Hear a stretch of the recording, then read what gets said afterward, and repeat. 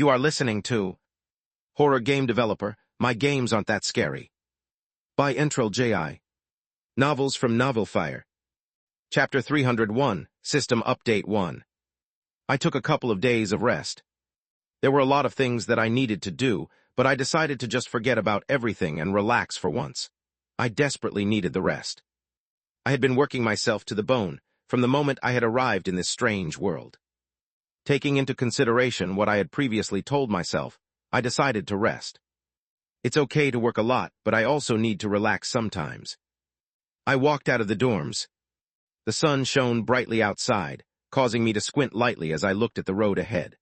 The number of cars present on the street had decreased drastically as opposed to how the roads were a couple of days prior.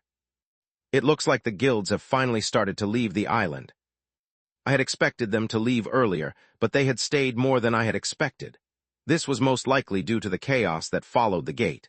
A lot of the guilds stayed behind in order to understand more about the jester and the conductor. It seemed like there was another commotion that had risen from the gate. However, it wasn't something that I knew all too well.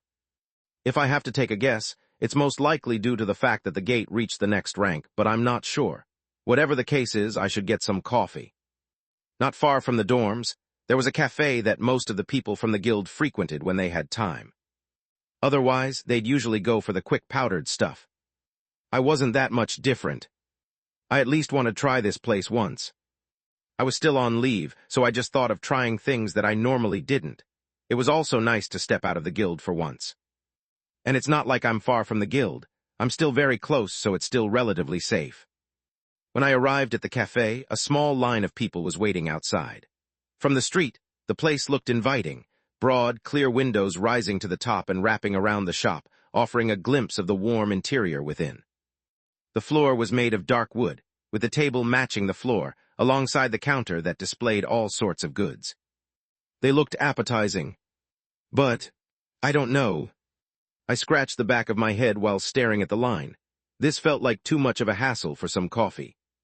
Maybe I shall. Zeth. A familiar voice echoed behind me, making me pause. I turned, and there it was, a lock of golden hair and a pair of green eyes fixed directly on me. Wearing some baggy white pants, alongside a green shirt that stopped at her waist, Zoe looked at me with a confused look. You go to places like this. She looked really confused. My lips twitched when I stared at her.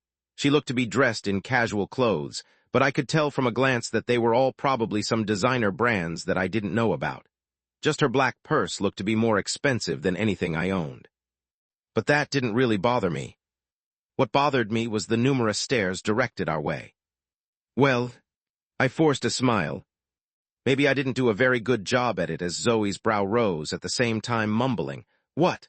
Are you trying to fight me?" I coughed and looked back at the store. I'm on vacation, so I thought about trying something new. Vacation? Zoe looked at me as if I were some sort of alien. What? Serious? What's wrong with me taking a vacation? No, it's more like I didn't know you took breaks. She got me there. I didn't know how to reply. I also didn't know that I took breaks. I was just tired. I needed some time for myself. Well, sure. Zoe stopped asking from there. She pointed at the shop. Are you going? Might as well. I moved towards the back of the line. However, just as I had taken a step towards the back, a hand grasped my arm, pulling me back. What? What are you doing? Zoe looked at me as if I were an idiot. The hell?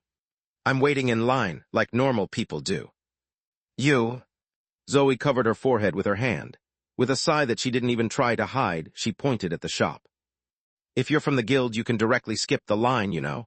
This place is owned by the guild, and so we naturally have priority over everyone. Come. Letting go of my arm, Zoe led me into the shop. I was still not used to the stairs, but I tried my best to ignore them as Zoe pointed towards the large blackboard behind the counter. Choose something from there and order it. What is it now? I pursed my lips before looking at her. What does that mean? I pointed towards a certain item, and Zoe's face froze. Her face grew several different shades before her head lowered. Let's not talk about that. No, but I'm curious. Hello, can I take your order? Yes. Zoe stepped up with a smile. She then started ordering. Hi, I'd like a large half-calf, triple-shot ristretto oat milk latte with exactly 2 pumps of toasted white mocha, 1 pump of sugar-free cinnamon dolce, and half a pump of classic syrup. Huh? What sort of? Can you make it extra hot but not scalding, swirl it counterclockwise 3 times, and top it with a light dusting of nutmeg, cinnamon, and a pinch of cocoa powder. Oh, and can you also add whipped cream only to the left half of the cup, lightly caramel drizzle in a zigzag pattern over it, and then stir the drink exactly 7 times with a reusable bamboo straw. Finished with her order, Zoe smiled. That's all. I took several steps back. What sort of order is this? I looked at the staff, but contrary to my expectations, they looked completely fine as they noted everything down with a smile. Eventually, they turned in my direction. How about you? What would you like? That's... I looked at Zoe and then at the staff. In the end, I pointed at the board. I'd like a Kyle special, please. Kyle special. The staff smiled. 15 shots of espresso, noted. Hey, anything else? No, wait, what did you just say? That's all, I'll pay for both of us. Zoe cut in, handing over a card. No, that would be 12 in total. 12? I nearly fainted. What sort of robbery was this? Thank you for your purchase. I seemed to black out from that moment. By the time I came to, I found myself standing outside the cafe alongside Zoe as she stirred her drink.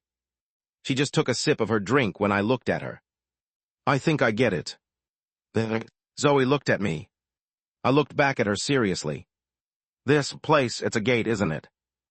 Stop. Zoe's voice trembled for some reason. I'm not wrong, right? 12 for coffee. Only an anomaly would be this heartless. Kyuka.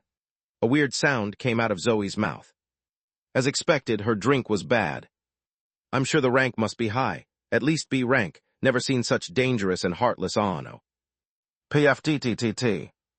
Something wet flew onto my face. It landed right onto my eyes and slid down.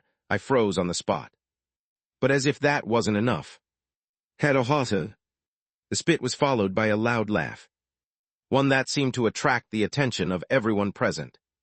Trying her best to hold herself, Zoe held onto her stomach while furiously biting her lips. Kuglek. Standing with my drink in my hand, I didn't have it in me to stop her, as this was the first time I had ever seen her smile or laugh. In the end, I let her be. Bringing my own drink to my mouth, I took a sip. Well, I guess I still do owe her an apology for what I did back then. She can take this as... Yuck. I suddenly spat onto the floor, holding onto my neck while staring at the drink in my hand. What the hell is this? Hugh, haha, I can't breathe. Chapter 302, System Update 2.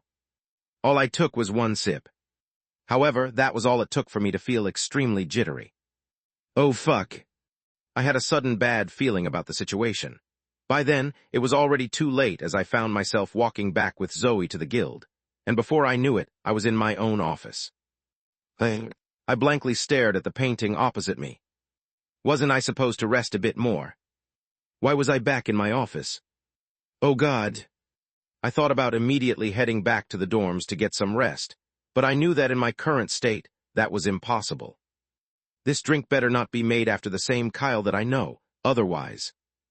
I clenched my hand into a fist while standing up from my seat and walking towards the door that led to my other office.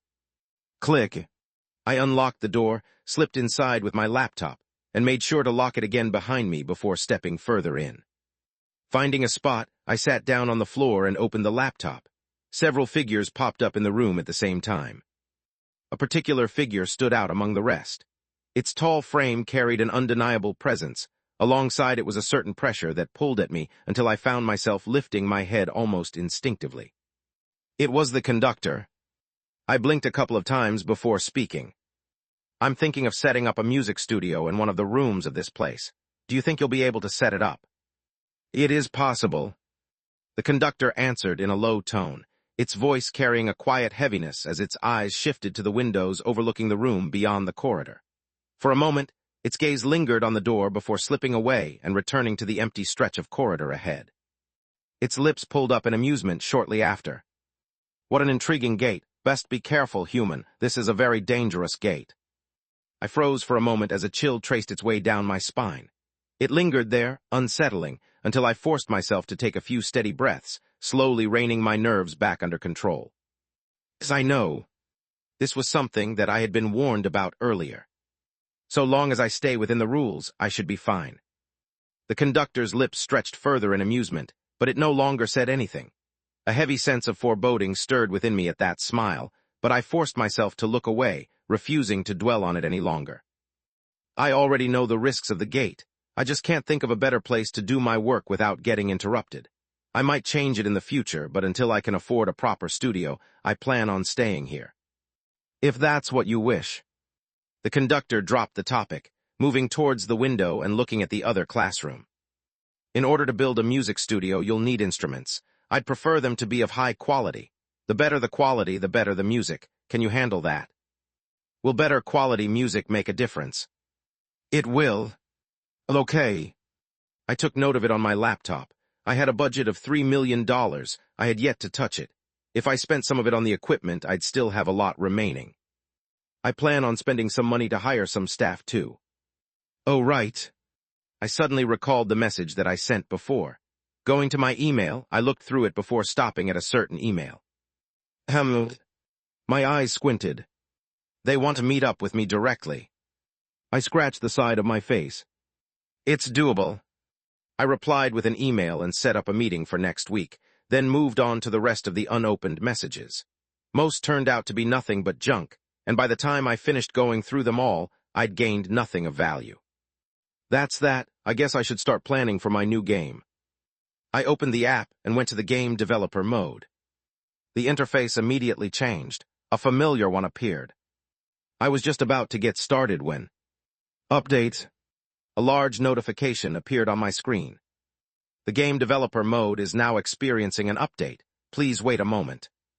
I opened my mouth but soon closed it. This threw me off completely. I hadn't expected an update to come. However, this was more than welcome. Is it because I've reached the third order? Is that why? Or is it something else? My gaze subconsciously turned towards the VR equipment by the side of the room, and my heart started to speed up. Could it be? Ding. A chime rang right after. Update complete. I didn't waste a second dismissing the notification and looking directly at the interface. It looks crisper than before. The overall layout looked a bit cleaner than before. Where it had once been just a plain list of features, each one was now framed in its own box, the text styled in a way that felt less tacky and far more modern. But above all, select Game Engine. U-Engine. Game Developer Engine. Virtual Game Engine. It's real. A virtual game engine. I nearly shouted at the top of my lungs. I only just barely held back when I took notice of the conductor as it stared at me with its head tilted. For some reason, with it here, I didn't feel comfortable screaming at the top of my lungs. Aim. Clearing my throat, I opened up the description of the engine. Virtual Game Engine.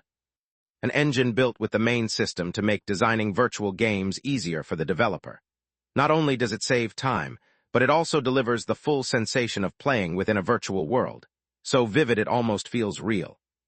It was a bit of a generic description. It didn't really tell much.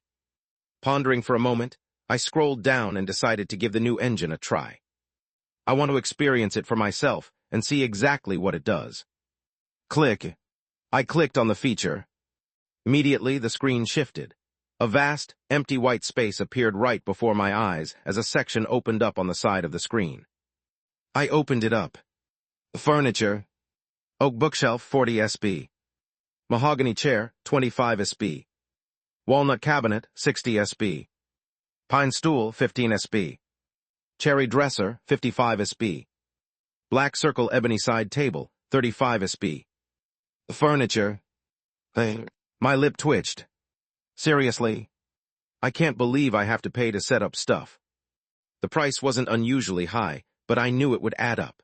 With all the programs I was likely to add on top of that, a new headache was already creeping in. That was also not the only section. Furniture, background, structure, items, miscellaneous, smell, temperature. There were quite a lot of things. I didn't even bother clicking on the structure part since I understood I knew I'd get a heart attack. Still, this was certainly a welcome development. This will make the 3D modeling extremely easy. In that case, all that will be needed is the actual programming. This will save me so much time. I fiddled more with the program. I wanted to see what other features were present. That was how I spent the next couple of hours. Just when I thought I had seen through everything, a certain button caught my eye. Simulation. That's. My breath caught for a moment. But then, click. I pressed on it. Immediately, my world changed. Chapter 303, System Update 3. Him. A low hum filled a certain cubicle, Zoe taking a sip of her drink.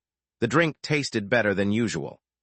But then again, the Guild Cafe was one of the only places that made the drink exactly like she wanted it. Maybe they changed the brand of the milk. Whatever it was, they did a good job. Humming to herself, Zoe didn't notice the shadow that cast above her. Lifting her head, she saw Kyle looking at her weirdly. Her face straightened immediately. What? Kyle didn't say anything and just continued to look at her weirdly. In the end, however, he decided not to pursue the matter further as he tossed a couple of papers over to her desk. What's this? Zoe looked at the papers in confusion, but after catching a small glimpse of the title, her expression hardened. Department Trials. Kyle's voice followed not long after. I'm not sure when they're going to start, but it won't be long. The guild is still handling the aftereffects of the gate. They'll make an announcement soon. Regardless, it's going to happen. Oh God. Zoe covered her face. The department trial was an event that occurred each year. Just like the name suggested, it was an event that occurred within the department and pitted all the squads within the department to compete with each other. The criteria and way of competition would change every year, so nobody knew the means of competition this year. The rewards for the winners were also usually really good. But there was a problem.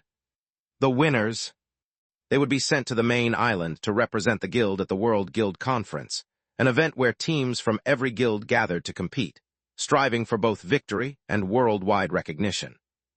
It was an event that Zoe had participated in the past. Kyle had also been present. But we just barely made it in the mid-tables, didn't we? Oh, yes. Kyle smiled bitterly. It's not like we couldn't have ranked higher, but the guilds on the island are simply on another tier. I don't have a good feeling this year either. Same. Zoe agreed. It wasn't that they were lacking. In truth, Zoe believed her talent, along with Kyle's, could still stand among the best in the guilds of the main island. The difference was that, unlike them, those guilds were filled with entire teams of individuals possessing talents on the same level as them. Their teams were simply superior in every way. I don't think the situation will change much this year. Our current roster is quite thin from the gate, and from what I've heard, Clara is out of commission. Without her, it's practically impossible for us to do well. In fact, we're more likely to be ranked at the bottom than to climb higher. I think the same. Zoe's face turned a little grim.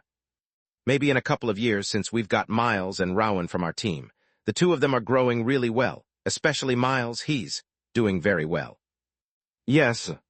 Kyle thought about Miles. His achievements lately have been quite good. It was just unfortunate that a lot of them were overshadowed by Seth and his team. That team... I guess there's not much hope this year. The future is promising, though. Kyle smiled, but the smile didn't last for very long. That is if we're still here. Kyle stopped there as Zoe paused and looked up at him. Neither said a word, but she immediately understood what he was trying to say. She shrugged. I've still not considered it yet. I'm quite happy here. I don't see why I would need to change, but it isn't like this is an offer that I can simply throw away in the trash. The terms are just. Same. The atmosphere between the two turned a little grim. Aim. Kyle cleared his throat while giving a quick skim of Zoe's desk. His eyes eventually settled over her drink, and he quickly switched the topic. You went to the cafe. Oh, yeah. Zoe raised her drink before taking a sip. It seems like they've changed their milk. The drink tastes better than usual. It does. Kyle stared at the drink for a moment before looking back at her. Was that why you were smiling before? Huh. Well, that's good. I'll pop up over there and have my usual. I'll see you later. Tapping on the cubicle a couple of times, Kyle turned around and left. Zoe stared at his parting back, her hand pressing against her lips as she frowned. Smiling. I was smiling. Space. The moment I came to, I was met with a world of white. It stretched in all directions. Infinitely. Where in the world? Suddenly a panel appeared before me, startling me. But then... Wait. Taking a look at the panel, I immediately recognized it. Furniture. Oak bookshelf, 40 SB. Mahogany chair, 25 SB. Walnut cabinet, 60 SB. Pine stool, 15 SB. Cherry dresser, 55 SB. Black circle ebony side table, 35 SB. Furniture. This was the very same panel from before. And as I looked at the white world around me, I realized something. Maybe. My heart raced inside my chest as I swallowed silently. Dragging my finger over to the panel, I pressed my finger over the pine stool picture. Immediately, another notification followed. Would you like to purchase pine stool for 15 SB? Play button yes no. The moment I pressed yes, the SB was directly taken off from my account, and a stool materialized from above me. Puff, it appeared exactly the same way as the items that I purchased from the shop, as I hastily grabbed it, only to realize that it was a lot lighter than I expected. It feels the same, but it's really light. I waved the stool a couple of times before putting it close to my nose. It smells like new wood, too. I examined the stool before me from every angle. No matter how long I studied it, I couldn't find a single flaw. It smelled, felt, looked, and even sounded like an ordinary stool. I wouldn't have been able to tell it apart from one in the real world. This is crazy. Because of how busy I had been, I had never actually gotten to play with a virtual reality game. That and the fact that purchasing a capsule was quite expensive. I also heard that there are helmets that are quite cheap, but the experience isn't quite the same. But still, if this was how realistic the virtual world was. My heart started to palpitate with even more excitement, as I had a hard time containing my excitement. The possibilities are endless. Coupled with everything that I currently have, I might be able to create something that is not much different from a gate. It was scary to think about. A virtual game that was not much different than a gate. But this was what the guilds and people wanted. I could already imagine the craze that a game like this would create in the world. From this moment forward, I was no longer playing within the island. With virtual reality, I was playing at the world level. Chapter 304, I'm not a therapist one. Thank you all for coming. I looked at the three figures standing before me. Each wore a suit, but given the wrinkles on it, and how one was too large and the other was too small, I knew that they had most likely come with their old suits. That didn't really matter to me. I wasn't the type to care for this type of stuff. Sit down for now. If you wish to get a drink, you can do so. I suggest you don't pick the Kyle Special. I'm just here to talk with you about the terms of the contracts that I'm about to offer you and what I expect from you. Noah, Ryan, and Joseph. These were the names of the 3 employees that I planned on hiring. After some back and forth, I convinced them to meet with me to discuss the possibility of working full-time under my employment. Given how well they had done in the past, I felt that they were the right people for the job. Aim. I cleared my throat before taking a stack of papers out and laying them on the wooden table. I'll keep this brief. I've reviewed all of your resumes, and I believe you 3 are the right fit, especially after seeing how well you worked together in the previous game. Because of that, I'm offering each of you a fixed starting salary of $10,000 per year, along with a bonus proportional to the sales of the game we develop. As an old corporate slave, I understood just how hard this industry was. I also understood the standard salary for those who worked in this industry, which was around $2,000. I was now offering them 5 times that. The happier they are, the better they'll work. The little performance boost was an extra incentive to have them work to the bone, to work well. What followed my words was an odd silence, broken only by the hiss of coffee brewing and the low murmur of background chatter. Seeing them so silent, I frowned. Was my offer too small? Did someone scout them before and offer them more? Now that I think about it, with the success of my previous game, they most likely must have received an offer from some serious gaming companies. In that case, should I increase my offer?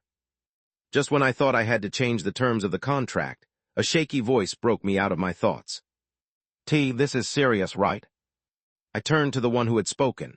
With ginger hair and freckles scattered across his face, Noah lowered the contract in his hand and fixed his eyes on me. One glance was enough to see he was utterly shocked. The other two also wore similar expressions. I looked between the three of them and understood. No, it doesn't look like they got a better offer. The opposite, they're probably shocked by my offer. It was indeed a good one. Yes, this is serious. If you don't believe me, then you can try hiring a lawyer. I'm currently being sponsored by the Severed Stars Guild, so if you have any doubts with regards to me, you can talk to them directly. The good thing about the guild backing me was the fact that it made my offer a lot more credible. I made sure to highlight this in the contract. For now, the three of you will be my only employees. You won't have to do much, and you can even work remotely if you wish. I also have all of the equipment ready and have a studio that is being set up. I'm rather flexible with this type of stuff, so just tell me how you want things to work and I'll arrange it. To me, how much someone worked was irrelevant. I only expected results. Even if they were slacking around the entire time, or even went on vacation for several months, so long as they accomplished the desired task, I was fine with them doing whatever they wanted. I'd seen it too many times. Programmers pushed to work beyond their limits, leading to countless errors in the script and hours wasted tracking them down and fixing them. I didn't want to waste time repeating the same mistakes. I'll repeat this again. So long as all of you achieve results, you can do whatever you want. Develop your own game, feel free to use any of the equipment in the studio. Exercise, even better, just do whatever you want. I only want results. I pressed my hand onto the table and slowly stood up. I had said everything that I wanted to say. Look over the contract carefully and then come back to me. I'll show you the studio further down the line. It's still in the development phase right now. Thinking about the studio, I started to feel a little excited myself. There were a lot of things that I wanted to do with it, from the dedicated music area to the main development area. I could already imagine the studio turning into a game-making machine. Of course, that was way further down the line. For now, I needed to get employees. I hoped to receive a positive answer from the three of you. I took my leave after that. After Seth's departure, the cafe fell into silence. None of the three spoke a word as they stared at the contracts before them, their faces frozen in disbelief. It took a while for them to recover, as Noah tapped on Ryan and Joseph's legs. It was only then that the two snapped out of it, as they stared at the documents in front of them. Swallowing silently, Ryan adjusted his messy hair as his eyes once again swept over the contract. This is real, right? I think so. Joseph relied, swallowing hard. This all felt like a dream to him. Not just him, but the three of them. The game they had worked on had only been released recently, and yet, for almost an entire month, it trended throughout the entire island. Especially when the multiplayer feature was released. The game reached the peak of popularity within the island, with teens and even members from other guilds playing the game with each other. Outside of the scare factor, the game had another factor that drew a lot of customers. It was funny. Playing the game and watching their teammates leap into the air generated countless entertaining clips, which only boosted its popularity even more. The three benefited quite a lot from the game. They had all received lucrative offers from rather famous studios. In particular, Nightmare Forge Studios, one of the most powerful and important studios on the island. And yet, their offer paled in comparison to the one before them. Not only was the salary better, but the freedom that they were provided was something that no other company provided. This contract, no, this opportunity, it was the opportunity of a lifetime. Especially since they were aware of the person who had presented the offer to them. While still not big within the space, Seth Thorne had slowly and steadily built up some reputation within the gaming space. With 3 back-to-back successes, he was starting to develop a cult following. He didn't seem to be aware of it, but his reputation within the circle was growing with each passing day. Just thinking about what his next game could be made the hearts of the 3 developers palpitate with excitement. Let me send this to my lawyer. I'll do the same. If there's nothing wrong, let's sign this. The 3 got to work.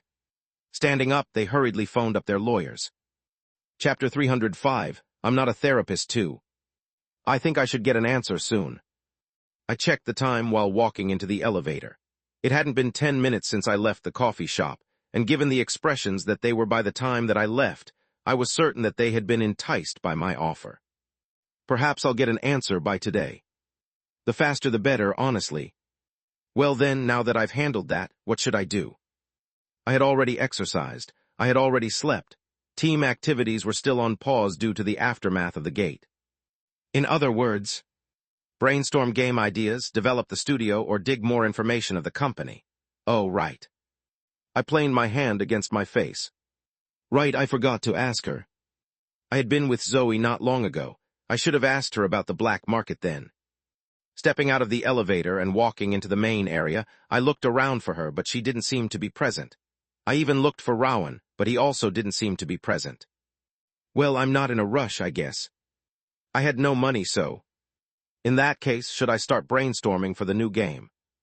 I ideally wanted to do this with the new recruits, but then again, perhaps it was best if I was the one who came up with the concept. Yeah, I'll do that. I can ask them to help me with the development, and if they have any ideas, I can add them. I'm open to listening to what they have to say. Setting my mind to the goal, I walked all the way to my office.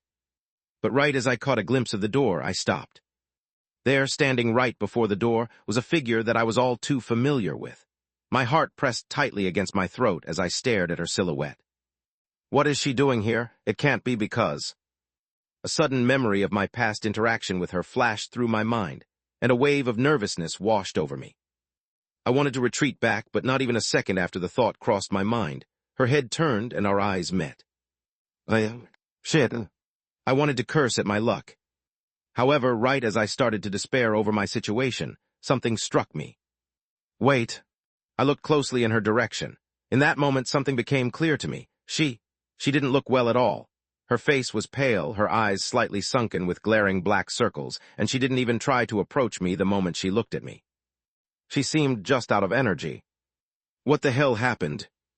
Looking around, I eventually moved up to her. Can I help you with something? You're looking for me, right? Clara didn't say anything. She just stared at me. The next few seconds became an awkward hell for me. Eventually, unable to stand the silence, I reached for the handle of my door when she suddenly moved her hand and pointed at the sign. Trauma counselor. It was my turn to be silent, as my entire body stiffened. Slowly turning my head in her direction, I watched as her mouth opened and she hoarsely said, "I'm here for a consultation." I smiled then. I'm not a therapist. So what is it that you're currently having trouble with? I crossed my leg while looking at the empty sheet on the notepad in front of me. Clara sat across from me with her head lowered. We were currently in a different office. Given what had happened in the Hourglass Gate, I didn't want to risk giving my identity away. Even if she didn't seem to be in the best of conditions, I didn't want to take the risk. Thankfully, she had her own office that I could use. I was sitting in her seat. I'm having trouble sleeping. Clara answered after a brief moment of hesitation. I could tell from her expression that she didn't want to interact with me and found this entire situation stupid. I wholeheartedly agreed with her. I was no therapist. That bastard must have put her up to it. Damned section chief. You're having trouble sleeping. Since when has this been happening? It had been going on for almost half a year. However, it recently got a lot worse. How recently? Less than a week. My hand paused. A picture of the current situation started to paint in my mind. Does this have to do with the recent gate? I tapped my pen on the paper. I see. The picture became clearer in my mind. No, I pretty much understood what was happening. At least I knew enough to work with and come up with a scenario.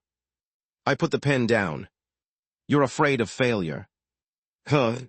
Clara's expression changed. My thoughts became more clear then.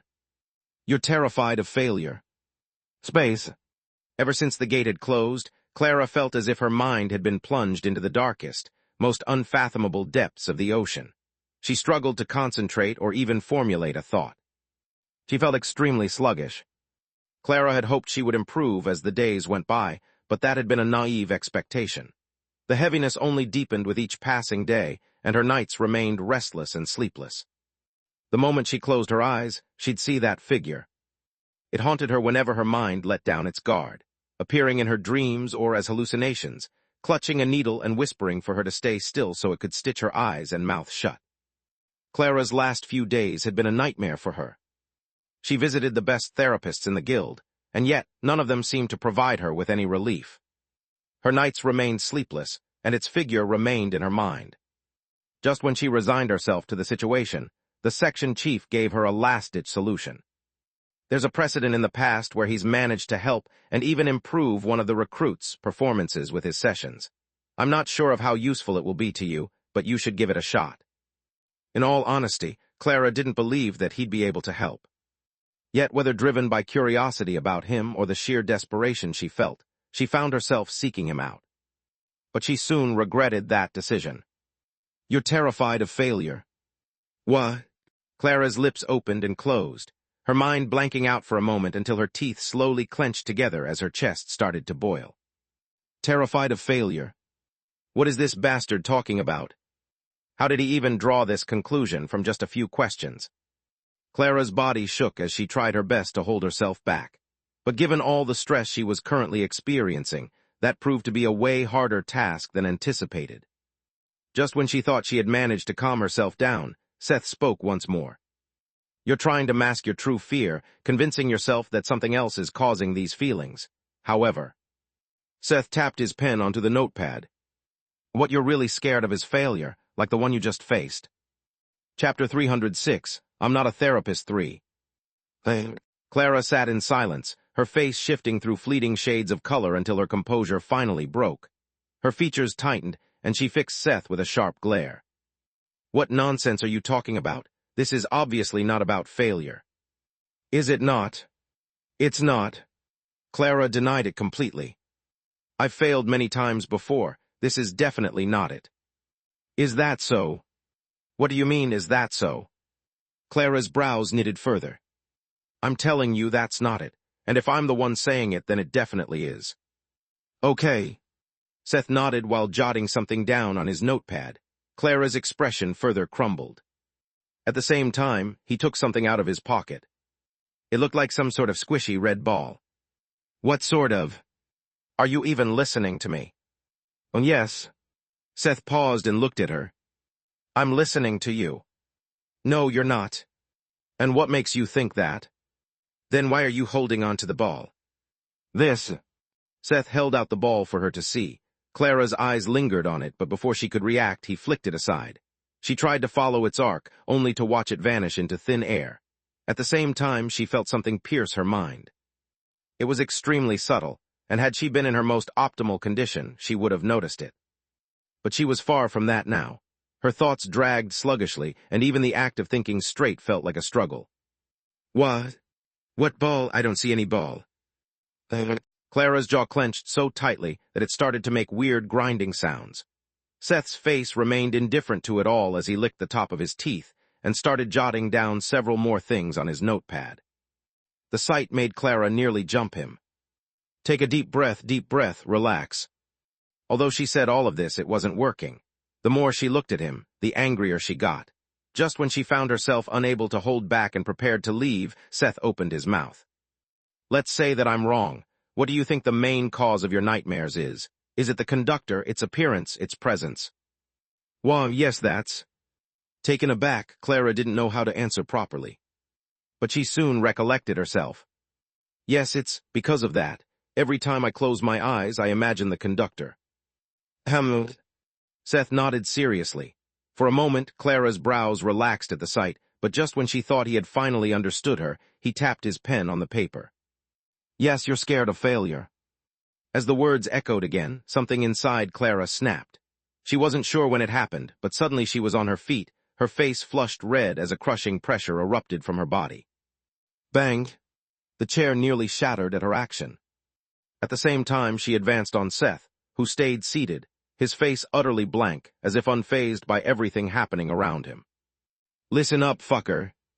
Clara's voice rose, spitting each word venomously as she grabbed him by the collar and brought her face closer to his. Are you stubborn, or are you here to make fun of me? I've already been having the worst week of my entire life, and I can't tolerate things as I used to. I'm just a few seconds away from snapping, and trust me. She paused, her voice growing lower and her eyes growing even more threatening. That last thing that you want to see is me snapping, that's. Snap.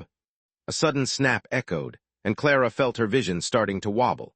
Something seemed to pierce her mind in that moment, but given her weak state of mind, she found herself unable to fight it off. Look.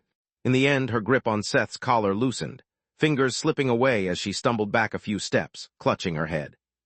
A constant ringing sound echoed in her mind, drowning all other noise away. What's what is? Flick. Something flickered in her vision not long after. She could hardly make out what it was, but it looked like a phone. In it, she saw something red and white.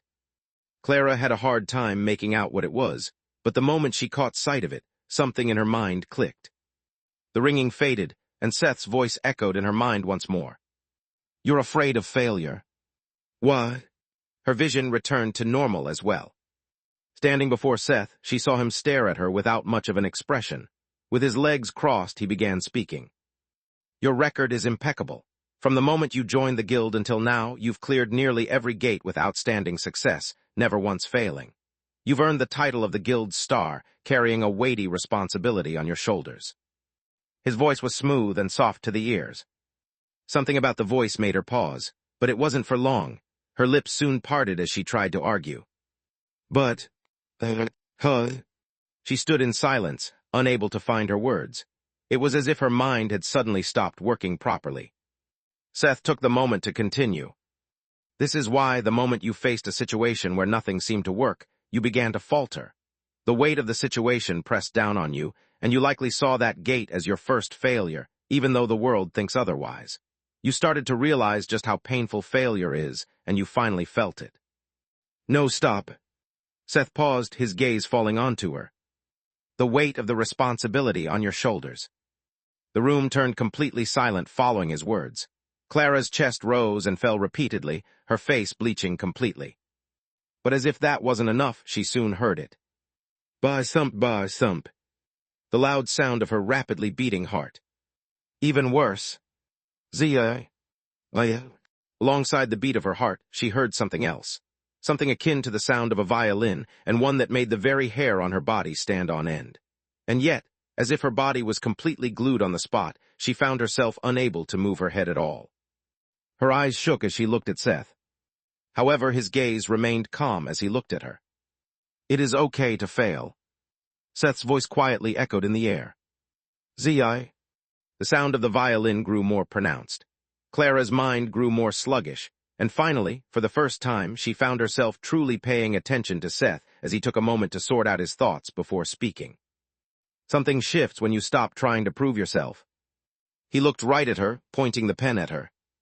Your worth isn't measured by your achievements. Your worth isn't measured by how others perceive you. The only person who can determine your worth is yourself, just like how the only person who can criticize you is yourself. Seth paused, his hand tapping onto the paper before him. Clara's lips opened and closed multiple times, her mind trying her best to argue with his words. But she couldn't. Unknowingly, her lips started to tremble. His words, they were strangely convincing. No, that doesn't make. A person's insult only affects you when you allow it to affect you. Seth didn't care for her thoughts. He continued slowly, his voice quietly drifting in the office space, making its way into her sluggish mind. If you don't allow it to affect you, it'll never affect you. That's why your worth is determined by yourself, because everything that happens to you is based on your actions and thoughts. Soon, the only thing Clara could hear was the sound of his voice. The soft strains of the violin lingered behind his gentle words, and she swallowed quietly. She sensed something stir within her mind. The moment you stop letting other people, other than yourself, determine your worth, it'll be the moment you'll forget about all of this. Seth paused, blinking slowly as the room fell silent. Everything starts from you. Clara looked at him, swallowing quietly. It does. He nodded. You're your only enemy. I am. You're afraid of failure, not the conductor. Clara opened her mouth but soon closed it. In the end, lowering her head, she nodded softly. I Bessie. Yes. A smile formed on Seth's lips as he looked at her. Then, shifting his gaze towards the figure that stood behind her, he scratched the side of his face and secretly gave it a thumbs up. Now feel free to tell me what has been bothering you lately. I'm all ears. No, not really. Get out. I'm not a therapist. Space. Author note, the salary Seth offered is $10,000 a month, not $10,000 a year. It was a very clear typo. I fixed it. Stop hounding me. Chapter 307. I'm not a therapist for. Take some time to rest. Get some good sleep and don't come to the guild for the next couple of days. It's very important that you get some rest. Why, yes. I watched as Clara left her own office with a dazed expression. I pursed my lips and leaned back on her chair. It was a lot more comfortable than mine. That wasn't all.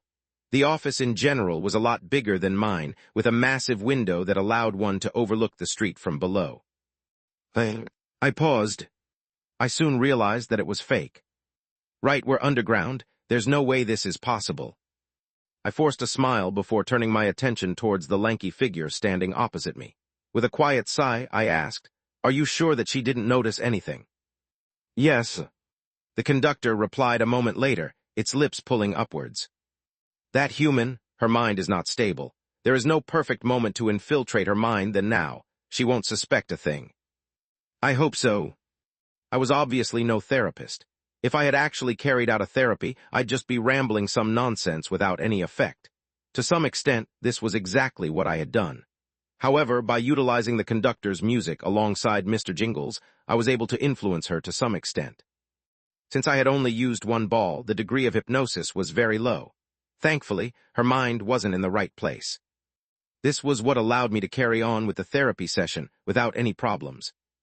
Normally, what I had done would have never worked on her, but with her current state of mind and approval from the conductor, I went ahead and did it. It all worked out in the end. At least I hoped it did. Then again, I could have rejected her at the start, and none of this would have happened. But this wasn't what I wanted. Recalling the moment we first met, I realized just how perceptive she was. With a single glance, it was as if she could almost see straight through me. She was simply too dangerous to roam free like that. This was why I planned on using this chance to completely hypnotize her using Mr. Jingles and make her completely forget everything that she knew about the jester, or something to that extent. I wasn't too sure yet. I needed to tread this carefully. This was a dangerous path that I was walking. But it has to be done. I stood up from the seat and finally walked towards the door, holding onto the handle. She's far too dangerous to be left alone like this. Might as well nip the problem in the bud. Clank. What was I supposed to do? Coming into my office, I stared blankly at my desk. I completely forgot what I was supposed to do. Was I even supposed to do anything? I pinched the middle of my brows, trying to recall the best I could. In the end, no matter how hard I tried, I couldn't remember anything. After spending so much time holding onto the therapy session, I ended up forgetting everything. Great. I sat down in my seat while secretly cursing the section chief. I really need to send him a message later and tell him to stop sending people to me. I'm not a therapist. The sessions were also hard on me. Taking out my phone and scrolling through some news, I suddenly paused. Several messages appeared no longer after, and my lips pulled into a smile. Good. I stood up from my seat and slapped the table. I had now just received the signed contracts from my 3 new developers. Without wasting a single second, I sent the papers to the guild lawyer before heading towards the studio. Since I now had my developers, it was time for me to develop the studio. Click. Unlocking the door and entering the classroom, the first thing that I did was stare at the equipment at the end of the room. The good thing about this place was the fact that both the internet and electricity worked. With the devices connected to the adapters, they all worked without any problems. The issue was that they were all attached to the walls. There was just empty space at the center of the classroom. Taking several steps back, I looked at the empty area in the middle. I feel like I should use this area for game testing. Should I order several more capsules and have them in the middle over here? The price was a single high-end capsule, was around $250,000. They weren't cheap, and I already had one in my possession. However, given how multiplayer games tended to have greater sales, it was best for me to buy a couple more. Let's say I buy 4. That'll be $1 million of the budget. What next? I scanned the room. An anomaly came into vision. All right. I nodded. I'll get you your equipment. Make sure they're of the best quality. The better the quality, the better the effect. I know. That was around 50,000 down. Next, I began walking around the room. With the same notepad that I used while holding the therapy session with Clara, I started to write everything that I needed down, from a recreation room to new equipment like monitors, computers, and so on. I started to list all of the things that I needed in order to make this place perfect for work, and before I knew it, I spent the next few hours like this. By the time I was done, I had almost completely used up the 3 million that I had at my disposal. I drew a cold breath upon realizing this. But this should be it. I don't think I'm missing anything else. I checked through the long list one more time before nodding, closing my eyes at the same time as I held onto my chest, feeling the rapid beat of my own heartbeat. With this, I can now officially start working on my next game. I drew another breath, one that will break into the world stage. Space. Clara blankly stared at the white ceiling above her. Blinking her eyes, she looked around. It looked like she was in her own room. She couldn't even recall how she had managed to get into her room. Her memories were hazy. All she could recall was a certain voice. Your worth isn't measured by your achievements. His voice was soft. Your worth isn't measured by how others perceive you. The only person who can determine your worth is yourself. Comforting, just like how the only person who can criticize you is yourself. And soothing to her ears. Her eyelids grew heavier with every word. Even as her vision blurred and the world faded, the voice lingered, threading through her mind. She couldn't remember everything, but as sleep crept closer, Clara did something she hadn't done in what felt like forever. She let herself go. She slept. For the first time since leaving the recent gate, Clara surrendered to sleep. The moment you stop letting others define your worth, that's the moment you'll forget all of this. In the company of the strange voice. Chapter 308, New Game 1. Yes, over here, that's good. It had been a busy week. Standing in the classroom, which looked completely different than it did a week ago, I carefully instructed the workers who had entered the room. I'd like for all of them to be in the middle, preferably. For the instruments, I'd like them transported to another room. Yes, make sure to install soundproofing. I need the music to be extremely crisp. The monitor, yes, it's fine over there. It was a busy day. Thankfully, I managed to get everything set up before the day ended. Thank you. I thanked the staff and let my gaze sweep over the studio before me. The transformation was staggering, nothing like the place I remembered. Sleek monitors, powerful stereos, sound capsules, and even a dedicated workspace for the programmers. Every corner of the studio was filled with something. There was even an entire room dedicated to creating music and sound effects. This time, the studio lacked nothing. I'm starting to feel like working already. It was just unfortunate that there was not enough time left until the day ended. I only had about an hour before I'd be stuck here for the night. Considering what would happen once it hit midnight, I knew not to be too daring. I guess I'll call it a day. But before that, I planned on checking something out. Opening the door of the classroom, I walked into the corridor and stared at the room opposite. Reaching out for the door, I paused and looked at the corridor. It stretched as far as my eye could see. It was quiet, and the LED lights from above shone down on the marble floor. The silence that shrouded the space felt eerie to some extent, and for a moment I forgot to take a breath. But then, I'd be very careful if I were you. A shadow cast above me. I didn't look back to know who it was as a hand pressed against my shoulder, and a head leaned closer. We both stared towards the endless corridor. It's staring right at us. A soft tear of flesh echoed in my ear, sharp enough to jolt my chest. I couldn't see it, yet I felt every inch of it. The conductor's smile straining against the stitches, its gaze locked on the corridor ahead. My body stiffened as its breath brushed my ear, voice slipping through the silence. Say. It suddenly waved its hand. Hello. Space. At the same time in a small and quiet room. The offer has officially been presented to the guild master, and he's given me the green light to make a counteroffer for the two of you. The section chief sat before Kyle and Zoe. The three were separated by a large wooden oval table. Several documents were spread on the table. Sliding them over to Kyle and Zoe, the section chief started speaking. We're planning on matching the salary that Arithmus has offered the two of you. That is, we're willing to offer you an annual salary of 2.5 million each. In that moment, it was almost as if the air had been sucked out of the room. Neither Zoe nor Kyle knew how to react. 2.5 million.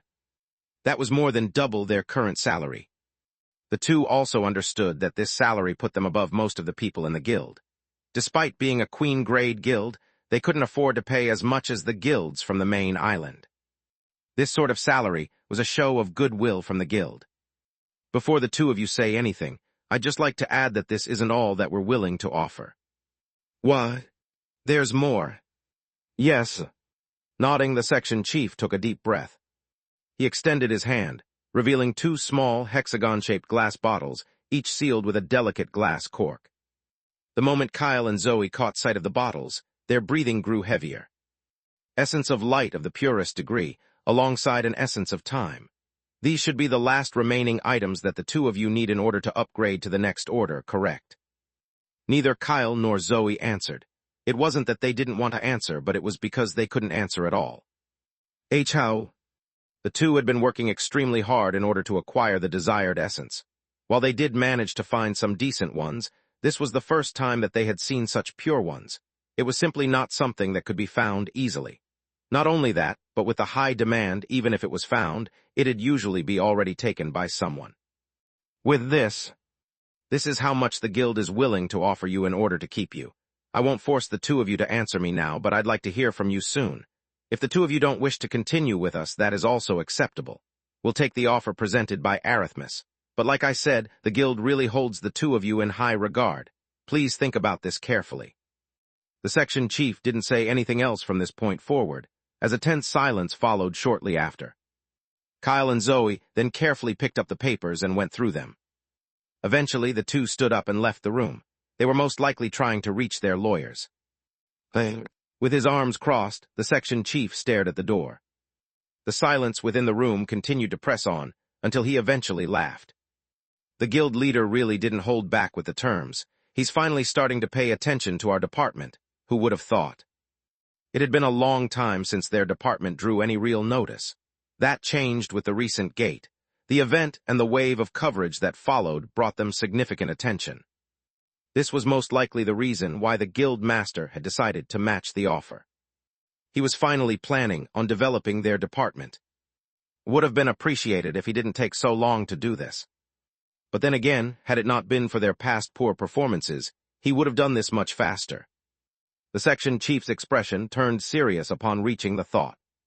The guild master. He was the type to measure worth by results. The offers just now were a reward for their success at the gate, but the instant they stopped delivering, so would his attention and favor. As such, we need to produce results. Something even greater than right now. That's easier said than done. But it wasn't impossible. The only thing that came to mind was the Guild World Conference, but the chances of them doing well weren't very high, especially now that Clara was not in the right state to compete. This'll be troublesome. Leaning back, the section chief ruffled his hair.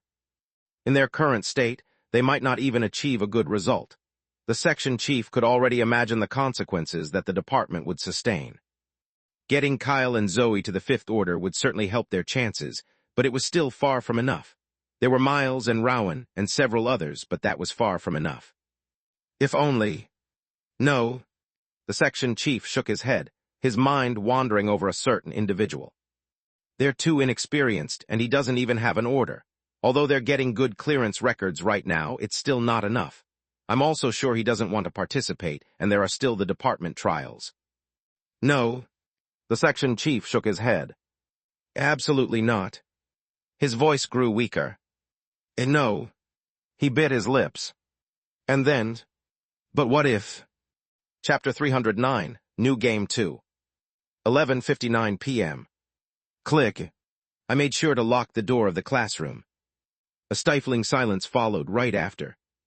I stood in silence for a while before finally looking away.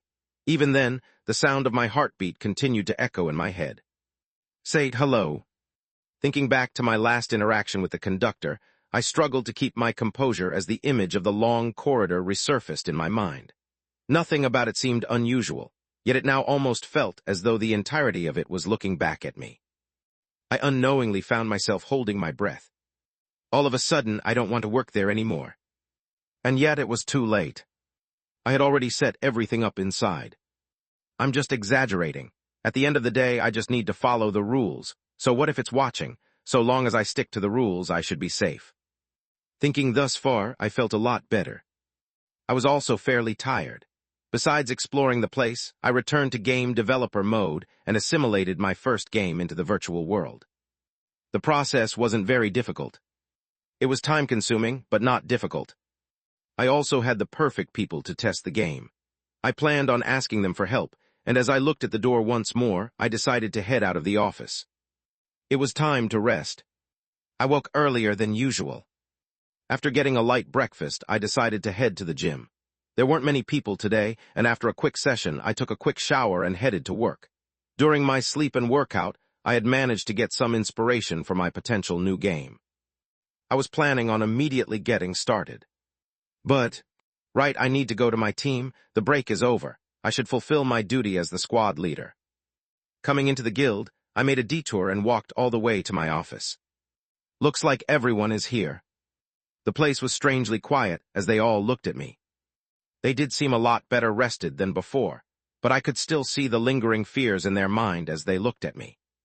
I could only imagine what the doppelganger had put them through while I wasn't present. No, I don't really need to imagine. I had already seen it. Relax, we're not going to be diving for the next couple of days. The end of the month is approaching in the next few days. We're still ranked first in terms of points compared to the other newly established squads. In fact, we were first by a long shot. Our current points were considered high, even when compared to some of the more seasoned teams. The only teams that were ahead of ours were the teams that went to high-ranking gates, but that was only to be expected. The higher the rank of the gate, the greater the points. Anyways, I opened up one of my emails and looked at the recent message. Department trials. I tapped on the table before looking at the others. We'll need to put a lot of attention and focus on this. It said that the bonus that top teams will receive will be quite high. It went without question that we had to achieve a top spot. I was in desperate need of money at the moment. Preferably, I'd like us to achieve the top spot, but I'm not sure if we can achieve that. Top spot. You want us to achieve the top spot. Hearing the startled voices ahead, I lifted my head to find Mia and Joanna staring at me in surprise. I cocked my head. What's wrong? Nothing really, Joanna answered, staring at me from her cubicle as her brows furrowed tightly. There's nothing wrong with wanting to achieve the top spot, but it's an unrealistic target, especially when taking into account the fact that there are far stronger teams than ours. She wasn't wrong. There were indeed several stronger teams than ours. As far as I knew, Clara wasn't in any condition to participate, and Kyle had said he wouldn't be joining either. The same went for Zoe. He didn't specify why, but it was clear that without the two of them participating, alongside Clara, achieving a good result wouldn't be out of the question. But maybe I was jumping the gun. I wasn't the doppelganger. I couldn't carry the team into achieving absurd results like before. It was also true that the team was young. I guess I was thinking too much. Even without Clara, Kyle, and Zoe, the chances of us ranking at the top were not very high. A pity. I really wanted the bonus. Whatever the case was, we still had about 2 weeks to get ready.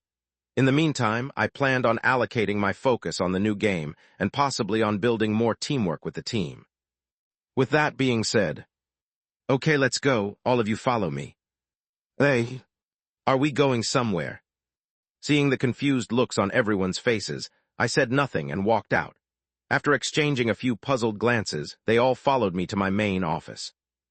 As the new up-and-coming group, we drew a fair amount of attention in the main area, but I ignored it and led them into my office, closing the door behind us.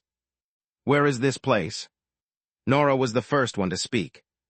With her brows furrowed tightly, she looked at me. Why did you bring us to the janitor's room? This painting looks cheap. No wonder it's here. A fax machine. The hell, how old is this place? A clown outfit, too. They really have too much time on their hands. What sort of tea? Nora's words were cut short by Joanna, who stood behind her, hands pressed to her mouth as she looked at me. Don't mind her, squad leader, this place. Aim, she looked around, forcing a smile. It's quite nice, yeah, not bad. I didn't say anything. and just walked towards the other door before unlocking it. Click. Get in. The faces of everyone changed upon catching a glimpse of what was behind the door, but I didn't give them the chance to speak and urged them with my head. Get inside. Without saying another word, everyone proceeded into the classroom. The moment they entered, I could see their faces change, but I didn't allow them to ask any more questions before pointing towards the capsules in the middle. Don't ask any questions, get in the capsules. I had previously planned on being nice. I just wanted to use them to help me test a few things here and there. Things were different now. If before I only wanted them to help test the VR version of a regular day in the office, I now planned to push the difficulty to the maximum. What are you waiting for? Oh, right. There are only 5 capsules. Well, that's fine. This isn't a team game. Just get in. I'll start the game not long after. Squad leader. I could practically hear Mia whimpering. I didn't care and just pointed at the capsule. Get in. Chapter 310, New Game 3. Following the small incident with the conductor the day prior, I spent my remaining time at the new studio fiddling around with the new mode and system. I managed to familiarize myself with the capsules and decided to play around a bit. In the end, I managed to perfectly recreate the same scenario as my first game. A regular day in the office. It took me surprisingly little to no time to develop it. At the end of the day, the setup was rather simple. Added with the virtual mode, I was able to get it done within an hour. The really tricky part was the coding bits. Virtual games still required coding and the like. Thankfully, the coding for VR games wasn't that difficult. In just a couple more hours, I was able to integrate everything into the game. After that, I just added a few touches here and there to make it better. It all looked great, but at the same time, something clicked in my mind as I worked on the game. It began as a small idea, barely more than a spark. But the more I worked on the makeshift game, the deeper it took root in my mind. And then, before I knew it, the idea had taken over my mind completely. It's certainly possible. At some point, my attention shifted away from the makeshift game, but towards something bigger, grander. And soon, I began applying the subtle changes to the makeshift game. A teaser of some sort. One that would lead to the eventual development of my new game. If you can call it that. I smiled at the thought. I was planning something bigger than that. Who should we start with first? I turned towards the capsules. They had all yet to enter. Eventually, I settled my gaze over to Nora. What are you waiting for? Get in like the others. You'll be the first one. Me. Nora pointed at herself, looking incredulous. I nodded. Yes, you. No, but. Get in. Nora stood in silence, her mouth opening a couple of times before she eventually closed it while the outlines of her jaw clearly became visible. At last, she stepped into the pod. I didn't waste the chance and pressed enter on the laptop keyboard. Swoosh. The pod closed on its own. Before starting the game, I opened up the game developer mode and inserted a couple of scripts inside. I wasn't planning on doing this, but since everyone is so keen on testing the virtual game, it is only right that I go all in. Inserting all of the scripts inside, I smiled. Let's start with Nora then. I moved the mouse over to the side where it said Start. After just a brief pause, I pressed it. Click. The game started. Space. Why am I even doing this? Why am I even listening to him? Nora mumbled to herself, clenching her teeth tightly. In the end, despite her protests, she sat down in the capsule and watched it close. Her vision grew dark shortly after as she felt a jolt of electricity run down her spine. The sensation was neither painful nor comfortable. It was annoying. Thankfully, it didn't last for very long, just a few seconds. What followed was a soft voice, one that whispered right into her ear. This is my 3rd year working for the company.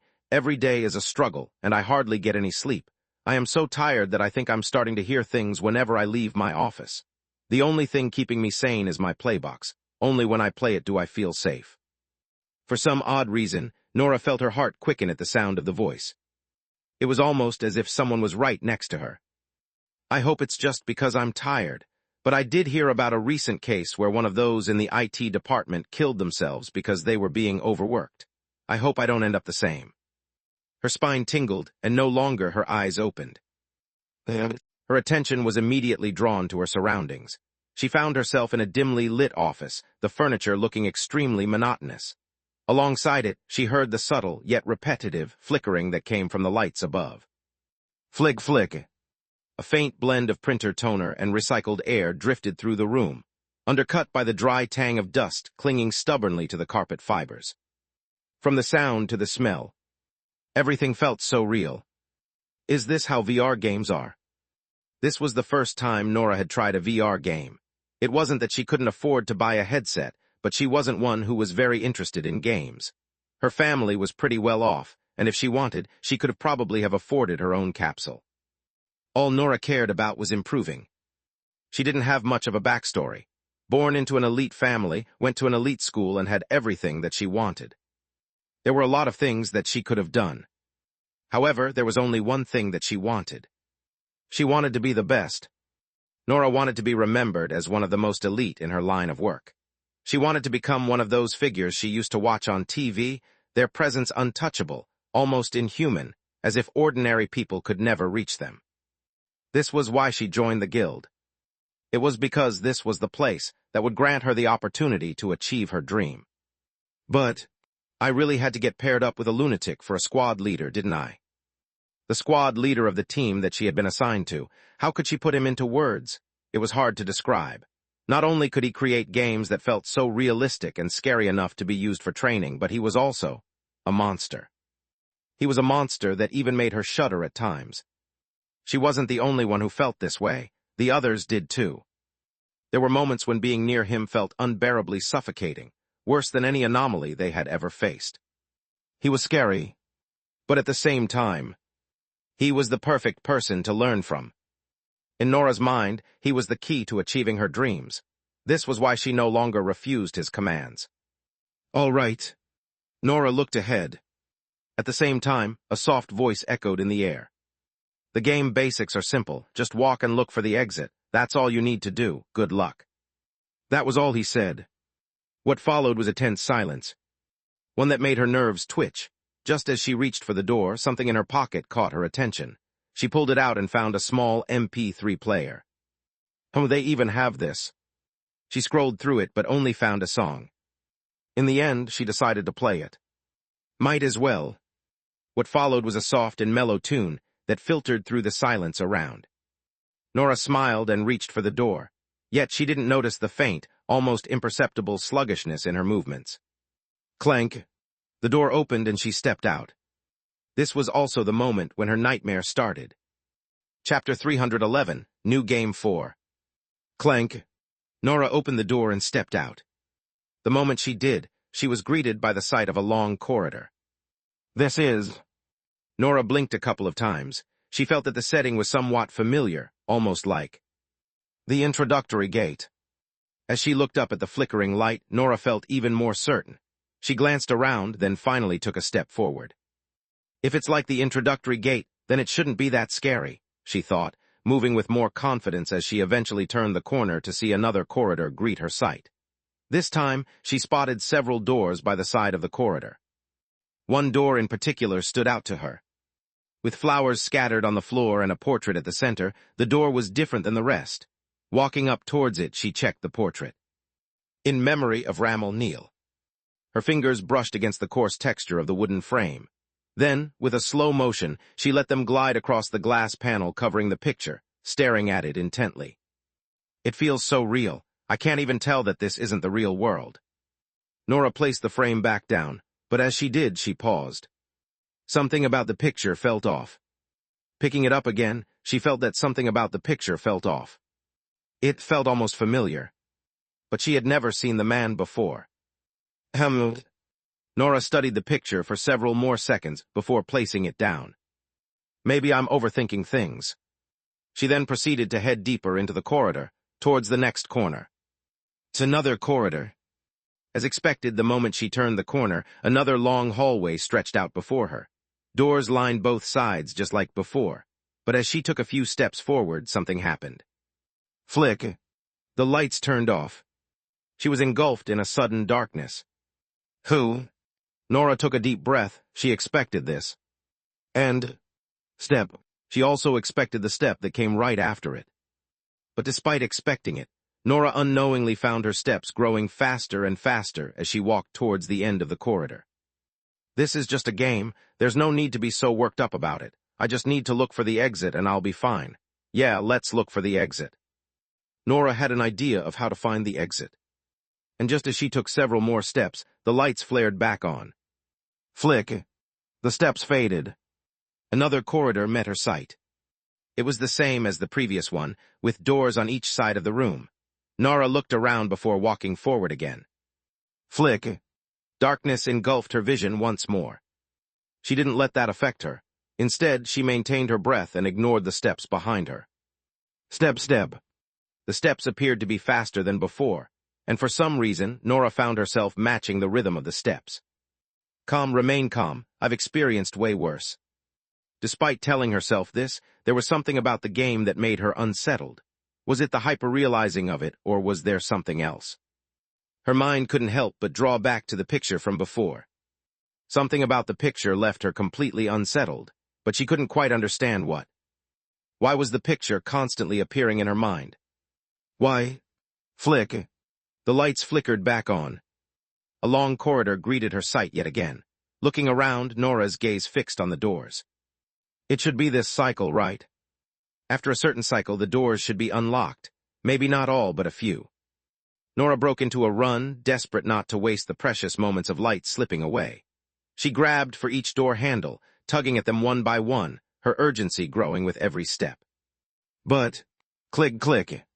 None of the doors opened. What sort of? Flick. The lights flickered, and a heavy sensation settled in her chest. Step. The steps returned. This time they were faster than before. So fast that they started to match the rhythm of her heartbeat. Shit. Nora quickly let go of the doors. Without hesitation, she rushed deeper into the darkness. Did I miss something? Is it this cycle or the next cycle? Maybe it's the next cycle. I just need to hold on until then.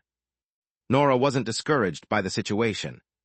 She continued to run until she reached the end of the corridor. By then, the steps were almost upon her. Flick. Thankfully, she just barely managed to survive as the lights flickered back on. Her breathing was quick. Her body was heavy. My God, this game, it's restricting how much I can run. Nora wanted nothing more than to curse her squad leader. What kind of sick bastard would put her through this? But as much as she wanted to scream or strangle him, she didn't have the time. After a quick glance around, she rushed to the doors, yanking at each one in desperation. 1 second, 2 seconds, 3 seconds. Sweat trickled down the side of her face. Her breathing was ragged, chest heaving, and her pupils were wide with adrenaline. Come on, come on. Just when she thought the doors wouldn't open. Click. One of the doors opened. Yes. Flick. Darkness swallowed her vision soon after she pushed the door open and stepped inside. Clank. Hastily closing the door behind her, Nora took deep and heavy breaths as she looked around. Eventually, her gaze fell on the single desk in front of her. Placed right on top of the desk was a single laptop. Nora didn't waste a single second and walked towards the laptop. I should be safe for now. The Nightwalker doesn't attack unless there's darkness. So long as the laptop is on, I should be fine. Nora knew exactly what she needed to do from this moment forward. Using the laptop and checking the cameras, she'd be able to determine the right time to leave and rush towards the next area. All she would have to do was carry on like this until she found the exit. It was this simple. Okay, let's get started. I don't have much battery. The computer's battery was down to 10%. Nora hurriedly opened the camera logs, fingers trembling as she prepared to check the situation outside, only to freeze mid-click. The moment she opened the log, something unexpected occurred. Nora caught sight of numerous other logs, ones that stretched all the way until the previous weeks. For a moment, her mind went blank at the sight. Without thinking, her fingers moved, and before she knew it, she had clicked on one of the logs, one dated from the previous week. Flick. The screen flickered, and an all-too-familiar corridor appeared. But something was different about this recording. Several figures, all dressed in black, stood in front of a particular door. Some stood with their heads lowered, while others held onto flowers that they placed down in the corridor. This. By sump. Nora felt her heart beat rapidly at the sight. This must be the door that I saw before. Nora's throat was dry, she could hardly swallow. Just as it hit her, her eyes fell on one figure in particular, or rather, an old woman. She stood at the edge of the group, her head lowered, as if hiding from the camera. Something about her drew Nora's attention. It made her heart beat incredibly fast, and as she continued to stare at her, the old lady's head began to move. Slowly, until it turned to face the camera. Aye? Nora's face bleached entirely at the sight of the old lady. That's she how? A smile cracked on the old lady's face, one that sent chills down Nora's entire body. And then, flick, the computer switched off. The entire room turned dark. A presence appeared not long after, one that stood right behind her. Nora's body trembled further. And soon, Huack! A scream ripped past her mouth. Chapter 312, New Game 5. Swoosh! The capsule door opened, and a figure stumbled out a few seconds later. Her expression was entirely pale, and as she moved out, she turned her attention towards me, her mouth opening and closing as if she was trying to say something. In the end, all she managed to mumble was a few words before staggering away. I stared at her parting figure before looking at the others. Lord, I think I need to go to the bathroom. Me too. Squad leader. Get in. I nudged the rest of the members into the capsules. Before I knew it, they had all gone out of their capsules to see what was going on with Nora. In the end, they got their fill, and now that they did, it was their turn.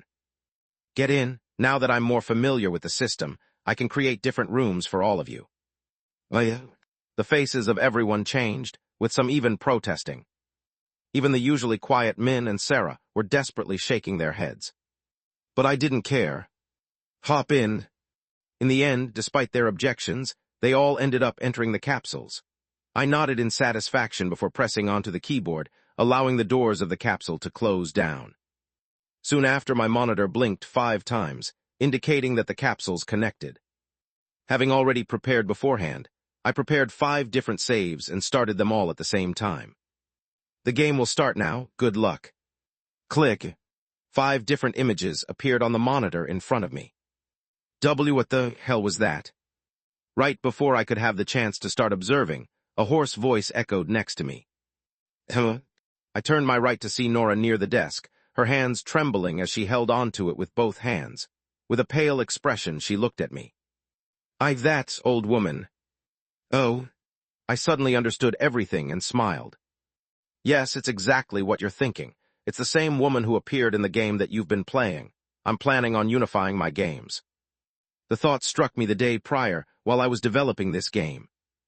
I had originally intended to develop the game to test the VR setting and have a better idea of how to create VR games. This was the original plan, and I planned on sticking to it. However, in the midst of my development, a thought occurred to me. Wouldn't it be such a waste? While the original game wasn't anything amazing, it was still a good game. So was the second one. Both games gained a good following. In my mind, it kind of felt like a waste to keep them in the PC version. There was so much more to them than that. That was when the idea came to mind. Foundation. I planned on using the first 2 games as a foundation for the next game. One that centered all of my experiences and focused on long-term storytelling. Sort of like the quests that I received from the system. While it did seem like the quests were all random, and there was no connection between each quest, it became abundantly clear to me with the passing of time that it wasn't the case at all. Each quest was interconnected in some way, leading towards the next quest or a specific goal. There's still a long way, and it's just an idea, but if I can work it well, then I already have the base foundation of the game created. I'll just have to center the entire game around the old lady and create an overarching plot. For that, I wasn't too worried. I had plenty of ideas, especially since I was aware of the fact that the old lady was related to the cult to some extent. It was just a pity that the old lady was no longer here. I would have been able to find out more from her. In the end, however, she ended up dying at the end of her own creations. Yeah, but I shouldn't have gotten her killed. This makes things a little difficult for me. I would have been able to find out more about the cult from her. Now, I'm starting from scratch again. It's not like there's another person that I can ask. The only other person that would know would probably be the Twisted Man, but that's just... Hey. I suddenly paused, my eyes blinking slowly as a thought suddenly occurred to me. One that made me silently swallow my own saliva as I tried my best to keep my breath in check. Wait. The old lady was dead, yes. She was related to the cult. Of that, I was certain. The quest came directly after I figured out more about the Twisted Man. In that regard, I swallowed my saliva yet again, feeling my hand tremble. I actually did have a way to gain information about the guild, and that was through my newest skill. Anamnesis. Yes, there was this way. I could hardly keep my mind from spiraling in a direction that I didn't want it to go. The more I thought about the situation, the more I felt myself spiral. But this is the best way. It would help me figure out the past of the Twisted Man and learn more about the cult. But wait. A thought suddenly struck me as another anomaly crossed my mind. This time, it was a little girl whom I was all too familiar with. If there was another anomaly that I knew was related to the cult, then it had to be her. What if... No, let's not think about this now. Let's focus on the Twisted Man first. Myrle's situation was complicated. While she was connected to the cult, whenever I asked her about it, she would say that she didn't know much. I believed her. She was young, and it wasn't like she understood much. Her family most likely also didn't tell her anything. I didn't think I'd receive the answers that I desired if I used the skill on her. However, it wasn't like I wasn't going to do it. Even if the chances were low, I needed as much information as possible about this strange cult. The conductor... I didn't think it would have any information about the cult. Even if it did, I doubted it would tell me. I had tried multiple times to get it to tell me more information about itself and the reason for its transformation, but in the end, all efforts ended in vain. It seemed like most of its memories had been erased. I also tried to ask it about the thing that resides within this gate, but it just told me that it was dangerous. That's all it really knows. I planned on finding some time to properly speak with the conductor. Hey. Suddenly bringing me out of my thoughts was a sudden voice. I turned my head and caught sight of Nora, her gaze fixed on the monitor where the others were being displayed. Her hand was pressed to her mouth, eyes locked in concentration as she watched them struggle to navigate the scenario, just as she had done before. Seeing her reaction, I also looked at the monitors. Heavy. I almost laughed. My chest tingled at the sight of their panicked faces. I just barely kept my expression straight as I held onto my laugh with all my might. I can't laugh, not here. They'll think I'm weird. I need to maintain my image as squad leader. But then... Kek. A weird noise came out of Nora's mouth as she looked at the monitors. Kek. A smirk played on her lips right after as she turned towards me. I finally get it. Huh? Get what? I get why you like this job. It's funny as shit, Kek. Nora covered her mouth again, pointing at Joanna with the other while chuckling to herself and mumbling things like, "Not so high and mighty anymore, Hess?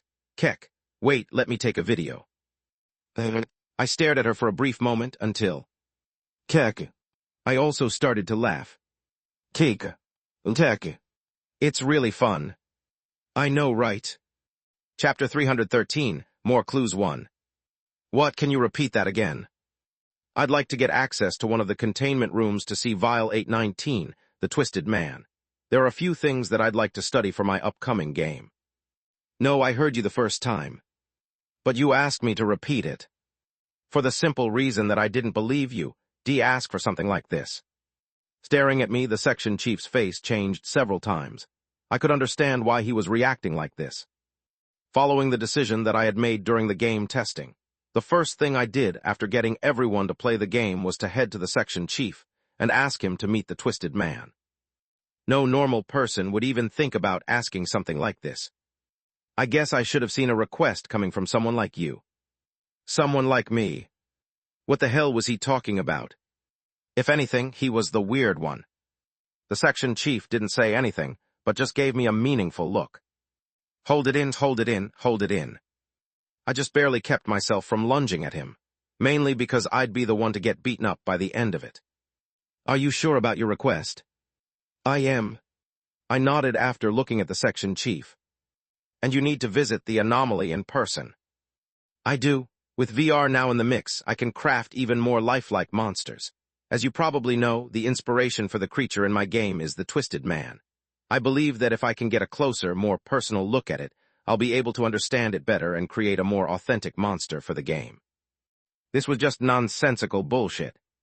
However, it was also very convincing bullshit, especially since the section chief was aware of my game. He had seen it firsthand and was aware of the monster lurking within the game. The goal was for me to get close to the Twisted Man and use my new node on it. But there were still some problems. Even if I do get to meet the Twisted Man, it'll very likely be in a monitored setting. That would make things a lot more difficult for me, especially since the skill requires me to touch the anomaly before using it. I still didn't know how to handle that part. However, I first needed to make the meeting with the Twisted Man possible. I could think about everything else later.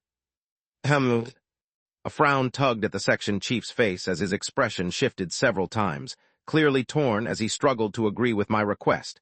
In the end, though, he gave in. All right, fine. I secretly clenched my hands, trying my best to contain my excitement. And just as I was about to stand up to thank the section chief, he stopped me with his hand. Don't get ahead of yourself. This isn't something I can decide alone. I'll need to reach out to the team leader overseeing the containment area for their approval. It might take a while. You can wait, right? Yes, no problem. In fact, it was better this way. I still needed to plan my approach to the Twisted Man under so much supervision. Maybe I can think of a way to hypnotize the person overlooking the cameras. Or maybe I can get the conductor to play a certain tune to distract those watching. All sorts of ideas crossed my mind. I stood up and started to turn away, but just as I was about to leave, the section chief spoke again. Wait a second. I stopped and looked back. Yes. Pinching the middle of his brows, the section chief tapped the table a couple of times before asking. What do you think about Miles? My face stiffened. I'm thinking of promoting him. He's just reached the second order. He's currently stuck in Kyle's team, but given his current results, it might not be too bad if he becomes an assistant squad leader for another thing. I heard that the two of you are close. I just wanted to ask about your opinion. Close? Who spread this nonsense? The two of us were anything but close. If anything, he was a rat that I wanted nothing to do with. So, what do you think? Based on his current achievements, he can get promoted. He'll be the second fastest member to get prompted after you. Biting my lips, I eventually forced a smile. Yes, I think he's ready. Clank. Coming out of the section chief's office, my stomach churned. I felt sick to my stomach. The thought of that rat getting promoted off the back of my hard work made me feel sick to my core. Still, it wasn't like I could say no to the section chief. I could see it from his face that he had already made up his mind. Saying no would just make me look petty and jealous. I feel like shit. I wanted nothing more than to head back to my dorm and take a long, calming shower. But of course, nothing ever seemed to go smoothly in my life. As soon as I turned to leave the guild, a familiar face appeared in front of me. With his signature dimples and cleanly cut bowl-cut hair, the rat appeared before me. Hi. He waved happily at me. It's been a while, how have you been? Good. It took everything out of me not to show my disgust. But that was easier said than done. Just one look at the rat was enough to make me sick to my stomach. I'm sure he feels the same, he's just not showing it. I knew the rat even better than he knew himself. That was why I was confident in the fact that he loathed me more than I loathed him. The more I shone, the more jealous he became. If my guess is not wrong, he may have already made some moves to get me out of this place. I wasn't sure just yet what he did. However, I knew that he had done something. This became especially clear by how bright the smile on his face was. So much that I couldn't help but ask. You're smiling quite a lot. Did something good happen? Me. The rat pretended to look surprised by the fact that I noticed, but as his dimples became even clearer, he nodded. Yes, actually, well. Looking around, the rat leaned closer to me before suddenly whispering. I actually talked with the section chief. I might get promoted soon. I'm just happy about this fact, hee. Even his laugh sounded innocent. That made my stomach churn even further as I looked at him and patted him on the shoulder. In that case, I hope everything goes well for you, if you would excuse me. Moving past him, the smile quickly faded from my face. Things can't keep going like this. The rat was growing more and more dangerous by the day. I had been neglecting him due to everything that had been happening recently, but I could no longer do that. I can't stay passive anymore. I made up my mind at that moment. The rat. I needed to get rid of him. Chapter 314, More Clues 2. The air within the department grew tenser by the day.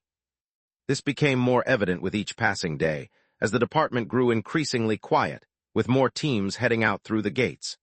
This was something that even I managed to notice, despite spending a lot of time in my own office or with the team. Just what in the... The teams are most likely getting ready for the upcoming department trials, Joanna answered, noticing my confusion. Her face was slightly pale, and her eyes were slightly bloodshot. This was most likely because she had just come out of the VR capsule. I honestly didn't want to enter another gate, at least not yet. This was mainly due to two factors. One, I was just tired. Two, because I knew that the rank would increase the moment I entered. This was just something that I was pretty much certain of. And for that reason, I decided to stay still for now. But then again, it's not like I can't go in again. The doppelganger had actually made things a little easier for me to some extent.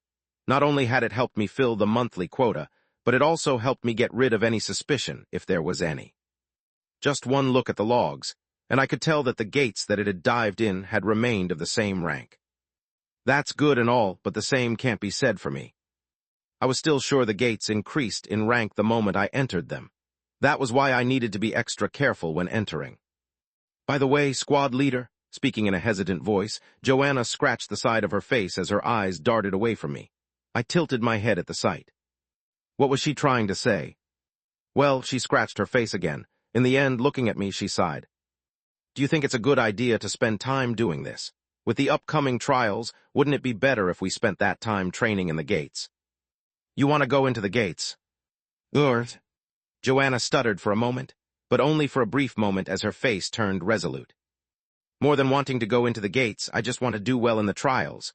I heard that those who will do well will be able to enter the World Conference. I'd like to make it there. This is something that I've been trying to achieve for quite some time. I stood silent upon hearing her words. After a moment, I turned my head to see the others all looking in our direction, their expressions quickly changing the moment I looked at them, as they all hastily looked away a moment later. They looked like frightened little birds, and for a moment I almost felt like laughing. I still retained my expression. I see, I get what you're trying to say. Then, Joanna's eyes lit up, but I soon shook my head. No, we're still doing this. Squad leader. I could see the immediate change in the faces of everyone as I rejected their request. But it wasn't because I didn't understand them or didn't want to go to the gates. It was mainly because there was no better training than this. There's no need for our team to enter the gates. The department trials are right around the corner, and the best training you can get is continuing exactly what you're doing now. I paused, looking at everyone present before taking out my phone. Seeing the message written on it, I slowly turned away from them and headed for the door. What's the point of entering a gate if you can barely keep yourself from screaming at a game? To that, everyone fell quiet. Indeed, there was no better training for them than this. Ding! The elevator doors opened, and I stepped out. The moment I did, I paused for a moment as I looked around me. So this is the true containment department. -3. This was the first time I had stepped onto this floor. This was also one of the most important floors within the department, as it was where all the anomalies that were contained were placed. At the end of the corridor from the elevator, a vast marble reception opened up, lined with seats along the sides and intersected by corridors extending in each cardinal direction. People in white lab coats and members dressed in black security attire appeared everywhere. This place was even more crowded than the main area. I stopped by the reception. I have an appointment, if you could please check it. Yes, no problem. What is your name? Seth Thorne. I see, let me check with the database. The receptionist was a relatively tall man wearing a crisp black suit. He looked rather serious, and after doing a couple of checks, he nodded, pointing towards the corridor behind him. Please head that way. I've already notified the security in there. You may go whenever you wish. Thank you. Thanking the man, I proceeded to follow his directions and headed towards the corridor behind him. Stepping into the corridor, it was almost as if the entire atmosphere had changed. The air grew colder, and the noise that had been present moments prior had completely faded. Instead, a certain chilling quiet had replaced it. Step. My footsteps echoed sharply through the hall, flanked on either side by towering white metal doors, each marked with labels like Vial 794 and Vial 805, and so on. The numbers felt infinite. Just how many anomalies are contained within here? Furthermore, each couple of doors was guarded by one of the security guards. It made me question just how many people the guild employed, and also made me understand the enormous expenses the guild had. Eventually, as I continued forward, I stopped before a certain door. Vial 819. This should be it. Staring at the door, I swallowed nervously. Unknowingly, my heart started to speed up as I came face to face with the door. Thinking back to the twisted man and my encounter with it, I started to feel nervous. But I was quick to push it away as a man in a lab coat approached me a few moments later. You must be the one who requested to see 819, correct? Oh, yes. I handed over my guild ID. Following a brief check, the man handed me the ID back before briefing me on the rules. You are not to directly engage with the anomaly. Cameras are installed and will be monitoring your every movement. If you so much as try to do something with the anomaly, you will be eliminated on the spot. Do you understand? I understand, I replied, my lips twitching slightly, pretty harsh. Okay. The man in white reached for the door and pressed his badge to the pad next to it. A loud metallic clank echoed as the door creaked open, dragging against the silence with agonizing slowness. The air turned cold, biting at my skin, and every hair along my body stood up. From the widening gap emerged a tall, lanky figure, wearing a tall top hat and suit, its presence stretching the shadows until they seemed to crawl toward me. Clank. Eventually, the door opened fully, and I stood face to face with an old acquaintance. The Twisted Man. Chapter 315, More Clues 3. I had grown quite a bit since the last time I had encountered the Twisted Man. And yet, despite having grown, its presence still remained intense, almost suffocating to me. Who? I had to take a deep breath in order to calm down. Staring at the anomaly, I drew my hand back, doing my best to hide the trembling. Fear still lingered, but I had come a long way from before. The old me would have already doubled over and most likely have puked all over the floor. The fact that I had yet to feel like that meant progress. I still feel like I might puke later, but the fact that it's taking me longer is the good part. Maybe in the future, there might be a day when I'd no longer feel like puking. I wasn't so sure if that was a good thing or a bad thing. After all, no longer puking meant that I'd no longer feel something like fear. Was that really a good thing? The anomaly is currently contained. Please do not approach it. Remain where you are and don't cross the yellow line. The moment you cross the yellow line, we will not be held responsible for your life. A voice spoke from the speakers. I turned towards it and nodded subtly. I understand. I turned my gaze back to the Twisted Man. It stood fixated on the wall, where a disturbingly familiar message was etched across the surface. It was the one that I had written in the past. The method of containment for the Twisted Man was the poem itself. Having lost the game, it was now stuck staring at the poem. The moment its gaze left the poem was the moment the Twisted Man broke free once more. Should I get ready? I glanced around and found myself in a vast white room.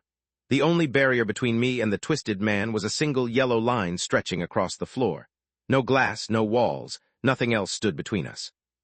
Taking out a notepad, I began to write some things on it. I started to take notes of the shape of the Twisted Man, from its height, the clothes it was wearing, and everything that I could see. I proceeded like this for the next 20 minutes or so. Once I managed to get everything down, I nodded subtly. Okay, I can begin. I closed my eyes and pressed the pen against the notepad. My node churned, and right on cue, I heard a subtle twitch coming from the camera system. The moment I heard the sound, I took out my phone and stared at it. Flick. A certain clown appeared not long after. Okay. Mr. Jingles wasn't just useful for hypnosis. It could slip into camera feeds and electrical systems and knock them out for a few seconds. I'd tested it in my virtual games, so I knew firsthand it could do all of that. But of course, the guild system was no simple system. If it could get hacked by a simple anomaly, then it would, without a doubt, be a very useless system. I had already prepared for such a scenario. Instead of disabling the camera system, I opted for something else. The audio feed. Let's not waste time. Scrolling through my phone, I selected a certain recording. Daya. Immediately after, a soft tune began to play in the air. It was a soft and melodious tune that filled the air. I could feel a certain change in the air. Teat witch. The twisted man twitched. Daya da. The music lingered, soft yet haunting, seeping into every corner of the room. As its eerie notes carried on, the twisted man slowly turned its head, fixing its gaze on me. The air grew colder in an instant, the temperature plummeting until it clawed at my skin. What's going on, Agent? Is something happening? Quickly get out of there. The voice of the operator echoed from the speakers. However, I pretended not to hear it as I stared at the twisted man in a trance. As if recognizing me, the twisted man's lips pulled into a twisted smile. Step. It took a step forward. I remained where I was, staring at it. Step.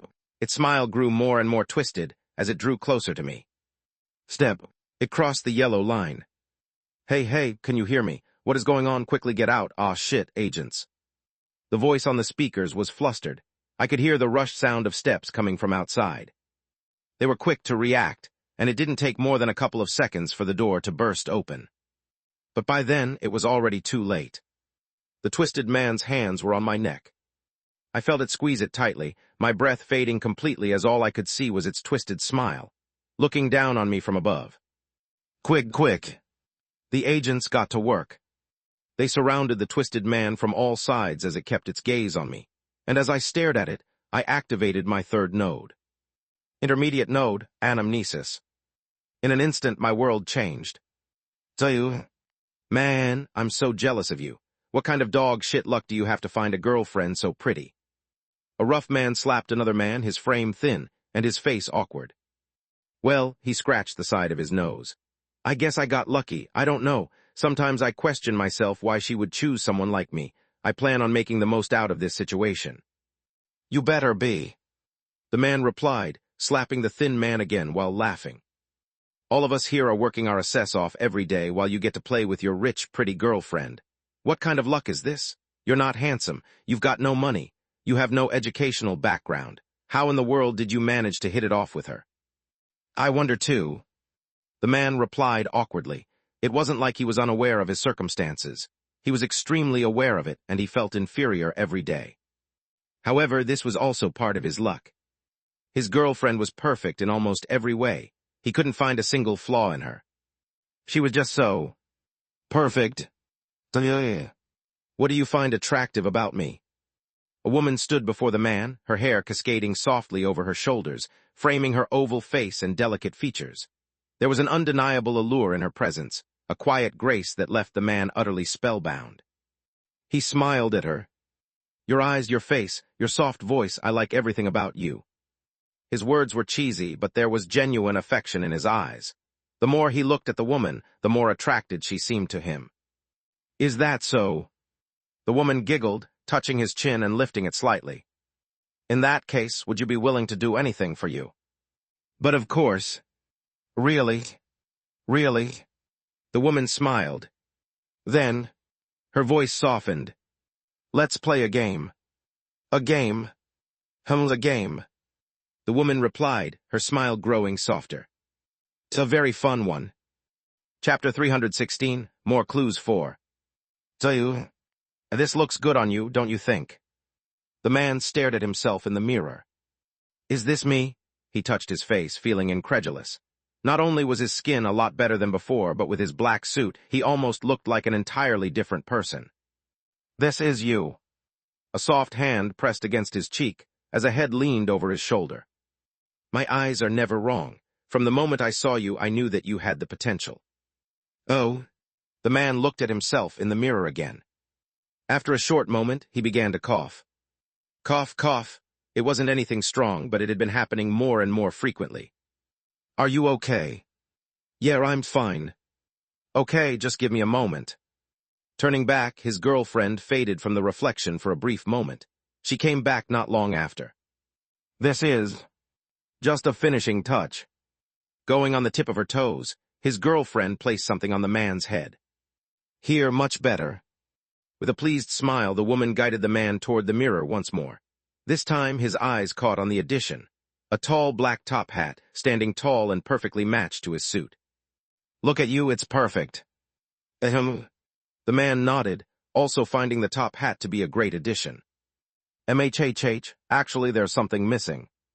The woman whispered from behind, placing her hands on the edges of the man's lips and pulling them up. "A smile, we're missing a smile." "A 70%.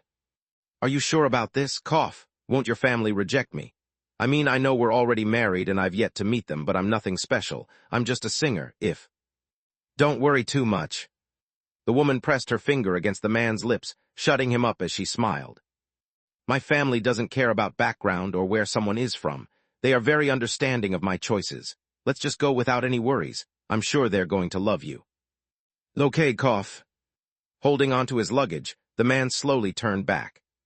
A massive train greeted his sight, steam billowing from its smokestack as people streamed in and out of its doors. Taking a step up, he followed his wife into the train, entering his cubicle and sitting down. As he did, he stared at the window outside, just barely containing his emotions.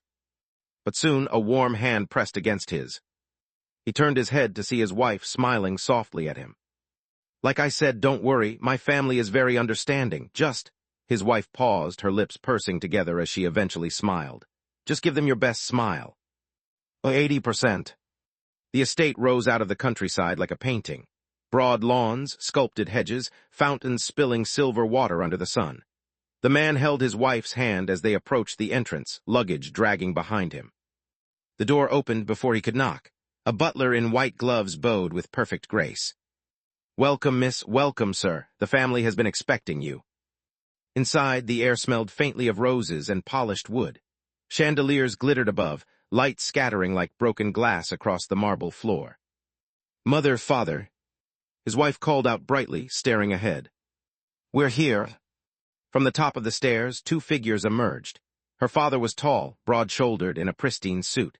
Her mother glided at his side in a gown that shimmered faintly as though woven with threads of silver. Their smiles were wide, their voices warm. "So this is him," her mother said, stepping forward to embrace him as if he were already family. "You're even more handsome than she described." The father gripped his shoulder firmly. "A singer, yes, we've heard so much. The arts run in your blood. That's good, that's very good." The man flushed. "Ice, I'm honored to be here." "Oh, nonsense," the mother laughed. "You're one of us already." They led him deeper into the house. The corridors were long, branching out in different directions as the walls were lined with more portraits. In each portrait he noticed something peculiar. Their clothing. It looked similar to his. He tried not to stare. Dinner was a lavish affair. Crystal glasses, silver cutlery, platters of roasted meats, and fruit glistening like jewels. The family gathered around the long table.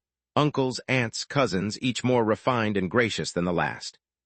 Their eyes shone with interest as they asked him questions. "How did you and our darling meet? When did you first discover your talent? Would you sing for us, perhaps? Just a little something." Encouraged by their eagerness, he did. His voice filled the hall, echoing beneath the chandelier. The family listened intently, not a fork or knife moving, every smile fixed on him. When he finished, the room erupted in polite applause. "Marvelous," her father said. "Truly marvelous, that voice, it's a gift." Her mother leaned forward. "But gifts must be shared, given freely, don't you agree?" Oh, yes, ma'am," he replied, not fully understanding the meaning of her words. The meal carried on, the family laughing and telling stories, but he noticed it. The way their laughter always seemed to fall into the same rhythm, as if rehearsed. The way they sometimes looked at each other too long, lips moving as though repeating words silently. Later, when he excused himself to the bathroom, he passed a study with the door ajar. Inside, he glimpsed an open book on the desk. Its pages were covered in verse, old ink spelling out words that made his skin prickle. He walks in echoes, he creeps in noise. He feeds on whimpers, he drinks your voice. He shivered, his eyes darting around before settling on the drawing of an eye, one that stared back at him. Shivers ran down his spine, and his mind throbbed. For a brief moment, he nearly collapsed on the spot. Thankfully, collecting himself quickly, he shut the door and moved away. Back in their room, he whispered to his wife, "That book downstairs, what is it?" She turned her head on the pillow, smiling softly. "Just an old family poem, nothing to worry about." Still, it felt strange. Her hand slid to his cheek. You think too much, sleep. Tomorrow they'll show you the grounds, you'll feel more at home. Wait. How did she know which book he was talking about? 90%. The days blurred together. Her cousins took him hunting, yet no animals stirred in the woods. Her aunts invited him to tea, pouring cups but never drinking themselves. The butler guided him through galleries where every portrait seemed to follow his movements with their painted eyes. Always the same words. Smile more. That suits you. The hat will look perfect on you soon. One evening, as the sun bled across the horizon, the father invited him into the library. Shelves climbed the walls, heavy with leather-bound tomes. You have a rare gift, the father said, pouring 2 glasses of wine. Do you know how many singers lose their voice by your age? But yours has such strength. Thank you, sir. The father handed him a glass, his eyes gleaming. Our family honors strength, but what we honor above all is faith. We're trying to change the world, albeit slowly. The secret lies in here. Pointing at his temple, the father looked at the man. It's in your head, the answer to everything. The man shifted uneasily. I don't quite understand. You will. The father's smile faded. That night he dreamed of voices, hundreds of them crawling into his ears. Run as fast as possible, leave this place. When he opened his mouth to scream, he found his voice completely stripped from his mouth. He awoke gasping, his wife's arms wrapped around him. It's only nerves, she murmured. They love you already, just trust me. 98%. The final night came. A celebration, they said. The entire family gathered in the great hall, dressed in black suits and gowns, top hats crowning their heads. Candles burned in a perfect circle around the floor. Stand here. His wife guided him gently to the center. What's happening? He whispered, his heart pressing against his chest.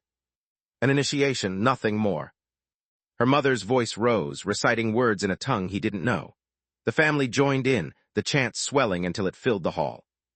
The man clutched his head. His mind, it felt like something was hammering it strongly. He could feel it pulse in his mind, and his body grew weaker by the second. I can't. Don't fight it, his wife whispered. Her smile was soft, almost tender. You'll be so much more when it's done. You're only feeling sick for a short moment. That's just your cognitive shard acting up. Once everything is done, you'll be free. Cognitive. What? No, I can't. I need to leave. Shaking his head, the man turned around. But just as he did, a hand pressed against his shoulder, stopping him in place. He turned around to see his wife staring at him. The smile wiped off his face. You know I can't do that. A sinister red circle lit up moments after, enveloping him completely. His face changed drastically moments later as he felt a piercing pain in his mind. Oilet! A scream ripped out of his throat. Thump! His body convulsed violently before collapsing to his knees. From the polished floor, his reflection leered back at him, his lips splitting into an ever-widening grin. Fingers stretched unnaturally long, jerking with erratic twitches. Crack! His spine cracked as his back arched, his frame twisting, unfolding into something impossibly tall, grotesquely thin. And soon, silence. A long and stifling silence. A hat settled on his head not long after. There, that's better. A voice whispered not after.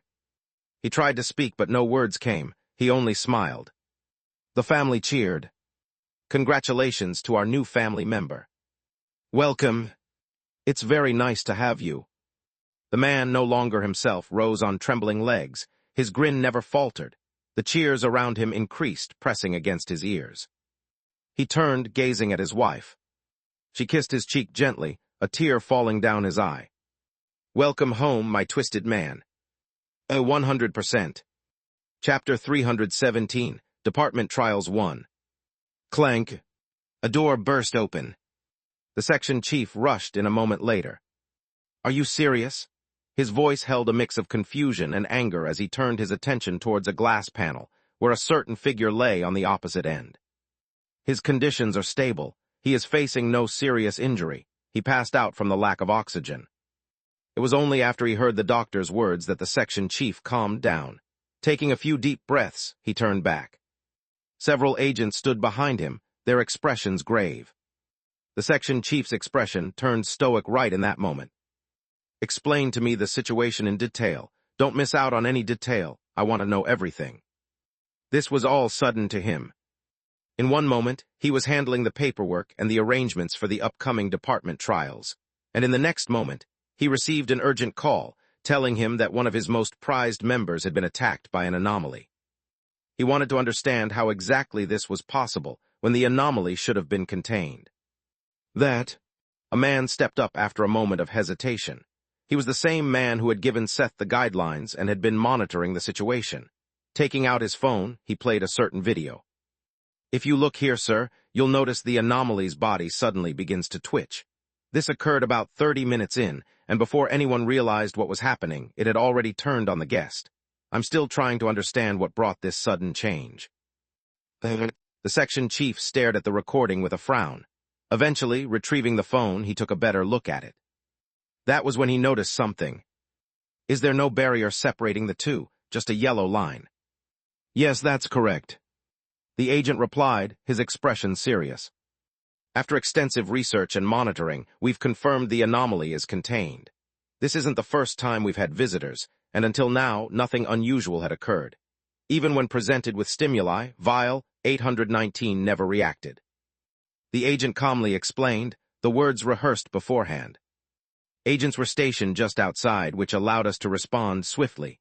Even so, it's clear our protocol requires further improvement. This wasn't something that we had expected to happen. I do apologize for this. The section chief grunted, keeping his attention on the recording. He was being unreasonable. He understood that this was a one-off situation that should never have occurred. The guild usually took tests repeatedly, and even had a special, dedicated cleaning squad that went into the room to clean it. Vial 819 had been classified as a contained anomaly after extensive research, which explained the lack of precautions. But it was now clear. They had gravely miscalculated. Or did we? The section chief's eyes narrowed as he stared at the video. The more he looked at it, the more he felt that something was off. And then, sound, where is the sound? About that. The agent made an awkward face, and the section chief's face fell. Don't tell me. It looks to be some sort of system failure. This isn't something that I can control. The agent lowered his head in apology. He really did try his best to check and retrieve the audio, but almost as if the microphone had broken down, he wasn't able to pull anything out. This was the first time something like this had happened. He didn't know what to do. The section chief continued to stare at the agent. Eventually, he let out a short breath and didn't pursue the matter further. He understood that this wasn't something that the agent had control over. Furthermore, the audio cut-off was only for a short moment. It wasn't for very long. But still, just what in the world happened for the situation to turn like this? Why did it attack all of a sudden when it never did moments prior? Narrowing his eyes, the section chief's gaze eventually fell on the young man on the bed. He looked to be sleeping soundly, and after seeing his serene expression, he decided to question him later. For now, he sent himself the footage. There were a lot of things that he needed to take care of. Make sure to take good care of him. If you need anything or find anything, do contact me. And with that, the section chief left. It was also in that moment that everyone present sighed in relief. Looks like we're keeping our jobs. Thank God.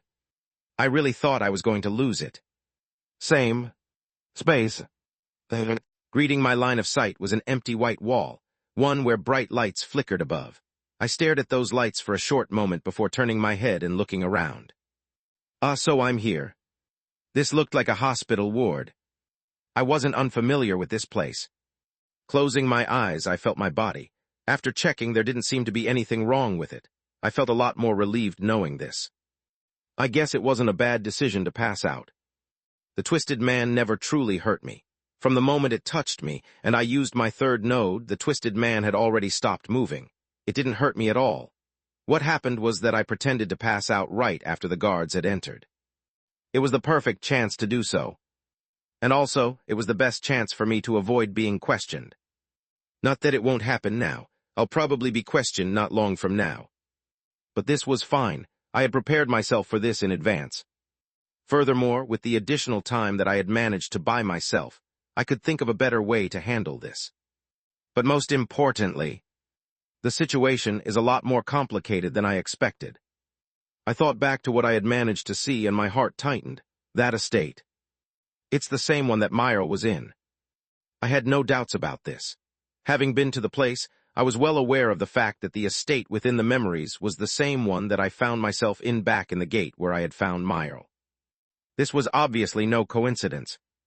I've always known that rich people owned the house, and that they were connected to the guild, but I didn't think that they were this twisted.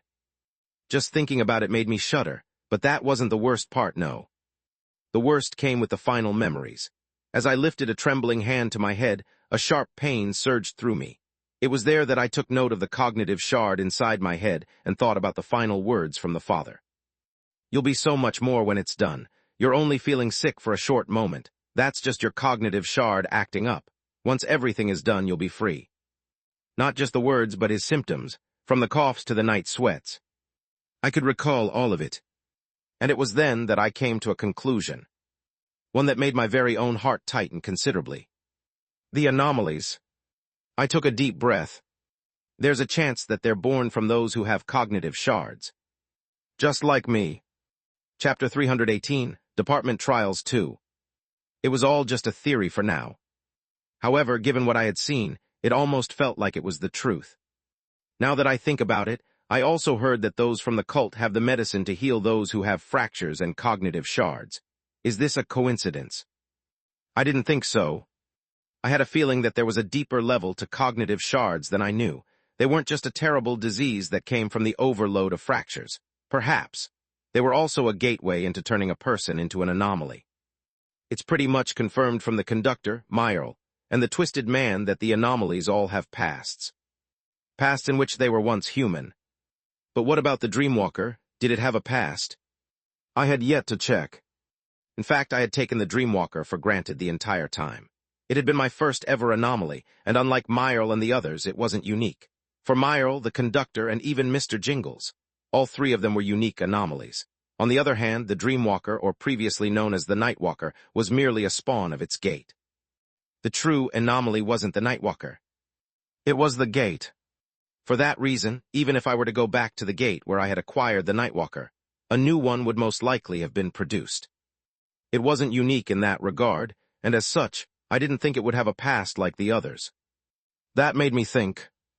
Not all anomalies are previous humans who had somehow turned into them. Some other anomalies form from different means. But how? I felt a headache while thinking about the situation. There were so many questions, and yet so few answers. In the end, leaning back on the bed, I stared blankly at the ceiling above me. I'm lost. I didn't really know what to think about everything that was going through my mind. It started to make me question the system once more and its motives. Just what sort of game was I playing? Am I going to turn into an anomaly as well? Space. Room 507. A deathly silence filled the entire room. Mia sat with a pale face, her lips trembling as she tried to hold onto the mouse of her computer. Despite her best efforts, she struggled to do so. Damn it. She wasn't the only one. Standing up, Nora grabbed her mouse and banged it on the table a couple of times. Stupid fucking thing. Bang bang. Hey on an end. Mia immediately looked back to shout at Nora, only to stop when she felt her glare. Clearing her throat, she looked away. I didn't see anything. Clank. Just then the door opened and Joanna entered. Immediately she stopped to stare at Nora.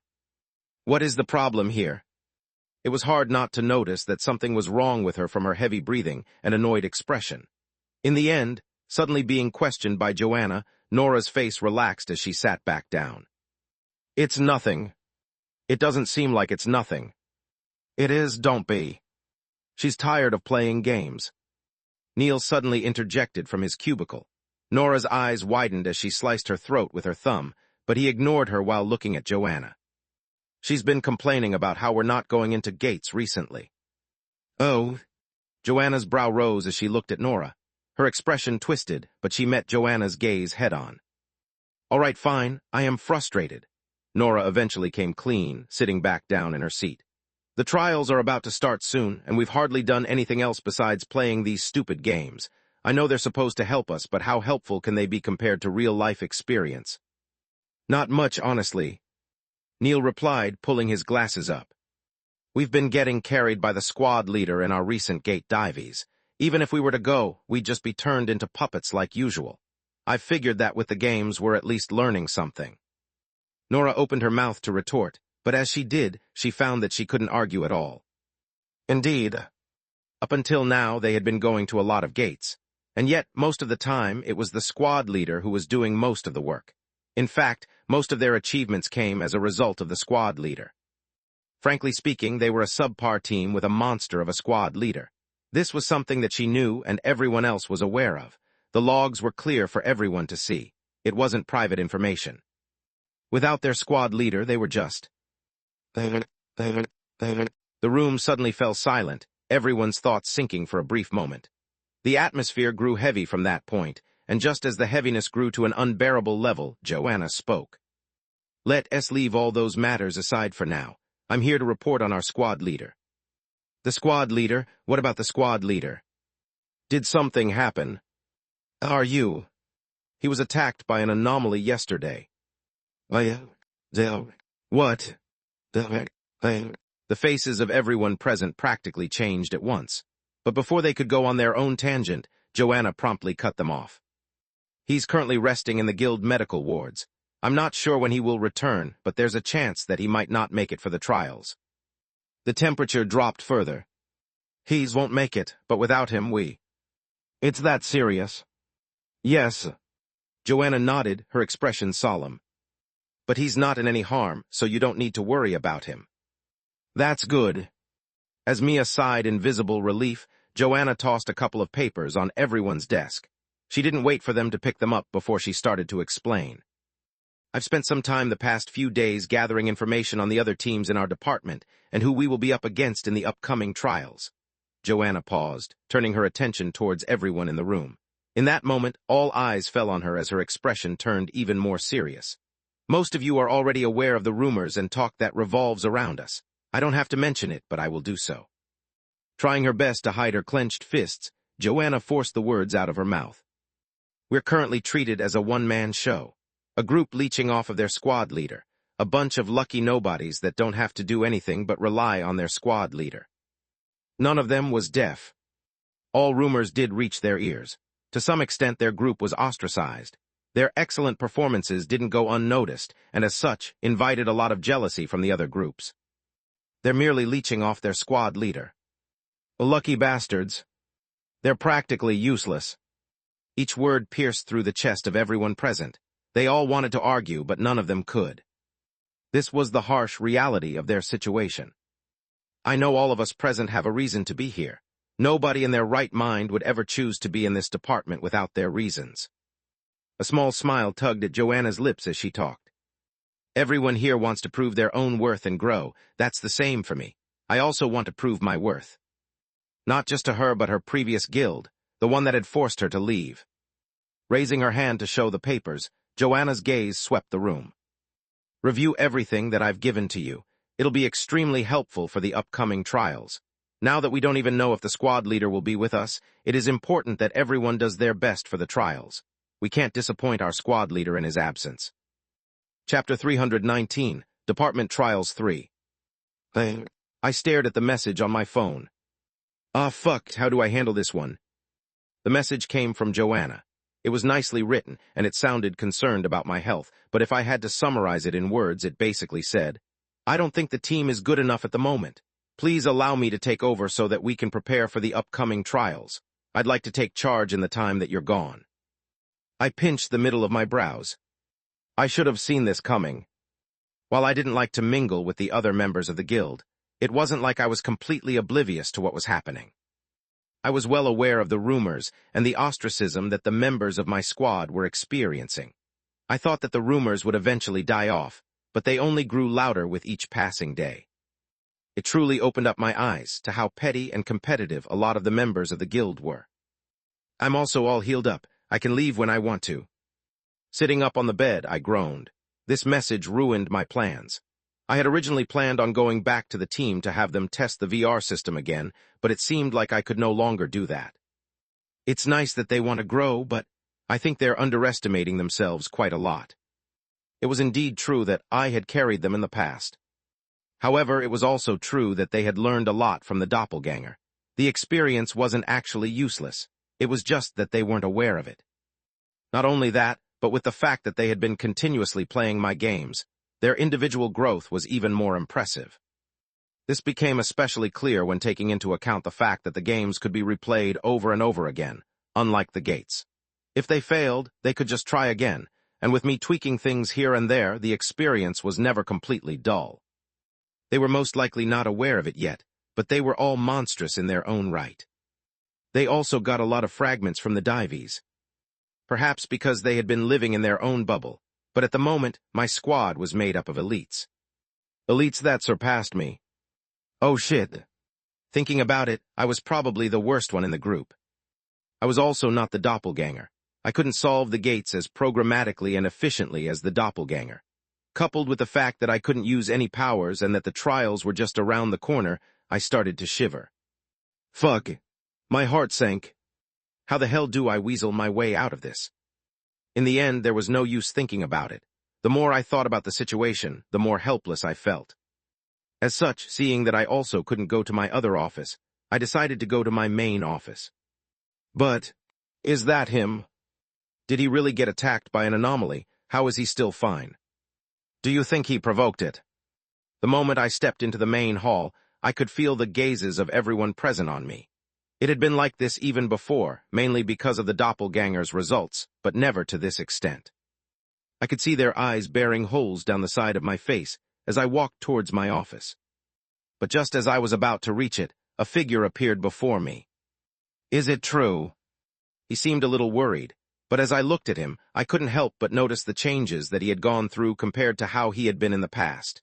His brown hair, once perpetually unkempt, was now neatly kept, and the dark circles that had shadowed his blue eyes were no longer there. He looks like a completely different person. Almost like the first time that I had seen him. Seth. Clearing my throat, I nodded. Yes, I was attacked by an anomaly. What, are you serious? Rowan lowered his voice as he asked. I nodded again. Yes, it's all true. Nothing big though, just some sort of freak accident. Is that so? Rowan didn't look fully convinced, but in the end, he patted me on the shoulder. If you say so, I do hope you remain healthy. Even though I no longer need our sessions as much in case something does happen, I wish you'd be here. It looked like he truly meant his words. Seeing him like this, he really did seem like a completely different person compared to the past. I guess this is nice to see. I was just about to bid Rowan goodbye when his next words stopped me. Oh, and did you hear about Kyle and Zoe? I immediately turned my attention towards him. Right, what about them? I hadn't seen them in a bit, and neither of them responded to my messages. Especially Kyle, as I asked him multiple times, only to be ignored. I could get Zoe since she usually tended to ignore me, but Kyle. He usually answers pretty fast, but he hasn't been answering me for a bit. Just what on earth is he up to?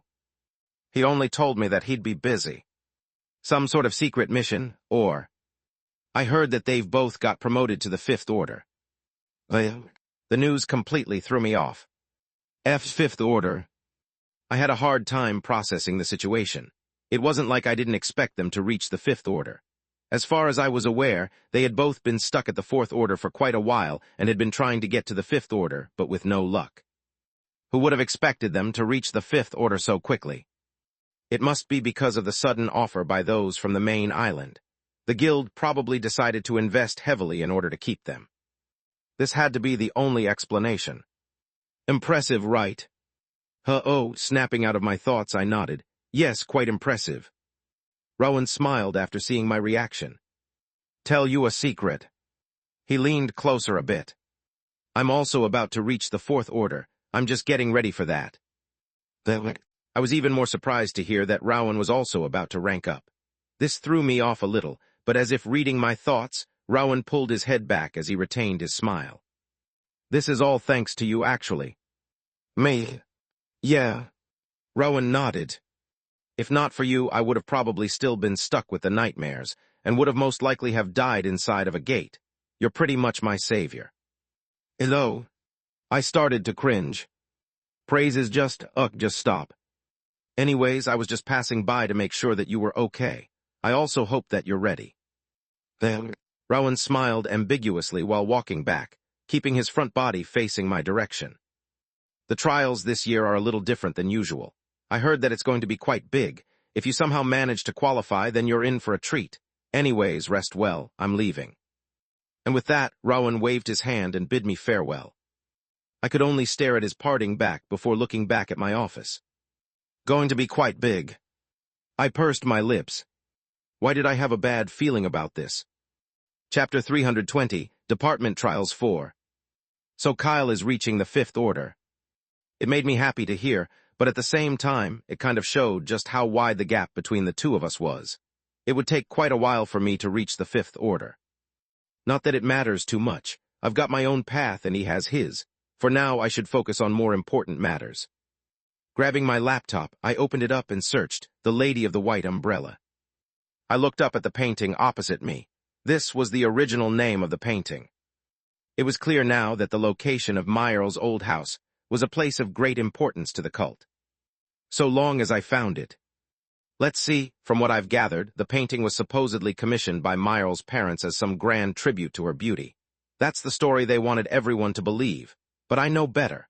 Parents who truly cherished their daughter wouldn't have done what they did to her. She was probably their next big thing. I continued to search around. I even went as far as putting the painting in the image finder, in order to see if I could get an exact location. But all I received was a plain, "Your search did not match any registered locations," on the page. It was almost as if the place had been completely erased from the world. I tried different places and other means, but all provided me with the same answer. The place, it didn't exist. There's no way this is true. I had seen it before. Both in the gate and in the vision from my node, the house existed.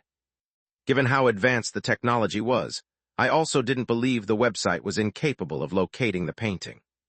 It was clear to me. The ones behind all of this were wealthy beyond imagination, capable of obscuring details like that. The thought alone made my heart sink, yet I knew I couldn't give up. This was far too important to me. Thankfully, I wasn't completely helpless. There was a way. A possible way. I fixed my eyes on the painting in front of me, identical to the one flickering across my computer screen. After a moment of thought, I reached for my drawer and took out a pack of chips. Shake, shake. I shook them. The sound echoed loudly within the room. Shake. Once, twice, and 3 times. It rattled loudly within the room. And soon, a head soon emerged from the painting. With bulging, fish-like eyes, she scanned the room before fixing her gaze on the pack of chips in my hands. A moment later, an audible gulp echoed within the room as Meyerl wiped her mouth and pretended to look elsewhere. Do you want it? Shake, shake. I shook the chips again, enticing the little girl once more. At last, the little girl let out a heavy sigh and gripped the bottom edge of the painting. She pulled herself through and dropped onto the floor, wincing as she clutched her back before taking a few steps toward me and coming to a halt. After a moment of silence, she stared at me. I stared back. And then, give it to me. I stopped shaking the chips and looked at Meyerl. Where's my plea? Stop the nonsense. Then, give them to me. What? Vile thief, give them. Meyerl extended her hands as her expression seemed to say, hurry, hurry. What sort of? I found myself at a loss, mixed between amusement and annoyance. In the end, I lowered the pack of chips and shook my head. No, not yet. You? Don't worry. I stopped Meyerl before she could throw a tantrum. I'll give it to you. I just need to ask you a couple of questions. If you answer those questions, I'll give you the chips. Sounds fair, right? Meyerl's eyes narrowed following my words. In the end, however, she nodded. Okay. Good. I smiled, reading to speak. Hurry. Meyerl sounded impatient, her eyes firmly fixed on the chips in my hand. Each passing second seemed to torment her, and she looked ready to spring at me at any moment. That was when I chose to quit dragging things and cut straight to the point. Do you remember the house that I found you in? Do you have any memories of it, any clues? I took out a piece of paper and showed her the eye symbol that I had seen before. Do you recognize this symbol? Meyerl's brows knitted the instant I brought up the house. I could see why. Those memories were likely far from happy for her. Nonetheless, I still had to ask. It was vital for me to know. I didn't hold out much hope, but I still wanted to see if I could catch even the slightest clue. I just needed something, anything. And soon I received my answer. Remember, yes, a little. My eyes shot open. Though I asked, I didn't expect much. This wasn't the first time I'd questioned her. Before, she'd always said she didn't remember much. I was only asking again to be sure, but... I remember. Was really. Myrtle nodded, sneaking a glance at the chips in my hands. I got the hint rather quickly and handed them to her. She merely gave them a look before looking back at me. My lower lip twitched, but I complied, opening the bag and handing it back to her as she nodded, bringing her little hand into it and grabbing a handful before shoving them down her throat. Munch, munch. Her cheeks instantly inflated like balloons as she started speaking. House, I remember, not very far from here, I can bring. My eyes lit up again. Really?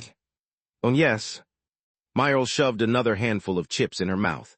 Staring at her, I wanted to hug her in excitement, but held myself back as a thought suddenly occurred to me. How do you remember all of this? You didn't remember before. Oh, Myrtle blinked her eyes, also looking confused. In the end, shoving down more chips, she just said, I just remember now, I don't know, it's not very far. You don't know. I don't. Really? Yes. A heavy feeling settled in my chest. I didn't know how to feel about her sudden epiphany, suddenly going from not knowing to suddenly knowing. It didn't really make sense. No, wait, that was until a thought occurred to me. Could it be because of my sudden increase in order?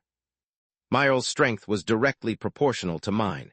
In that sense, maybe she could remember more now because I had grown stronger. Yes, that would make sense. It seemed like a solid explanation, and as I watched the little girl savor her chips, I stood up. Okay, I guess I now know what I need to do in a bit, but before that, let me put more focus on the trials. I had time to figure this out. I didn't want to rush in when I had time. There were more important matters at hand.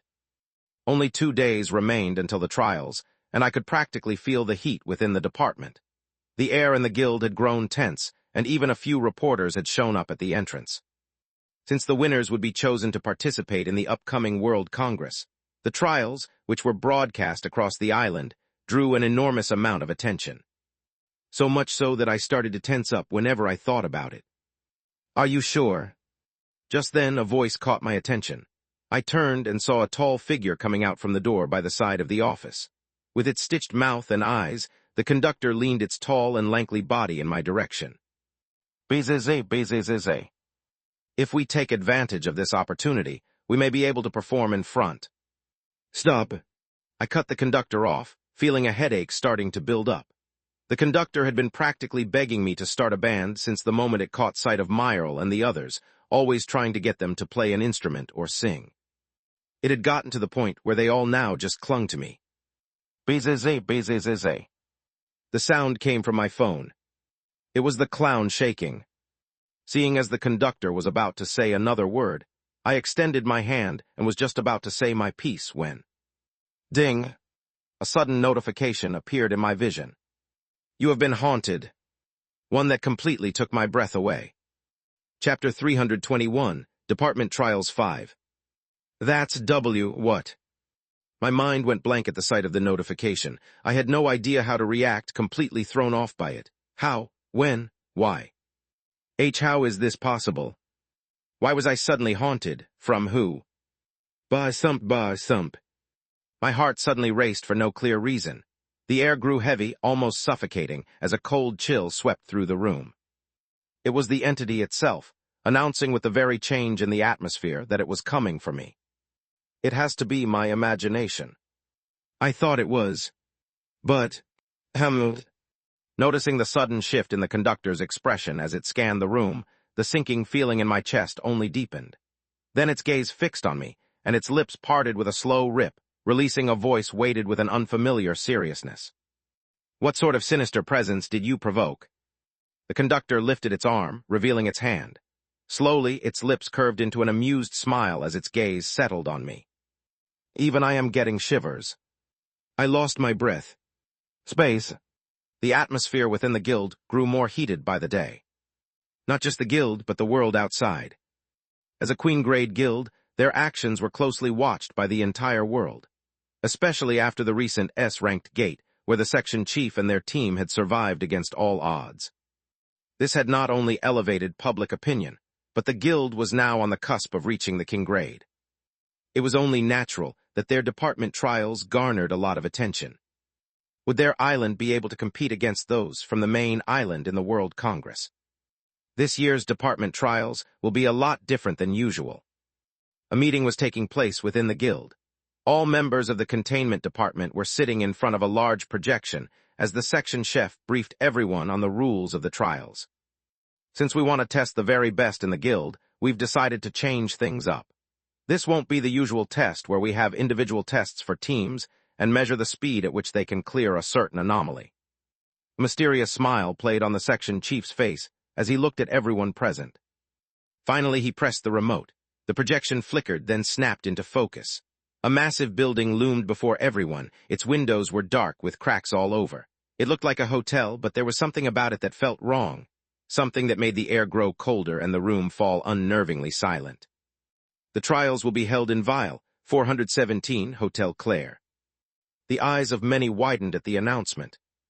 While not everyone knew its full reputation, many present were aware of the hotel. It was considered one of the guild's most grueling anomalies, each floor harboring a different, unpredictable threat. The hotel had 7 floors in total, and only a handful of teams had ever reached the 7th. No one had ever cleared the final floor, ominously known as the Gates of Hell. The silence in the room felt suffocating as the section chief continued. The goal of the trials is to climb the hotel. The higher your team ascends, the better your score. There will be a set limit, and any team that cannot continue will be forcibly removed. No exceptions. Clicking on the remote, several pictures appeared. Pausing, the section chief looked at everyone present. Keep in mind that this will be broadcast to the entire island. It would be best if all of you didn't have to be forcibly removed. That wouldn't reflect very well for your team and the potential sponsors that it might bring. Each team had its own sponsor, be it on an individual level or a team level. The money provided to the team would range from the competency of the team, with the strongest team getting paid the most money. After all, there was no better way to advertise a brand than through the trials and World Congress. I'll now brief you on the details of the anomaly. Each team will be allotted 100,000 guild points for the trial. Choose your items carefully. Of course, these are temporary and must be returned immediately after the trial. With a greasy smile, the section chief continued outlining the trial to the department, what they were expected to do, and the rules they had to follow. This continued for an entire hour before everyone was finally dismissed. As the others gradually filed out, only one figure remained seated. Seth's gaze was distant, unfocused, and he didn't react to anything around him. That was until... Squad leader... Joanna tapped him on the shoulder, snapping him out of his thoughts. As he looked at his team and saw everyone looking at him, Seth pursed his lips. Right. He thought back to everything that he had heard. Joanna, take charge of the team. Use the points as you see fit and make a solid plan for the upcoming trial. I'm leaving this in your hands for now. Not expecting such a request from him, Joanna didn't know how to react. The rest of the team was also confused. Wait, squad leader. Are you saying that you can't do this? No, I. Then that's settled. Seth stood up from his seat, holding onto his head, trying his best to calm his headache. I'll leave all of the planning to you. If you need something, send me a message and I'll see what I can do. I believe in you. Seth patted Joanna on the shoulder and walked away, leaving her and the team frozen, staring after his retreating back. They stood like that for the next minute until Joanna took a deep breath and silently clenched her fist, not out of anger but out of excitement. For the first time, the squad leader was relying on her. She couldn't mess it up. All right. Joanna turned around and led the team elsewhere. Let's go. Space. The next day. One day before the trials. I didn't get much sleep. After learning I was being haunted, I couldn't get an ounce of sleep. Every small sound felt eerie, every shadow a possible threat, and every smell reminding me of blood. I was so out of it that I hadn't even been paying attention to anything about the trials. I knew that I was most likely being paranoid, but thinking about the conductor's words, I knew that I wasn't dealing with a normal entity. But why? Why was I suddenly being targeted? Is it possibly related to the cult? I bit my lip. It made sense when I thought about it. The cult knew my identity. Their inaction until now felt odd. Maybe it was because I had been holed up in my office, but after everything I had done, their silence made no sense. Have they finally started to look for me? I swallowed hard, my eyes fixed on the street ahead. Cars drifted past on the left, and the crowd moved along as if nothing at all was amiss. The path to the guild wasn't far. I clutched my drink and tried to act normal, but every movement felt monitored, as if a pair of eyes were constantly watching me. My breathing sped up and my steps grew quicker. The guild was very close, only a few minutes' walk. I just had to. A hand suddenly reached from behind me, halting me on the spot. My entire body froze, and slowly my head turned. A pair of sunglasses met my vision. The fear that had gripped my heart a moment prior disappeared, and my mouth opened on its own. Offer me 10 million guaranteed, and I'll join. The smile on Hermes's face froze. Chapter 322, Hotel Claire 1. I had no desire to betray the guild. They'd given me generous pay and treated me fairly. However, at the end of the day, my life came above loyalty. I was in desperate need of money and fragments. If the right offer came, I didn't mind leaving. And it wasn't like the guild didn't have any options. The moment I received an offer, they'd be notified, and as long as they matched the offer presented to me, I'd gladly stay with them. I also knew and understood my worth. Asking for 10 million guaranteed wasn't unreasonable of me. This was me being extremely reasonable. This was how much I was worth. If anything, I was probably worth even more. Still, I seemed to be the only one who believed that. The man across from me clearly didn't share the thought. 10 million. It took a couple of seconds for Hermes's face to return to normal following my words. He raised his finger, trying his best to stay calm. 10 million, as in how much we should offer the guild for you, or 10 million a year. That's how much I'm asking for you to pay me if you want me to join. There was a moment of silence after I confirmed my thoughts. The silence dragged on as Hermes struggled to keep his smile.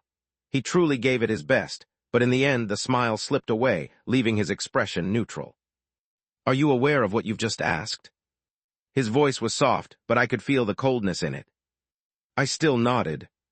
Yes, I'm aware. That's my current value. Ask me the same question in a few days and it will have changed again. If you intend to poach me, do it now, otherwise you may not be able to afford me.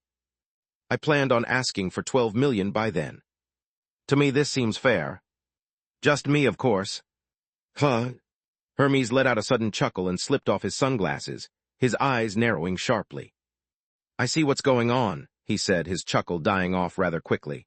You're trying to show me your loyalty for the guild, right? That must be it. No, not really.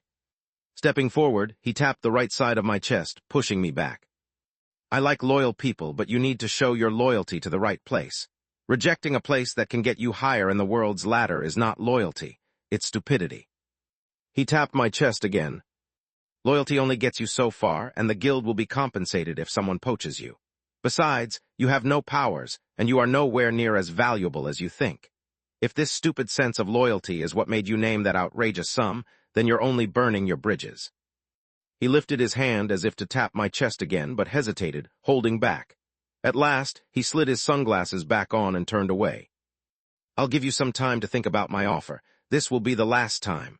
The offer is for 500,000 guaranteed. Take it or leave it. If you reject our offer, don't ever think about working for a guild in the main island. He proceeded to walk away right after that.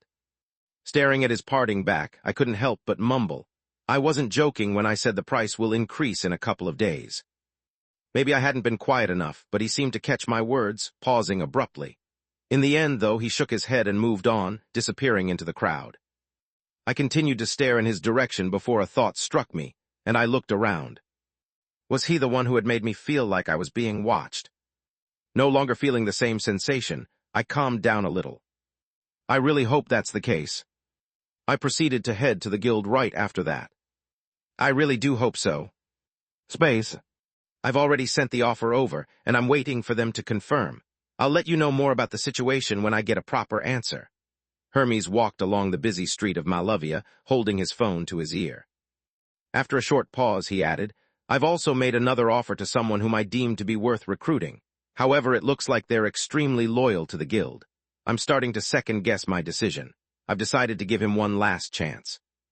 As Hermes spoke, he couldn't help but think about the recent interaction. He never once believed Seth was serious about the offer. It was obvious he was acting out of that foolish loyalty to the guild.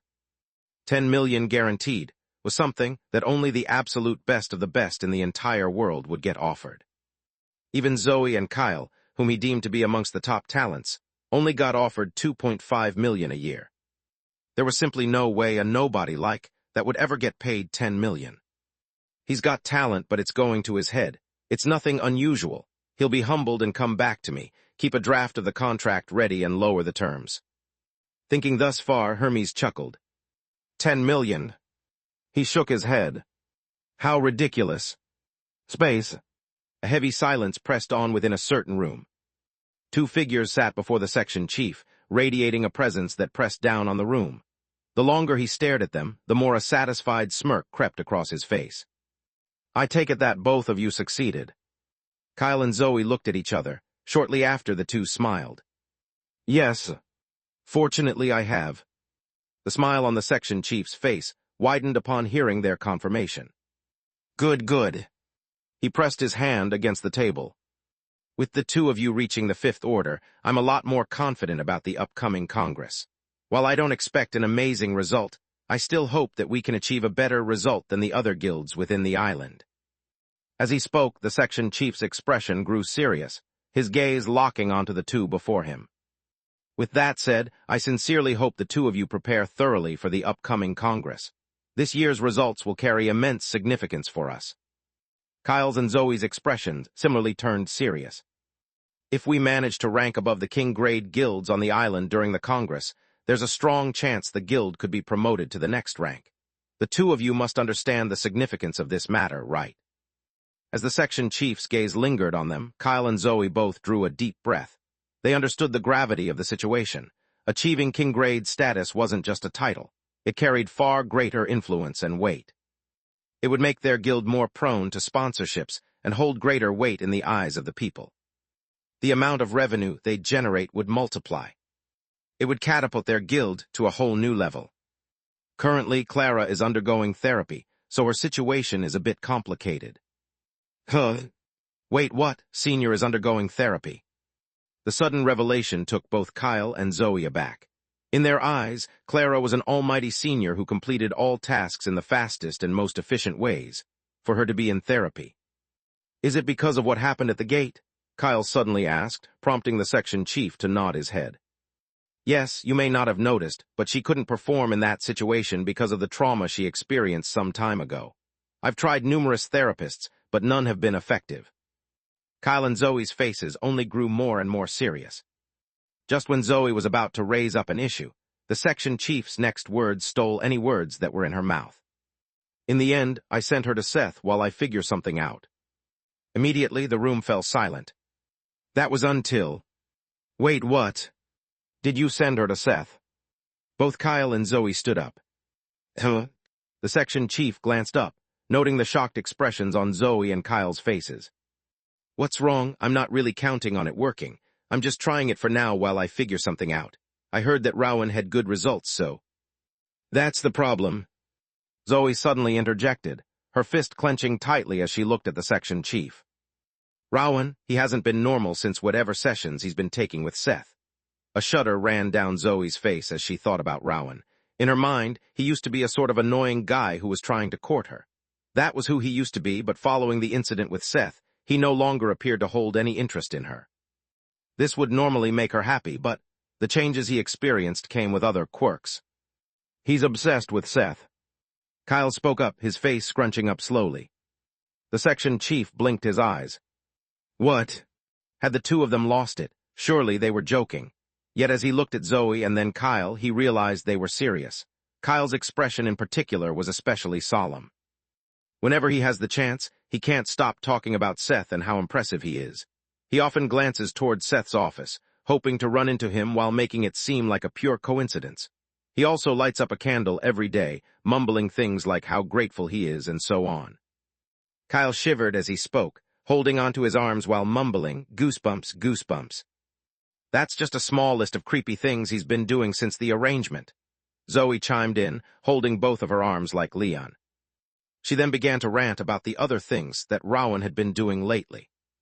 Listening to all of this, the section chief's face blanked. What in the... I'm telling you, section chief. The way Rowan looks at Seth is almost like those crazy cultists that you see around occasionally. Both of them turned their gaze to the section chief and spoke in unison. Save Senior Clara. You must stop this before it's too late. Chapter 323, Hotel Claire 2. Hotel Claire was located on the northwestern coast of Malavia Island, around Zone 7. It was originally built by a shipping magnate, whose goal was to lure the wealthy to the island, following the discovery of the ores within the island. For a time, the hotel thrived, becoming the island's prized jewel, a gathering place for the wealthy who came in droves. But its glory was short-lived. A figure soon appeared. No one ever learned how it began, only that it spread with unnatural speed. By morning, nothing remained but a blackened shell, and every soul inside had been lost to the flames. A gate formed not long after. 7 floors, each more gruesome than the last. Click, click. The shutters of the cameras clicked. A crowd had already formed along the sides of the hotel entrance, held back by metal fences. It was a mix of reporters and eager fans. News of the trials had made waves already. Severed Stars, Kyle, Zoe Turline, Olivia Soren, Jamie Ross. Banners waved high as the crowd roared, their cheers swelling with each car that arrived. The moment Kyle, Zoe, and several others stepped out, a louder wave surged through the stands, their soft smiles and striking features drawing countless eyes. They walked over to the crowd, signing and talking to the fans. Thank you for your support. You're here to cheer for me, thank you. Sure, I'll take a picture. Is this for me? How sweet of you. The crowd grew to appreciate them even more as they interacted with them. What the hell is this? I stepped out of the car, staring at the sight, unsure how to react. Looking around, it was clear that nearly every member had a fan club of their own. Even the rat appeared to have several fans, his dimples showing quite well. Everyone had a fan club. Well, everyone but me and my group. The moment we walked out, nobody reacted. It was almost as if the joy had been sucked out of the place, as even the reporters stopped snapping photos. They just whispered things like, "Who are they? Have you seen them before? I'm not sure." It was a bit awkward, but it made sense. Our group mainly focused on guild activities and never tried to attract any attention. This was also probably why our team was the only team that didn't have any sponsors. I scratched the side of my face when thinking about it. Yeah, that's probably my fault. If I hadn't just focused on the guild gates, we probably would have had a fan club and sponsors by now. In the end, however, this was fine. There was always time. Ignoring everything around me, I stared ahead at the massive, charred skeleton of the hotel and swallowed hard.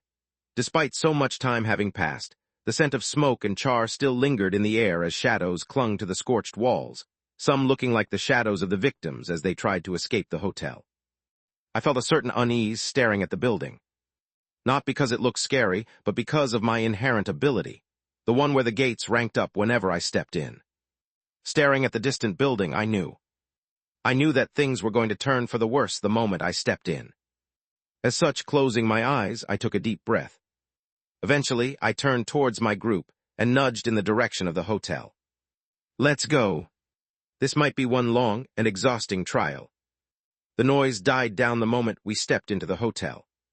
Several other groups had already arrived, their faces serious and detached. It was clear from their expressions that they were treating the upcoming trials with utmost seriousness.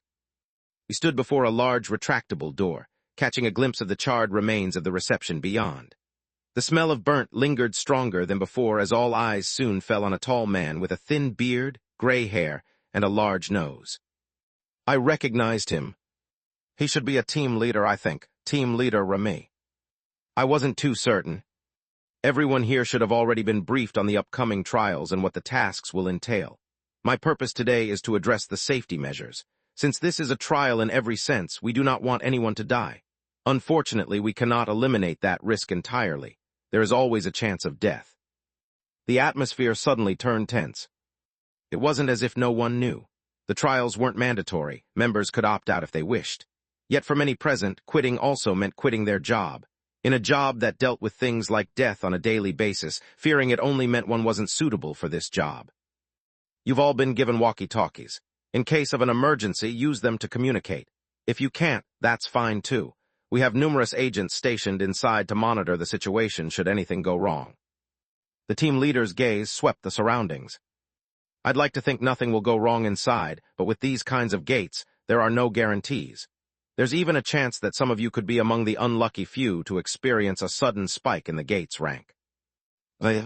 My heart skipped a beat for a moment. Don't tell me. Situations like these always occur, and it's your job to be ready for such occasions. If the gate's rank increases, you will have 10 minutes to decide whether to continue or leave the trial. You will also be judged based on your decision-making. You always need to expect things to go wrong inside of a gate. Oh, I relaxed after hearing the next part of his speech. For a brief moment, I had almost thought he had caught onto something. Thankfully, it was just me being paranoid. And yeah, he's right. This gate wasn't inescapable. It had been cleared before, and if any team found it too dangerous, they could simply exit through the main door. There was nothing stopping them from entering. Enough said, everything will be recorded on the cameras positioned on your breast pocket. Following the team leader's gesture toward his breast pocket, I glanced down and noticed a small hole in the fabric. This was probably the camera used by the broadcasting stations to broadcast the entire event on TV. I patted it a couple of times before looking back at the team leader. The surroundings turned quiet shortly after that. And then, "All right, you may enter. I wish you all the best of luck." The team leader stepped back and the teams moved forward. I followed, glancing back at my own team, who watched the hotel doors with clear apprehension. In that moment, I wanted to tell them everything would be all right. That we had trained enough, that we were prepared. But when I tried, no words came out. Because deep down, I knew it wasn't true. Things weren't going to be all right. Everything was going to fall apart. And it didn't take long for me to be proven right. Shit. I stared at the raging fire before me, feeling its heat sear my skin as it started to consume me. I think I might be fucked. Chapter 324, Hotel Claire 3. Live views 2072-302. This was the number of viewers who were currently tuned into the broadcast. For an island that boasted 5 million people, this was massive. Almost half of the entire population of the island was tuned in to watch the trials. There was no bigger live event, with viewers able to watch each group individually at will. As a result, audience distribution varied widely, with the top teams drawing 6-figure viewership while the lowest-ranked teams only managed 4-digit numbers, some even doing as badly as 3. Viewership drawing was also an important criterion that was taken into account for the trials. The greater the draw, the more likely they'd get selected for the World Congress. It looks like all of the teams have finally entered. Who do you think are the most likely candidates to perform well in this upcoming trial? Naturally, an event of this scale brought with it a team of commentators. There are several that I have in mind. A man dressed in a suit with short black hair and relatively handsome features spoke.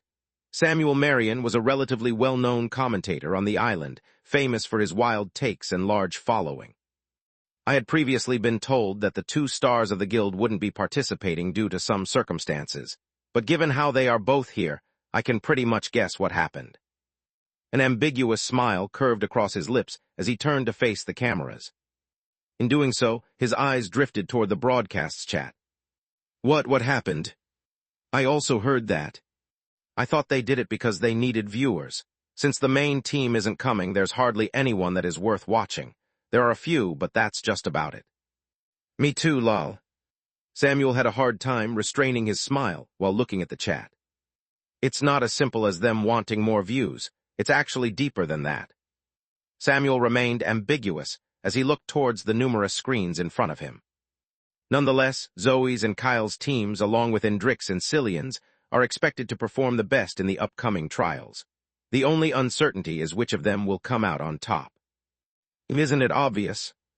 The other commentator, a young woman with soft brown hair and pretty features, interjected. I'd say that Kyle's team has the highest chance of taking the first place. Oh, Samuel raised his brow looking at his colleague. What makes you think that? It's largely thanks to his teammates. From what I've researched, those two often work together, but if we focus strictly on their individual teams, I'd say Kyle has the stronger lineup. Especially Miles Holmes. He's been a breakout star this year. Miles? They mentioned Miles. Who is he? The chat erupted the moment Miles's name came up. In just half a year since joining, he had risen in popularity, achieving impressive results while skillfully marketing himself to the public. You have a point. Samuel agreed. Even he couldn't help but admire Miles's achievements. He was one of the island's hottest prospects. Some even called him the second coming of Kyle, while others insisted he would eventually surpass him. And at the rate he was progressing, Samuel wouldn't count that out of the picture. Although you raise some good points, I wouldn't take it for granted. You have to remember that Rowan is on Zoe's team. As far as I'm aware, he was close to reaching the fourth order. There's a good chance that he may have already done so. The female commentator covered her mouth with her hand, her eyes widening. If that's the case. Yes, if that's the case, then they have a strong chance of taking the top spot. Of course, there's also Endrick and Cillian, the department's other two stars, though lately they've been overshadowed by Kyle and Zoe. Their teams aren't quite as strong either, but who knows? There's still a chance, thaw. Samuel's words came to an abrupt stop. He wasn't the only one. The studio similarly turned silent alongside the chat. As all eyes drew to the broadcast, the silence was soon shattered by Samuel's words. Tell you this. What in the world? Space. The moment the hotel doors swooshed open and I stepped inside, it felt as though I had entered an entirely different place. The charred exterior was gone, replaced by the welcoming sight of a spacious reception hall. One bustling with activity. Chandeliers gleamed from above, their light reflecting off the polished marble floors, while sofas were scattered throughout the space, and a large bar and cafe stood just beyond the reception. This place actually looks nice. I was genuinely taken aback by the sight before me. It seemed I was the only one, though, as the rest of my team kept their eyes fixed firmly on the reception. The same seemed true for the other teams, all of them staring toward the reception where two figures stood unnervingly still, dressed identically in sharp suits, their smiles unnaturally wide and frozen. I subconsciously swallowed as I looked at them. That's the first part of the trial. Each team must go to the reception and request a room card. The card you receive will determine which floor your team will be assigned. I turned my attention towards Joanna. Wasn't this supposed to be a gate where we had to climb each floor? Why are we? It is, in a way. Joanna nodded. This is the ground floor, so it doesn't count. There are 7 floors in total, but the order doesn't really matter. What matters is that you can access each floor. The only one you won't be able to enter right away is the 7th floor. I see. This made sense. Honestly, as the squad leader, I should have known all of this beforehand. But with everything that had happened, I hadn't been able to focus on anything. Joanna had briefed the entire team in advance, but I hadn't been able to pay attention to her words. Right, I need to get it together. I couldn't afford to go into a gate with this mentality. This was important. Thankfully, I have Joanna with me. She's really reliable when the situation calls for it. And. A soft yelp pulled my attention away, prompting me to look at Mia. She was staring at her phone, her expression unusually pale. Before I could ask her what was going on, she turned her attention to me. That squad leader. She wasn't the only one to look at me. The others were also looking at me with similar expressions. What? My eyes narrowed, falling on her phone. That was when I saw it. Live views 708. It says right here that he's the squad leader of the team. Why doesn't he know the information? This team is cooked. I'm leaving lol. Is this for real? Right. All of this was being live-streamed to the audience. It's fine. I dismissed the others with a light wave of my hand. They're right, so it doesn't matter. But it's all right. I raised my hand to stop Mia from speaking. It really doesn't bother me. There were more things that bothered me than what other people thought about me. That said, if I wanted to attract sponsors, I needed to focus on improving my image in the eyes of the world. This was a world where those from the guilds were treated as celebrities. It was important that I took care of my image. Looks like it's our turn, let's go. As Joanna spoke, I followed her lead and walked towards the reception, where we were greeted by the receptionist. The closer I looked, the more a cold weight settled on my chest. His clothes were immaculate and his expression perfectly professional, yet his eyes held a strange, unblinking intensity, and his smile stretched a fraction too wide, like he was stuck in that position. "I'd like a room for 7 people. 7. The receptionist tilted his head, his gaze sweeping between all of us before nodding. A cold shiver ran down my spine as his eyes lingered on me a moment too long, and then he finally looked down at his computer, taking out a key not long after and passing it over the marble counter. "Room 307 on the 3rd floor. "Okay." As Joanna reached forward for the key, the smile on the receptionist's face widened to the utmost limits. "I wish you a happy stay." The world turned black shortly after that. Chapter 325, Hotel Claire 4. The darkness didn't persist for long. I soon found myself in a spacious room furnished with sofas, paintings, and a carpet that stretched across the floor. It looked every bit the definition of a luxurious apartment, though the decor carried an air of being somewhat outdated. But it made sense considering how old the hotel was. "We're here. This place is quite nice. Wow, they even have a TV. I wonder if it works." Before any of us could react, Nora bounded over to the sofa and switched on the TV with the remote. Click. A program began to play right after that. "Welcome to Hotel Claire, one of the island's most luxurious destinations. Here, you'll find top-class facilities, from a swimming pool to private venues and so much more. We're delighted to welcome everyone to the hotel." An image of the hotel filled the TV screen, one that soon changed to the swimming pool area, displaying people in swimsuits lounging under the sun, their faces lit with carefree, cheerful smiles. It looked like the usual hotel introduction program. "Tusk, tusk." Nora clicked her tongue, holding the remote forward as she pressed the buttons several times.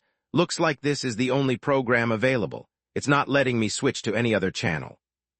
"Of course it is." Mia chimed in, looking at Nora as if she were an idiot.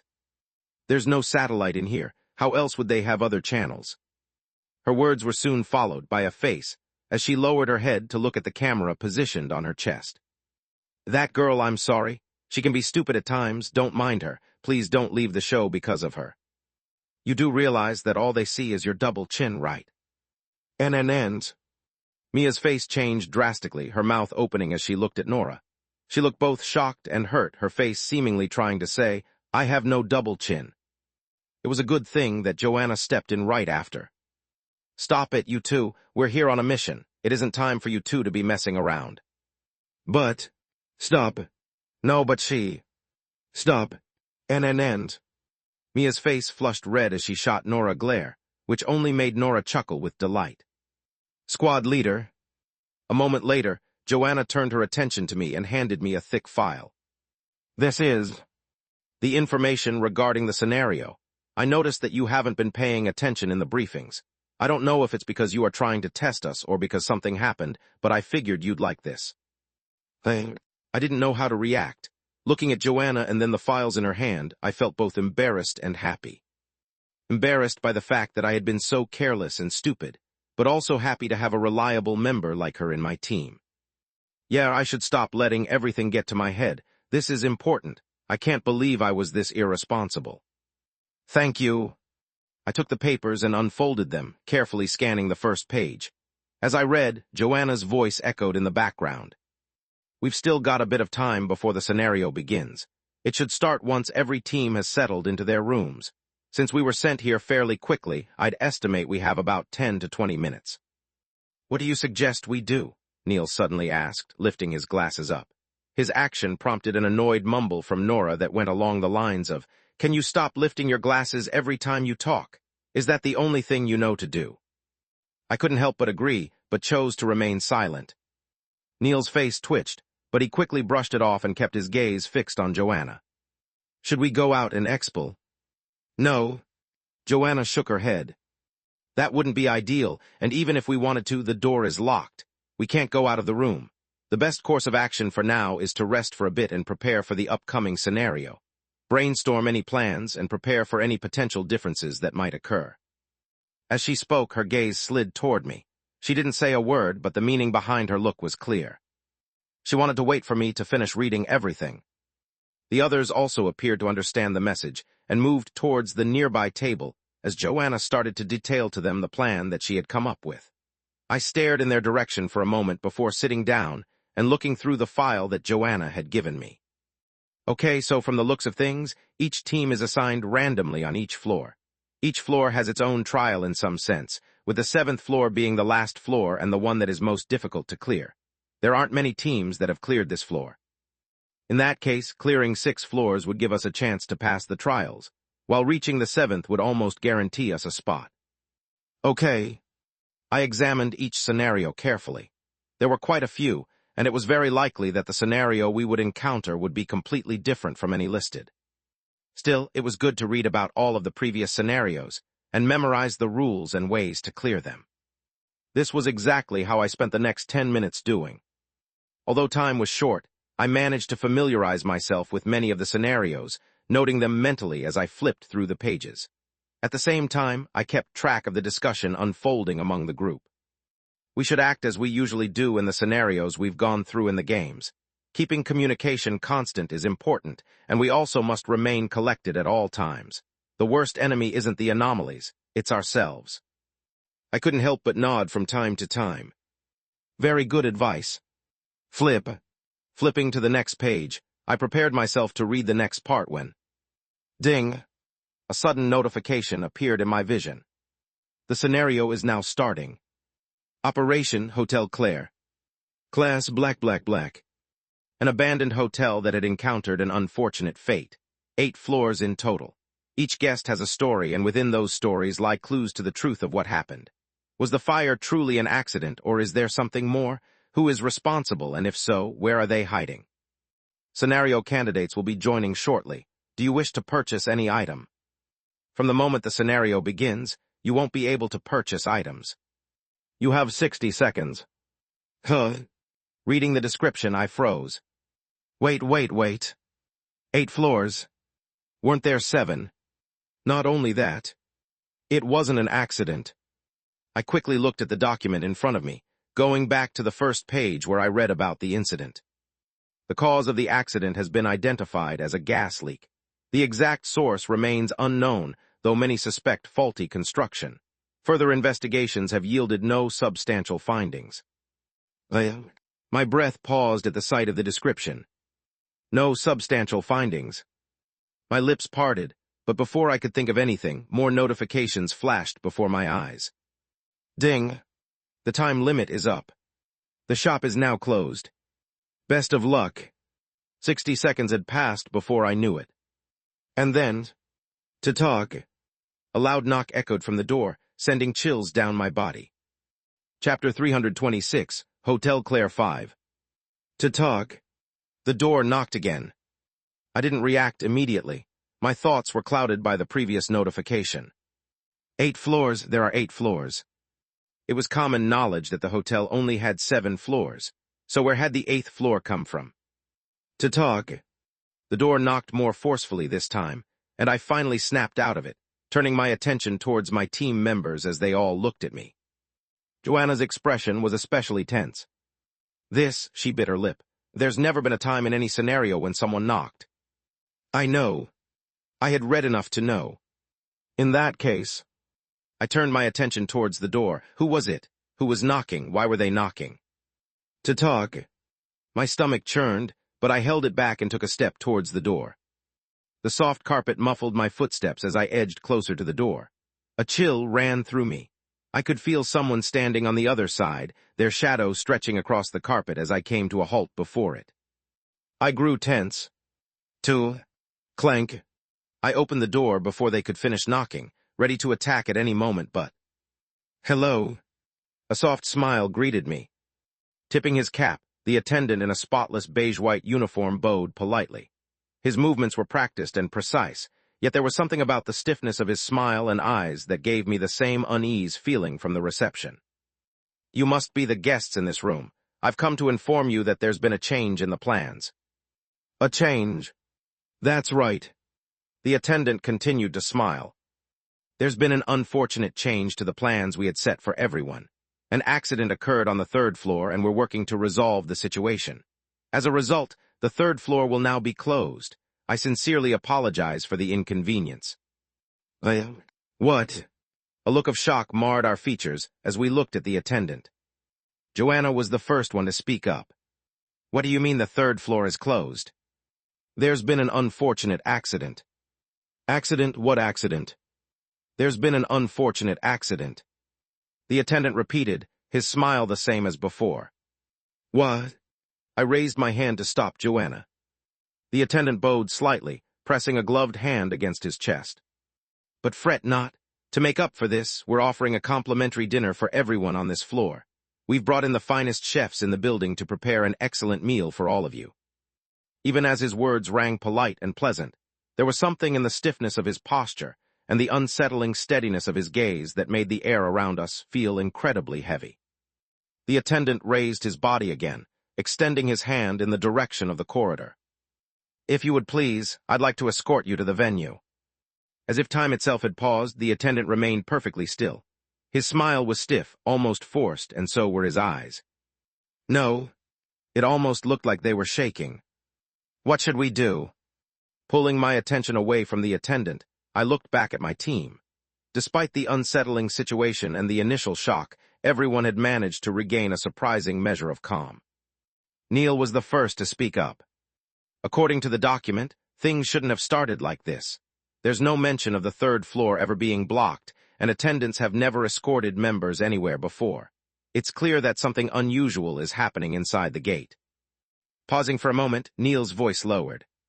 Something I'm not entirely comfortable with. His words brought a certain silence to the surroundings. A deep and suffocating one as the eyes of the attendant continued to shake, lingering in our direction with the same forced smile of his. Soon all eyes turned on me.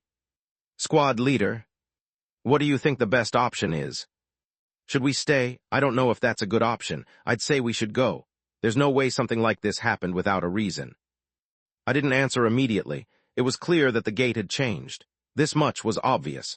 I wasn't surprised by this, taking into account the fact that this tended to happen whenever I entered a gate. In a way, I guess it didn't really matter if I didn't learn the information about the gate in advance. From then to now, I'm still very clueless. However, if there was one thing I had learned about gates, it was that when something happened, running away was never the answer.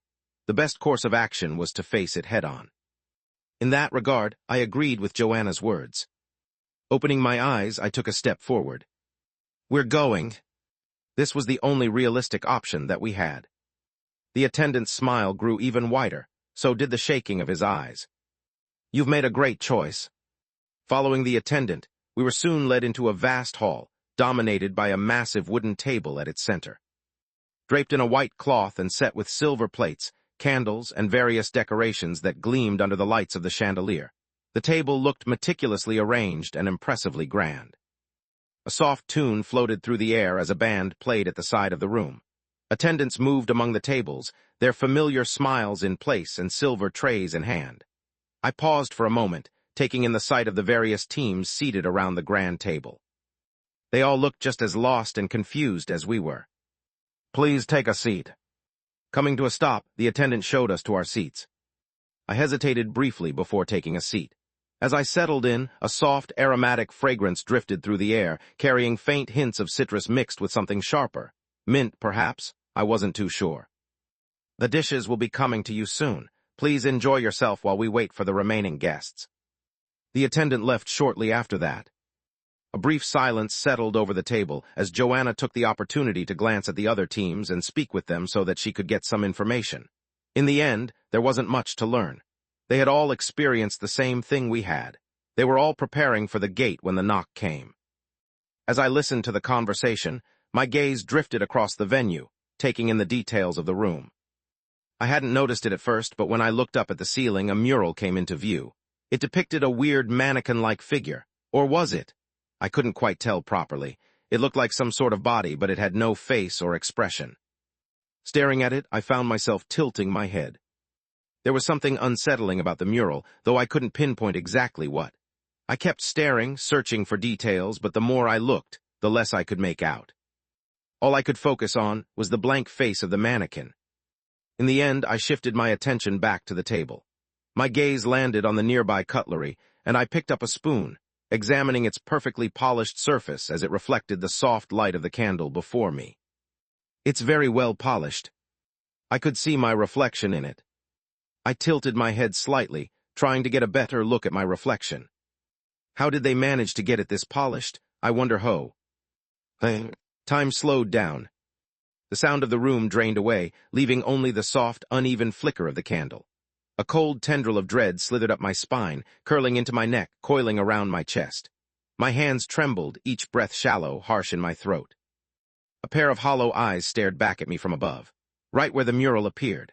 They belonged to a desiccated, almost rotting face, a silver ring between the nose ridge, with torn lips and yellowed teeth dangling loosely, as if the mouth itself had been ripped apart. H-ha. Mustering a shaky breath, I pulled the spoon down and all of it faded. The silence, the face, everything. Slowly, so extremely slowly, I turned my head back. Back towards where I saw it. But all I saw was the same mural from before, the same faceless mannequin. Squad leader, is everything okay? You don't look so well. Hearing my squad's words, I swallowed silently before looking back at the spoon, the dim light from the candle flickering faintly. Okay. Am I okay? Chapter 327, Dinner 1. I had to blink a couple of times to fully snap out of it as I looked around me. Seeing everyone looking in my direction, I waved my hand. I am fine. I was.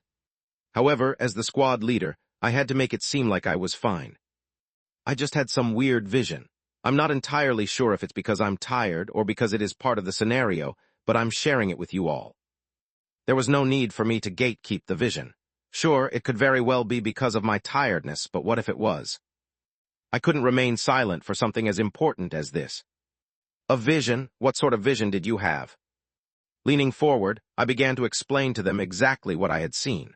From feeling subtle hints of something from the mural behind, to the desiccated and rotten face. I think the corpse had black hair, thinning black hair.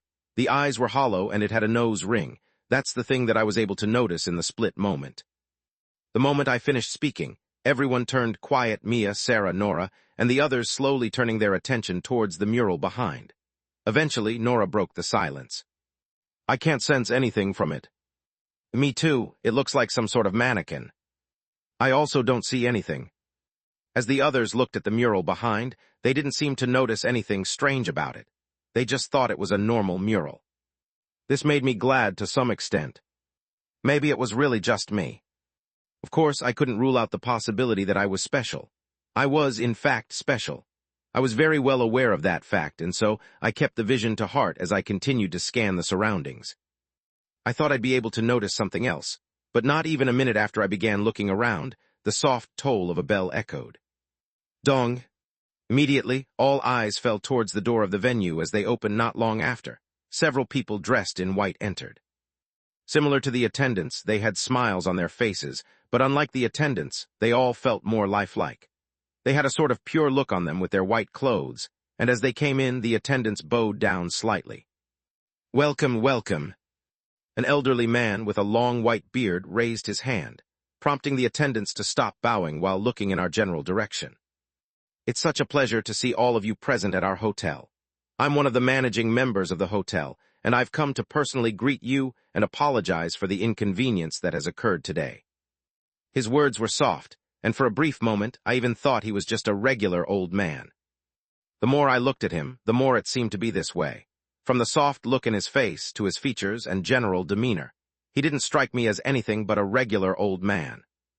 For the first apology, I'd like to offer you all some of the best cooking that we can offer. He turned his attention towards the chefs, who bowed slightly. Moments later, the doors opened wider and more attendants walked in, each carrying a different tray of food. A nice scent wafted into the room shortly after, as I started to salivate. Wow, that smells good. The others also shared the same feeling, all eyes drawing towards the approaching food. For a moment, the thought of touching and eating the food crossed my mind, but I was quick to snap out of it. No, there's no way this is food that I can eat. This was a gate. I knew that things weren't going to be so simple. Thankfully, the others also appeared to share the same feelings as the attendants moved closer to us and placed a dish on our table. Opening the metal lid, a fresh plate of meat appeared, the strong aroma wafting through the air even more powerful than before. My stomach rumbled at the smell, but I pushed all thoughts of eating aside. This right here is one of our most special dishes. Filet noir au vin sombre with a special touch of pepper sauce, glazed with a little wine. Sat at the head of the table, the old man leaned forward, his fingers brushing the edges of the silver platter as he introduced the dish, his voice smooth and unnervingly calm. The other men in white stood behind him, their smiles wide. "Ah, please, I shouldn't interrupt you any longer. Let's get to tasting the dishes." Picking up the fork and knife, the old man began to eat the food. But he was the only one to do so. None of us dared to even touch the food, staring at it with deep apprehension, the silence around the table growing heavier with each passing second. The dish sat there, steaming gently, its glossy surface catching the dim chandelier light in unnatural ways. As if sensing our hesitation, the smile on the old man's face began to falter. Slowly, almost imperceptibly, the corners of his mouth twitched downward. The men in white behind him didn't move, but their smiles remained frozen. "Are you not going to eat the food? It's best to eat it while it's warm." A sudden tension rose within the room as the heads of every attendant turned toward us. Their smiles remained, but the warmth behind them had vanished. No one spoke. No one moved.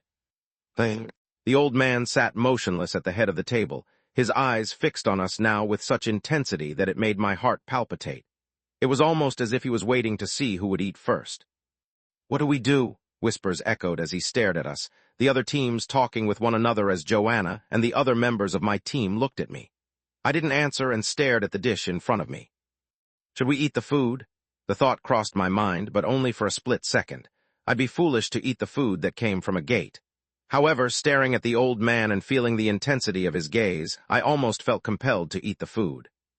It felt like something really bad was going to happen if I didn't touch the... Bang!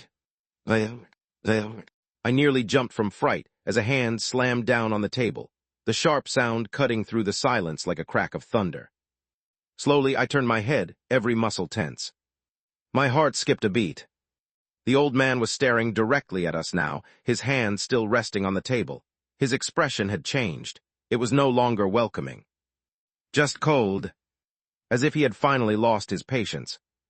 "Are you not going to eat the food?" he asked again. This time his voice was even colder. So cold that for a moment I felt the back of my spine tingle. I wanted to pick up the fork, but a good part of me told me that it was a stupid idea. Think, this must be the goal of the scenario. Find a way not to eat the food, Finn. "Very well." The old man's voice turned soft again, the coldness and tension in the room fading completely. With the same smile as before, he grabbed the knife and fork and began eating again. "You are all missing out." Chapter 328, Dinner 2. A weird tension hung across the room. Clink, clink. The soft clinking of the cutlery echoed within the tense environment. The old man cut into his steak with slow, careful movements, as if the act itself mattered more than the meal. He didn't speak, didn't look up. He just smiled as he ate. With every bite, his jaw moved slowly, like he was thinking hard or listening to something no one else could hear. Sometimes he paused, chewing with his eyes half closed, the sound echoing in the surroundings. All eyes were on him. Nobody dared to make a sound or disturb him.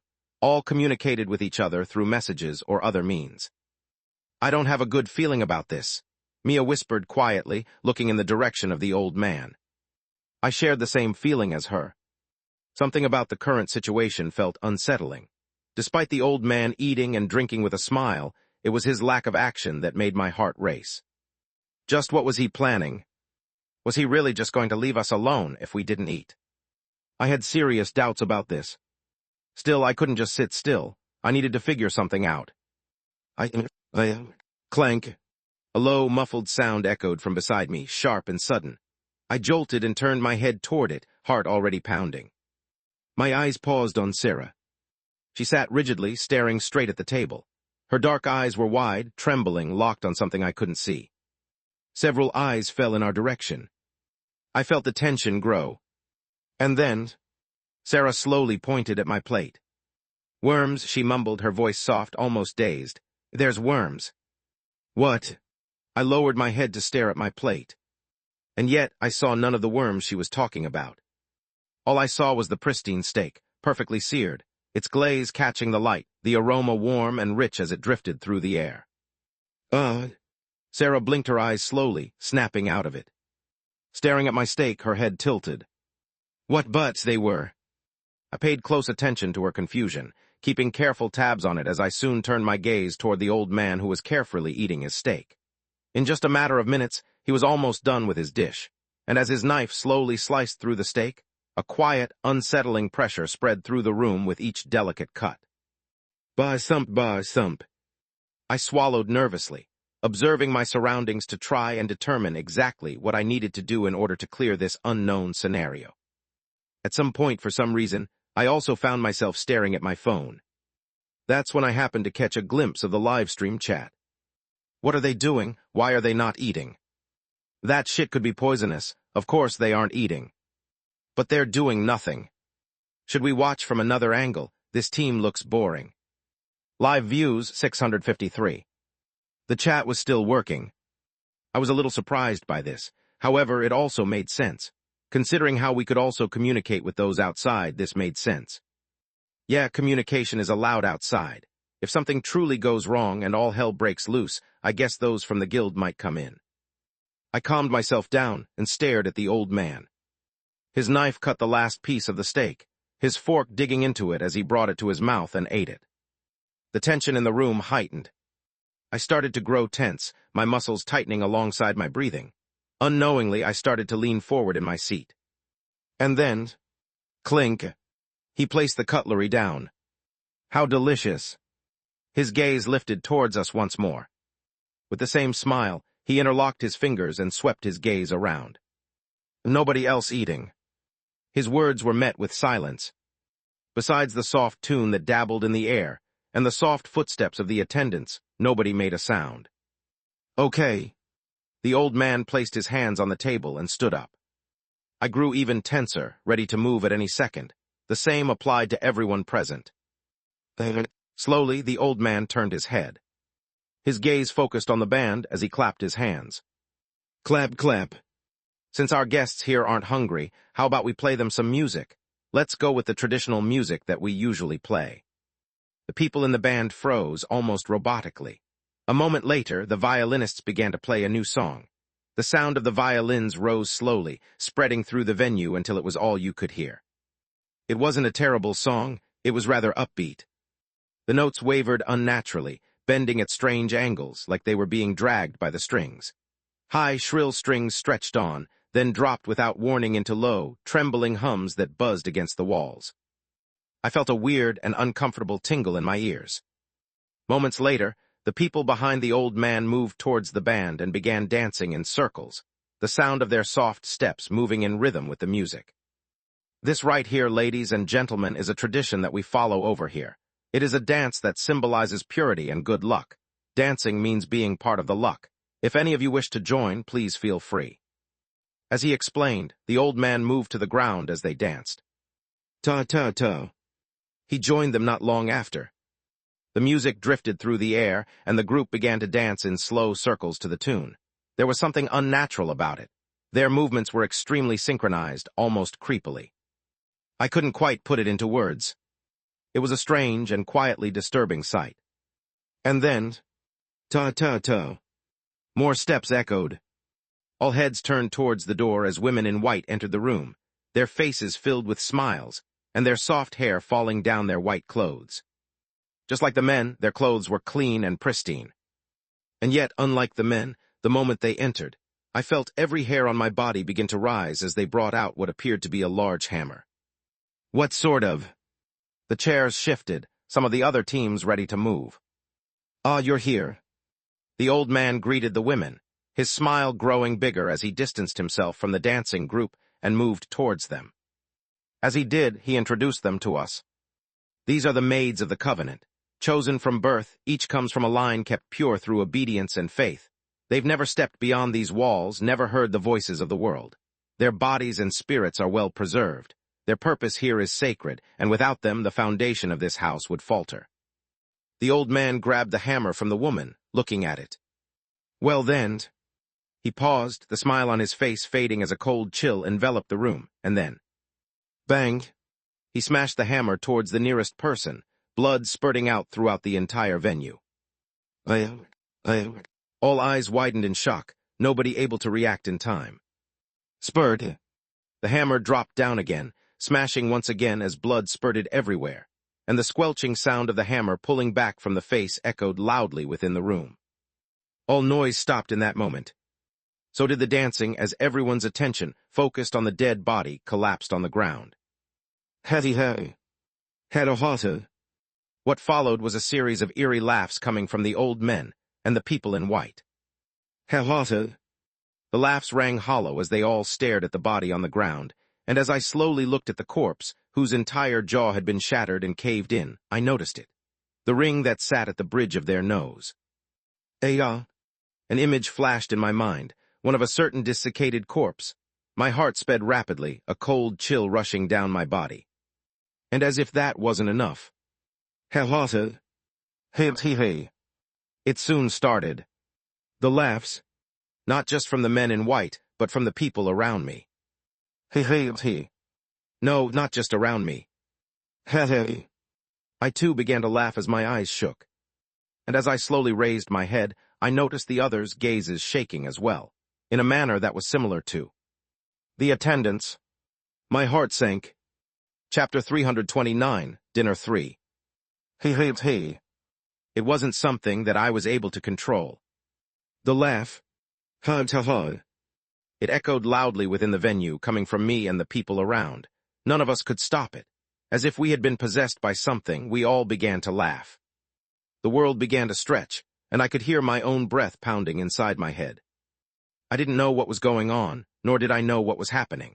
However, in the brief moments of clarity, I was able to notice the shaking of the other people's eyes, and realized it was exactly like the attendants. Banged. The hammer struck down, the squelching sound echoing loudly within the venue as blood spurted everywhere. The tune in the background shifted, growing faster. More upbeat. The people in white moved at the beat of the music, their movements just as synchronized as before but faster. Bang banged. The world continued to stretch around me. It almost felt like I was on drugs, the entire situation setting my mind on a buzz. Everything felt hazy, and for a moment I felt numb. But I have to snap out of it. Zei. Within the music that played, one of the strings was pulled a little too tight, and the beat went off tune for a split second. That was all it took for me to snap out of it, as the haze that clouded my vision faded completely. But it looked like I was the only one to snap out of it. The laughs continued to echo around me, the eyes of everyone around me still shaking. While I was still unsure of what was happening, I knew that I had to keep up the act as I laughed alongside everyone present. The moment I turned toward the band, my heart clenched. Among them stood a figure in white clothes and a white hat, a violin in its hand. Slowly it lifted its head, revealing a face I knew too well. Its eyes stitched shut, its mouth sewn closed. I understood then what had happened as the conductor lowered its head once more, its hand gently guiding the bow stick. Zia.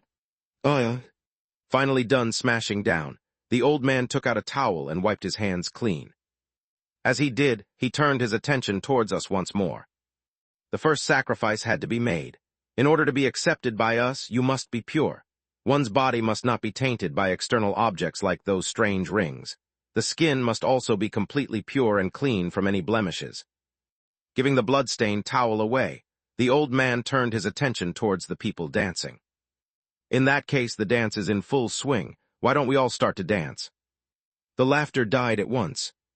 However, as if their bodies were no longer their own, everyone accepted the order, turning their attention toward the music and the dance. One by one, everyone started to stand up. I also stood up. What should I do? Should I get the conductor to get everyone to snap out of it? Will that help? This felt like the most obvious solution. However, once I turned my attention towards the band again, the conductor who had been present moments prior was gone. At the same time, a voice whispered in my ears. Given my limited strength, I can only help you. My heart sank. Zi. At the same time, the sound of the violin grew more shrill.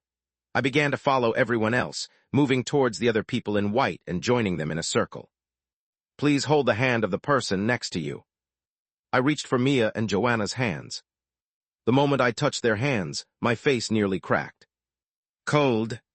Extremely cold. Still, I held on to them, as the old man stood in the middle of the circle. Within our tradition, we like to dance not just to display purity, but also to ward away all the evil spirits. In particular. The old man paused, lifting his head to gaze at the mural above.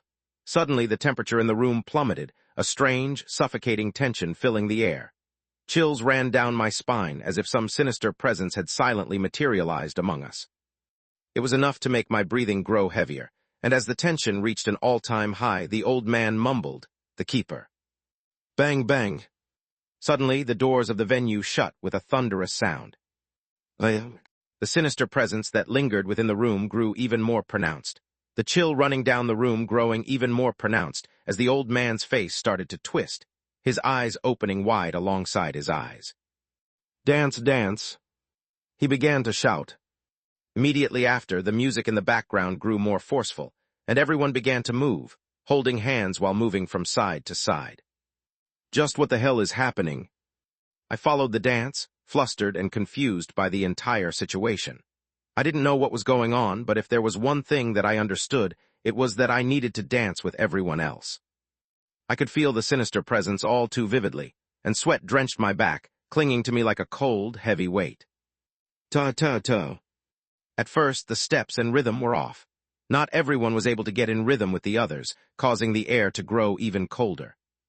D-dance? The old man's voice came out as a shrill, his face turning pale and his mouth widening to the point where it felt unnatural. I didn't know what was happening, but I could feel the heavy palpitations of my heart.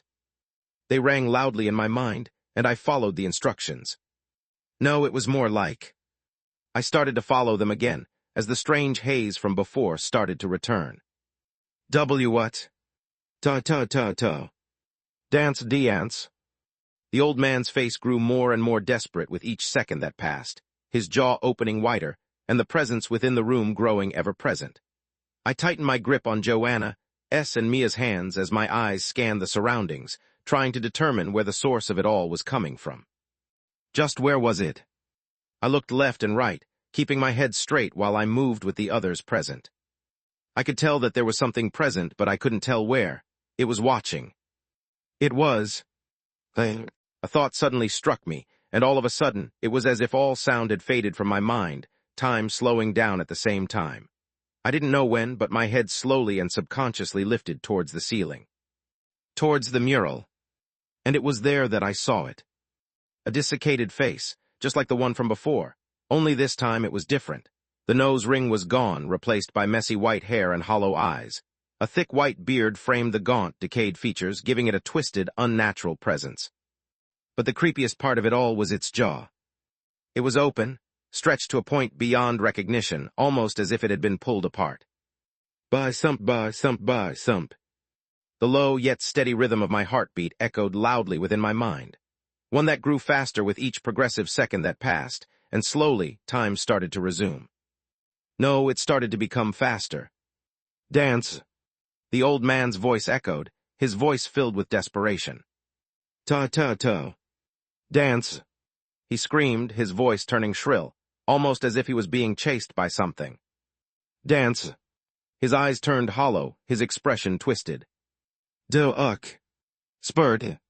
Blood suddenly spurted out from the old man as his jaw pulled apart, weird, gurgling sounds coming from his mouth. The atmosphere froze over at the sudden action until... Thump. He fell face first against the floor, blood pooling around his body. And yet... Despite his sudden death, nobody stopped. We all continued to dance, the music continued to play. Ta-ta-ta. But at the same time, staring at the old man and recalling the vision from before, my heart pressed tightly against my chest. I suddenly understood. That was no hallucination. That was a premonition. A premonition about the next victim. Ta-ta-ta-ta-ta-ta. Chapter 330, External Force 1. What's happening? A surprised voice echoed within the monitoring area. With the trials in full swing, it was only natural that the guild set up a designated monitoring team that checked on all of the members. In case one of the members sounded the alarm, they were ready to alert the agents that were stationed inside. But the agent's signal, I can't detect it at all, it's gone. A short woman stood up, looking all flustered. She was the manager in charge of operating the monitoring room, and the moment she noticed something wrong, she immediately stood up from her seat and dialed a few numbers. Hello. The first person she called was the section chief. He was on standby in another room, handling several sponsors for the event. The moment he received the call, he picked up. What's going on? Sir? The woman's voice rose, her tone sounding extremely flustered as she looked at the monitors in front of her.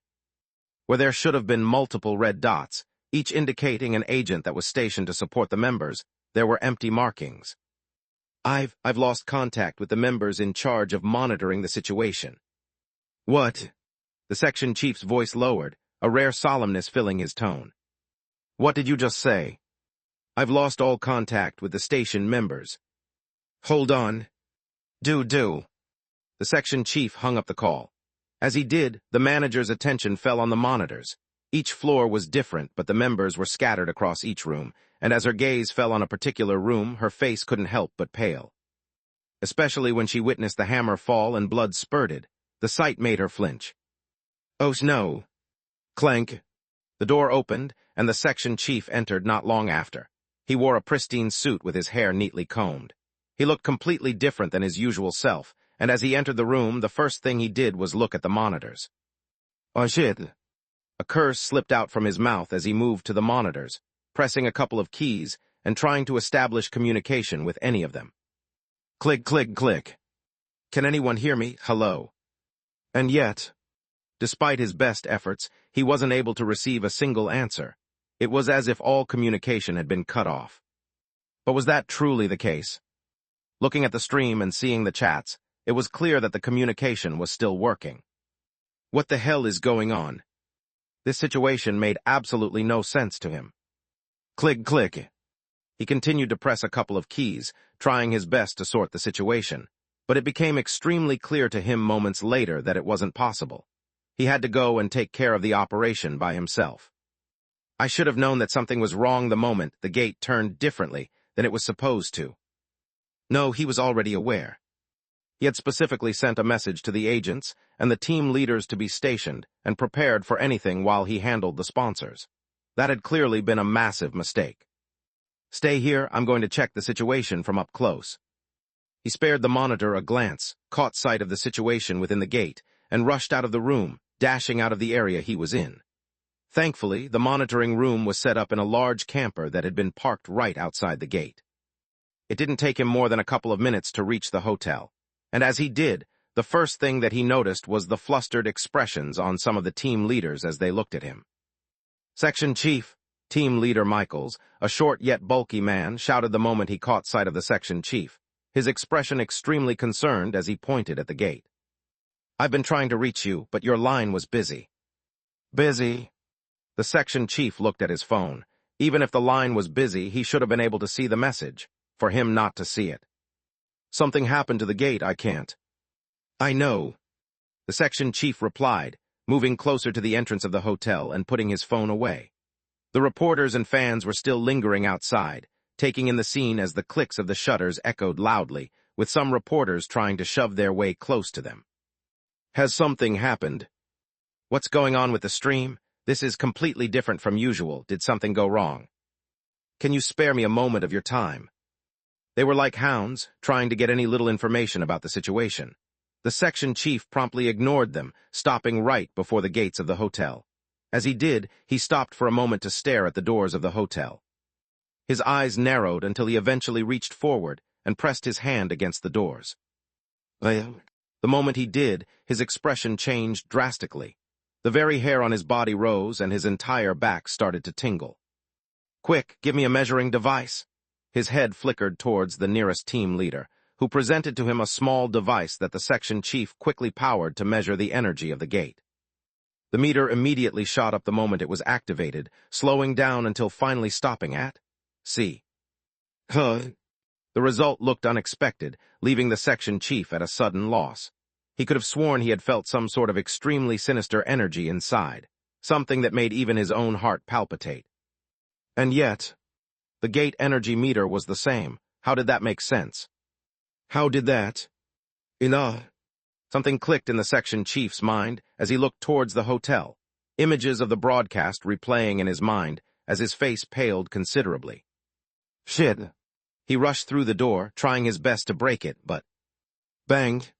A large barrier appeared shortly after, blocking his entrance and forcing him back. Stumbling back, the section chief looked ahead with a horrified look. I should have known better, he hoarsely said, his expression twisting. The gate has been taken over by an external force. His teeth clenched tightly, taking out his phone and making a call. The line went through moments later. Guild Master. Space. Ta-ta-ta-ta. The dance continued, the soft sound and melody of the violin echoing loudly within the air as I kept up with the dance, trying my best to ignore the blood that stained the floor alongside the body. I continued to dance with the group, feeling my movements growing more and more in sync with the music. The more I danced, the more I felt the previous sensation starting to return. The hazy sensation felt akin to brainwashing. At the same time, my mind flashed with images of the two desiccated heads. They clung to my thoughts, making it harder and harder for me to concentrate. Damn it, what the hell is this scenario? By now, it was obvious that the scenario was wrong. I had already been aware of that fact from the notification that I had received. And yet, for some reason, there was something else that was leaving me flustered. It was the fact that the changes that were occurring to the gate were too extreme. Almost as if there was another force at play in all of this. No, more like, it was as if I were being targeted. It's either that or I'm special. How was it that I was the only one who could see the strange creature above? No, now is not the time to think about that. I need to figure out a way to snap everyone out of this current haze. Ta-ta-ta-ta. Keep dancing, keep dancing. A new voice led the group. The group moved clockwise around the corpse of the old man, the sound of the strings growing thinner and thinner by the second, adding a certain sense of dread that made every hair on my body stand. Zia, I took in my surroundings, trying to understand how it was possible for any of us to turn out this way. None of us had eaten the food. How had they managed to brainwash most of the people present with just a simple dinner? Was there something hidden within the room that had caused this, or was there more to it than I knew? I sneakily looked around the room, trying my best to see if there was anything that could potentially help me gain a clue. We didn't eat the food, so it can't be the food that caused all of this. I also didn't notice any strange movement and symbolism with the hands. I don't think they managed to hypnotize us with that. In that case. My gaze eventually drifted towards the table, at first to the food, but then towards the candles. Seeing them flicker faintly in the air, their glow dim under the bright lights of the place, and giving out a strong citrus fragrance, I felt something within me stir. The moment I inhaled the smell, I felt a strange tingling at the back of my nose, my vision growing hazy in the process. Wait! A realization suddenly struck me as I stared at the candles. Could it be? Chapter 331, External Force 2. The citrus scent lingered, settling into my nostrils as I inhaled. A haze settled in my mind the moment I inhaled the scent. I became even more certain of it. The candles. They were the reason this was happening. It wasn't the food or anything else in the room. It was the candles. It had to be the candles. Ta-ta-ta-ta. Moving with the dance, I began to sweat. The rhythm quickened, and with it, so did our steps. Keep dancing, don't stop, you mustn't stop. A voice slithered through the air alongside our movements. I couldn't tell where it came from, but it was unmistakably female. It was sharp, shrill, and dripping with a certain chill that made the hairs on my neck rise. Dance, dance. Our movements hastened. I started to breathe more heavily. This is not sustainable. I could feel my stamina draining rapidly, even though I had been hitting the gym regularly lately. How long was this going to last? I didn't know. However, if there was one thing that I knew, it was that this couldn't go on for much longer. Hastily looking around, my eyes settled on the candles. Should I go and extinguish all of them? There, about 1, 2, 7 candles. Will I be able to extinguish all of them before the people in white get to me? I had to be careful not to use my powers. With cameras recording everyone present, the moment I did, I would be exposed. That was something I couldn't allow. Originally, I had intended to reveal my powers gradually, awakening to some random decree, but I hadn't reached that stage yet. Attempting it now would seem suspicious, and without my abilities, I wasn't confident I could extinguish all the candles at once. What do I do? What should I do? My mind scrambled to find a solution. Ta-ta-ta. Faster, faster. Especially when I noticed that the rhythm wasn't slowing. We were moving faster in circles, dancing to the music as the woman frantically shouted the same words over and over again, her voice growing more and more shrill. Keep going. I didn't know what would happen once this was all over, but seeing some of the members beginning to feel sick made it clear that I had to act quickly. Loosening my hold of Joanna and Mia's hands, I prepared myself to move when... Swoosh! Someone beat me to it. Moving faster than my eyes could see, they dashed towards the nearest candle, grabbing it and tossing it away before rushing towards the next candle. What? I didn't know who it was, but it didn't matter. Seeing them act quickly, I also dashed towards the other end, reaching for the candles that they hadn't reached. What? Stop! It took a couple of seconds for the people in white to understand what we were doing, and the moment they did, a shrill voice echoed from behind us. You don't know what you're doing. Stop this at once. You're going to kill us all. The desperation behind that voice was all too clear, but I couldn't care less at the moment. They were the last people I could trust. My priority now was to free everyone present from the brainwashing and help subdue the people in white. Swoosh, swoosh. I tossed 2 candles aside, extinguishing them, and then stopped, realizing there were no more left. When I turned toward where the other figure had been, I finally caught sight of them, my brow rising in surprise. Sarah. So the other person who had snapped out of the brainwashing was Sarah. I was pleasantly surprised, but I didn't have the luxury to wonder how she had done it. The woman's voice tore through the air, a shriek so sharp it felt as if she had clawed the words from her own throat. No. The air on my body rose, and when I turned my head, I finally caught sight of an elderly woman as she clung to her face with both hands, her nails digging into her own flesh as her eyes stood wide. So widely that it sent chills down my spine. You've ruined us all. Her shrieks were deafening, overwhelming everything around us. By now the dancing had stopped, and some people had even collapsed to the floor from sheer exhaustion. But if there was one thing that everyone shared, it was the fact that they were all looking at us. I felt every hair on my body rise. The music had stopped as well, leaving only the woman's screams of madness echoing through the room as she clawed at her face. No, no, no, no, no, no. Her screams were so raw that they sent chills down my spine. You don't understand. You don't understand what you've done. My lips quivered slightly, feeling a sinking feeling in my stomach as I looked around, seeing the other teams slowly starting to snap out of their daze, their gazes pulling away from us. I wanted to quickly help them recollect themselves, but before I had the chance to do that, the woman's screams echoed once more. Her words, however, made my entire body freeze on the spot. No, no, no. He's going to come for us now. He's going to come. He? Who was he? What was she? Hayek. A scream suddenly ripped through the room. My heart leapt into my throat as I turned to the elderly woman. Her eyes were unnaturally wide, so much so that it seemed something else had taken hold of her. But when I focused on her, I realized she wasn't just screaming, she was staring.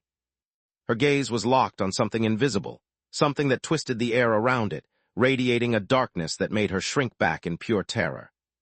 I followed the direction where she was looking, but I didn't see anything. I could tell that she was looking at something. No, it wasn't that I could tell.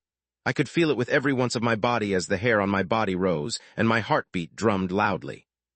And then, bang! Blood spurted, a head exploded. Thump! A body fell limply on the floor, sending chills down my body. Before I even had the time to properly assess the situation, another scream ripped through the hall. Huh? It was just as raw as the one from the woman, his eyes turning white and his mouth opening widely. Flick, flick. The chandelier above swayed, the light flickering in the process, as the doors of the room started to sway before suddenly smashing to a close. Bang, bang. All noise appeared to strip away from the room, the men and women in white opening their mouths wide, all staring in a certain direction. Bah thump, bah thump. Their mouths moved, shaping screams that never emerged. They just stood with their mouths wide open. I followed their gaze, but the room was still empty. And yet, I could still feel it. The sinister presence that lingered in the room stared in our direction. Bang! Another head exploded, blood spurting onto the floor. I took a step back, swallowing my saliva as I looked towards my team. Joanna and the others had started to recover and were staring at the people in white in horror. Despite it all, they still seemed to be rational as they looked at me. I understood immediately as Joanna was the first one to speak up, her eyes darting towards Min. Go. Min didn't waste a second. The moment he heard Joanna's words, he dashed towards the doors before smashing into them. Bang!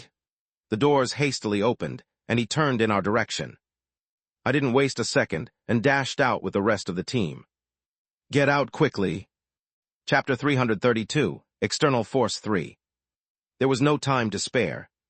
The moment the doors smacked open, I got ready to move. The others also sprang into action, dashing towards the door. Quick! I couldn't care less about the other teams. The only thing I cared about was my team, and catching a glimpse behind me, my worries vanished when I saw everyone move. As expected, all those games hadn't been for nothing. Their reactions were quick, and none of them appeared to be flustered by the situation. No, it was more like they had pushed all of their panic away. Left or right? There were two paths to take coming out of the door. Looking at both sides, I wasn't sure of what path to take. Thankfully, I wasn't unprepared as I quickly took out a compass and looked at it. With just a look, I immediately dashed towards the right side. Here, nobody questioned my decision. They all just followed me without asking any questions. This was the trust that we had built over the course of the month that we had been together. To some extent, I hadn't actually spent much time with them. It was mainly the doppelganger, but this was good enough for me. Staring at the compass, I continued to run straight. The corridors before me stretched as far as my eyes could see, twisting endlessly, with new passageways branching off into entirely different areas. Flick, flick. The lights above flickered, swinging from bright to dim, while some passageways were swallowed entirely by darkness. It was almost as if something was chasing us. My heart pressed tightly against my chest. I wasn't entirely sure where I was going. I knew the compass could lead me astray. It had done so more than once in the past, but just as often it had guided me exactly where I needed to be. If I had to place a value on the things I owned, the compass would rank among the most precious. While the consequences of going to the wrong place were pretty serious, it was also true that it helped me get out of tough situations, just like in this situation. In fact, I could also use the compass to help me find the spot where the cult was. I had plans on doing that, but held myself back, considering that I had time. There was no need to rush for such a quest. The stronger and more prepared I was, the better off I was. This was why I held off on using it. Squad leader. Snapping out of my thoughts, I came to a sudden stop as I looked ahead. Elevator. A line of elevators greeted my sight. My eyes lit up. I didn't hesitate about what needed to be done, but just as I reached for the elevator buttons, someone else's hand got there first. I stopped to see that it was Sarah. Fast. I relaxed a moment later. You got me for a second. I looked around. Although their breaths were heavy, the entire team was present. Looking back at the corridor, it looked like we were the only ones to have made it to the corridor. It doesn't seem like the others followed us, I mumbled, my gaze locked onto the corridor. The lights were dim, flickering into darkness as a tense silence settled over us. Just as I began to feel tense, Neil spoke up. There were a couple that did, but everyone scattered in different directions. I don't know where they are now. I frowned as I listened to Neil, but it was probably for the best. If everyone was scattered, whatever presence had been at the dinner table would have a harder time finding us. Just the thought of that presence sent another chill down my spine. What in the world was that? It wasn't like I had ever encountered a scary and creepy presence in the past. I was used to encountering such things, but this was the first time that I had encountered something that truly gave me the chills. Not even the conductor gave me this type of chill. It was one that seemed to seep directly into my own soul, almost as if it wasn't an anomaly but something else entirely, something more sinister. My throat unknowingly dried up as I thought about it. And then, ding, a chime rang and the elevator doors opened. I looked around, mainly at the empty corridor where the darkness lay. For a brief moment, time seemed to slow down as I stared at the corridor. the outline of a certain figure appearing, staring right at me. In that moment, it was as if the very air in the area had been sucked away. I couldn't breathe, I couldn't move, I couldn't. I regained sensation quickly, the outline fading from my sight as I blinked. I didn't think twice before dashing into the elevator. Hurry in. I pressed the close button, acutely aware of my heart pounding like a drum in my chest. Click, click. Even as the doors closed, I didn't relax. I tapped the button that led to the next floor, my entire body tensed as I looked around me. A warm streak ran down the side of my face, my breathing growing heavier with each breath. I didn't know what was going on, but I could feel it clearly. I was being watched. Squad leader, are you okay? Squad leader? Is there something wrong, squad leader? We should be safe now, what's wrong? I quickly realized that my actions were likely unsettling the team, and that thought forced me to take a deep breath and try to calm myself as I turned to look at them. But just as I opened my mouth to reassure them, my face froze. A mirror hung at the end of the elevator, and within its reflection, a figure occupied the very spot where I was meant to stand. Their entire body was charred, save for their eyes, which locked onto mine with their blank yet focused stare. Tiny trickles ran down the back of my neck, as if countless little creatures were crawling upward, while sweat slid down my back and my breath caught in my throat. Bah thump. It became louder now. The sound of my own heartbeat. My chest trembled and, the moment I blinked, it was all gone. The only thing I saw was my reflection as it stared back at me. Squad leader. The voices of the others faded into the background as I continued to stare at it, a sinking feeling settling inside my chest. That was no hallucination, was it? But who? Who was the charred figure that stared back at me? Ding! The chime rang once more, and the elevator doors slid open. A pungent stench of charred flesh hit my nostrils, making me recoil. My chills intensified as I looked ahead, where several dozen burnt corpses lay scattered, their hollow eyes staring emptily. But that wasn't the worst part of it all. The worst part? They were all wearing the guild uniforms. I felt it then. I need to puke. Space. Kriuk. A creak quietly echoed, a door slowly opening to reveal a certain silhouette.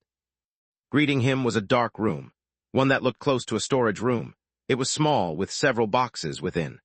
The smell of dust lingered in the air as the silhouette quietly walked in, his hand pressing against the side of his chest, covering the camera hidden within it.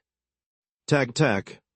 The quiet sound of his steps echoed as he moved in, his body coming to a stop before a certain metal rack, all sorts of files and documents appearing within. As he did, he reached forward with his hand and pushed the metal racking. Clank! A harsh metallic screech echoed as he shoved the rack aside. When he finally forced it away, a hidden door revealed itself before him. A large eye appeared in front of the door. A pair of dimples formed on his face shortly after. There it is. Chapter 333, Eyes 1. Beep, beep. Alarms constantly rang. Red flashed. We've received a casualty. I'm trying to get in contact with the personnel. No response. Beep. Red flashed once more. Another casualty. The numbers are going up. The monitoring room was in full panic mode. Something had clearly gone wrong with the trials. The members in the monitoring room registering the entire situation while recording everything that was happening and sending it over to the agents that were stationed outside of the hotel. Mainly the section chief. Ding, ding, ding. This resulted in the continuous chime that rang from the section chief's phone. Every second, he'd receive a new notification, prompting his expression to fall further and further as he looked at the distant hotel. As he did, he issued a quick order. Evacuate all of the reporters and the crowd that is currently outside. He could feel that they were growing restless. While he hadn't been keeping up with the stream, he could tell that the situation was turning more and more serious. Understood, I'll get to it. One of the team leaders left the position, turning back to handle the reporters and restless crowd. In the meantime, the section chief's expression turned even darker. It has to be them. He was almost certain of it. A certain cult had been terrorizing the island for some time. He had been pursuing them relentlessly, uncovering his most recent clue during the art museum incident. Despite his efforts to gather more leads, he always returned empty-handed. The only thing he knew was that the top personnel were extremely wealthy individuals, wielding considerable influence. Their motives were also unclear to him. However, if he had to speculate about their true motives, he could make a guess. How troublesome. Moving back towards the hotel, the section chief pressed his hand against the door. His node churned as he tried to push his way in, but no matter how hard he pushed, the door wouldn't budge. Ding, ding, ding. Damn it, he cursed, feeling his phone ringing continuously. The more it rang, the more his heart sank. Unable to withstand it any longer, he took out his phone to look at the stream. The moment he did, his expression changed. A certain group caught his attention. Space. A strong smell of burnt lingered in the air. It was enough to choke me. Corpses littered the floor, arms outstretched, as if they had desperately tried to reach the elevator, only to fail at the very last moment. My stomach churned at the sight. But it seemed I was the only one feeling this way. When I turned to glance at my team, they were staring into the distance, silently observing the surroundings, seemingly unbothered by what lay before them. Psychopaths. What do you think happened here? Mia asked, her eyes scanning from left to right. The place was different from where we had been before. Though everything was charred, I could make out the remnants of what had once been a grand ballroom. Had they also been dancing? My eyes narrowed, thinking back to what had happened to us moments prior. Still, even if they danced, I don't remember anyone catching fire before. What exactly happened here? I took a step forward, the sound of my step echoing loudly within the charred space. The others followed closely, stepping out of the elevator as the doors slid shut, their eyes sweeping the room for any sign of what had happened. The overhead lights were dim, and the heavy scent of smoke and char hung in the air. Faint wisps of smoke rose from the bodies scattered across the floor, but none of it truly unsettled me as much as the cold that lingered in the room. For a place that had just been burnt, how was it possible for it to be cold? There must be some sort of clue somewhere. I know things aren't as simple as the gate increasing in rank. I could feel that something within the gate had fundamentally shifted, though I couldn't pinpoint what it was. In a bout of desperation, I finally drew out the pair of sunglasses I had been reluctant to use. This might not be a good idea, but it might be the only thing that I can do at the moment. I looked at the compass in my hand. It was currently spinning in all sorts of directions, unable to settle on a certain direction. My heart sank at the sight. This wasn't the first time this had happened. Understanding that the compass was probably unusable for the time being, I threw all hesitation away and donned the glasses. The chill in the room deepened, sinking into my skin. The world around me seemed to shift into shades of blue. I shivered and tried to look around. But when I lifted my head, my breath stopped. Eyes everywhere. On the floor, the ceiling, the charred bodies, all different sizes. They looked drawn by hand like doodles moving slightly. I wasn't sure if they were growing or shrinking. I couldn't tell if they were real or if I was imagining them. They felt like they were aware of me, watching even when I didn't look directly. Voices then began to whisper in my head. They were soft and made no sense at all. Was it even English? What language was it? High-pitch, low-pitch, child, or adult? The eyes grew large, shifting in size while looking at me. I see you, I see. Over here, SKHKA, here. Go here, TSH Kajda. H-ha. I felt my breathing growing heavier and heavier, a deep sense of dread sinking into my mind as I stared at the eyes surrounding me, the all-too-familiar eyes that I had seen before. And then, ding, a chime rang from behind me, prompting me to turn my head and stare at the elevator that slowly opened. But nothing. There was absolutely nothing within the elevator.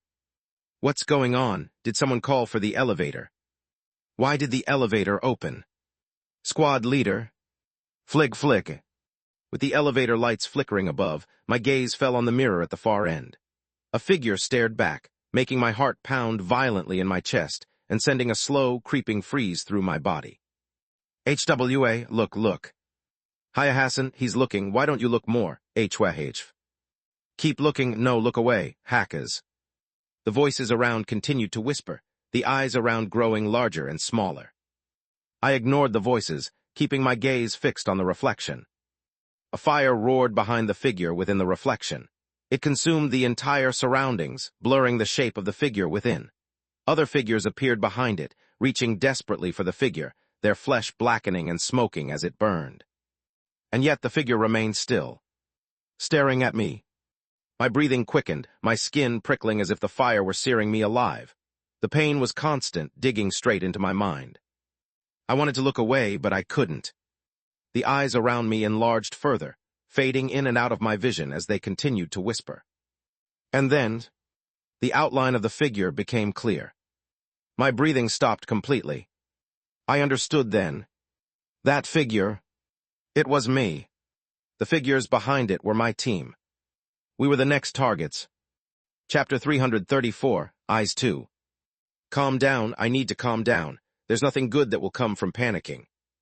I chanted a mantra inside my mind. Based on what I had researched, this was supposed to help with anxiety and fear. It didn't. If anything, it made things worse. He said, Huhajglast. Kakum, he wants tea kodkida. Constant voices whispered into my ears, tickling them softly with their whispers. The eyes around me swelled and shrank, their edges twitching as they fixed on me. The chill around me intensified, freezing me on the spot. Focus, focus. I tried my best to ignore the eyes, keeping my gaze fixed on the reflection. Time slowed down for me in that moment. The fire raged behind my charred reflection, with the silhouettes clawing at my shoulders and torso, as if trying to drag me back with them. I just needed one look to know it was me and my team. My heart hammered against my ribs as I kept staring at the reflection. The fire crackled behind it, and when hands reached for me from the flames, I lifted my hand. The reflection copied my movement exactly. Slowly, I turned my wrist. The reflection did so as well.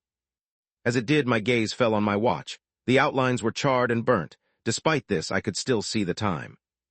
13:03. That was all I needed to see, and all I was able to see. Blinking once, everything faded from my sight. Squad leader.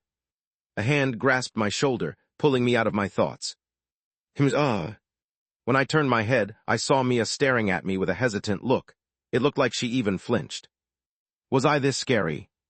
You're making a scary face right now. Oh, so I was.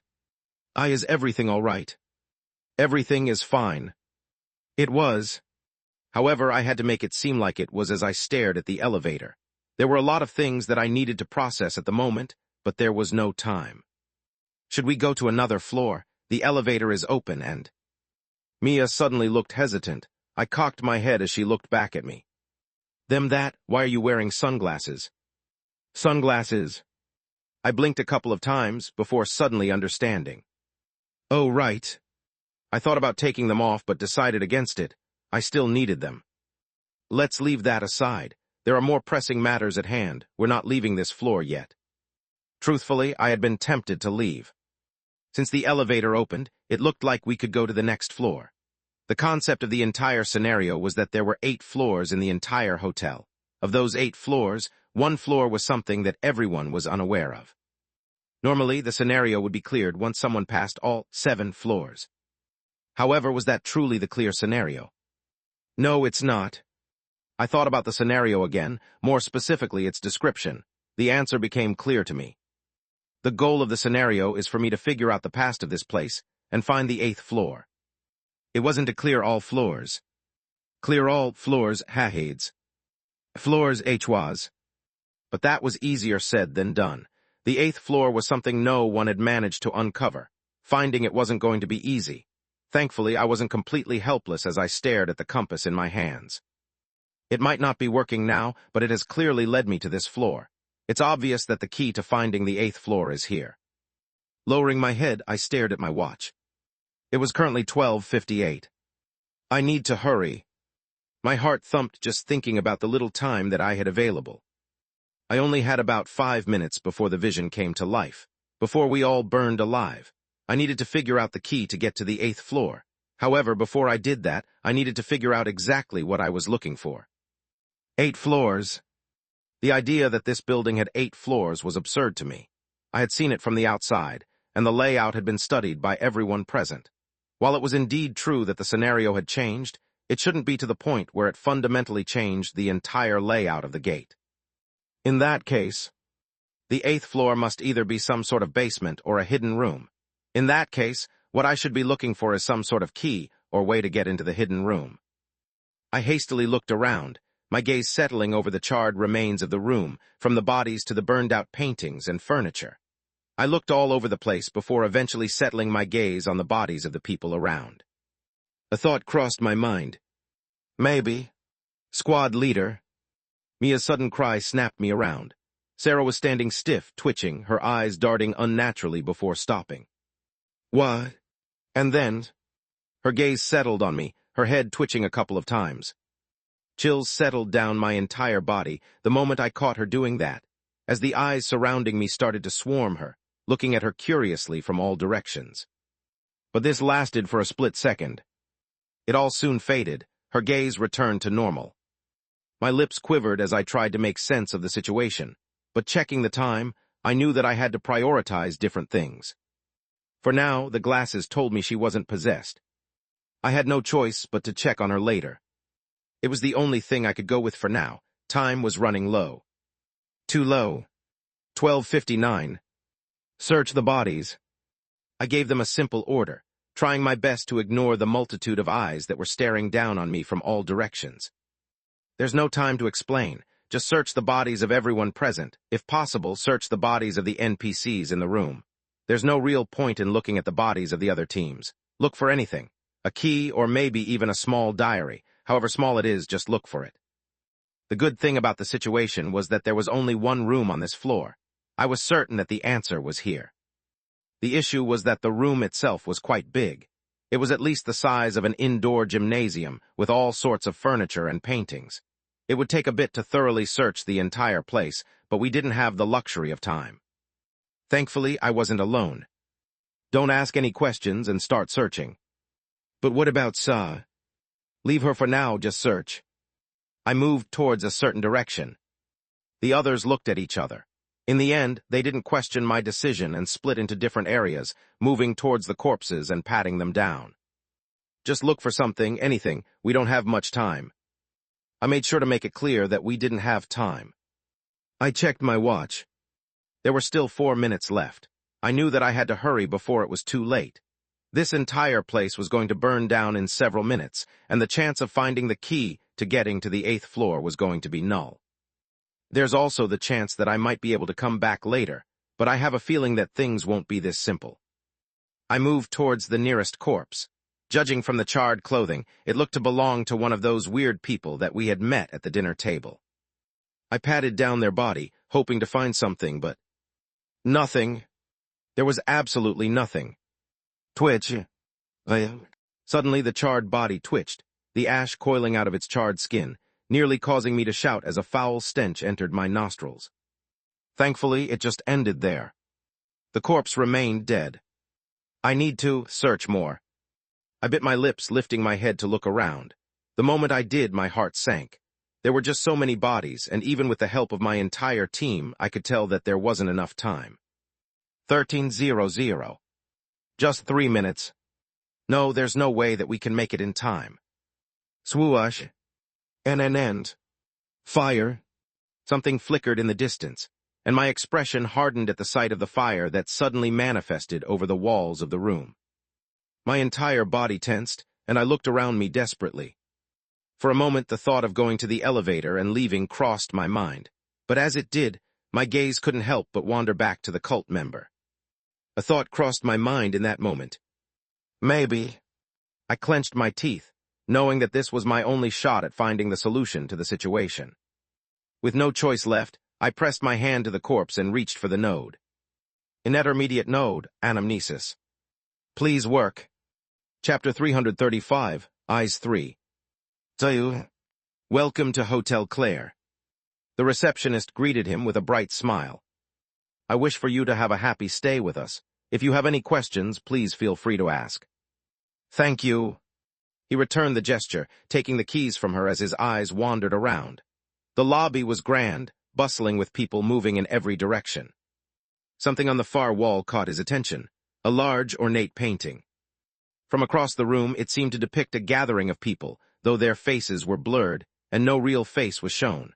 What struck him most, however, was that despite having no faces, they all had eyes, and it almost felt as if each eye was staring directly at him. "Once again, welcome to Hotel Claire. I'm happy to have served you." Snapping the man out of his thoughts was the receptionist's smile. It stretched just a little too perfectly, and her eyes seemed to linger on him longer than necessary. For some reason, she seemed to smile even more than before. He paused for a moment, feeling a faint prickle at the back of his neck before forcing a smile back. "Thank you.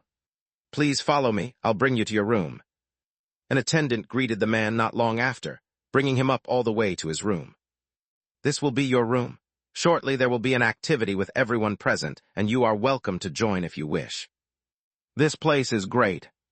The attendant departed shortly after, leaving the man alone in the spacious room. Excitement bubbled within him as he looked around, taking in everything, from the paintings and furniture to the sleek television. Yet that painting from before lingered in his mind. Something about it felt alive. It wasn't just art. The more he thought of it, the more he felt as if something was watching him.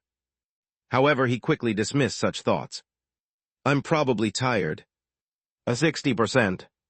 Welcome, everyone." An elderly woman, dressed in pristine white, greeted everyone present with a warm smile. "I'll be the attendant for all of you present, and I'll be running the activities for today." She seemed remarkably friendly, and laughter echoed through the halls. Everyone began to mingle, including the man.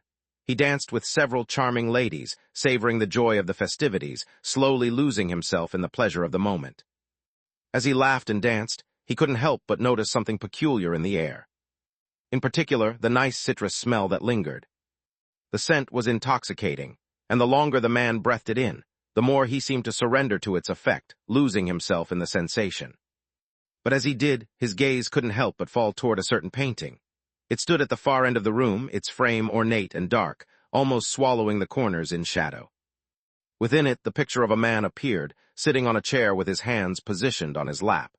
It looked like a normal painting, and yet, for some reason, it gave him the same uneasy feeling the other paintings had. It was almost as if it was staring directly at him, watching his every movement. "But, have fun, everyone. Dance, don't stop. Enjoy yourself." He quickly forgot about it all. It was fun, so much fun. This place, it was truly paradise. A 90%. It was dark. What was happening? Where was he? He couldn't quite remember. What was he doing? Right, he was at the hotel. He was dancing. He was having fun with a lot of pretty ladies. He was right. Or was he not? In fact, who was he? Who? Light returned to his vision, revealing a woman and a man standing before him. Between them, holding their hands, was a little girl with dark eyes and a porcelain-like face. Never in his life had he seen a child so strikingly beautiful. But why were they looking at him? Why? Twitch. He felt his lips twitch all of a sudden. His eyes shook a moment later, as the corner of his lips pulled into a smile. And then, "Welcome to Hotel Claire." Words came out on their own. He froze for a moment, unable to understand the situation, but despite his mind wanting something else, his body refused to listen as he handed over a set of keys. "I wish for you to have a happy stay with us. If you have any questions, please feel free to ask." The words flowed freely out of his mouth. Strangely, they didn't seem to be out of place. It was almost as if this was something that he was meant to do. A painting came to view not long after. It was a sight he remembered from the past. This time, however, the figures inside were no longer watching him. If anything, their gaze was fixed entirely on the figures to whom he had handed the keys. The thought made his smile widen. "Once again, welcome to Hotel Claire. I'm happy to have." Swoosh. My skin seared. Squad leader. Panicked voices. Squad leader. Louder. I raised my head to look around me. A fire had broken out. Everyone was staring at me with panic on their faces. "The elevator isn't opening. What should we do?" Smoke started to linger in the air. It started to become harder to breathe. I checked the time. 13:02. 1 minute left. My heart pressed heavily against my chest. There was so much that I needed to process, in particular, regarding a certain figure that appeared within the vision, one that I was all too familiar with. But, squad leader, what should we do? At this rate, we're all going to burn alive. Stop asking the squad leader. He can't give an answer to everything. For now, Mia, use your sonorous powers to move the flames away. Men, shield Mia. Sarah, try to see if you can. Joanna had already taken over control of the situation. I stood up and looked around, my gaze eventually settling on a particular painting. It was completely charred, the details nearly impossible to discern. Yet, despite the damage, I knew exactly what had once been depicted. There was no time for me to doubt myself. While Joanna was busy giving out commands, I rushed in the direction of the painting. Squad leader.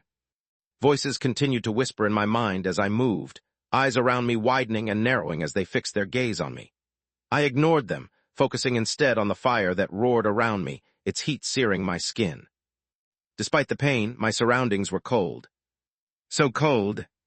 Arriving before the painting, I watched as the flames took over it. Swoosh! The heat blasted onto my face, nearly sending me recoiling back. I wanted to run away, but I knew that there was no time. I was running out of time. There were probably fewer than 20 seconds left. Clenching my teeth, I grabbed onto the metal frame of the painting. The pain was unbearable, nearly forcing out a scream from me, but I resisted, pulling away and tossing it to the side. Bang! What remained of the painting caught fire as I looked at what was behind it. The moment I acted, it felt as if the temperature around me had suddenly plummeted and the heat that had been consuming me began to fade. But it was only an illusion. I knew the fire still raged. Still, this was enough. Turning back to my team, I shouted, "Here!" Under the surprised looks of everyone present, I punched the eye directly. Bang! As if made of cardboard, the wall shattered.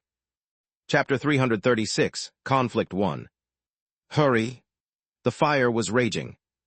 I could hardly feel my hands. They were numb from the pain. It hurt, but despite the pain, I remained clear-headed. Bang! I punched the wall again, clearing up the opening behind the painting. Darkness met my gaze. Get over here, there's not much time. I checked the time. 10 seconds left. My heart was drumming loudly inside my chest as I looked at the raging flames behind me. The smoke had completely taken over, and I could hardly see within the flames. Voices continued to whisper as the faint outlines of several silhouettes appeared within the flames. They were drawing closer and closer. Come on, come on, come on. The anxiety of the situation was killing me. I wanted to go and help them out, but I knew that I would only get in their way. The only thing I could do was focus on expanding the wall that was next to me. Bang, banged. I punched a couple of times, expanding it further as I struggled to breathe. Cough, cough. The smoke was starting to get to me, my eyes stinging in the process. Swoosh. Outlines began to appear in the smoke next to me, just as my heart began to sink. They dashed past me, running into the opening one by one. 1, 2, 3. I counted them slowly. 4, 5. 5. One person was missing. Time suddenly started to slow down in that moment, my breathing growing rougher. The team comprised 6 members, including me it was 7, for there to have only had 5 people pass. Oh. My chest trembled. And then, boom. A terrifying explosion erupted, the flames spreading and consuming everything around me. The heat was so intense that I had no choice but to dive into the opening, sprinting forward even as the fire seared my back. The pain was unbearable, nearly forcing a scream out of me. However, it all soon stopped the moment I managed to cross the opening, as if the fire couldn't enter and all noise was stripped away. The moment I crossed the opening, I fell down onto the ground with a soft thump as the world around me grew silent. That was also the moment that something within me stirred. Sarah, has anyone seen Sarah? Where is Sarah, someone? She. My head ached, and I suddenly stopped feeling anything. Oh God. Voices continued to whisper around me. They were everywhere. My head started to hurt so much. Sarah. I grew numb. It didn't take long for me to understand what was happening. I was experiencing the side effect of my fracture. Ada. Space. Banged. A white-garbed figure fell onto the floor. Just what the hell is going on? Kyle stood over the figure, looking around in confusion. He was in the middle of a large hall filled with similar figures, each of which was currently being taken care of by those from his team. The moment he sensed something was wrong with the smell in the air, he used his node and stopped time. Everything else was easy for him and his team. The issue, however, lay in the fact that they had been stuck on the same floor for quite some time. Nothing was going as they had previously anticipated. If it were just some small changes, he'd understand, but to this extent. It's clear that something has gone completely wrong. Kyle's eyes sharpened as he looked around, eventually settling his gaze on his phone where he read the chat. Live views 471, 482. What the hell is happening? Is this fake or are they under attack? Holy shit. Wait, you should check this other stream. Shit is crazy over there. Which stream? Reading the comments, there was something in particular that intrigued him. Why are they talking about some other stream? It looked to be everything that everyone was talking about. He could see the number of people tuning in to his stream starting to dwindle. Just what the hell is happening in the other stream for everyone to tune out like this, and whose stream is it? It didn't take long for him to get an answer. Holy shit, there's a guy with sunglasses in the middle of a fire. Sunglasses? What sort of lunatic wears sunglasses? Don't tell me it's a special item. Kyle's lips twitched. The moment he heard the sunglasses part, he immediately understood what was happening. He wasn't the only one. Kyle? He lifted his head and caught Zoe watching the same stream. She glanced at him, then pointed to her phone. They're talking about him, aren't they? No doubt. By him, they were obviously talking about Seth. Who else would be this much of a lunatic to wear sunglasses in the middle of a fire? I'm also sure those sunglasses aren't special items. They're probably there to block Seth's vision so that he doesn't have to puke in case he sees something gory. Or at least that was what he'd used to believe. He wasn't so sure anymore. Either way, it was clear that whatever was happening on Seth's floor had captured everyone's attention. This was good to some extent as Kyle looked at Zoe. Did you get any answer from the section chief? I'm still talking to him, Zoe replied, her face somewhat grim. With the communications not down, it wasn't hard for them to reach the section chief. The issue is that he can't enter the gate. He believes that some sort of external force has breached the gate and is trying to kill all of us present. External force? Yeah. Zoe replied with a brief nod, scrolling through her phone. It seems to be connected to that strange cult that's been active lately, but I can't say for certain.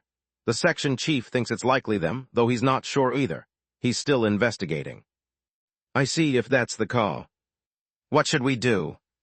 A voice cut in suddenly, prompting Kyle to stop. Rowan stepped between them, his eyes narrowing as his eyes fell on Zoe's phone. His sudden interjection caused Zoe to pause, her eyes similarly narrowing as she looked at him. Thinking about how he used to be in the past, for a moment she thought he had interjected on purpose, but then. I heard that something happened to Seth. Is he all right? Right. He's fine. Zoe turned her attention back to her messages with the section chief. I've checked the situation. 10 are dead, several are injured, and a few are missing. Among the missing is Miles. Wait, Miles? Yes. Kyle's expression turned extremely serious. Miles was part of his team, and as such was his responsibility. Not only that, but he was also incredibly talented. He couldn't allow for anything to happen to a talent like that. He immediately turned around. What are you doing? Zoe suddenly called out to Kyle, noticing the strange shift in his movements. I'm going to look for Miles. I can't have him die here. Kyle didn't look at her as he spoke. He closed his eyes, preparing to activate one of his nodes. He had to act quickly. Every second was valuable. Don't do that. No, I have to. He's part of my team. That's not it. Look. Zoe's words made him pause. He opened his eyes to look at her, and she turned her phone to show a particular stream. The moment Kyle's eyes landed on the stream, his expression changed. The same was true for Rowan, and everyone else who managed to catch a glimpse of Zoe's phone. Yes. Zoe nodded. He's with Seth. A frame where Miles stood opposite each other appeared. The two stared at each other for a brief moment, speaking quietly. Quiet enough for it not to be picked up by the stream. I don't know how he got there, but he's fine. If that, Zoe's expression drastically changed before she could finish the sentence. The same went for Kyle and everyone else.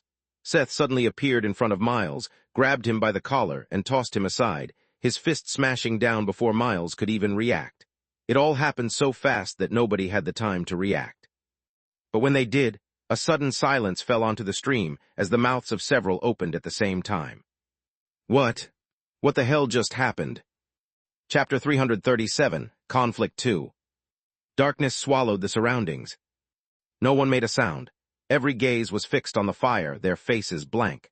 But the silence was soon inevitably shattered by the reality of the situation. That's... Sarah, where is Sarah? She was with me just a moment ago. Why, Of the 7 total members, only 6 managed to come out. Mia's hand shook as she covered her mouth. Oh God. The realization of the situation had finally settled in her mind. Nora, standing quietly beside her, bit her lip and lowered her head. The others did the same, Joanna biting down the hardest. Sarah had been acting strangely all along, and though she wanted to help, the squad leader wouldn't let her.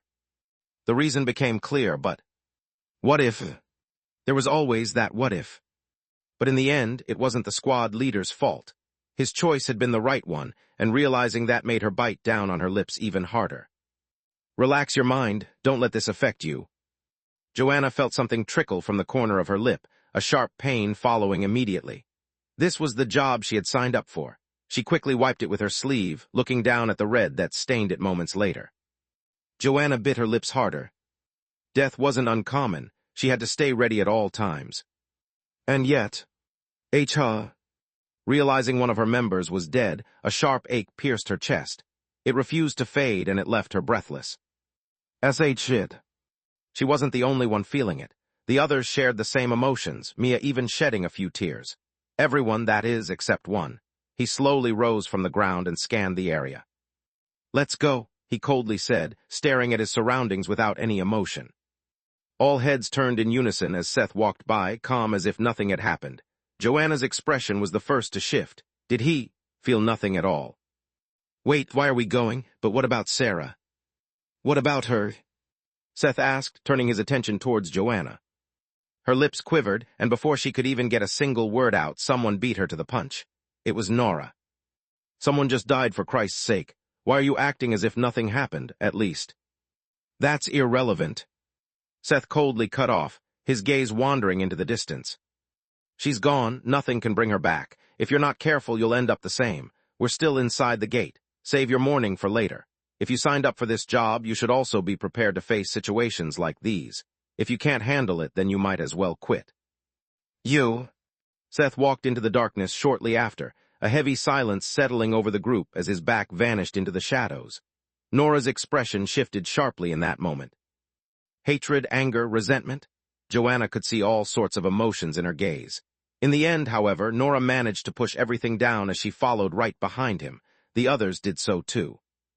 Joanna watched it all in silence, noticing the clear divide forming within the group.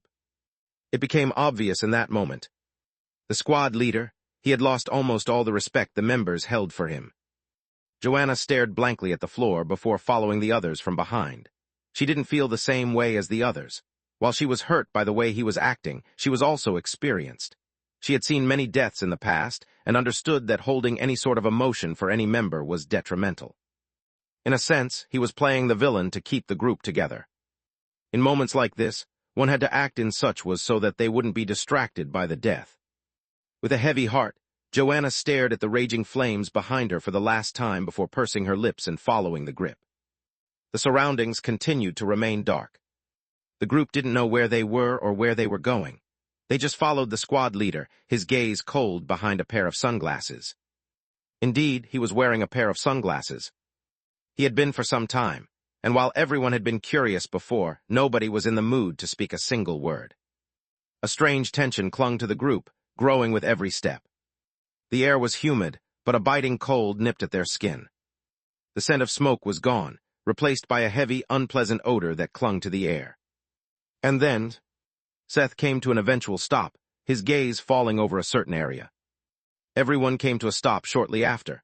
That was until he pressed his hand forward and a weird clicking sound echoed. Click. Everyone immediately grew tense, nodes churning. But, calm down. Seth pushed his hand forward. Kriuk. A creak followed, and a large storage space appeared for everyone present. What is this place? What's this? Seth ignored the questions, his attention fixed on his surroundings. Metal racks lined the area, holding all sorts of items. Then his gaze landed on a spot that had clearly been disturbed. He moved in that direction. As he moved, the air grew colder. His breathing quickened as a heavy pressure settled onto his chest.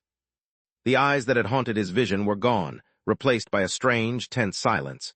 His spine tingled with every step, as if he were walking straight toward something deeply sinister. And yet Seth continued to walk. His emotions were numb. While his body was reacting, he was. Squaw, where are you going? Seth didn't answer. He pushed a metal rack aside, revealing a small door. The moment it appeared, his eyes landed on the large eye painted on it, and his vision blurred for a moment. The pressure on his chest grew, his stomach churning violently. His heart pounded in his head, almost as if it were urging him to run. Bah thump, bah thump. Every part of his body was giving him warning signs. Especially when he looked at the eye, he could feel it staring back at him, moving alongside his movement. But, Kriak. Seth ignored all of the sensations and pushed the door open, revealing a long flight of stairs that led down. Let's go. He didn't wait for his group to follow. The moment the door opened, he stepped past and walked down the stairs. He could tell that whatever was downstairs was most likely going to reveal the secrets behind the fire. At the same time, it was also the key to clearing the scenario. After all, this was the 8th floor. But, oh, you're here. The moment he walked down, the last thing he expected was the familiar figure waiting opposite him. He stood at the center of a small room, surrounded by dimly lit candles. A weird insignia littered the floor, one that made his blood churn. But if anything made his blood run colder, it was the reflection staring back at him from the glass panel at the far end of the room. Reflected within it, he could see himself standing still. His head lay on the floor, blood quietly spilling from it, smiling back at him. How did you find this place, Miss? Seth didn't wait for Miles to finish.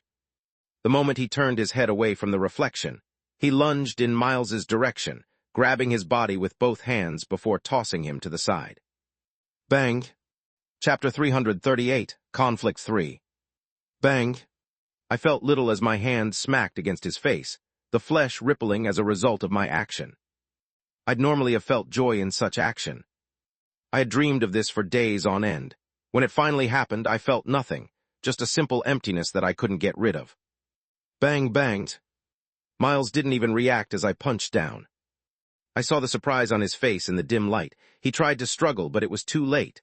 I was mounted over him, punching down as hard as I could. My knuckles stung, and warmth spread across my palms. I moved to strike again, but someone grabbed my arm and yanked me back, pulling me off him. What's going on? What has gotten into you? Squad leader. I tried to punch more, but I was stopped before I could do so. In the end, I stopped moving once I felt Min's strong hands pressing onto my forearms. I knew that the struggle would be futile. That was also when I turned to look at my team. They were all staring at me with a mixture of different expressions. I calmly took in their gazes before speaking. Why did you all stop me? That's because you were punching him. He's on our side. I sighed and shook my head. You should all know better. I don't do things randomly. If I do something, there's a reason behind it. Stopping me could very well have ruined the entire situation. The room turned silent right after that. Nobody spoke, though the silence said enough. They knew I was right, even if they couldn't accept the way I acted. I could see why they'd stopped me. Miles wasn't an anomaly, nor was he currently brainwashed. He was sane, painfully sane, and they could all tell. That was probably why my actions appeared confusing to them. It's all right. A certain voice shattered the silence. With all heads turning in the direction of the voice, Miles slowly sat up, pressing his hand against his cheek. A dimple appeared right after.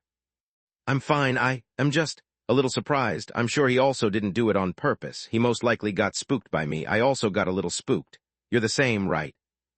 Miles turned his eyes on me. He was giving me a way out. Of course, I knew that it wasn't going to be this simple. I understood Miles with every fiber of my being and knew that he was planning something. In fact, it was clear that he was enjoying this situation. From his expression, it almost felt as though this was something that he clearly wanted from the start. That's why. No. I shook my head, keeping my gaze fixed on Miles. I wasn't spooked by you. I reached for my glasses and slowly pulled them out. The moment they were off, the biting cold faded, replaced by a subtle warmth.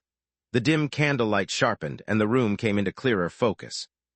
The feeling of being watched vanished as well. It was also in that moment that the strange insignia on the floor vanished. It didn't surprise me. I bent down, letting my finger glide over the wooden floor, tracing its surface before stopping. What are you doing? I ignored the question that was directed at me before moving forward to reach for one of the candles on the floor. Then, I spilled the candle onto the floor. Are you crazy? Are you shit? Swoosh. A large fire raged on. Everyone's faces changed, but I stayed still, watching the fire die down. It didn't take long for the fire to completely die down. Just several minutes as the wooden floor charred, revealing the insignia for all to see. It was a unique symbol with all sorts of lines, loops, and angular shapes arranged in a compact pattern. It was hard to make out what it was. And yet, staring at it, for some reason, it felt familiar. Where had I seen it before? Wait, what is this? Seeing the confused looks on everyone, I pointed at the insignia before looking at Miles. This is why I attacked you. Not because I hold anything against you, but because your body was about to be taken over. It wasn't a lie. When I saw Miles standing above the insignia, it flared with a faint light. Something dark and sinister crawled up from the charred wooden floor moments later, writhing as it reached toward him. Although I didn't hold good feelings for Miles, I wasn't going to let him get possessed. That would make him even more troublesome. I don't know if I managed to shake you out of it. I turned toward the group and nudged toward Miles. For now, keep an eye on him, make sure he doesn't do anything. Strain. I didn't punch him because he was being taken over. I punched him exactly because I wanted a good reason for the others to keep an eye on him. I could tell from the sunglasses that he wasn't possessed. However, I couldn't trust him at all. Given the situation with the team, this was the easiest way to make them watch him and stop anything out of the ordinary. The fact that he was here, separated from his group and standing right in front of me, was concerning in itself. I'll need to check up with Kyle later. I'm sure this isn't a coincidence. Not when it involves him. There's nothing about this person that I can trust. Focusing my attention back to Miles, I watched as he stared at me in the silence. For a brief moment, I felt a chilling coldness coming from his eyes, enough to make me pause. However, such a gaze was quickly replaced by a pair of dimples as he raised both of his hands. You got me. So he said, albeit the meaning of his words felt different for me compared to the others. I won't move. You can have everyone keep an eye on me. I'm just extremely grateful that you saved me. I would have been in trouble if not for you. I grunted and turned my attention away from him. A hesitant voice came from behind me, but I ignored it. Squad leader. I was in a state of hyper-efficiency. I didn't know how long it would last, and as such, I needed to make the best out of my current situation. Wait, squad leader, Stop, let him be. It's clear that he doesn't want anything to do with us at the moment. I tuned out the conversation around me. The first thing I did was turn toward the bookshelf in the corner. There weren't many books left. Several were burned, barely holding together, and just barely enough to still be called a book. I looked through all of them, hoping to find something. I'm on the 8th floor. The key to solving the scenario is here. I just need to find it. I knew it had something to do with the insignia on the ground, but I didn't know anything about it, and it was too faded to see clearly. The answer had to be in one of the books. It had to be. My hand suddenly paused on a certain book. The moment I touched it, my whole body went cold. The voices from before returned, louder this time, scraping at my mind. A chill ran down my spine, though I couldn't feel anything. My hands began to tingle, and I glanced back. All I saw were the gazes of everyone around me. My lips parted instinctively, then I shut them tight as the chill in the room deepened. Then, I froze at the mirror. My reflection shifted, almost imperceptibly at first, until my lips stretched unnaturally, curling toward the edges of my eyes. My breathing stopped, and just when I thought it couldn't get worse. Ifwep. The book slammed open on its own, making my heart leap into my throat. An empty page stared back. No, not quite. One number. 71. That was all the page said. One number. Chapter 339, 71-1. Chapter 339, 71-1. Something stirred in me the moment I stared at the number. I didn't know why, but the longer I stared at the number on the paper, the more my chest tightened. My breath grew heavier, each one heavier than the previous, and my throat went dry as I struggled to make sense of its meaning. Why do I feel like the number is familiar? I have certainly seen it before, but I can't remember. It felt as though the answer was at the tip of my tongue. F-whip. Flipping towards the next page, I tried to see if there was anything else written. However, all the remaining pages were empty. The only thing that was written in the book was that one singular number. I turned back, trying to see if the others might have an idea. But, gone. Everyone was gone. Wait, what's going on? Even in my current state, I couldn't help but feel my heart twitch.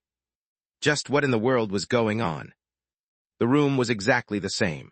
The dim, flickering candlelight, the thick smell of dust, the plain mirror against the wall, everything was as it had been, except this time. I was alone. Something about the silence that took over felt incredibly unsettling as I looked around, trying to make sense of the situation. I didn't understand how everyone had left all of a sudden. I was sure that they had all been standing right behind me just a moment prior. Not even a second after I turned away from them to check the book, and they were gone. Did they leave in the time that I turned away? No, that doesn't make sense. Even if they did, I'm sure they would make some noise and I would have figured it out. Something is not adding up. I continued to scan my surroundings. The silence pressed in from every direction, squeezing me into a restless, unsettling sensation I couldn't shake off. I continued to scan my surroundings, hoping to get some clues. And then, I saw it. No, them. My heart came to a sudden pause. From the plain mirror, I saw them, all of them, standing within its reflection, their eyes fixed on something just out of my view. How did they get in there? I moved closer to the mirror. Kriuk. The floor creaked under my step, my arms shivering under the sudden cold that took over. Kriuk. I took another step, edging closer. With each movement toward the mirror, the sense of wrongness grew, crawling over the back of my spine and stopping right at the edges of my neck. Soon I reached the mirror, and it was there that I realized what was happening. They weren't the ones that were stuck in the mirror. It's me. I was the one stuck in the mirror. Looking in the mirror, I could see myself in it. All eyes seemed to be on me as I kept my focus on the book, slowly closing it before turning back toward the others. My reflection seemed to say something, but I couldn't hear a thing. I pressed my hand against the mirror. Wait, that's not me. I spoke, but it didn't look like anyone had heard me. What the hell is going on? My heart pressed tightly against my chest as I struggled to grasp the current situation. Can you guys see me? I waved my hand, trying to grab anyone's attention. But as if I were invisible, no one looked my way. It wasn't that they ignored me. It was more like their attention was locked on the version of me within the mirror. I tapped on the glass again, trying to get their attention, but nothing. This isn't working. It looks like they can't hear me at all.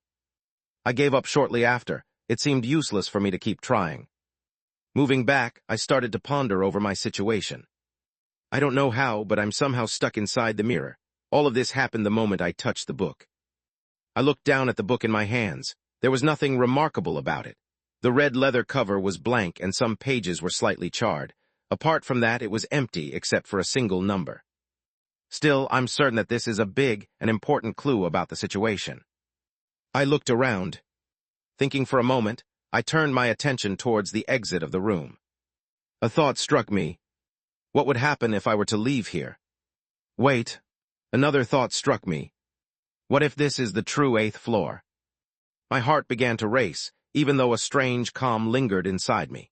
I gripped the book and glanced back at the mirror, then slowly shifted my gaze to the stairs leading upward. Although slightly hesitant, I ended up walking towards the stairs. Kriuk. The wooden floor creaked under my steps as the silence around me lingered. With every step I took, a strange sensation settled over my mind. It felt as if I were sinking deeper into an ocean, the pressure building around me, slowly suffocating my breath. I paid this no mind and walked all the way up, stopping before the door that led out of the room. And then, clank, I pushed the door open. The moment I stepped inside, I found myself in a familiar storage room. Yet something was different. The dust that had once coated every surface was gone, replaced by neat order and a bright lamp hanging above. What's going on? The layout and everything were the same, and yet it all felt so different. This doesn't make sense at all. I scanned my surroundings, hoping to get a better understanding of what was happening, but the more I walked, the more confused I became. Eventually, I stopped by the entrance of the room. That's when I heard muffled voices from inside. Frowning, I pressed my ear to the door, straining to make out what was being said. "I've see. Over here too. Gone." I felt a strange sensation upon hearing the voices. I couldn't quite describe it, but they felt familiar. Almost like the voices from the eyes. My breath paused, a certain thought occurring to me as my body tensed. Briefly after, I heard several soft thuds coming from outside. My body tensed further as I strained to hear the steps, feeling them coming closer and closer to where I was. They're headed straight to me. I pulled my head back and scanned the room. Metal racks filled with boxes stretched in every direction. My eyes settled on one in the distance, and I moved toward it, crouching low to hide behind it. I didn't know what was going on, but I didn't want to get caught before understanding what was happening. And soon, clank, the door opened, and two tall shadows appeared before my vision. Bah thump, bah thump. The air thickened with the presence of the two as I crouched behind the metal racks, the unsettling sensation from before crawling up my spine. Every shadow seemed to stretch, and the silence pressed in from every direction. Then, a voice slithered through the room, soft and close, my ears tingling for some unknown reason. "Someone has been here." A pause followed, one that made the very skin on my body tingle. "No, they're still here, somewhere." Chapter 340, 71-2. Chapter 340, 71-2. I held my breath, trying my best not to make a single sound. I didn't know what was going on, but I understood that I had to be extremely quiet. Creak. The floor creaked, my heart slowly starting to race. I could feel the side effects starting to wear thin as my emotions began to return, and the fear and warning signs that my body was giving out were starting to register within my mind. Keep it steady, keep it steady. Who's who? I forced two shallow breaths, trying to stop the tremor in my chest. My throat felt dry, the air thinning around me. Yes, I can definitely tell that someone was here. The voice continued to whisper in the air, this time closer. My skin started to prickle as I hunched my body lower, trying my best to minimize my presence. The cold of the floor beneath me stuck to my cheek, sending a soft chill down the back of my ear. Just what in the world is happening? Who are the people in the room? What should I do if they find me? All sorts of thoughts started to cross my mind. I knew that I was in the world within the mirror, and I also understood that this was most likely the real 8th floor. I needed to find some sort of answer. At the very least, I needed to understand what the 71 in the book signified. Yes, that must be the reason why I'm here. Creak. The sound moved again, closer. My stomach knotted as I forced myself lower against the cold floor, pressing into the shadows. At the same time, my nose started to twitch. The dust on the floor was starting to get to me as my toes began to curl. No. It suddenly grew quiet. I held my breath, holding my sneeze in. My nose scrunched up further, a dizzying sensation filling my nostrils. My chest rose up, and my eyes started to water. I bit my lips, trying my best to force myself to keep steady. And the sensation soon passed away. I didn't feel any relief from that, feeling the presence lingering around my area. Trying my best to keep it together, I reached for my phone. My hand shook as I unlocked it, thumb clumsy against the screen. I turned on the front camera and raised it slowly, angling it at the gap above me. Bah thump. Unknowingly, a shadow cast over my area. The narrow gap framed only a sliver of it, yet it was enough to make my stomach twist. It was tall and lanky. Where a face should have been, there was nothing, only hollow caves where its eyes and mouth ought to be. My hands trembled despite my effort to keep them still, nails biting into my palms as my breath caught in my throat. I could feel its gaze sweeping over the area I was in, searching, as if it were trying to detect any sign of me. I had long stopped breathing, trying my best to keep my heartbeat steady. The moment seemed to last for an eternity. I pressed myself against the floor as much as possible, minimizing myself to the best of my abilities. The eyes continued to sweep the surroundings until they stopped. The head moved away shortly after, and the soft creak of the step echoed once more. A heavy silence followed right after. Despite this, I remained tense, holding onto my breath for as long as possible. Not yet, not yet. I didn't know what the creature was, or if it was still lingering. Nonetheless, I still decided to remain cautious as I lowered my head to stare at the camera positioned over my breast pocket. That was also the moment that I came to another realization. It's off. The light switch that usually indicated the camera was on was off. Right, that makes sense. I'm not technically in the real world at the moment. It would only make sense for the camera not to work. In that case, that changed a lot of things. I didn't have to limit myself like I did before. As the realization dawned on me, my body started to relax. The shadow beneath me wiggled and a small creature appeared. Go ahead and check the surroundings, see if there's anyone. The Dreamwalker stared at me in its miniature form. Although it didn't say anything, I could feel its gaze say, "Not again." I rubbed my nose. I couldn't help it if it died. At least I could revive it after its death. I couldn't do the same for myself. If I died, it would be gone for good. This was within both of our interests. As if understanding my point, the Dreamwalker shook its head before fading into the darkness. I waited in the same spot, trying my best to remain patient as the silence around me left me unsettled. I didn't know how much time had passed. Perhaps a few seconds or perhaps several minutes. Every second felt like it stretched on for a very long time, and just when my patience started to run thin, I felt something. Good, the way is clear.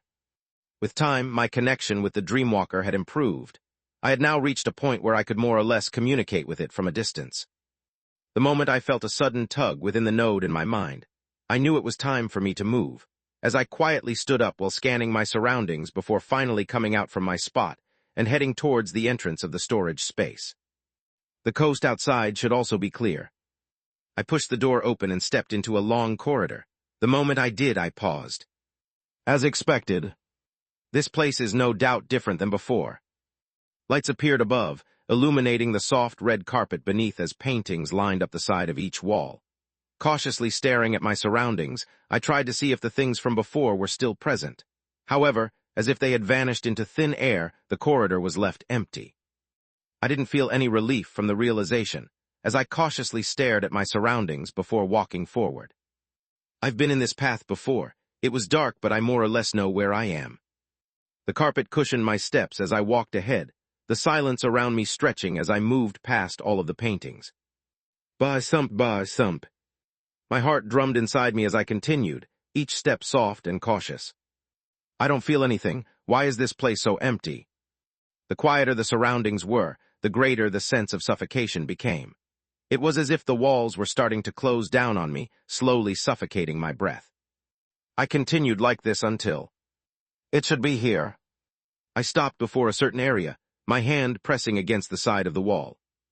As expected, this is hollow. It feels different than the other walls. On the other side was the room where Sa. I bit my lips, trying to push all my emotions away, to cling to that one side effect that was currently keeping me sane. I didn't want to think about what had happened to her. Not yet. I couldn't afford to do it, at least not in my current situation. Taking a couple of breaths while clenching my teeth, I pressed my ear against the side of the wall. I didn't know why I was doing this, but it felt like the correct choice. Move slowly. One me sing. It should soon. Listening.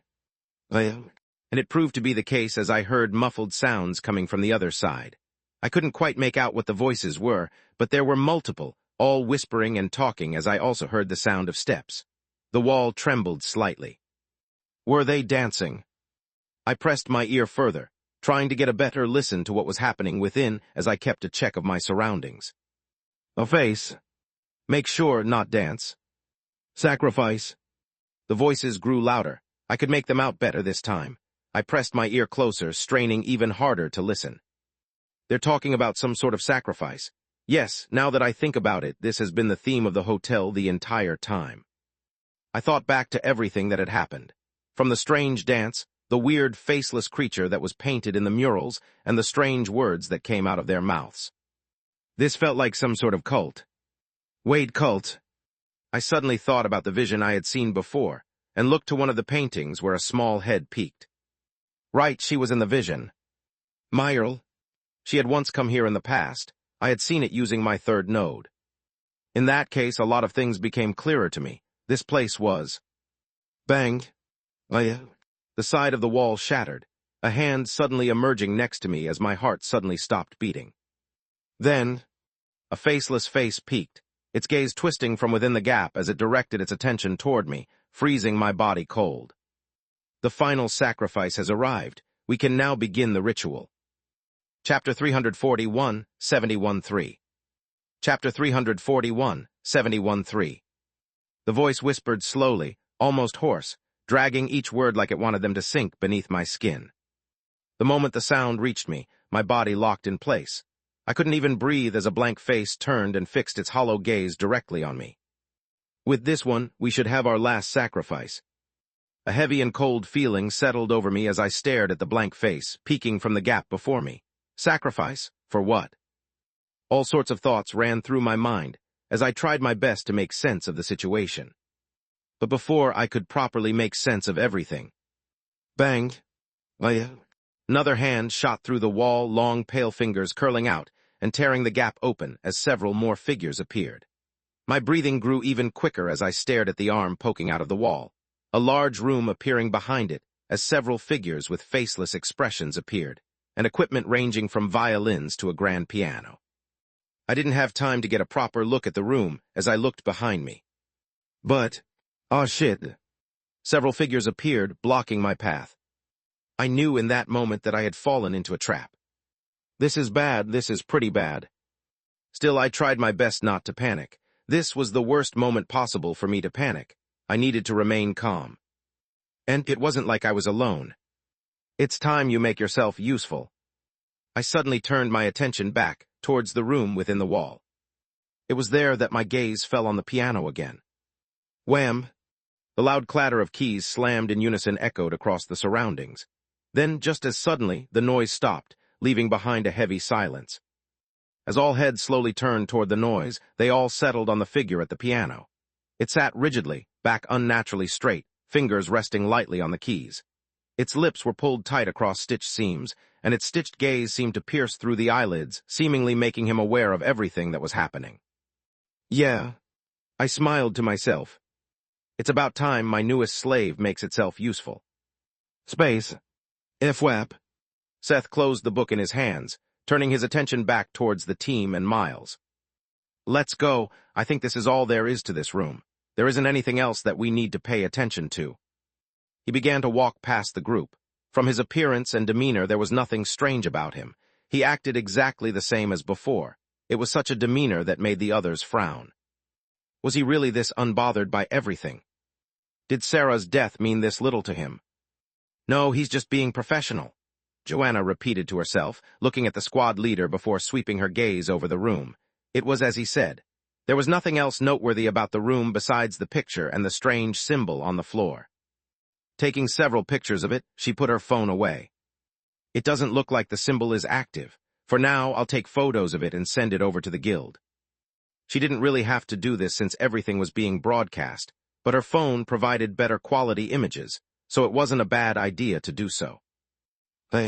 While all of this was happening, only one individual remained quiet, the dimples slowly beginning to fade from his face as his gaze fell on Seth. I'll contact the guild and make sure to pass everything to them, including this book in my hands. I'm sure they'll be able to figure. Let me see the book for a second. Miles suddenly cut Seth mid-sentence, prompting him to pause. Turning slowly in Miles's direction, the two clashed gazes. The surroundings suddenly turned silent as the dimples on Miles's face returned and he extended his hand forward. I didn't get the chance to see the book. Will you give it to me? Seth remained quiet, his expression fixed on Miles. A strange tension began to settle in the room, one that made everyone pause and turn their attention towards the two. Just what the hell was going on? Squad leader, why don't you? Because he isn't your squad leader. Miles answered matter-of-factly. If there had been any doubt before, it was gone now. The man standing before them was Seth. He was someone else. Someone wearing Seth's face, pretending to be him. What are you saying? Nora suddenly interjected, her brows furrowing tightly as she turned in Seth's direction. He stood still, book in hand, while his expression remained unchanged. Nora's lips pursed for a moment. I don't see anything that is strange about him. Why do you think he's not the squad leader? Are you doing this because he punched you? No. Miles shook his head, the dimples on his face growing while he tapped on his eyes. I can just see it. Blinking once, Seth's appearance warped in Miles's eyes. What stood before him was no longer the look he was used to. Seth's face was wiped clean, smooth, and empty, with only shallow cavities marking where eyes and a mouth should have been. Despite the sudden change, Miles didn't look at all scared. Instead, his dimples only grew as he turned his attention towards the book in Seth's hands. Let me guess, his voice softly drifted around the room. That's the key to clearing this scenario and bringing him back, right? Space. Outside the gate. The situation inside seems to have calmed down a little. However, we've lost contact with at least 70 agents. The section chief's expression turned extremely somber. This was almost half of the entire members who had entered the trials. He could see from the comments and the news articles that were popping up that the news of the incident was starting to spread everywhere. He already tried mitigating the news, but it had reached a point where he couldn't stop what was happening. This is really bad. At the rate that things are going, everything that we've built up until this point will crumble down before my eyes. From the numerous talented members to the sponsors, and even their reputation. They were going to lose a lot of things from this one massive blunder. All right, I need to relax. We can still figure this out. The section chief already knew the root problem of the situation. They were being attacked by an external force. Having watched the broadcast, he also understood the situation inside. He had been going back and forth with Zoe to try and see if she could find a way out, but that was easier said than done. He had also tried breaking into the place, but that was impossible despite his skill. The ones responsible for all of this had planned it thoroughly. This was a clear attack on them. Taking a deep breath, the section chief steadied himself, lips parting to initiate another attempt at resolving the situation when... Clank! The doors of the monitoring room opened. All heads snapped toward the figure that had just emerged. The moment they did, the atmosphere froze solid, like ice creeping into every corner of the room. Only one person moved, springing upright with their back rigid and shoulders squared in respect. The section chief's gaze locked onto the distant figure as he sighed a visible breath of relief. You're finally here, Guildmaster. Chapter 342, 71-4. Chapter 342, 71-4. There wasn't much known about the Guildmaster.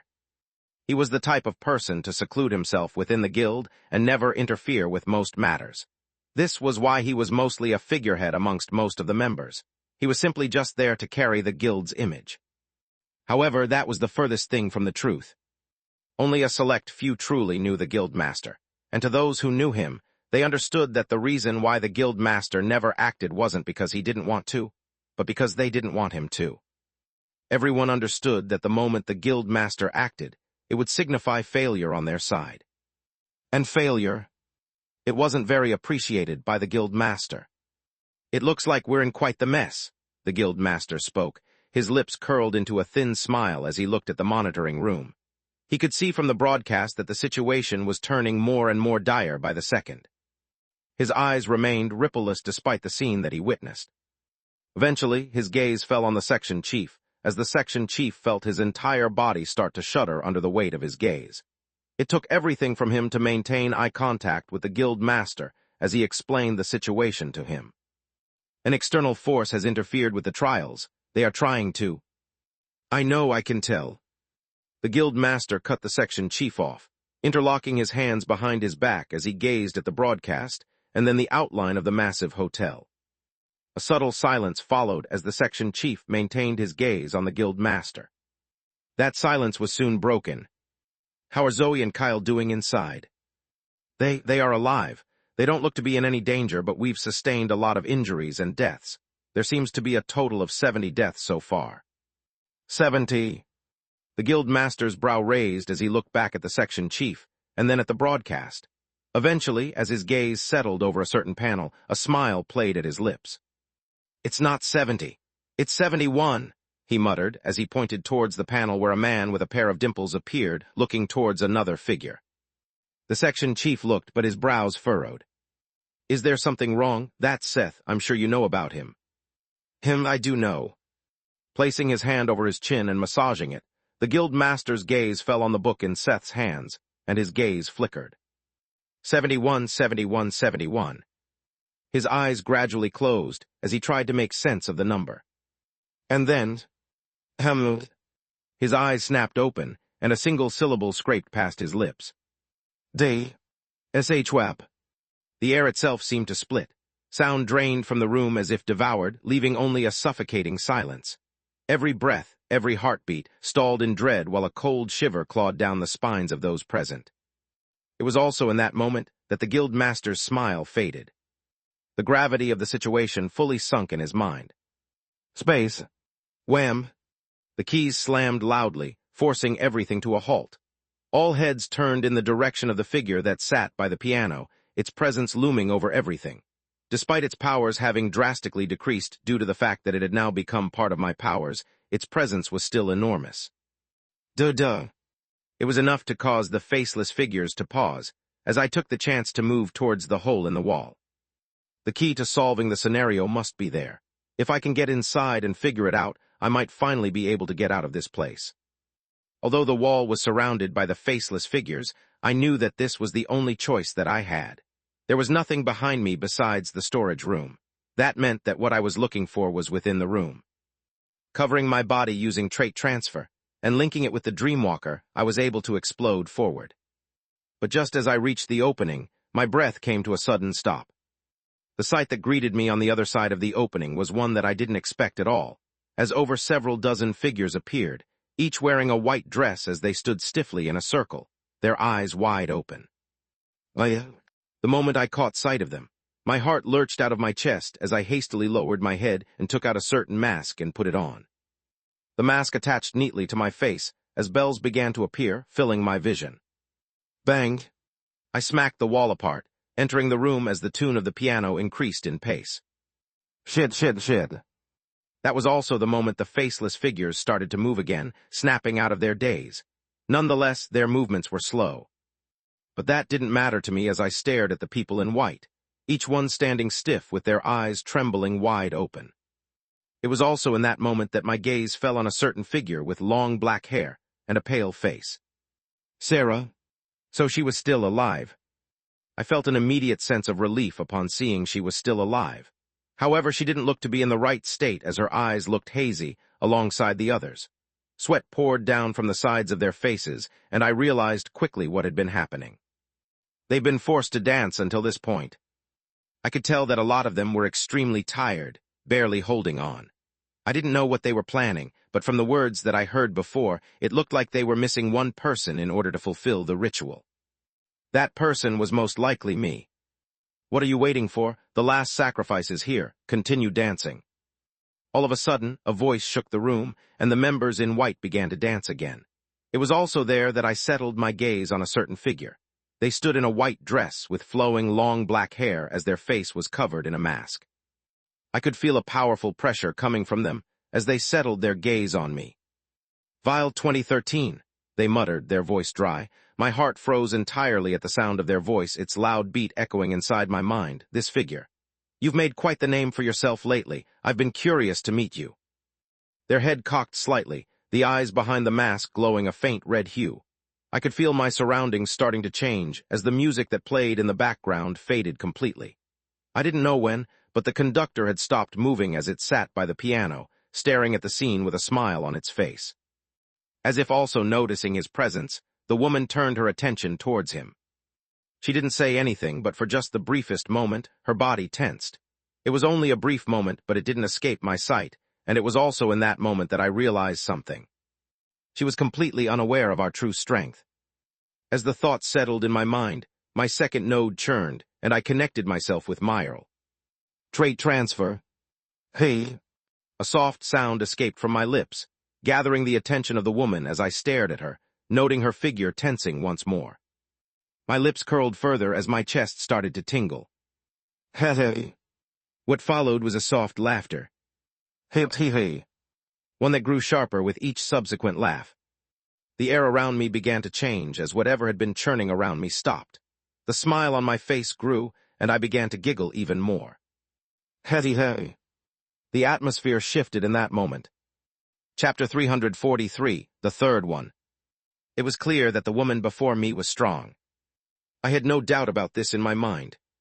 However, it was also true that she was wary of me and the conductor.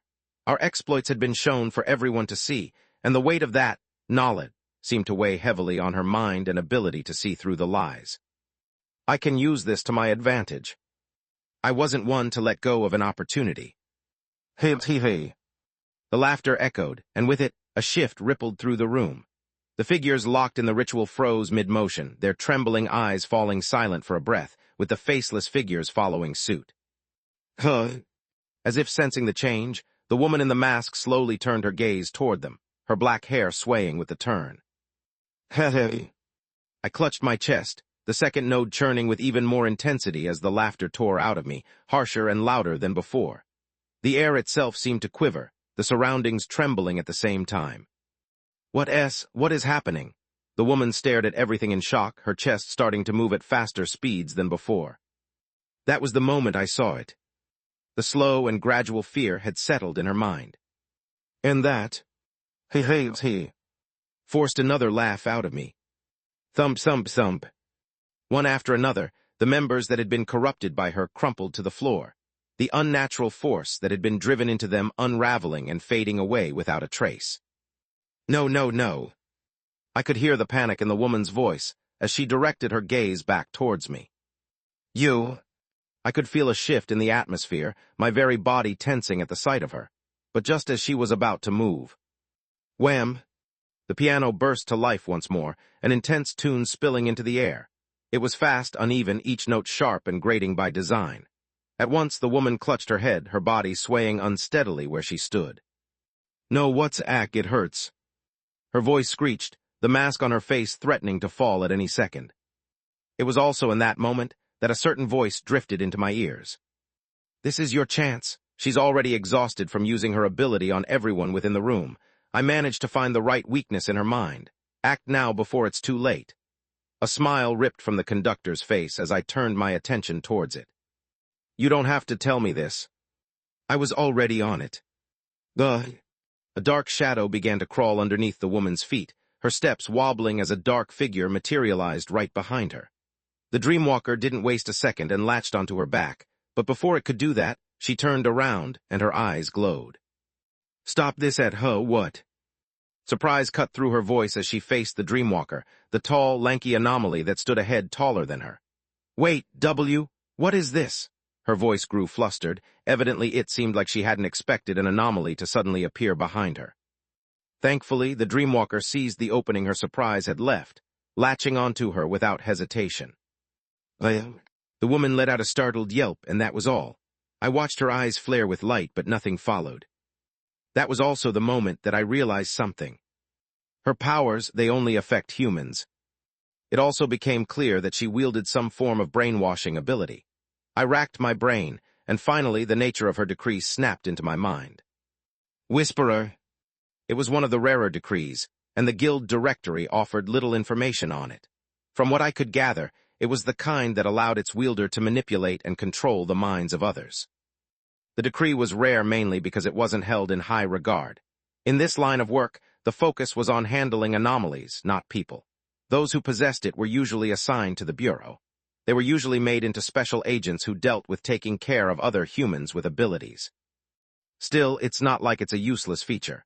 If it can turn everyone into a puppet, I'm sure it can also make them do things more efficiently. Whatever the case was, this worked out for me. With her thinking that I was an anomaly, and with her abilities not working on the Dreamwalker, she was essentially helpless, a regular human. It shouldn't be like this. She thrashed against the Dreamwalker's hold, her eyes snapping toward me. Her bloodshot eyes latched onto me, and I found myself growing tense. Oh no! My heart stilled for a moment, feeling my mind blanking out for a short moment, only to be shaken as a small figure appeared atop the piano, legs swinging, a soft giggle drifting through the air. The woman's head snapped toward Myrle as the giggle rang out. What? Another one! Just what in the world is happening? Her node stilled, and the dreamwalker tightened its hold, dragging her into a brutal chokehold. Look! Her eyes widened as strange sounds tore from her mouth, hands clutching the dreamwalker's forearms in a desperate bid for freedom. But, no matter how hard she fought, she could not break free. I wouldn't let her be free. Look. She started to choke, her struggles weakening with each passing second as the dreamwalker held her fast. Her arms and legs flailed wildly, but it was useless. The dreamwalker's strength was absolute. Eventually, thud. With a soft thud, she collapsed face-first onto the floor as the dreamwalker released her. The room froze, tense silence stretching over everything. I glanced left and right, eyes lingering on the faceless figures who had long ceased moving, then on the so-called sacrifices, my gaze settling on Sarah in particular. I sighed in relief once I saw that she was doing fine. Well, fine was a big word. Her face was pale and her eyes were still trembling. At least she doesn't look to be dead. That was all that mattered as I came to a stop and looked around. They were all looking at me. All eyes. They were on me. I shuddered for a brief moment. Somehow it always ends up like this. The only thing keeping me grounded was the mask clinging to my face, the bells jingling with each step as I approached the woman in the mask. I didn't know where she had come from, but instinct told me she was connected to the cult I had been hunting so desperately. In fact, she most likely had the answers that I wanted. If I can just use my third node on her. The issue was that the woman was no anomaly. I couldn't use the skill on her even if I wanted to. A real pity. The words came out of my mouth unconsciously, the faces of the people changing as some even began to shiver. I felt my lips twitch at the sight before I turned my attention back towards the woman, the slow sound of steps echoing as I neared her. If I'm not wrong, she's a person from the strange cult. She isn't the first person that I've seen from their side, but this is the first time I've seen someone with powers. I came to a stop right above her, lowering my body to reach for her mask. I was curious to see her real appearance. As my hand grasped the white mask on her face, I slowly began to pull the mask away from her face. The moment I did, I was shocked to see the color of her hair starting to change, turning from black to silver as her appearance was revealed to me a moment later. The moment it did, I grew breathless. Not because she was pretty, but because... How is this, that's... I knew her. Ariel Curzian. She, like Zoe and Miles, was another character from one of the games that I had made. Chapter 344, the third two. Ariel Curzian. She came from one of my earlier projects, Daylight Reckoning. While the graphics of the game weren't anything noteworthy, and back then I had only been part of the programming team, I could still recognize the character when I saw it. From her lustrous silver hair and striking features to the small mole resting beneath her eye, everything about her stood out. More than that, the abilities I had just witnessed matched what I knew from the game. She, too, had abilities that allowed her to control other characters. It was, in fact, one of the main selling points of the game. Yeah, there's no doubt in my mind that this is probably Ariel. Fuck. A sudden premonition gripped me as I stared at the woman before me. If it really was her, then I wanted no association with her. If Miles was a rat, then she was something far worse, a full-blown psychopath. In fact, I would even go as far as preferring the rat over her.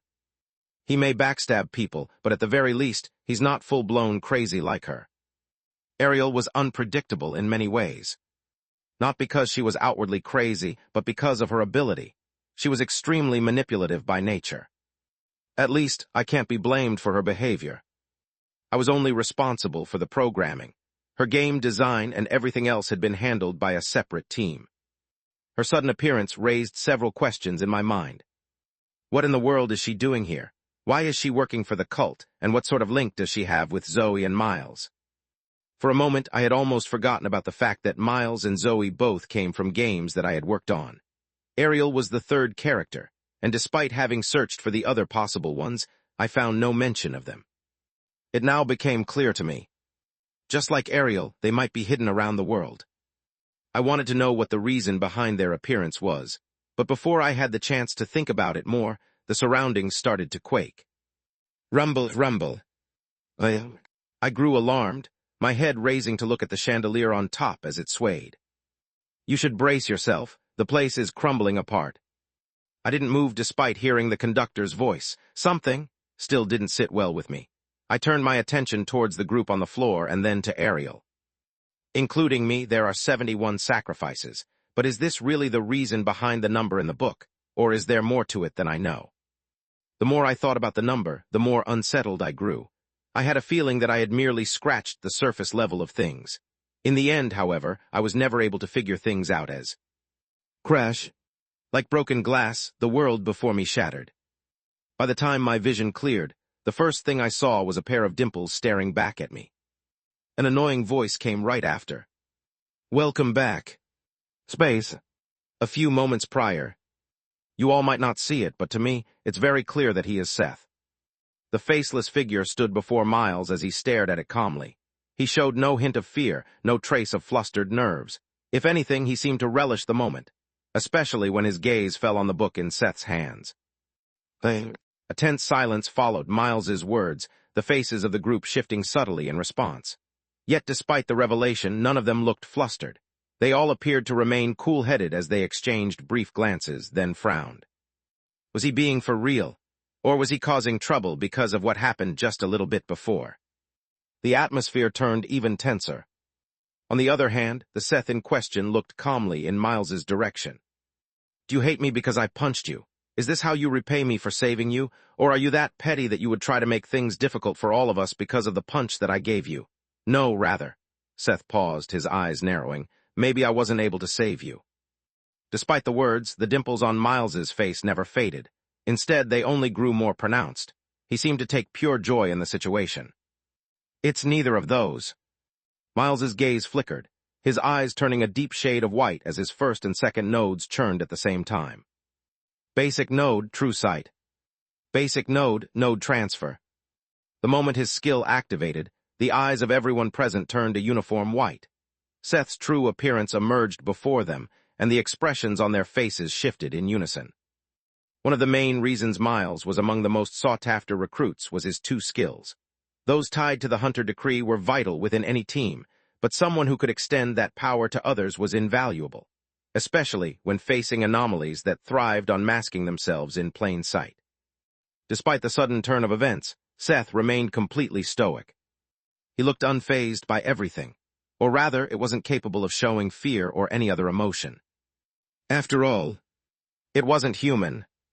Miles's gaze remained glued to the book in the anomaly's hands, his eyes narrowing at the sight of it. The more he looked at it, the more curious he became.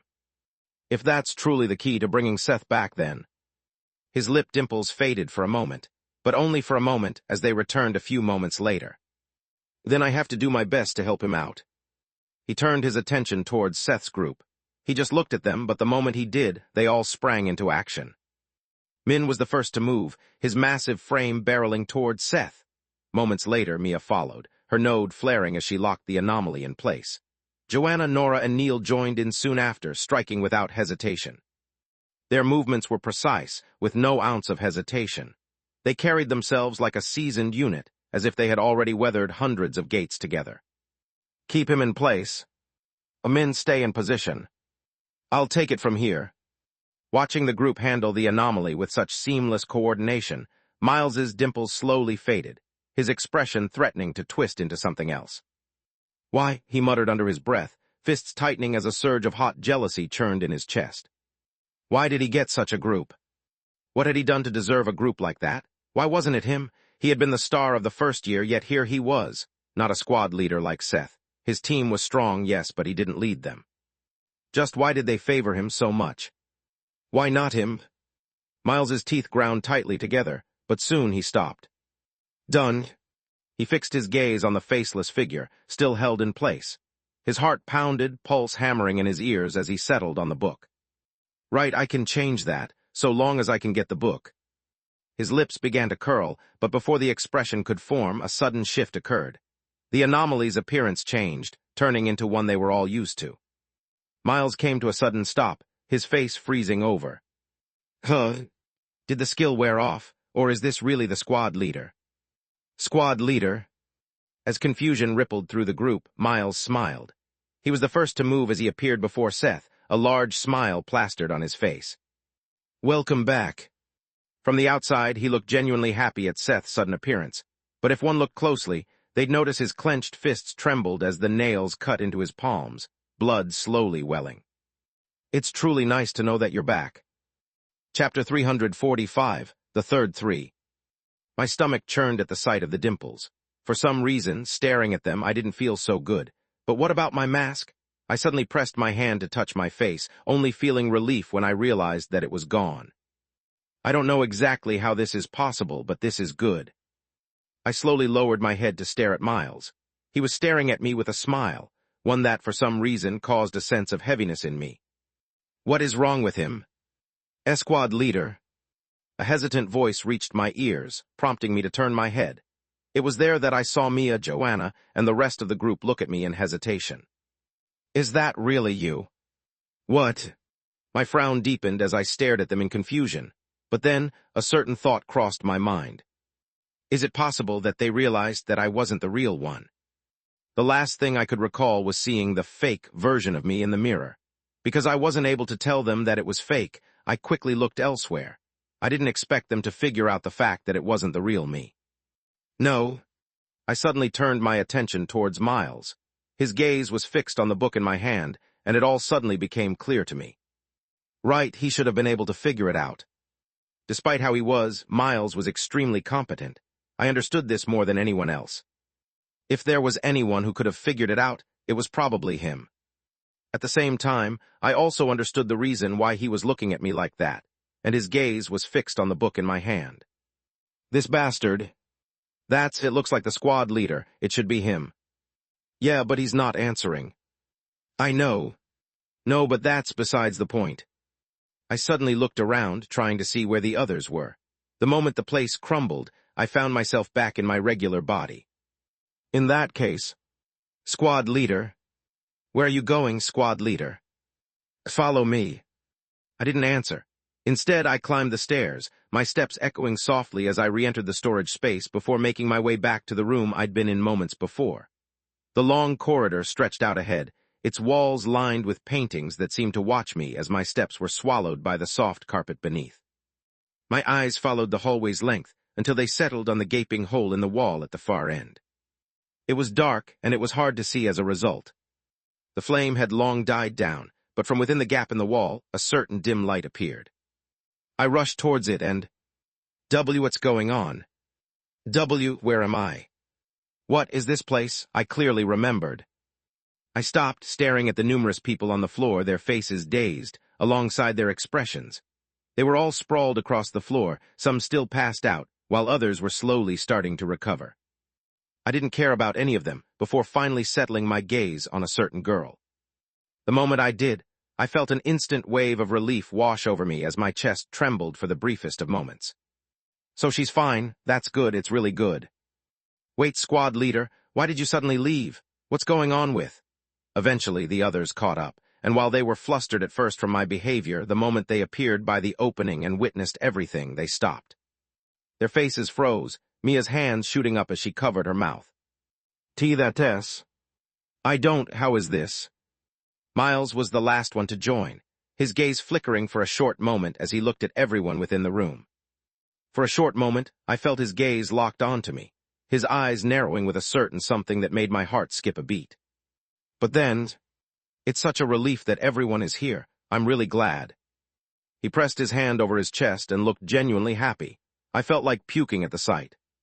Still, I didn't say anything, and instead focused my gaze elsewhere. Towards the silver-haired girl on the floor. Her body twitched after a short moment, and I knew in that moment that she was about to wake up. I didn't waste a single second and moved towards her. Tag-toe. My steps echoed loudly within the room, several eyes turning in my direction. Who is that? Hey, do you know what's going on? Aren't you? I ignored everyone and just approached Ariel as her eyes snapped open. I can't let her wake up. Who knew what she'd do if that were to happen, especially when there were so many people present in the room. I didn't hesitate. Wham! I kicked her in the head as hard as I could, knocking her out unconscious as the surroundings fell completely silent, all gazes locked on me. I didn't care for their looks and took out my sunglasses, scanning the surroundings to make sure there was nothing else present. The room chilled, and my skin started to prickle. Thankfully, I didn't feel any presence as none of the eyes that had been present before were present now. I sighed in relief. It's as I expected. The eyes probably belonged to all of the people that had been forced into that weird world within the mirror. The glasses had allowed me to catch a glimpse of that world, but not fully show it to me. All right, so long as everything is okay. Pulling the glasses away from my face, warmth finally returned. Not only that, the surroundings started to change as I felt something appear in my hand. When I looked down, I saw that it was several fragments, and it was in that moment that it fully settled in my mind. The scenario. It had been cleared. I felt a wave of relief wash over me as I slipped the glasses back into their case. But almost immediately, that relief was cut short. I could feel it, the weight of every gaze in the room. Their eyes shifted back and forth between me and the girl lying on the floor, their faces a mix of confusion and shock. Oh, despite my best efforts, my expression twitched. T-R-R-R, T-R-R-R. The twitching was only made worse by the buzzing of my phone as I turned my attention towards it. A certain stream caught my sight a moment later. T-R-R-R, T-R-R-R. If before I could barely hold my expression, it fully crumbled at this moment as I thought back to my actions. Specifically, the moment when I kicked Ariel in the head. I didn't see it wrong, right? He really kicked her. This guy, he's a total psychopath, isn't he? He's also been wearing sunglasses the entire time.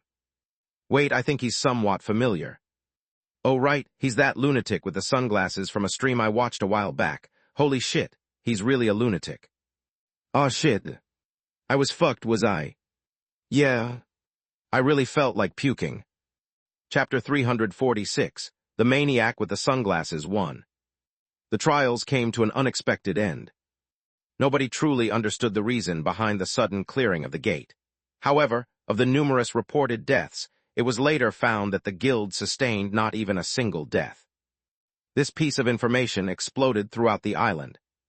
Breaking Severed Stars Guild trials gone wrong. Miraculously no deaths. Breaking a miracle for Severed Stars. Breaking skill or luck. How did Severed Stars manage to pull this off? One article after another was released. Be it social media or any news outlet, everyone began to talk about the incident, dubbing it the miracle of Hotel Claire. It was just unfortunate that the news soured not long after. Breaking a miracle. Reports suggest that while the recruits who have managed to come back from the dead may not exactly be in the best condition. Breaking 15 in critical condition. It became painfully clear that of all the people who had managed to come back from the dead, not everyone was able to fully recover. Beep beep. The pungent smell of alcohol lingered in the air. A constant beeping echoed within the white room. There are no abnormalities with her vitals, but her node shows signs of damage. A cold voice. We believe there may be fractures. I don't know how else to put it, but our recommendation is that she retire. Silence plunged across the room. Nobody spoke, every gaze drawn to the figure lying behind the glass panel, her skin pale, eyes shut, and chest rising faintly with each shallow breath. This can't, bud. She looked fine, how is this? The shock was plain in everyone's eyes. None of us had expected news like this. I had been there too, and only a short while ago she'd looked fine, calm even, before being taken from the guild for a simple checkup. But the situation is a lot more problematic than I previously anticipated. The initial diagnosis suggested that Sarah had sustained a fracture to her node as a result of what happened during the trials. This was a serious issue. I, of all people, was aware of the side effects that came with fractures. It was because I understood the severity of the issue that the weight of the situation pressed down on me more than anyone else. As far as things went, her career was practically over. That is, unless she does like team leader Soren, but she's too inexperienced to take over like her. Let's calm down for now. It's already a good thing that she's fine. That's what's most important. Thankfully, one person was able to remain cool-headed the entire time. Joanna looked at the group. The doctor mentioned there could be fractures, but nothing is certain yet. There's still a chance she might be fine. For now, let's just give her time to rest. Joanna's words helped cheer the group somewhat. You're right. So long as she's fine. Yeah, there's no guarantee that she won't make a full recovery. We should just be happy that she's not dead. I wasn't sure how to feel about the situation, but watching how well the group meshed together, A sense of gratification welled up in me. After all the games and dives they had gone through, it was clear they had managed to forge a strong bond with one another. At the same time, I thought back to our trial, and besides the incident with Sarah, they had all performed extremely well. They weren't perfect, but they were good. At the end of the day, this was to be expected. Even though we managed to clear a lot of gates, they were all low-ranked ones. The rank of the trial was a lot higher than we were used to. Still, we performed well. As far as I was concerned, at least. Because of the nature of the situation, the guild chose not to announce the scores of the squads that had participated. The moment the trial ended, they focused on checking the condition of the injured and immediately took Ariel away. The results would be revealed once everything was settled, including identifying those responsible for the entire mishap. I had a terrible feeling when thinking about it. There's a very good chance that it's the cult that I'm dealing with, but from what I know, only Ariel was found inside the gate. It almost felt like she had single-handedly caused the entire situation, but I knew it wasn't that simple. This was no simple incident. Squad leader. A voice pulled me out of my thoughts. When I turned my head, I saw Joanna watching me, her expression hesitant as if she was unsure whether to speak. I suddenly raised my brow. What is it? Joanna pursed her lips, looking extremely hesitant. Seeing her like this, I started to get an idea of what she wanted to talk about, and just as I was about to speak, she pointed towards the door. Is it okay with you if we talk about it in private? There's something I'd like to talk about. I paused, taking in her nervous, yet concerned expression as she subconsciously bit her lip. After a moment, I nodded. Sure. I moved towards the door. Let's do that. There were also a few things that I wanted to talk about. Space. A lock of silver hair swayed in the small room where a metal table sat under flickering lights. The air was stale, and aside from the soft sound of her breathing, a heavy silence pressed onto the room. Ariel's gaze stayed fixed on the door, her eyes and expression incredibly cold. From time to time, her expression flickered as a certain mask appeared in her vision. Each time it did, her chest rose and fell faster, and her eyes narrowed sharply. Eventually, however, clank, the door opened. A man walked in shortly after, his thin smile the thing that initially grabbed her attention. How are you doing? His voice was warm, and everything about him seemed friendly. And yet, Ariel felt every hair on her body rise as a suffocating pressure pressed down on her. So much so that she started to struggle to breathe. Why you? Ariel's eyes turned ferocious, her hands tightening into fists. There's no need to be scared. I'm not going to do you any harm.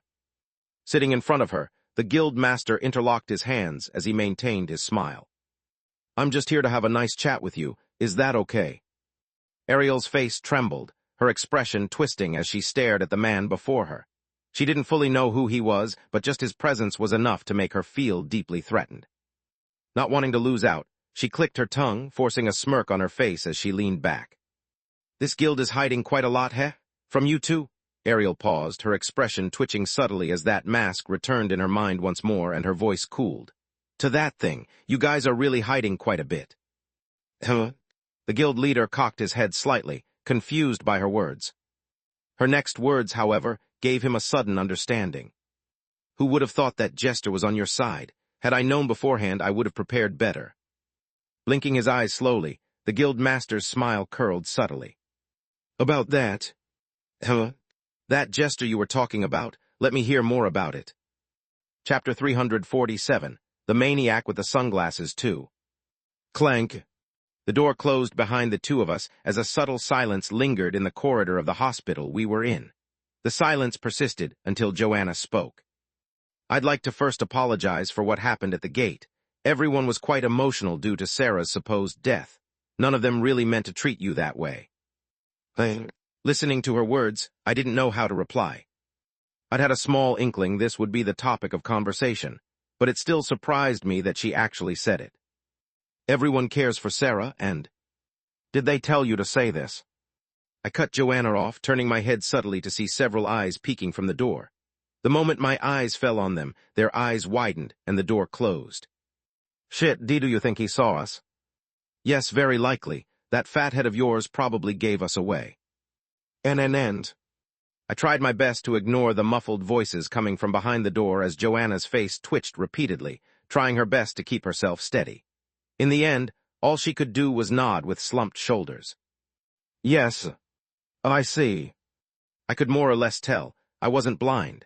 I saw each of them going to Joanna to speak to her from time to time while giving me strange glimpses. I didn't know when, but after some point, Joanna had become some sort of advocate for the group. Well, it's nice that they are doing this. I guess I should also apologize. Opening my mouth, I was just about to do that when I stopped. A certain thought occurred to me as I closed my eyes inside. What, is there something wrong? Misunderstanding my actions, Joanna grew slightly flustered, but none of it was her fault. The way I was acting had nothing to do with her. It was because of something else entirely. Yeah, I should take this chance to come clean. Lifting my head to stare at Joanna, I lifted my arm and pointed it right at my temple, or more specifically, where one of my nodes was. You see, I'm not much different than Sarah. Huh? At first, Joanna tilted her head in confusion, mumbling things like, "Not different from Sarah? What do you mean? That doesn't." Wait. Her eyes went wide as the realization sank in, her lips slowly parting in shock. Wait, don't tell me that. Yes. I nodded, tapping on my temple. I also have a fracture on my node. Joanna's eyes widened further, the noise behind me fading completely. I could see that the others had been listening, and the revelation had left them all speechless. I could also see why they'd all be shocked. After all, this was something that even the guild didn't know. This was the first time I was revealing this. That is why I don't use my powers. It's also the reason why I acted the way that I did during Sarah's moment. It wasn't because I didn't feel anything, but it's because I wasn't capable of feeling anything. As expected, Joanna reeled in complete shock, her eyes and mouth opening so wide it seemed they might tear from her face. From behind me came muffled sounds, the others failing to conceal their own astonishment. I took in their reactions. This was something I had been mulling over for quite some time, whether to reveal or not the fact that I had powers. Logically speaking, this isn't the smartest of moves. There's a chance that I might get outed as the jester if that happens, and that might directly cause me to die as a result. However, it also became clear to me that I couldn't keep acting without showing my powers. This was the perfect example. If not for the conductor, Myrle, and the Dreamwalker, I would have never have been able to come out on top. But that wasn't all. If I had a node, I'd at least be able to be more open about my desire to acquire fragments and the like. While I hadn't intended to reveal the full extent of my powers, I at least planned to reach a starting point. That being said, I need to find a way to make my nodes more noticeable.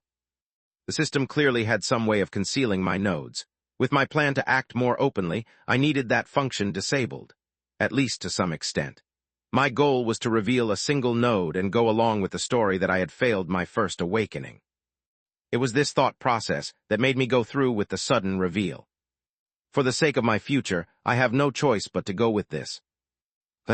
What followed was a slow and tense silence. And then, clank, the door burst open, figures rushing out all at once. Some had tears in their eyes, others wore expressions of regret. I was just about to open my mouth to tell them it was all fine when... Look, a large hand latched onto me. It was Min. Although he didn't say anything, he kept me rooted in place as his stoic face trembled. Sorry. Wah, a shrill cry followed from behind Min, Squad leader. I didn't know. I'm so sorry, you did so much for us, and yet. No, wait, you're getting your snot on my shirt. What? Mia latched onto my body. Despite her small frame, she was really strong. I was starting to feel suffocated. Okay, I get your message. Please get. I'm also sorry. Neil spoke, lifting his glasses as his hands also latched onto me. I didn't know. No, seriously. I turned my attention towards Nora, who had her lips pursed, her eyes falling to the floor and then to me. I quickly mouthed to her, "Help me out." Nora's face stiffened for a moment, her gaze falling on the numerous people latched onto me. And just as I thought she was going to help me, a smile suddenly manifested on her face. Sniff. Sniff, sniff. She walked ahead, opening her arms. Squad leader. The weight pressed on me suddenly increased. I am also sorry. This bitch. In the end, the only thing I could do was turn my attention towards Joanna. As the most sensible one, she could deaf. What are you doing? I looked at the last person who had joined the group, my heart freezing with coldness. Team bonding, squad leader, team bonding. Like Mia said, you do a lot for us. It's time we repay that favor. Repay me by getting them off of me. But where would be the fun in that? No, what fun? Why am I the one suffering when you're trying to repay that favor? Tough luck. Just as she said this, she made sure to squeeze tightly, forcing the air out of my lungs. Despite her thin figure, she had a lot of strength. Felt like I was getting squeezed into a pulp. Thank you for everything that you do for us, squad leader. My ears tingled as Jonah whispered from my right. We love and appreciate everything that you do for us. Added Nora from the left. Damn it, just wait until I get out of this. No, but seriously, squad leader, we really are thankful for what you do for us. Yeah, besides everything else that Mia said, we all are very grateful for you. Is that so? So why aren't you letting go? Yeah, we're very grateful for you. Okay. If you really are grateful, stop whispering in my ears. I could feel their breath in my ears, and I couldn't stop getting shivers. Fucking chills. Once again trying to peel Mia off of me, I suddenly stopped. Scanning the faces of everyone surrounding me, I noticed that despite all the teasing, their expressions revealed genuine sincerity in every word they uttered. Their smiles were nothing like the fake smiles that I was used to seeing. They were smiles of genuine appreciation and hope for the future that was to come. I didn't have it in me to get them off of me. I guess there was nothing wrong with me sacrificing my body to comfort them. At that, I lowered my hand and let them continue hugging me from all sides. For what was to come, this little sacrifice was nothing. You could say that I, too, held some expectations for the future that was to come. Space. What the fuck am I seeing? Not far from the group, a certain duo stood watching from a distance. Kyle's mouth hung open as he took in the sight of Seth struggling under the group's assault. To him, it was almost amusing. He didn't manage to get a glimpse of what happened that led to this moment, but whatever it was, he found it incredibly amusing. Keck, what the hell happened over there for everyone to latch onto Sethlick? Kyle's words faltered as his gaze shifted to Zoe, noticing her expression was unlike her usual one as she stared at Seth in the distance. Unlike him, she had been peeking at them way earlier. Did she perhaps hear the conversation? Blinking in confusion, the only thing Kyle managed to catch from her lips was a faint whisper. Did I misunderstand him back then? Did he? Kyle's expression turned even stranger as he looked at her. Are you okay? Snapping out of it, Zoe looked at Kyle. Her lips parted a moment later. Yes, I'm fine, She paused, turning her attention back towards the distant group. No, never mind. I was just a little taken aback by what was happening. I'm also tired from everything. Right. That made sense. Let's go report to the section chief then. The faster we get this done, the faster we can rest. You're right. The two turned away from the scene, going in the opposite direction. At the same time, enough, I really can't breathe anymore. Chapter 348, The Maniac with the Sunglasses 3. I was eventually able to free myself from the clutches of everyone present. Look. I gripped my collar, leaning against the side of the corridor for support. I couldn't see my reflection in the mirror, but I didn't need to. I could feel how much of a disheveled mess I must have looked.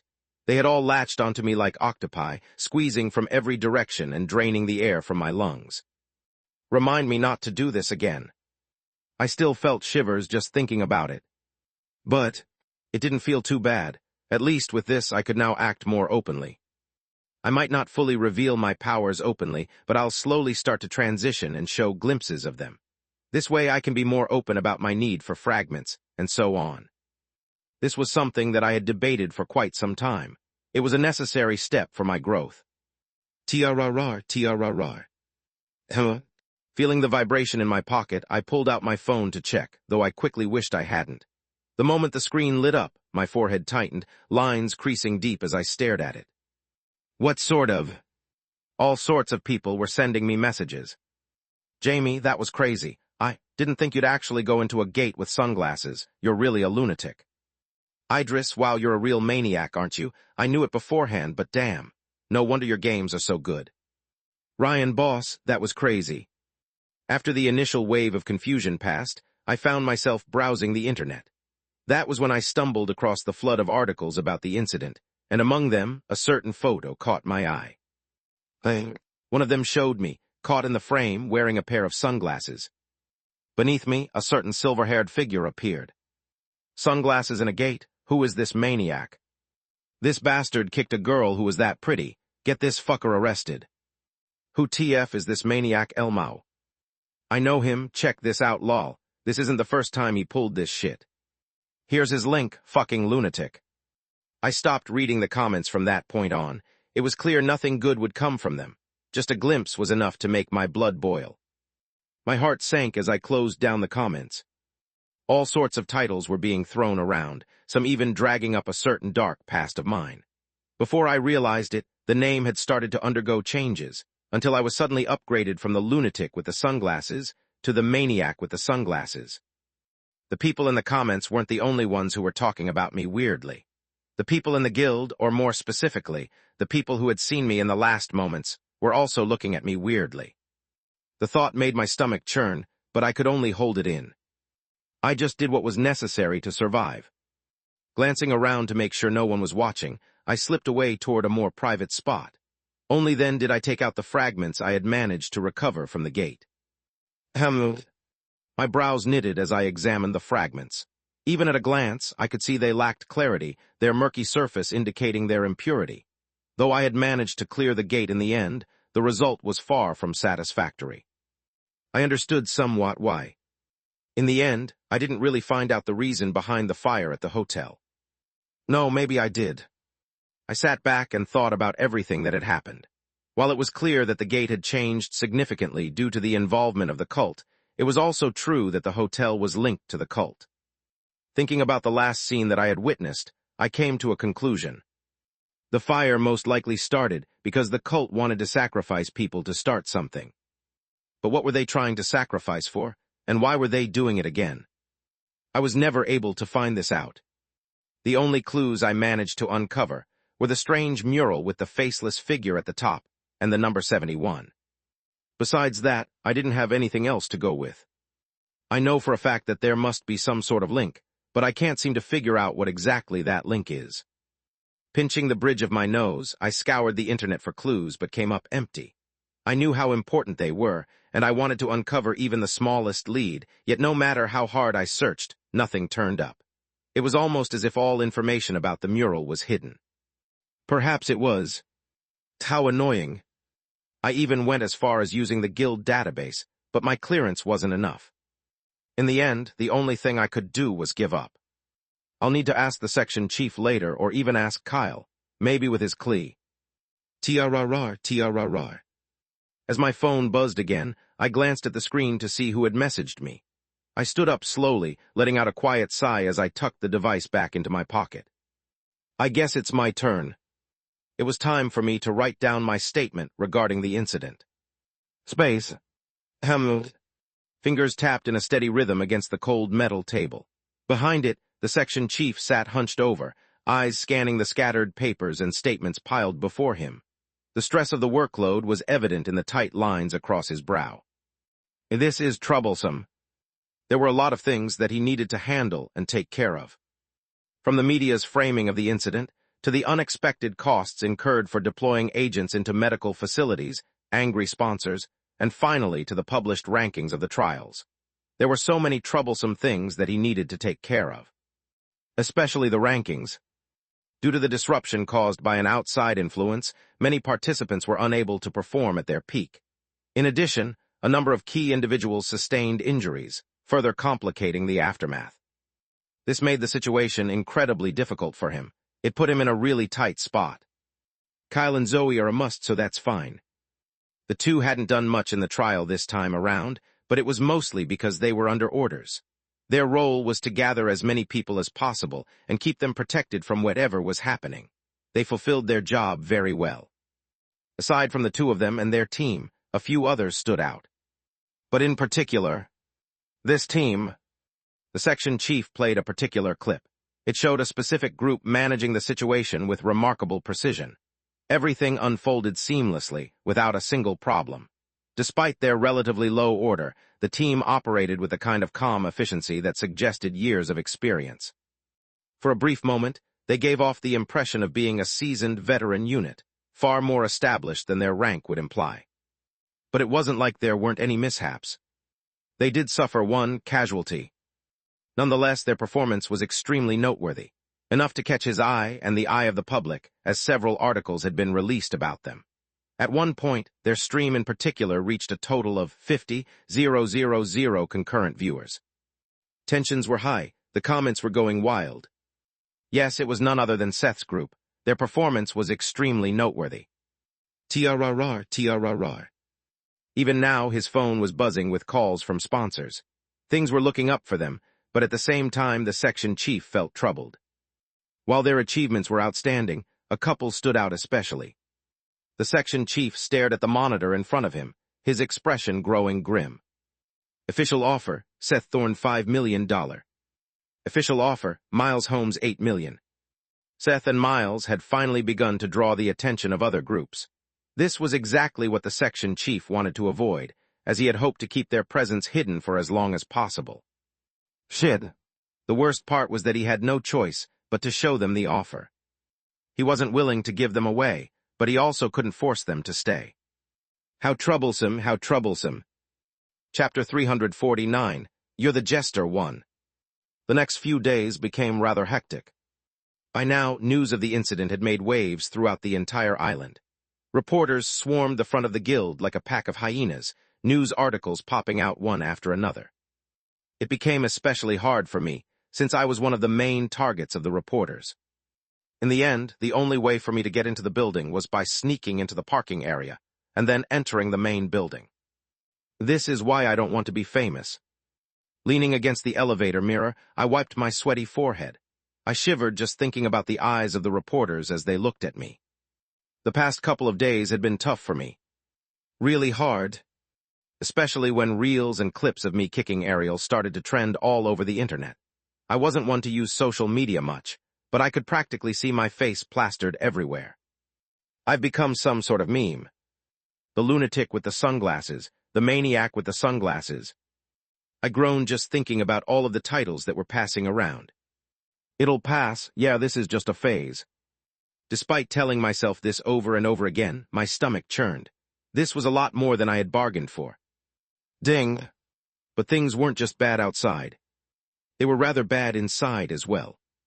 The moment I stepped out of the elevator and the other guild members took a look at me, they paused, whispers starting to fill the place.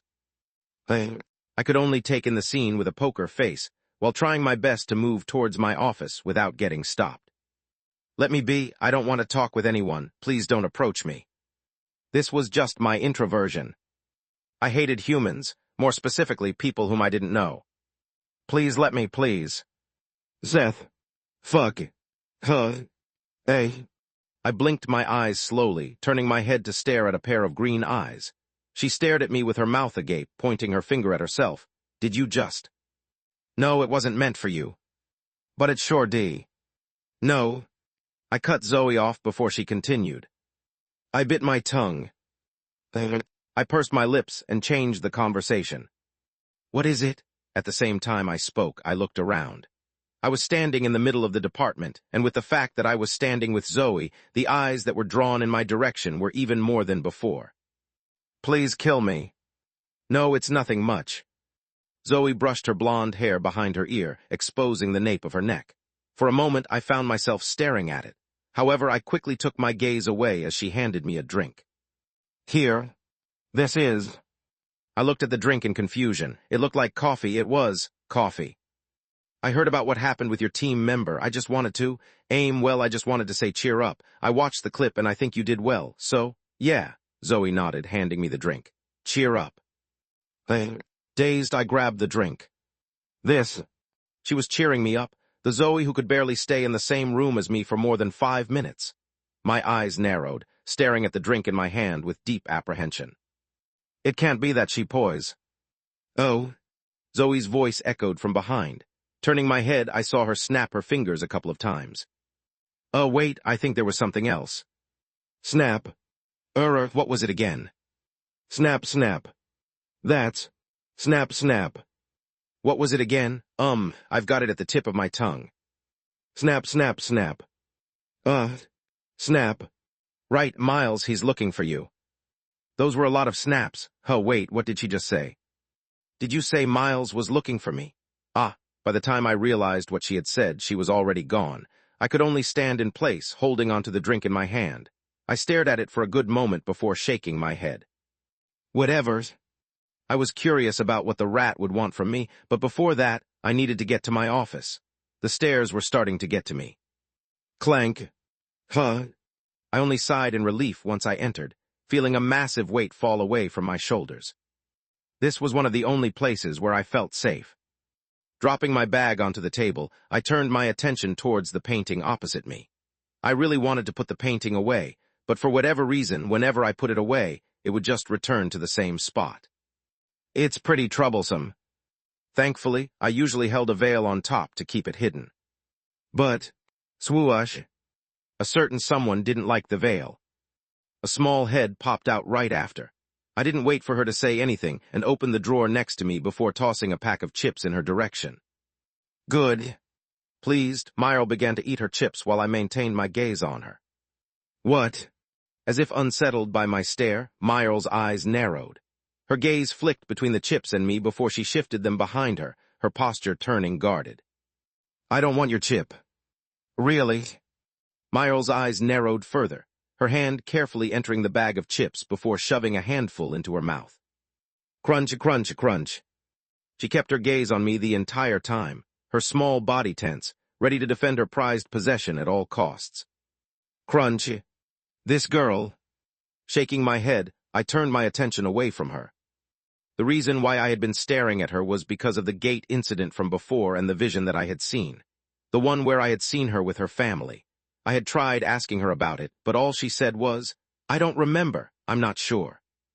It made me start to question the entire situation. I knew that her parents were involved with the cult, but was the hotel the reason why they had joined the cult? In that case, was that past that I saw the moment they became trapped by the cult and forced them to do the things that they did to Myral? I really wanted to use my third note on her, but just barely held myself back. I needed to ask her permission before doing that. I could just imagine. To talk. A sudden knocking sound brought me away from my thoughts. Turning my attention towards the door, I saw it open before my very eyes as an all-too-familiar bowl cut entered my vision. My mood immediately soured as the rat entered, quietly scanning the room before closing the door behind him. He wore a black turtleneck beneath a gray coat, paired with brown pants that balanced the look. He seems to have just arrived at the guild. My eyes narrowed as I looked at him, but I managed to retain my cool as he pointed at the seat opposite me. Is it okay if I sit? No, get out. Do as you please.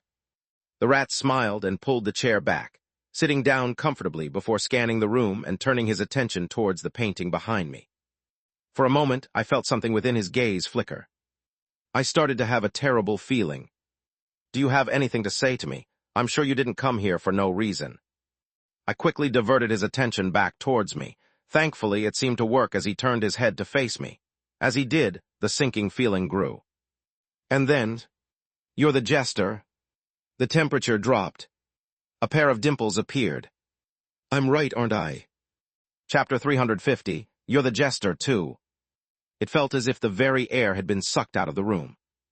I froze on the spot, unable to react at all as the pair of dimples before me grew even more pronounced. Miles's gaze changed as he stared at me. It was almost as if he was taking amusement in the situation. As if he was some sort of predator that had just caught its prey. Why aren't you saying anything? Don't tell me that. You're speaking nonsense. Snapping out of it, I leaned back on my chair while looking at the rat with the same poker face I had worn from the start. While my inner emotions were in turmoil, I was still able to maintain my poker face. Good thing for all of the scenarios that I've gone through. Had it been the me of the past, there'd have been a good chance I'd have given it away with my expression. But even so, you think I'm the jester, that anomaly? I purposely furrowed my brows while staring at the rat. Despite my best attempt at trying to look calm, I was still unable to calm my inner turmoil as the loud and rhythmic beat of my heart echoed loudly within my chest. Bah thump, bah thump. It was so loud that my entire body tensed, worried that the rat would pick up on the sound. Unfortunately, it almost did seem like he could pick up on it, as the dimples on his face grew even more pronounced. You're right, it's absurd to think that a person is the jester, the rat chuckled, lightening his tone. After all, the jester is an anomaly that appeared within an ranked gate. It also managed to do quite a lot of harm to some powerful members. There's no way someone like you can be the jester, right? Last I recall, you're just a regular human. I didn't answer, feeling the rhythmic thumping of my own heart beating louder than ever. The rat's words made sense. It was the main thing I had banked on in order to avoid all suspicion, but what if? What if the rat had figured something out? It's not like it's impossible. Given everything that has happened, I know there's a chance he might pick something up. Is it possible that he saw something during the time I was in the mirror world? My chest tightened. The rhythmic thumping inside of my chest grew faster, the muscles inside my body tensing more than ever as I tried my best to look as calm as possible. Staring at the rat, I took a slow breath before opening my mouth. Where are you getting at? The rat smiled. He was really enjoying the situation. Logically speaking, it makes no sense for you to be the jester. However, if you analyze things closely, you realize that there are a lot of things that don't make sense. Like the fact that the jester only acts when someone within our guild is involved. From the first gate that Senior Clara went through, to the one in the museum, to the hourglass gate, and to the trials. Notice how he's always involved in a gate revolving around the guild. Not only that, but at the same time he first appeared was also the moment you appeared. I could hardly concentrate. From the constant and loud beat of my heart, to the faint shivers that I felt running down the back of my spine. I couldn't argue at all. There's also the fact that whenever the jester appears, the rank of a gate increases. In the case of the trials, we both know the situation changed because of the interference of a third party, but that doesn't change the fact that the rank of the gate increased. For a moment, just a split second, I almost felt the poker face that I was trying so hard to maintain nearly crumble. It took every last bit of my willpower to maintain it as the rat continued, seemingly enjoying the situation as I clenched my fists tightly under the desk. This was also true. It's interesting, right? This is something that we all learned, and the rat looked at me, the dimples on his cheek fading slightly. It turns out that you encountered an incident with a gate within the guild where the rank increased. The rat laughed. Of course, it was just an incident, and apart from that, you didn't have any more incidents. Right. I had another strong alibi for this point as well. Thanks to the doppelganger, I was able to cast away a lot of the potential doubts. But even now, I was still unsure of the full mechanism of the gate increase. There existed certain occasions where it didn't trigger. Yeah, this makes the case better for me. For just a moment, I started to feel better. Maybe he didn't have. Of course, I'm sure you're very much aware of the fact that the jester appeared in the same gate that the two of us were in during the trials. But you know what's the most amusing thing about the situation? The dimples on the rat's face grew more pronounced, his expression causing my heart to tighten for the briefest of moments. The moment you disappeared was also the moment that the jester appeared. The moment you came back was also the moment the jester disappeared. I felt the very air get sucked away from my lungs. But you know what's even better?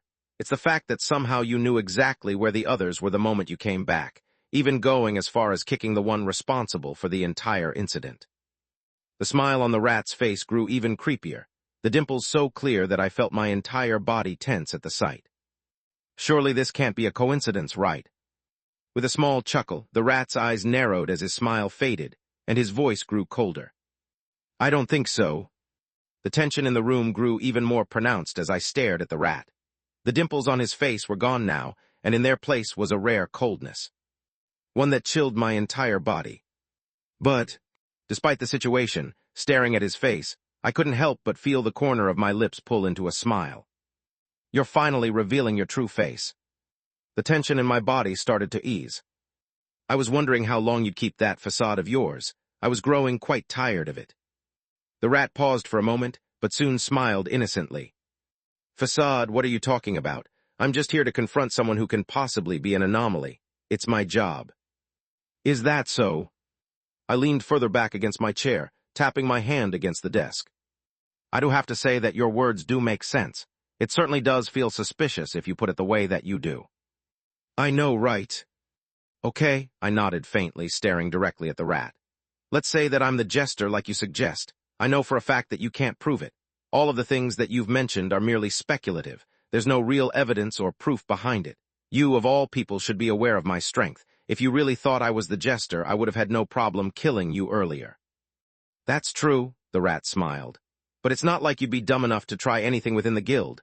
I can't prove that you're the jester, but I can mention it. In fact, I'm sure you're aware that I'm probably not the only one who figured out this much. Nobody in this guild is stupid. I'm sure everyone has some sort of idea." My heart tightened at the thought. Indeed, if he put it that way, he had a point. I also believed the guild wasn't stupid enough to not see the things that the rat could see. They may not have done anything yet, but the cracks were starting to show. It was starting to become incredibly difficult to keep my expression firm.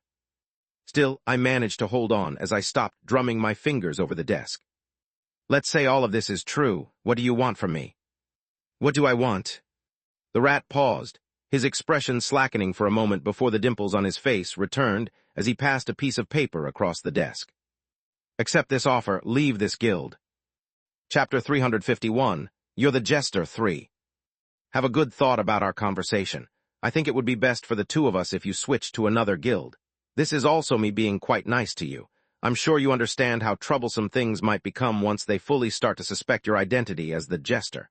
In a way, you can say that I'm helping you. The rat pointed at the papers in front of me before standing up.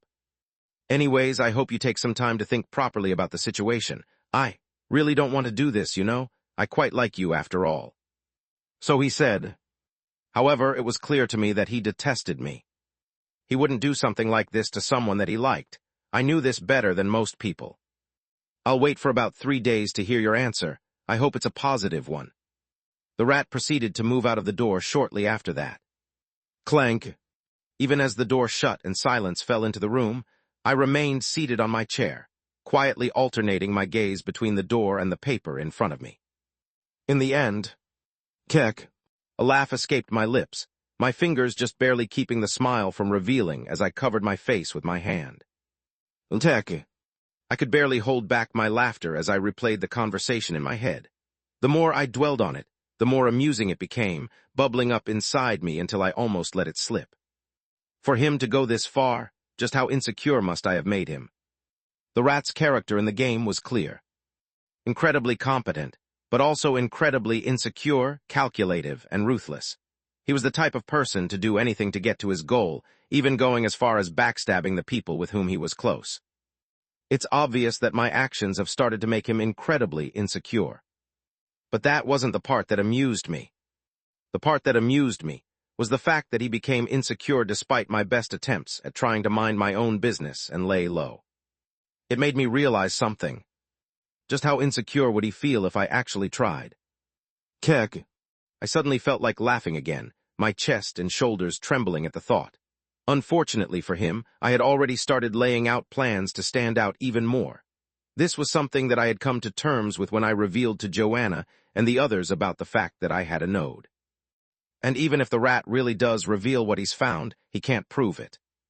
That being said, he was right about it making things more troublesome for me. I was aware of the fact that everyone in the guild was quite smart. It wouldn't take a rocket scientist to put the pieces together. I needed to quickly think of ways to escape this dilemma. But how? How was I going to do that? I narrowed my eyes, racking my brain on the matter. However, regardless of how much I tried to think about it, I couldn't come up with anything. Drumming my fingers over the table, I ended up taking out a certain compass. Maybe this can help. The description stated that it would lead me to the thing that I desired most. As of right now, the thing that I desired the most was finding a way to deal with the current situation. Hopefully I can get something. The hope was there, but the result was, the moment I activated my node and tried to activate the compass, it began to spin rapidly in all directions. Even after several minutes had passed, the compass never came to a stop. It continued to spin, and that was when I realized that it couldn't find a solution. That's annoying. Unable to hide my disappointment, I turned my attention towards the offer presented on my table. Oh, I see, so he went behind my back to talk to that guy. This offer was from the same guild that Hermes came from.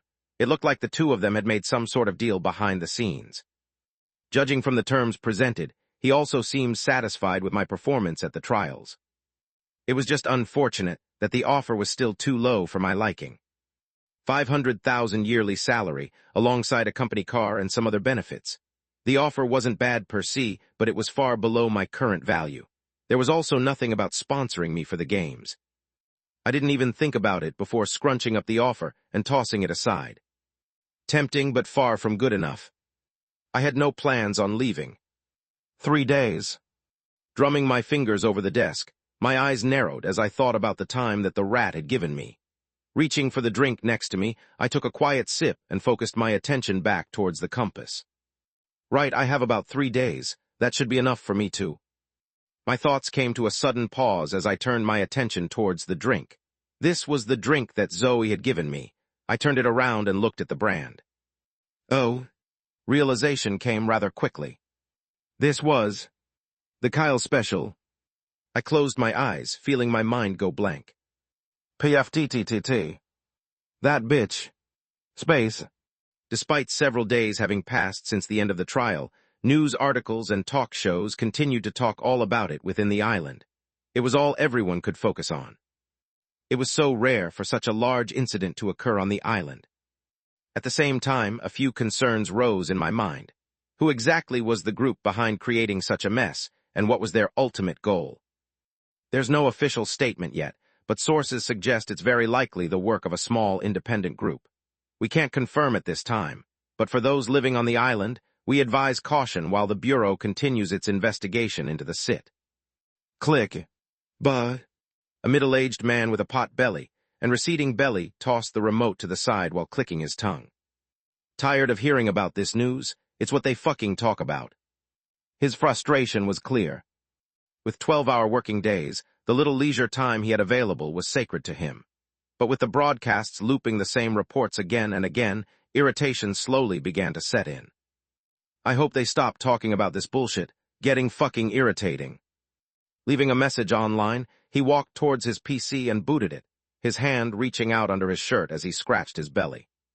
Let's see. The moment he booted his laptop, he opened Dock and browsed through the games. I've already played this, mid. This one is also mid. Mid. He scrolled through all of the recommendations with a drowsy look, and just as he was about to get bored with that too, he paused. A certain game caught his interest. Oh shit. The game appeared to be trending too. Oh wait.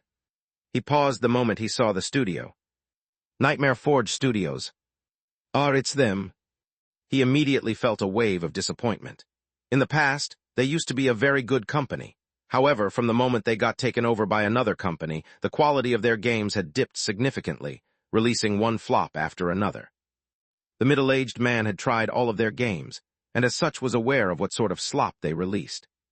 It was also a horror. He didn't quite like horror. I guess I'll skip this. Just as he thought about skipping the game, his gaze fell on the review sections. Overwhelmingly positive. His brows shot up the moment he caught sight of the ratings. His surprise only increased when he realized that the number of ratings was over 1,000. This game, it's good. For the briefest of moments, the middle-aged man thought that to be the case. But soon, no, I doubt it. He quickly shook his head. I bet it's just bots. This wasn't an uncommon strategy employed by big companies. Yeah, it has to be that. Despite coming to this conclusion, he still ended up downloading the game. The curiosity got to him, and as he booted the game up and stared at the screen, he cracked his fingers. This should be easy. He smiled, turning on his camera to catch his reaction. I'll clear this in no time and expose those bots. Cackling, the middle-aged man began to play the game. But, not even a few minutes in, and the smile was completely gone from his face. 5 minutes in. Kahuiza. A scream ripped through his throat. That moment was the start of a chain reaction. A new horror game began to trend on that day. Chapter 352, Explosive Game 1. Puff. Smoke drifted in the air. Miles quietly stared at the floating smoke while holding his phone next to his right ear, the dimples on his face extremely clear. Yes, I have presented him with the offer. I think he should accept it without any problems. The terms were quite generous, enough to make me feel jealous myself. Is that so? Then why don't you? No, I'm sorry, I can't accept the offer. Miles replied, his tone softening a little. I'm happy where I'm at, and I've got something that I want to achieve here. The line fell silent a moment later. But then a soft chuckle filled the line. Well, I guess that's that. I won't force you. I'm already quite satisfied with what I've got. Thank you. Miles smiled faintly, taking another drag from the cigarette in his hand. His gaze followed the cars moving along the road in front of the guild as he leaned back against the building, eyes steady and expression calm as he took it all in. I hope to receive a good answer in the next couple of days. Once again, I appreciate your help. Please don't mention it. I'm always happy to help. I'll remember that. I hope to talk to you again someday. Likewise. The call ended on good terms. Puff. With another drag of the cigarette, Miles slipped his phone back into his pocket and kept his gaze focused on the cars that passed. A soft smile tugged at his lips, dimples showing clear as day. But gradually the smile faded, and his gaze hardened, turning cold. As it did, he mumbled, I really do hope everything goes well. He flicked his cigarette away, turning his attention back towards the guild entrance. I wouldn't want to take drastic measures. After all, he did quite like Seth. But it was just unfortunate that the two couldn't coexist. He had something to achieve, and in order to do that, he needed to be the best. He couldn't be the best if he existed. Space. I didn't wake up in the best of moods. Rather, I woke up feeling like shit. My mood was perfectly mirrored in my energy level, and I could barely get through my morning routine. Everything I did felt half-assed, like I was just going through the motions without really caring. I have just 2 days left to find a solution to this problem. I had spent the entire night racking my brain, but no matter how hard I tried, I came up empty. Lowering my gaze to the compass in my hands, I let out a quiet sigh. Still spinning, I guess this won't be any help for now. My heart sank, though I hadn't held much hope to begin with. The problem wasn't a simple one. Right, this is also troublesome. The number of reporters gathered at the guild's entrance hadn't lessened. In fact, it had only grown. With no other choice, I took the long way around through the car park. Taking the elevator, I went to the lowest floor. Ding! The moment the doors opened, I was greeted by a small crowd. For a moment, my heart stopped. Wait, don't tell me. Biting my lips, I felt my entire body tense as I walked closer to the crowd. Some people noticed me, but didn't pay much attention to me as they turned their attention away from me shortly after. I sighed in relief once I saw this. So I guess nothing happened. I walked towards the main area where I spotted several cubicles surrounded by certain groups. Looking around, I eventually spotted the area with the people I was most familiar with and walked up to them. What's going on here? They all seemed deeply absorbed in their work, but my attention settled on Zoe. She appeared to be at the center of the group's focus, her gaze locked on the monitor in front of her. A strange device clung to her ear, looping around it before moving down along her chin like some sort of microphone. What the hell is that? That was the first time I had ever seen something like that. It took me a little by surprise, but before I could voice out my confusion, Kyle stopped me, pressing his finger over his mouth as he gestured for me to be quiet. I was even more confused now. Just what was he so foku? Shit. Bang. A hand slammed down on the desk as the keyboard on Zoe's desk flipped, and she stood up from her seat. Fuck. She started to curse all of a sudden, pulling the device from her ear as she glared at the monitor in front of her. Fucking shit. She looked to be properly raging. I was even more stunned by the sight as she bit onto her fist and sat back down on the chair. Drumming her fingers over the desk, she looked back in our direction, finally taking notice of me.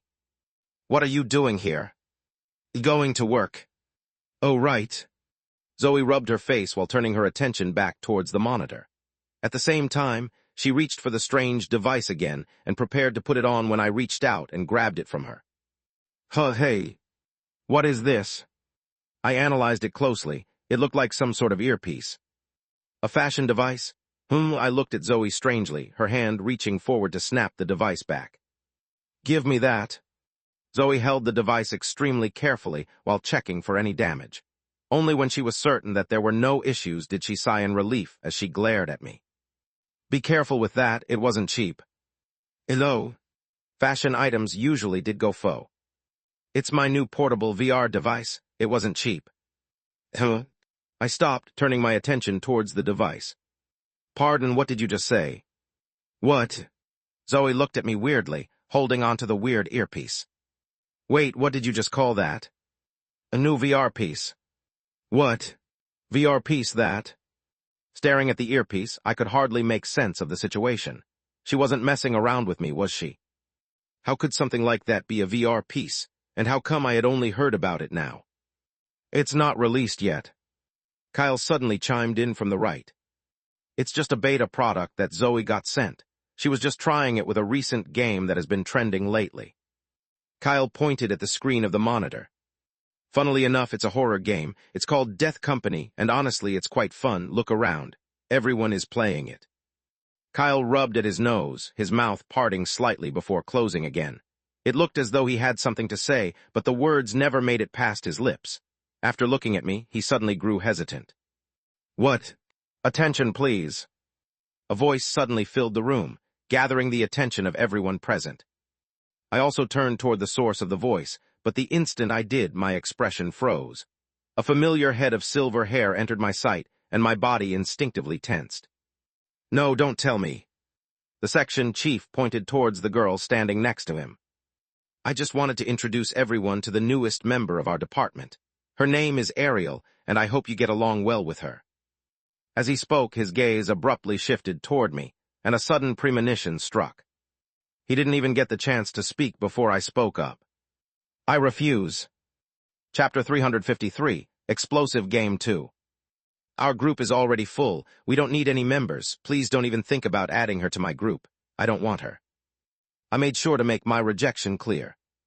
There was no way I was going to let Ariel anywhere near my group or me. Let alone the fact that I had kicked her in the head and knocked her unconscious. She was batshit crazy. I knew this better than anyone else. And isn't she literally a part of the cult? What the hell is going on here? Okay, Seth, calm down, let me explain. The section chief did his best to de-escalate the situation, but I wasn't having any of it. There were moments when one had to yield, and moments when one had to stand one's ground. This was one of the latter. Not this psychopath, everyone but this fucking psychopath. My firm rejection immediately drew the attention of everyone in the room. The section chief ran a hand through his hair, his expression clearly troubled. I don't think I can handle another member. Thank you for the thought, but no, she's also stronger than me. And wasn't she part of the cult? Why would I want her? No, did I say no? Because I want to make sure you heard me say no. This was probably the first time I had spoken so fast and so eloquently in front of a lot of people. The reaction coming from the people around me also served to highlight this. They all looked stunned, but this has to be done. She was the last person that I wanted to be paired up with. Neent. I even went as far as speaking another language. I'll quit the guild. All right. The section chief waved his hand, evidently feeling a massive headache as he stopped me from speaking further. I get you don't want her as your team member. I got your message. You don't have to repeat it so often. My eyes narrowed as I stared at the section chief. Then, good. I patted my hands in satisfaction. The surroundings grew quiet as I did, several pairs of eyes settling on me, but I paid them no mind. Their opinions didn't matter. What mattered was keeping her off my team, and I was desperate enough to do anything to make sure of it. Now then, I turned around and prepared to leave. But of course, things weren't going to go so smoothly. Hold on. The section chief's voice stopped me dead in my tracks, a sinking feeling reaching the pits of my stomach. As if reading my thoughts, the section chief raised his hand to stop me. Don't worry, I understand your message. Just come with me for now.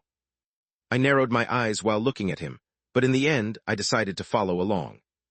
I really do hope he won't ask again. This was something that I was very firm about. But just as I began to follow the section chief, something flickered across my vision, and my expression shifted instantly. This space. My head hurts, it hurts a lot. Walking into a private room, the section chief rubbed his forehead. When Seth stepped in after him, he rubbed it again, the lines on his face deepening as though the sight alone doubled his headache. It really hurts. It started to hurt even more when he stared at the silver-haired girl who was about to step into the room. Wait out for a moment, I'll talk with you later. The girl stood in silence for a short moment before turning back and leaving the room. She had yet to speak a single word with him, but she had been strangely obedient ever since he had been given responsibility over her. I'm sure the guild master did something to make her like this. He was also the one who had given him the task of assigning her to Seth's team. Of course, only if Seth agreed. The section chief was unsure of the reason for this command, but he understood that the guild master most certainly had some intention with this. All he needed to do was follow orders. So, pulling his attention towards Seth as he sat with his arms folded, and his eyes narrowed, the section chief felt the lines on his forehead double. There are a couple of things that I want to talk about. Mainly, however, I want to know the reason why you don't want the girl in the group. Her capabilities are quite good, and if you're worried about her going crazy, then there's no worry. The Gill. I thought you weren't going to mention her. The section chief blinked. Did I say that? Seth's lips twitched, and he pressed his hands on the table. All right, I guess. 500,000. Seth's movements came to a sudden stop. His face grew blank, and his head slowly lifted to stare directly at the section chief as an audible gulp echoed. You said, the guild will invest another 500,000 in your game if you agree. Of course, the profits you make will be all yours. Seth's chest rose and fell at a quicker pace. No matter how hard he tried to steady himself, his expression still gave him away. This was 500,000. But still, no. Seth remained firm with his rejection. That wasn't enough money for him. The offer is tempting, but 1 million. Seth's breathing grew incredibly rough, his lips twitching alongside his dark eyes. He was desperately trying to keep himself calm, but in the section chief's eyes, he sounded no different than a starved dog. He knew that all he needed to do was push a little more. 1 million alongside an individual marketing budget of. Tell her to arrive early in the morning tomorrow. Seth stood up from his seat, his expression firm and calm. As he opened the door to the room, he looked at the woman who stood outside the door and greeted her with a courteous smile. I hope you forgive me for what happened before. Let's hope for a happy cooperation. Clank. The door closed shortly after, leaving the section chief alone in the room. As the silence settled, he leaned his head forward and muttered, I've never doubted your commands, guild master, but I'm really starting to doubt them this time. Just what in the world are you trying to do? Space. Looks like they suspect something. The smile quickly wiped from my face the moment I left the room and entered my own office. I wasn't stupid. I could see that this was no coincidence. Judging from the section chief's face, he doesn't seem to be aware just yet, and the only person who can command him is the guild master. It looks like, just like Miles, he has figured something out. He's trying to use Ariel to investigate me further. The first thought that came to my mind when I realized this was, should I leave? I have to leave. However, after a moment's thought, I realized that by leaving, I'd confirm all the suspicions. It wasn't a wise idea to leave. With that being said, it also became clear to me that something had happened to Ariel. She was a lot quieter and reserved than I had anticipated. At first, I had assumed it was because she was in enemy territory, but it became clear rather quickly that it wasn't the case. New quest activated. Difficulty NA. Reward 10 fragments purity 50% plus. Objective help break the seal in Ariel's body. Location NA. Failure, the user will have their identity exposed. Description, a certain seal has been placed on Ariel's body. She is now extremely obedient and follows every order of the one who placed it on her. She has been ordered to keep a close eye on you. Time limit NA. Will you accept the quest? Play button yes no. Indeed, the quest that came the moment, after I began to walk to the section chief's room, made everything clear to me. It was also the main reason why I chose to accept the offer. While the money was tempting, it wasn't as tempting as my own life. The reason why I had chosen to take the offer was something else entirely. Maybe, just maybe, I have found a way to get out of this predicament. But I slowly lowered my head to stare at my arms, noticing the hair that was bristling upwards as I forced a smile. I could very well be falling into the depths of hell in doing so. Chapter 354, Explosive Game 3. Pay attention, everyone. The moment I opened the door to the room, I stepped to the side and introduced the girl who stood behind me. This here will be our new teammate. I hope that everyone can get along with her. The room fell completely silent following my short introduction. I cleared my throat and looked back at Ariel. This crazy this girl right here is Ariel. I then looked back at my team, ignoring the wide eyes and gaping mouths. These right here are your teammates. I hope you can get along well with them. Although they look like this, they are all extremely competent. The silence continued even after the short introduction. In the end, the only thing I could do was point at the empty cubicle in the room. That will be your cubicle. You can decorate it however you want. Just let me know if you need anything else from me. Without saying anything, Ariel proceeded to move towards her cubicle. I stared at her exposed back for a short moment before turning my attention back towards my team. It was there that I noticed Joanna standing up and dragging me out of the room. Clank. Squad leader, what's going on? She was clearly confused. I couldn't blame her. After all, everyone was aware of the fact that the girl was the one responsible for the gate. I could only shrug while looking at her. Orders from the section chief. I can't do anything about it. But, I know. She didn't have to tell me to remind me of the fact that we couldn't trust someone like her on our team. I also didn't trust her, but at the same time, it was clear that for now, she had been tamed. Whatever seal the guild master had placed on her, it had made her into a completely different person. She's way different compared to the crazy version of her that I know. I felt that this was good. Just accept her for now. I'll explain more about the situation to all of you later. For now, you shouldn't be too worried about her. The guild wouldn't just let someone like her into their own department if they didn't think she was safe to use. This was true. I knew that the guild was crazy, but they weren't crazy enough to allow a cultist into their guild. If not for the system message that told me she was directly sealed, I'd have been worried. Are you sure? Yes, don't worry, I'll take care of it. I reassured Joanna, patting her on the shoulder while looking back at the room. I was certainly going to take care of it. Of that I was sure. I had already made up my mind. Go back in for now. There are a couple of things that I need to take care of. All right.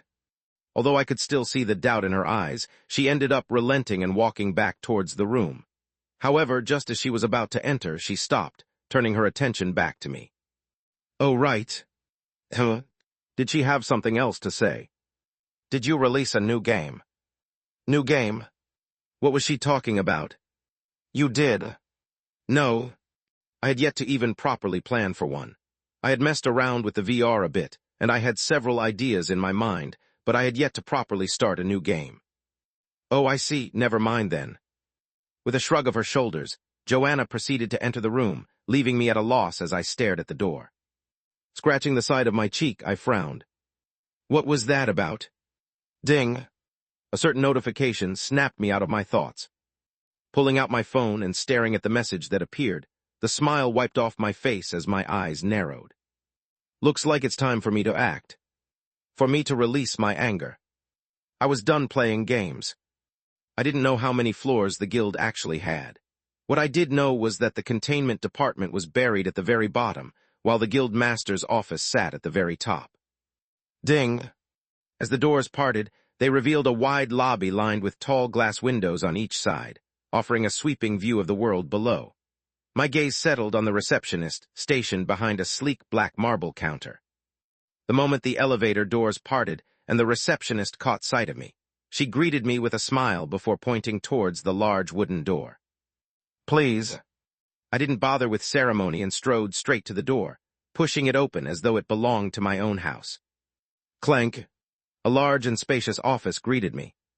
One that would make any normal person jealous. However, I paid no attention to my surroundings and just focused on the man who stood before me. As though my presence meant nothing, he kept his eyes locked on the paper before him, his pen gliding across the surface in steady strokes. A quiet, intangible pressure seeped out from him, filling the room with an oppressive weight as I started to have a hard time breathing. And yet, I remained calm, moving towards the nearest seat and making myself comfortable. The anger and annoyance that I was currently feeling were overriding any of the fear that I felt towards the man before me. Before he could fully acknowledge my presence, I tossed a couple of papers on his desk. Plaque. That finally drew the guild master's attention. His hand stilled, and with deliberate slowness he lifted his head to meet my gaze. The instant our eyes locked, my breath caught in my throat, and for a fleeting moment it felt as though even my heartbeat had stopped. Every hair on my body rose, and a sudden coldness washed over me. Gritting my teeth, I kept my gaze firmly locked in his direction. That was until... "What is this?" The guild master finally spoke, his gaze drifting toward the papers I had tossed onto his desk. The suffocating pressure eased just slightly, and I seized the moment to open my mouth and speak. "Those are my resignation papers. I'm quitting." The silence that had taken over the room moments prior turned even more suffocating, as the guild master alternated his gaze between me and the papers. His lips parted shortly after. "Why are you quitting? Do I have to say it?" I looked at him meaningfully. I was aware of the fact that he suspected something. He was probably just like the rat and was playing all sorts of annoying games with me. There were too many things that I needed to take care of. I was in no mood for games. The guild master remained quiet, his gaze quietly focused on me. But then, he smiled, placing the papers down. "You're rather surprising. I didn't think you'd catch on so quickly."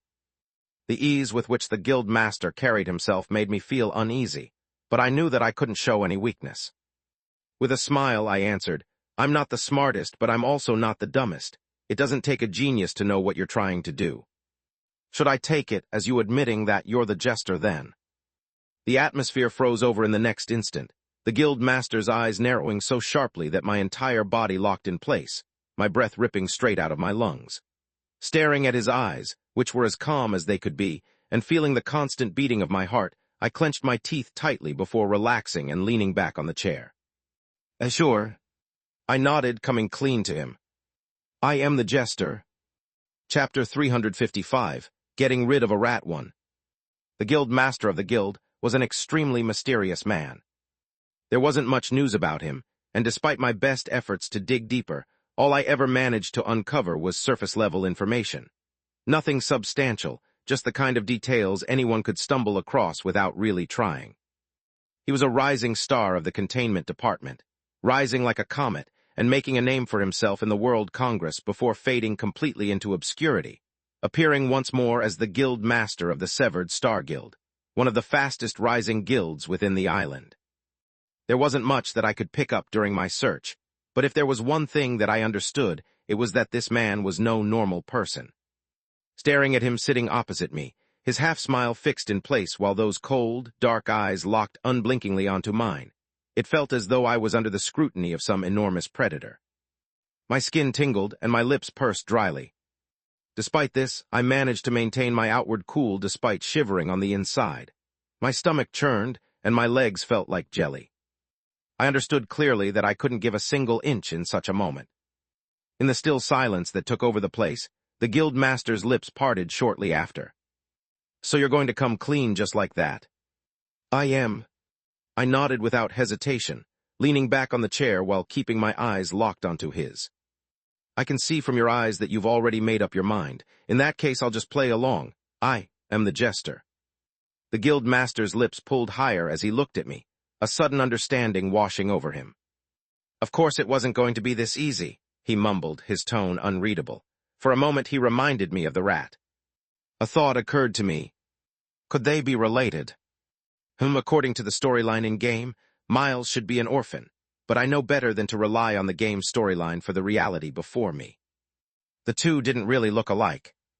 They just gave off the same snake-like vibe. I started to feel uncomfortable. "Well, I of course didn't think things were going to be so easy," the guild master spoke, leaning back on his chair. "With that being said, I'm curious as to why you suddenly jumped to the conclusion that I found out about your relation to the jester." "Oh, that?" I answered truthfully. "A certain rat came to me and told me his findings. I figured that if they can figure it out, so can you." The guild master didn't reply, but from the slight tug of his lips, I could tell that he was more than satisfied with the answer. "So there was someone else who figured it out. In that case, it suddenly makes sense as to why you'd want to meet up with me. You," the guild master paused, his eyes flickering with amusement as he stared straight at me. "You want to use my help in order to get rid of them, isn't that right?" "That's right." I nodded calmly as my leg trembled under the desk. The longer his gaze lingered on me, the more exposed I felt, as though every layer I'd built around myself was being peeled away. It was as if he could sift through my thoughts, one by one, without effort. It feels like shit. Silently clenching my teeth, I pointed at the proposal on the desk. Let's go with your assumption that I am the jester, a being that somehow managed to help clear up several high-ranking gates. You've seen my capabilities. I'm sure you're aware of how invaluable I am. You can't do without someone like me. I remained seated, using every last bit of energy to point at myself. I'm most likely the best you'll get or will ever get. You, of all people, should understand just how previous someone like me is. Not only am I capable of creating games that can be used for training, but I'm also the jester. I stopped before the desk, lowering my head to stare at the papers. I tapped on them a couple of times. The choice should be obvious, right? Give me what I want and I'll stay. Pausing and taking in the silence that was between us, I took a deep breath before lowering my voice. Get rid of Miles Holmes and I'll stay. Space. Bold. That was how the guild master would describe that young man standing before him. With his dark hair, moderately sized frame, and pale face, he looked like the average human. His features were somewhat handsome, but it wasn't anything he hadn't seen before. However, if there was one thing that stood out to him, it was his eyes. They were dark, very dark, to the point where it almost felt as though he had no soul of his own. But that wasn't the most striking thing about him. What stood out even more to the guild master was the ease with which Seth looked at him. It was as if his gaze was nothing to him. It's such a rare sight. The deeper one delved into the gates, the more they were exposed to their darkness. In time, this bred a kind of pressure within them, a creeping intent that clung to the soul and was nearly impossible to shake off. One that could be clearly felt by those who held no order or power. The fact that Seth could stare him in the eyes without feeling such intent was a surprise in itself. There weren't many people who could do that. Is he really the jester then? It had all been a hypothesis to the guild master. From the start, he didn't really believe that to be the case. He knew the jester's strength, and he was also aware of the fact that Seth held no powers. In reality, his thoughts were more in line with, he knows the jester or has some information about him. He had never once thought that he'd be the jester. But what if? Guild master. Seth's voice descended once more, his tone lower than before. Although there's not much information about you online, from the little information that I have been able to find, I know that you're the pragmatic type. You only do things that will benefit you the most. In that case, I'm telling you that keeping me satisfied is in your best interest. Despite the tone Seth spoke in, the guild master took no offense.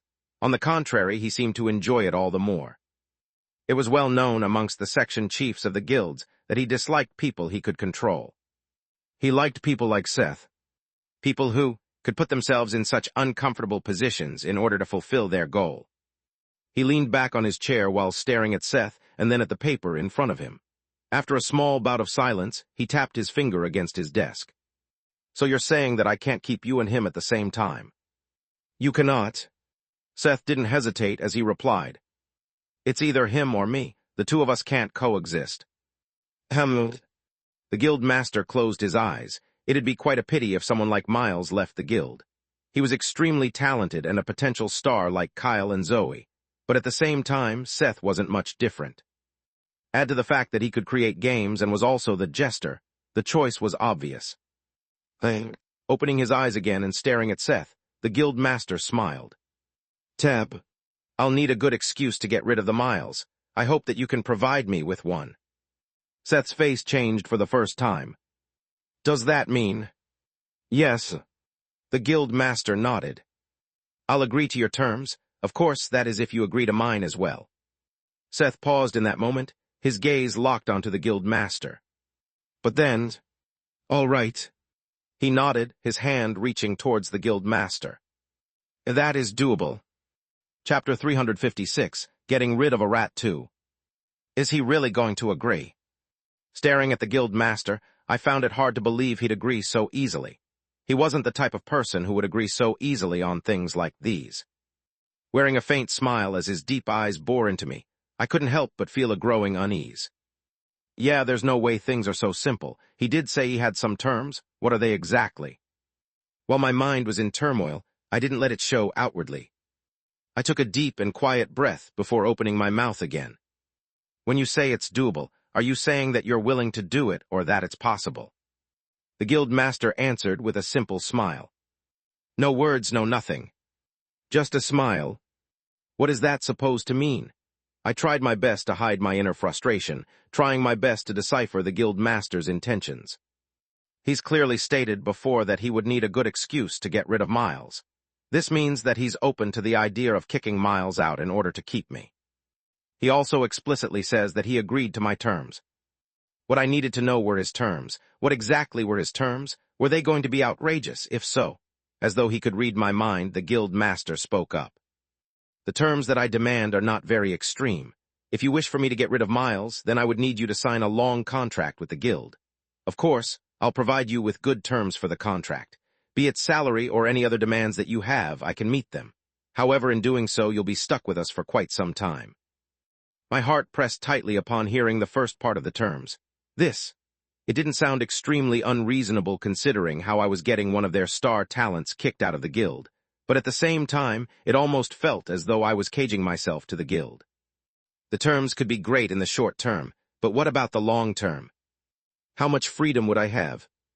At this point, I should consider quitting. I didn't want to be tied down by anyone. I was already tied down by the system, and that was annoying enough already. I can see what you're thinking, and I can reassure you that I won't be taking much of your freedom. Things will remain the same as they have always been. You'll just be with us for longer.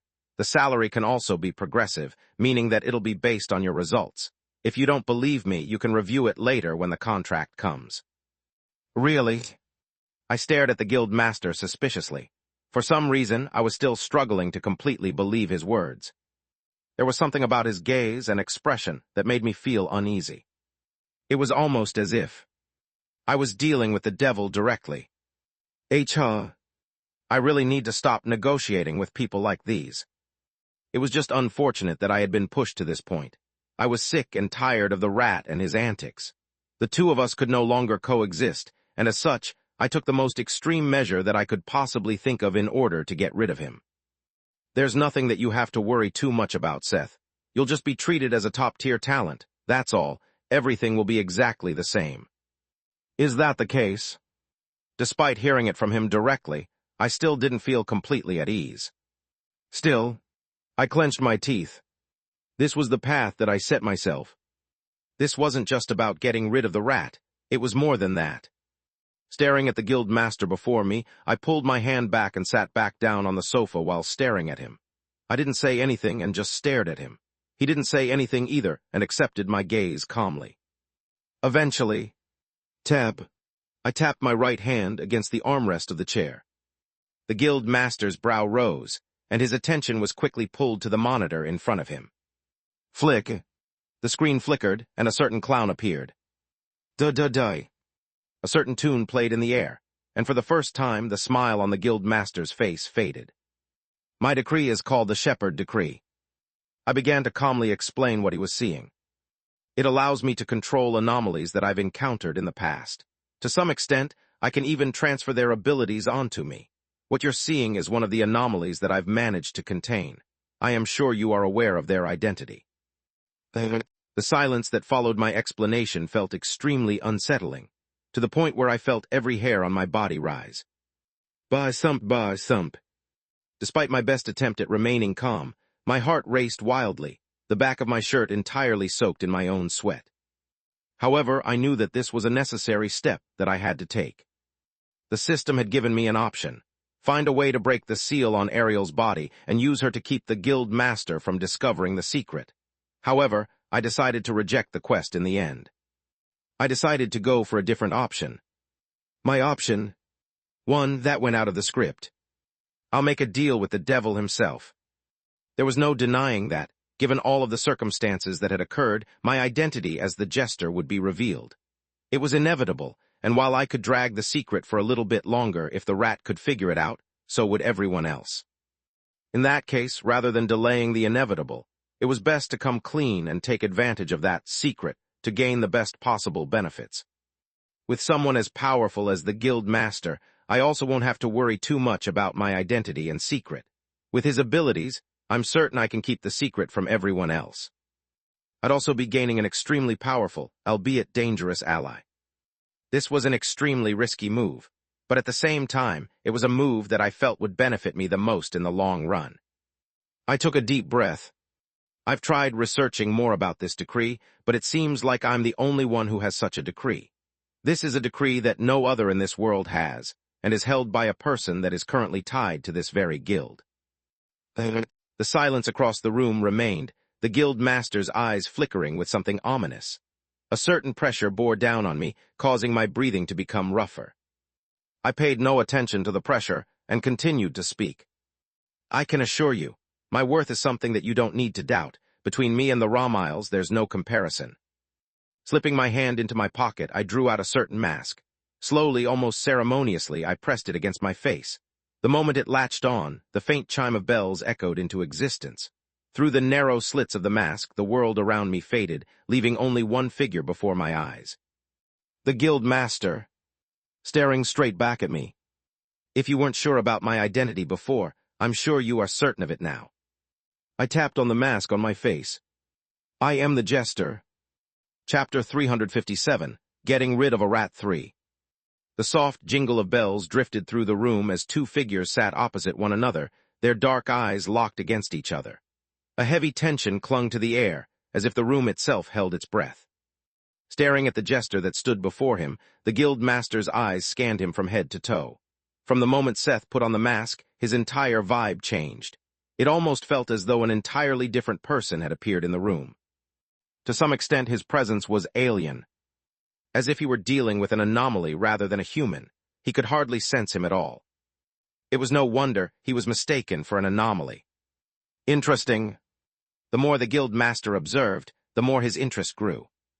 He was completely unaffected by the subtle pressure coming from the jester opposite him, but he couldn't help but acknowledge it. It's interesting. His heart remained as steady as it had been at the start. Rather, his heart slowed at the sight of the jester. Although I've previously made the connection, I was more inclined to believe he had ties with the anomaly rather than it being someone else. I wonder how he managed to enter the gates if that's the case. There were a lot of questions that he wanted to ask at the moment. However, do you think this is enough to prove my worth? The jester's soft, yet cold words echoed quietly across the room, pulling the guild master out of his thoughts. Turning his attention back towards the jester, the smile returned on the guild master's face. He didn't answer, but the meaning behind his smile was clear. Yes. Seth reached for the mask and slowly pulled it off his face. The moment he did, for just the briefest of moments, his dark eyes turned a deeper shade of black before returning to their normal color. The sight didn't escape the guild master's gaze as he opened his mouth, but right before he could speak, Seth's voice cut through. I've shown you my worth. I hope that you can take it into consideration when creating a contract for me. Seth placed both of his hands on the end of the armrests of the chair he was sitting on, helping himself up. While I wanted to keep it a secret that I was the jester, the fact that you know doesn't mean that you've got leverage on me.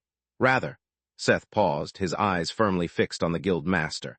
This is just me giving you the opportunity to use the secret to your advantage. At this point, I'm no longer concerned about keeping this a secret. Instead, I'm sure you understand what would happen if the world were to find out about my decree. The guild master's face didn't change despite Seth's words. It almost felt as though he could see right through Seth's intentions, but at the same time, it worked out well for him. It won't be hard for me to make it impossible for others to link you with the jester. There are several ways I can make it like that. This worked out well for him as well. It would be such a waste to reveal his abilities to the public. There were so many things he could do. That would be ideal, Seth replied after a momentary pause. I still would like it if fewer people know about my identity as the jester. It would be too troublesome otherwise. That's good. The guild master smiled, staring at Seth as he walked out the door. I'll present you with a renewed contract soon. You can look at it yourself, and you can tell me how you feel about it. Oh, yes. Oh. As if suddenly recalling something, the guild master opened one of his drawers and retrieved a long, black, rectangular device, placing it on the table. That is, it's me holding my end of the deal. The guild master tossed it in Seth's direction shortly after. He smiled at the same time. I hope you give me a very good reason. Space. Clank. Closing the door behind me, I walked towards the elevator door, ignoring the receptionist. It was only when the doors fully closed that I finally took a deep breath as my chest rose and fell repeatedly, the sweat sticking to my back as I struggled to keep it together. Fuck. Despite doing my best not to show it, I had been under immense pressure and stress under the guild master's presence. Every little word that came out of my mouth had to be carefully chosen, and it almost felt as though I was walking on a tight rope, every step potentially the last. Who's who? I tried my best to calm myself down, but in spite of everything that I tried, I could hardly keep it together as I leaned back against the mirror of the elevator. As I did, I silently clenched my fists. I did it. I didn't really know how to feel about my current situation, but it was one that came as a result of my desperation. From the start, I had never planned on ever revealing my identity as the Jester. This was primarily due to the fact that it would potentially lead to my death. I couldn't allow anyone to know about the system. The moment someone found it was the moment that I died.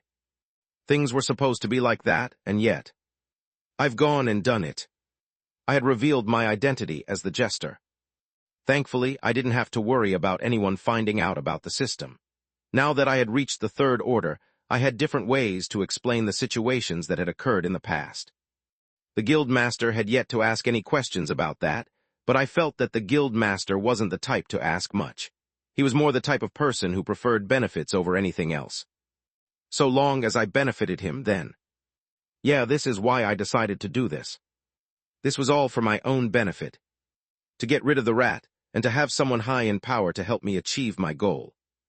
While I understood that this could potentially backfire on me, I also understood that this was a great opportunity for me. With someone like the guild master backing me, I was certain that I'd be able to grow a lot faster than before. I'd also be able to gain access to information that I hadn't been able to in the past. This was a necessary step that I had to take. Yeah, I had to take this step. Reassuring myself that I had taken the correct path, I slowly brought my hand up to stare at the item that the guild master had given me. It looked like some sort of rectangular pen, but there appeared to be no lid. Calmly looking around the pen, I took out my phone and scanned the pen using the guild database. Since this is an item that the guild master has given me, I'm sure I can find this in the guild database. The scanning took no longer than a couple of seconds. Right after, I waited for a couple of seconds before a match appeared. But the moment it did, my expression froze. This. Bah thump. My heart raced through my chest, my hand reaching for my mouth as I found myself laughing. Huh? This thing right here. It was a very fitting device for the thing that I needed to do next. Chapter 358, Getting Rid of a Rat 4. Has everyone gotten acquainted with the new team member? I entered the team room and clapped. The atmosphere was awkward, and the moment I entered, all eyes fell on me. They all wore the same expression, one that seemed to say, "Where have you been?" I coughed and pretended to ignore their gazes while sitting down in my chair and took out my laptop. I'm glad everyone is getting along well. Let me check my email to see if the results for the trials are out. I was actually quite curious about the results. It had been a bit since the trials had ended, and I had been wondering whether the section chief had finalized the rankings. But, nothing yet. It looked like my mail was still relatively empty. That's a pity, but I guess it won't take too long before we get a result. I had a feeling that we'd all rank well. I hoped that be the case, thinking about entering the World Congress and all the views that would be placed on us. I rubbed my hands underneath the table. It's the perfect place to advertise my next game. I was feeling rather excited. Of course, that would only work if I had a game to advertise. I had yet to start, but I already had several ideas in my mind. My team should be here soon. They've all signed the contract, so they'll be here the moment they clear their stuff in their current office. It was about time that I got started with my new game. I had been delaying it long enough. Thinking about a new game.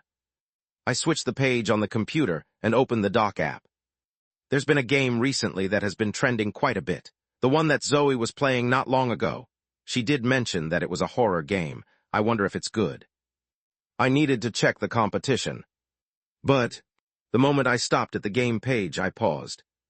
Price, $15,999. My lips twitched. This was quite a lot for a game, but that wasn't the part that threw me off the most. No, that was fine. There were a lot of games that went for this price, especially if they were optimized for VR. The part that truly unsettled me was something else. It was Nightmare Forge Studios, the company that was in charge of the game. This was the very same company that I used to work for. I had mixed feelings about them. They weren't a very good company to work with, and the only reason I had even chosen to work with them in the first place was because I had been desperate for money. However, it was also true that they were the company that had introduced me to this world of games. To some extent, I had a sort of attachment to them. I didn't hold any jealousy towards their success. Well, staring at their numbers, I swallowed my saliva. Maybe just a little. Not only were the reviews great, but the number of sales was also ridiculous. Just thinking about all the money that they'd make from the game made my stomach churn. With that much money? No, let's not think about it. For now, I'll just download the game and play it when I have time. I was very interested to see how they made the game. Perhaps I'd be able to get a better idea of how to improve my own game. There were more important things that I needed to take care of. Checking my watch, I looked back at the team. Everyone looked busy doing their own thing, but judging from the expressions they were wearing, they were still not satisfied with the decision of having Ariel in the team. I turned my attention in her direction and saw her quietly sitting in her seat, doing nothing but blankly staring at her screen. She looked like some sort of soulless doll, and for a moment I almost started to feel pity for her. Just what sort of seal had the guild master placed on her? For a moment, I started to question my prior decision to work with him. In the end, it was a little too late for me to regret my decision. Closing down my laptop, I stood up while looking at everyone else present.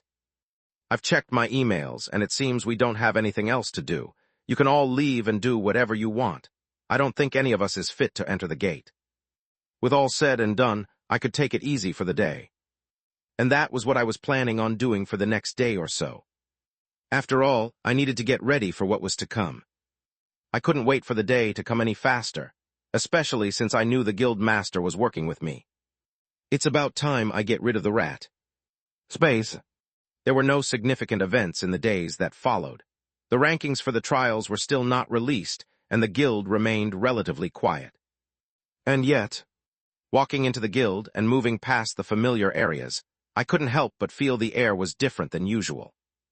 There was a certain heaviness to it that I couldn't ignore as I walked past all the familiar faces and finally arrived at my own office. Clank. Opening the all-too-familiar door and turning on the lights, I looked around before making myself comfortable in my own seat. A sense of heaviness lingered as I sat down, pressing further into my mind.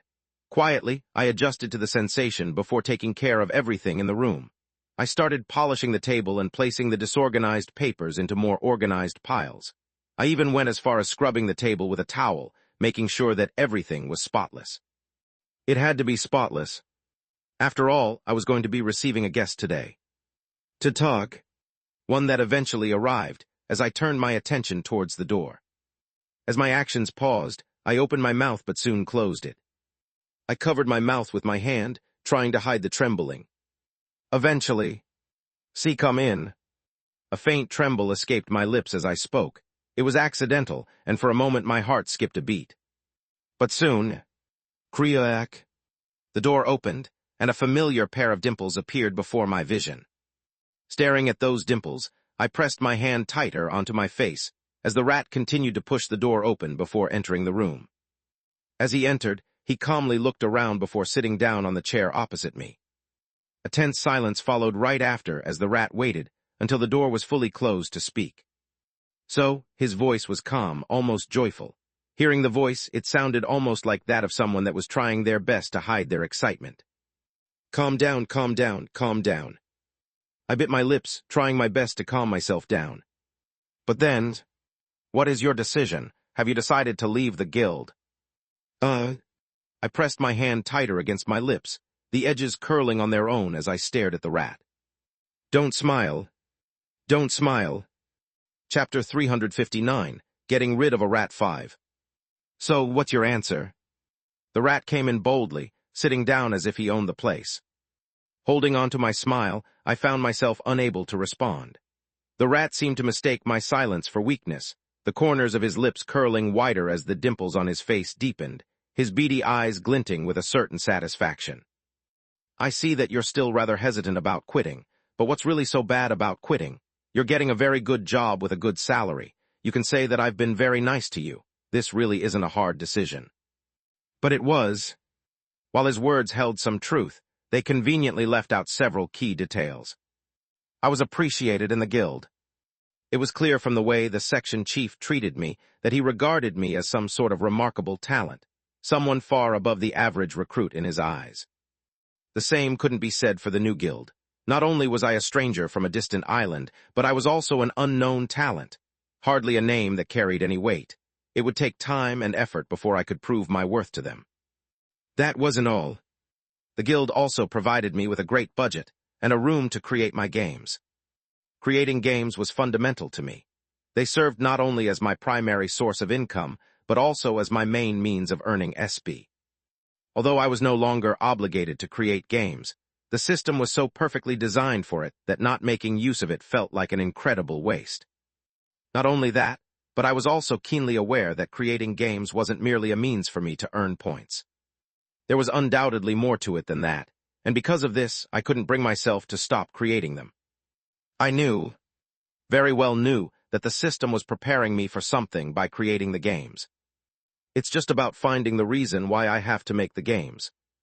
But besides that, and the most important point of them all, I despise talking to strangers and meeting new people. Joining a new guild would only make me dread going there each day. I knew I'd feel tortured, endlessly overthinking how to start a conversation and struggling to keep it going without it descending into awkward silence. Oh God, no. I felt shivers just thinking about it. Unlike with the new guild, I was already familiar with many of the people here. Talking to them didn't feel awkward, and while I still preferred to keep some distance, since holding conversations drained me, I could at least tolerate it. I didn't want things to regress to how things were when I first started. I had only recently started to be more open with the people around me. Yeah, it's just not possible for me to leave the guild.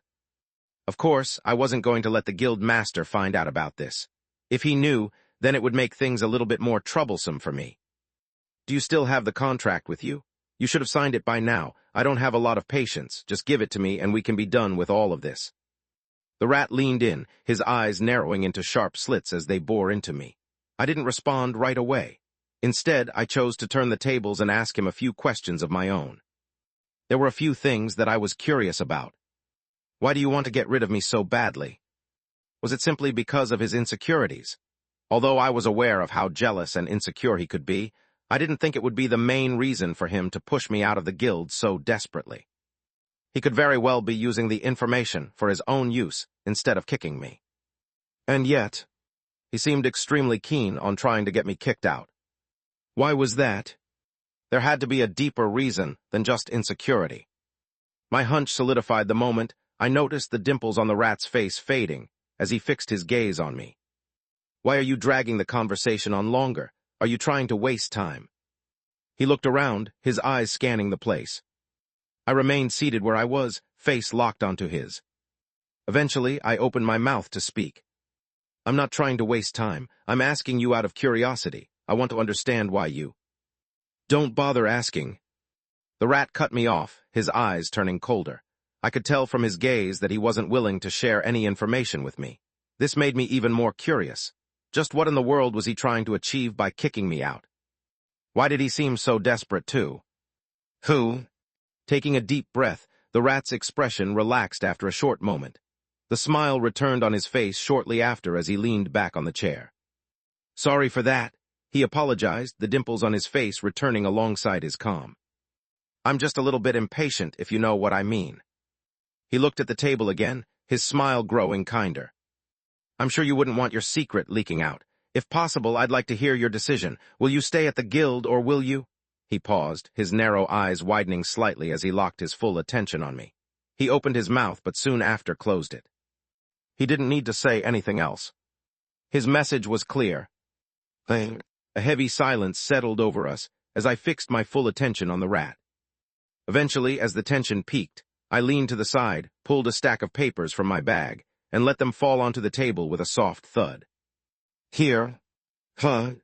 The smile on the rat's face widened, his dimples so pronounced they were almost nauseating, as he swept his bowl-cut hair aside and reached for the papers. See, it wasn't so hard to get to the point, right? I've always known that you were a reasonable P. The rat's words came to an abrupt halt as he stared at the papers. The silence that had previously swept the room returned, and his eyes trembled for a short moment as he raised to look at me. "What is this?" His tone was calm, but I could sense the anger hidden within it as he tried his best to calm himself down, placing the papers down on the table. He lifted his head and looked at me. "What is this?"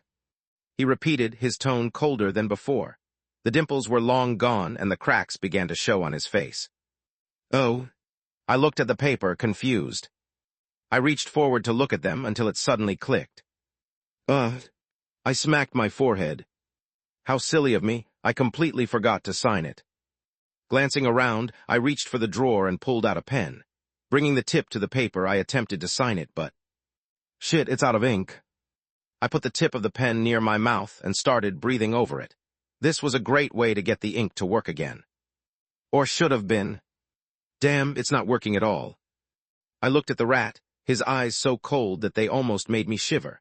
I paid no mind to them as I reached for my drawer again, trying to grab another pen, but...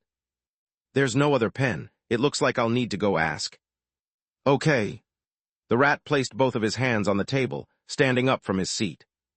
It seems to me that you've made your position clear. I hesitated, shifting my gaze back to the rat.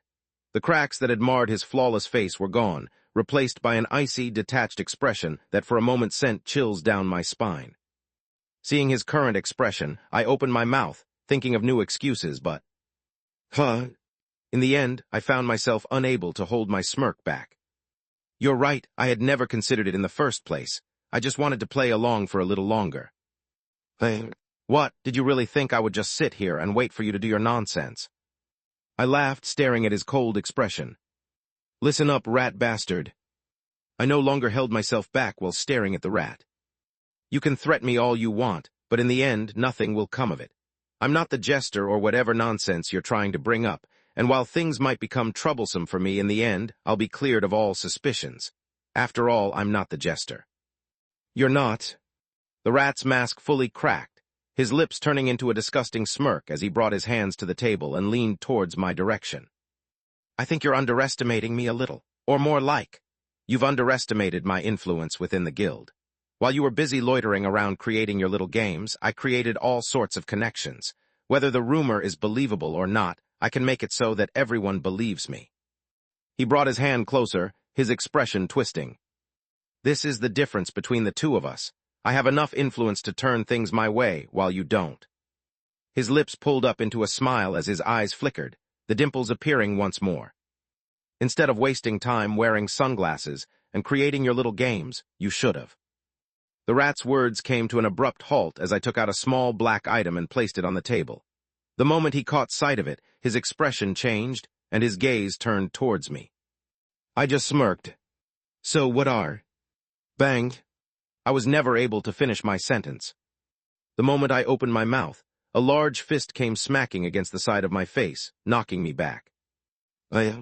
Chapter 360, Getting Rid of a Rat 6. Banged. The impact left me recoiling back on my chair, smashing against the floor as I raised my head to look at the rat who stood before me. His face frosted all over as he tried to reach for the device on the table. No, I didn't let him. Despite being on the floor, I still acted, hurriedly dragging myself toward the table, my palms scraping against the cold surface as I reached for the device, just barely managing to shove it away from him before his fingers could graze it. The rat's expression twisted further, his eyes widening with a crazed glint as the device scattered across the floor, clattering against the tiles. Without hesitation, he lunged toward it, his desperation clear. Fuck off.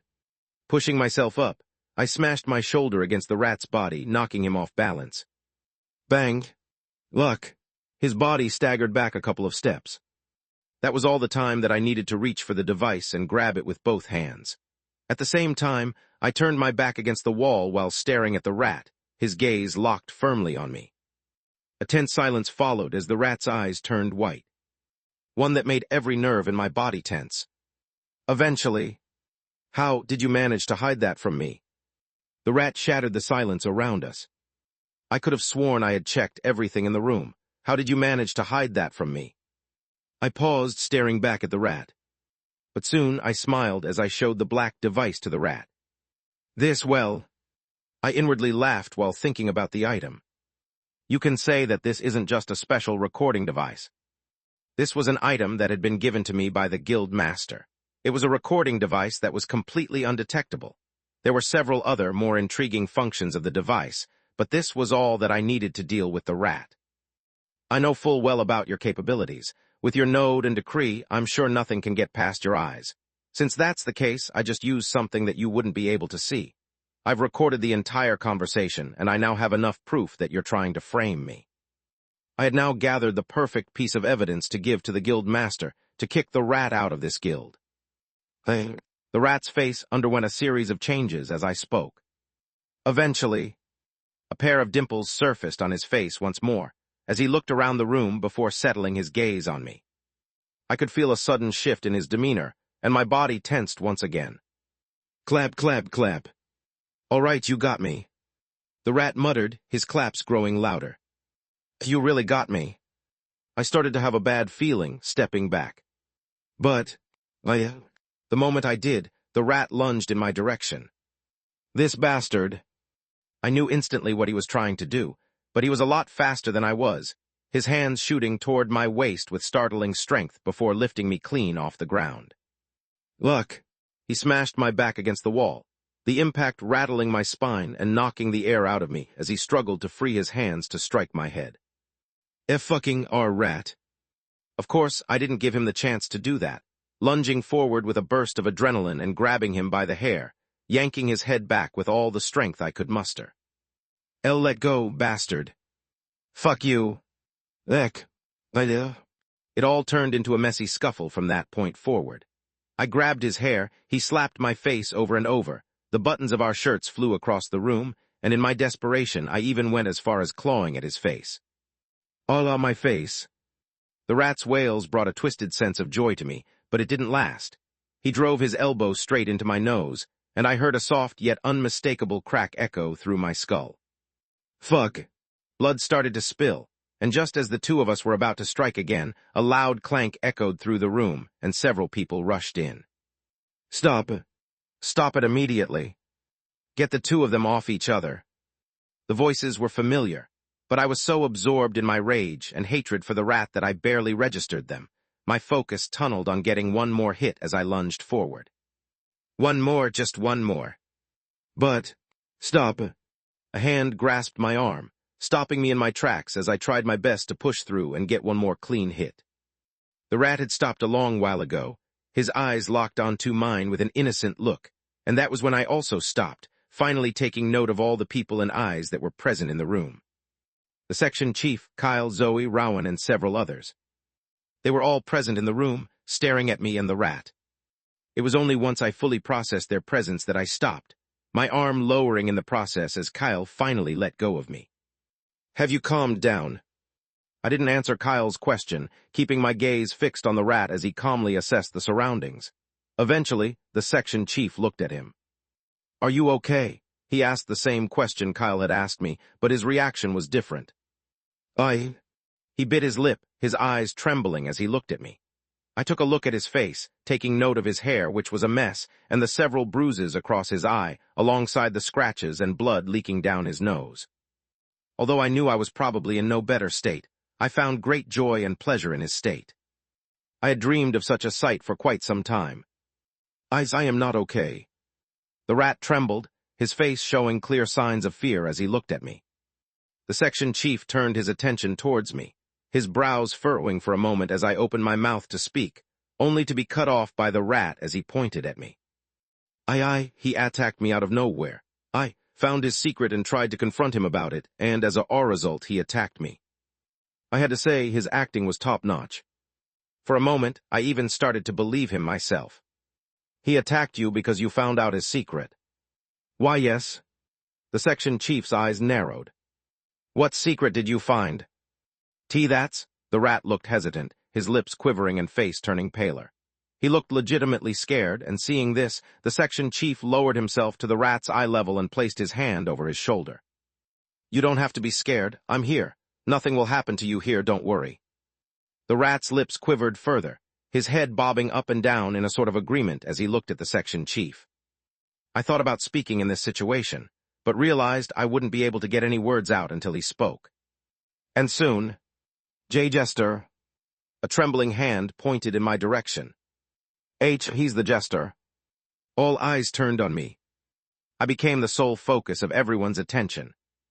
Chapter 361, Getting Rid of Rat 7. The room fell silent once more. This time the quiet felt even more oppressive than before, all eyes fixed squarely on me. Bah thump, bah thump. My heart drummed loudly inside my skull, pounding so intensely that it felt like it was all I could hear. And just as I was about to speak and prove my innocence. I see. The section chief stood up, letting out a long sigh as he cast a disappointed glance at the rat. I really tried my best to get you to stay longer, had you been honest. Ha. The section chief let out another sigh, and the faces of everyone in the room turned toward the rat, each expression more complex than the last. What? Completely taken aback, the rat looked around. What? I am not lying. Look at everything that has happened so far, from the time that he disappeared at the gate to the time he joined the guild. All the clues are there. Why can't all of you see it? All of a sudden, he was no longer scared and trembling. His voice was smooth and clear. It's so clear, he's the jester, I'm telling you. He's the G. Stop. The section chief cut the rat off, placing his hand over his forehead. The disappointment in his gaze was unmistakable as he looked at the rat. Even so, the rat didn't seem to get the hint. He continued. I'm telling you, he's the jester. Why don't you believe me? The clues are there. Even if he's not the jester exactly, I'm sure you can see there's a connection between him and the jester. This Boz. Do you think we're all deaf? The section chief cut off the rat once more, leaving him stunned. What? Shaking his head, the section chief gestured toward the door. You left the door open. All of us heard the conversation. You think we don't know what you were planning? Og. The section chief rubbed his forehead. I really had high hopes for you, Miles. I really did. I just didn't think you would be like this. What? Open, B's butt. The rat's mouth opened and closed repeatedly, seemingly stunned by the sudden turn of events. But then, his eyes turned to me once more, and as our gazes met, the corner of my lips curled. Time seemed to slow down in that moment as the rat's mind processed the entire situation. Soon his face contorted. It's you. He screamed, his body jerking. This is all because of you. His shouts reached every corner of the room. Gone was the usual calm, relaxed smile he wore, along with the dimples that usually accompanied it. In its place was a twisted and demented expression. He lunged at me, but... Stop him. Stop. He was quickly apprehended by the others in the room. All because of you, bastard, I'll kill you. His screams echoed throughout the entire department as he was escorted out of the room, thrashing about in the process, the section chief watching the scene with a cold, detached look. Eventually, he shook his head and turned his attention toward me. I'll take care of this. In the meantime, you can take some time to heal up your face and wounds. I'll make sure to get a good grasp of the situation. We'll talk right after. He proceeded to leave right after that, some following after him. Soon, it was just me and a few familiar faces. Hey. Kyle nudged my arm, pulling my attention towards him as he looked at me with a worried look. Are you okay? Me? I took a deep breath, slowly nodding my head and helping myself up. I'm doing okay, just a little surprised. I'm also surprised, Kyle sighed, his expression turning complicated. Who would have thought he was like that? I didn't think of him as a person like that. He really had me fooled. Zoe added, staring at the door, her eyes just as complex as Kyle's. I could tell that the two of them had spent a good amount of time with him, and as such, assumed that they had gotten a good grasp of him. The surprise they must have received after seeing his true nature was certainly not small. Same. I held onto my face while listening to the conversation around me. They were all saying similar words to Kyle and Zoe, something about their shock and disappointment. I took the scene before closing my eyes and feeling the device the guild master had given me beforehand. I guess I should give this to him later. Just as he had requested, I now had the excuse that he needed in order to kick the rat out of the guild. Space. Following Miles's outburst, he was taken to the interrogation room within the guild. It was usually the kind of place used to interrogate cult members or people who were generally against the guild, but today marked the first exception. You can leave the two of us, I'll take it from here. Dismissing everyone, the section chief closed the door behind him and turned his attention towards Miles. He thought back to the previous situation. He had been busy handling his own matters when he was suddenly called for an emergency. Since he wasn't far, he rushed toward the main area, and it was there that he noticed a group huddled near a certain door. The shock he felt upon hearing the conversation between Miles and Seth, along with the sudden fight that occurred, was hard to describe. He was still struggling to process it. Miles. Sitting down on the chair opposite Miles, the section chief looked at him. His expression grew even more complicated as he studied him. Although most of his face had healed from the fight he had endured, scratches and bruises were still visible all over. Eventually, the section shook his head while leaning back on the chair. I'll be honest, I didn't expect you to be like this. You were the last person I'd expect to do something like this. What made you do this? Is it because of Seth? Are you jealous of Seth? While he didn't get to listen to the entire conversation, the section chief was still able to gather some information from those who had witnessed the entire fight. From what he managed to piece together, it all seemed to stem from Miles wanting to kick out Seth because he was standing out too much. There's some truth to the information, but at the same time, Miles isn't trailing too far behind Seth. I don't see why he would do something like this.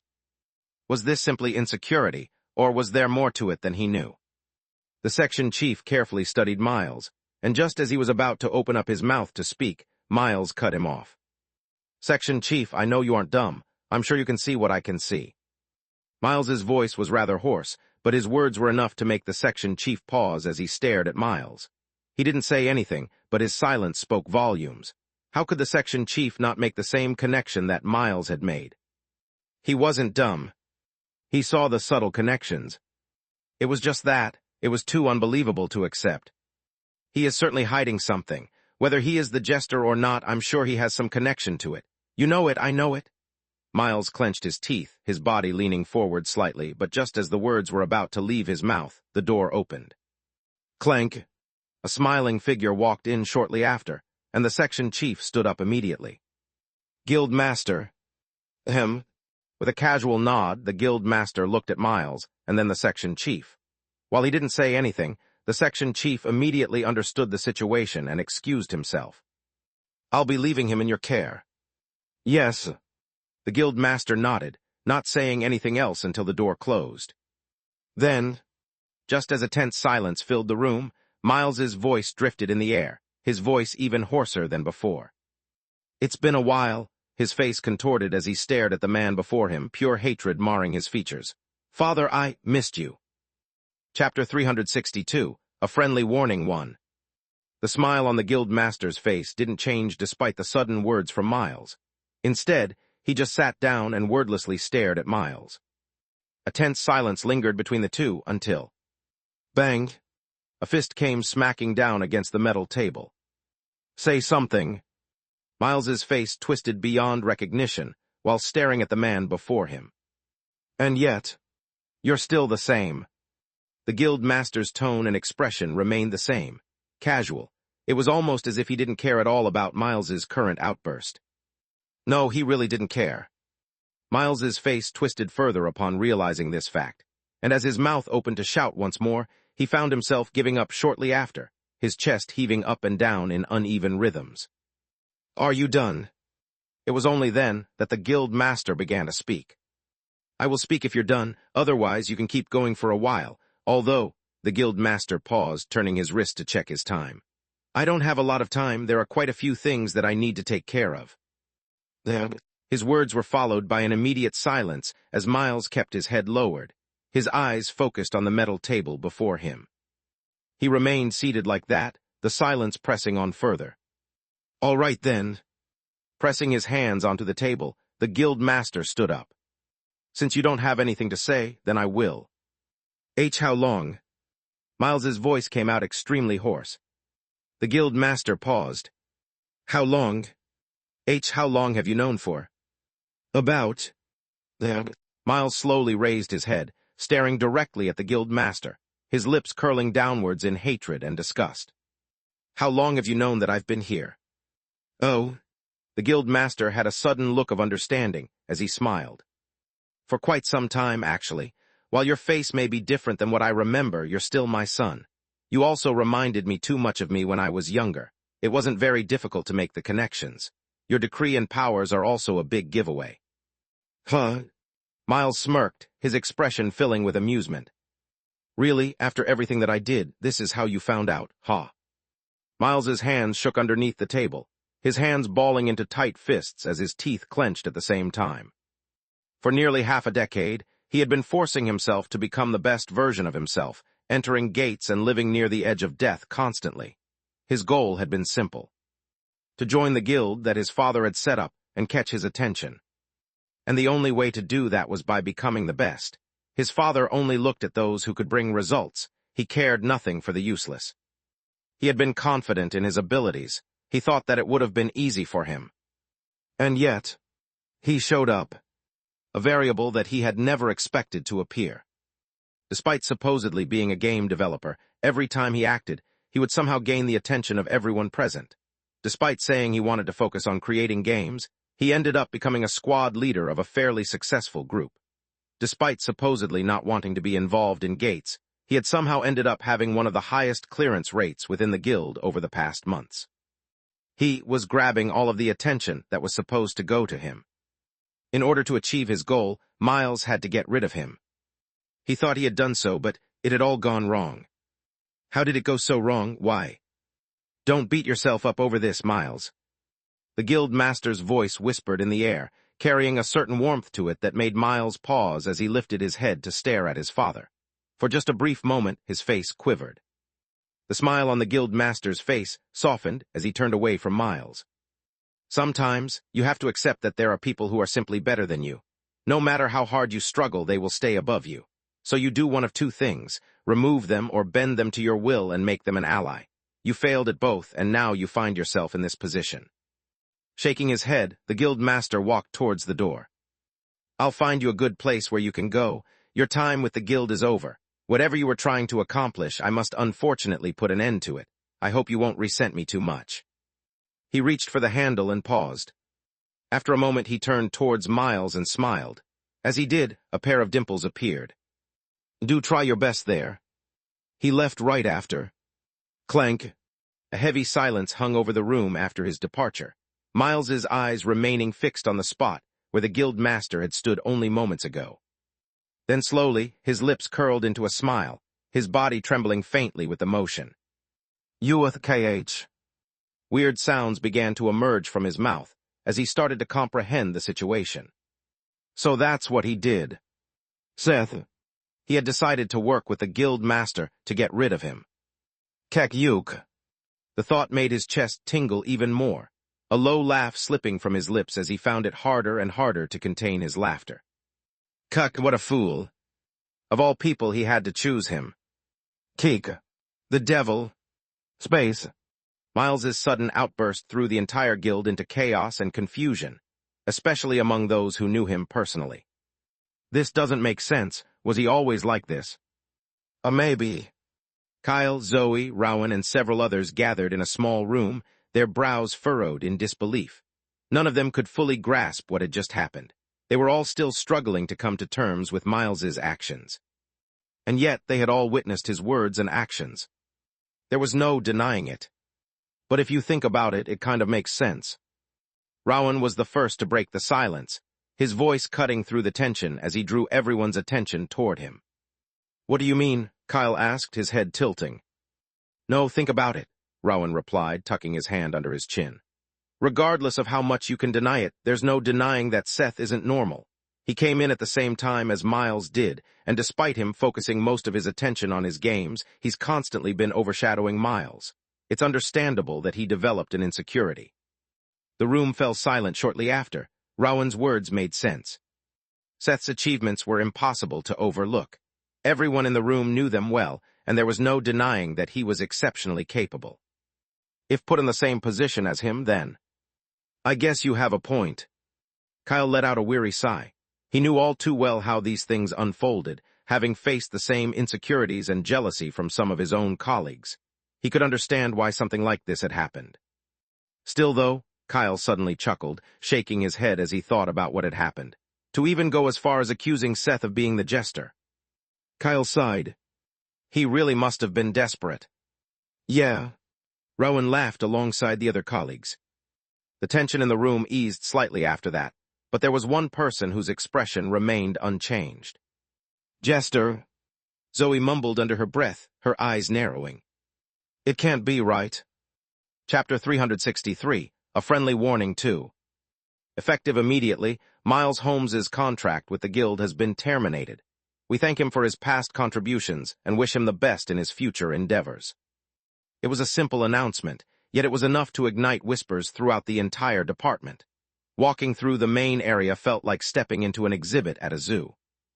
Every pair of eyes seemed fixed on me, with every whisper just loud enough for me to hear. That's him, right? He's the one who got Miles kicked out.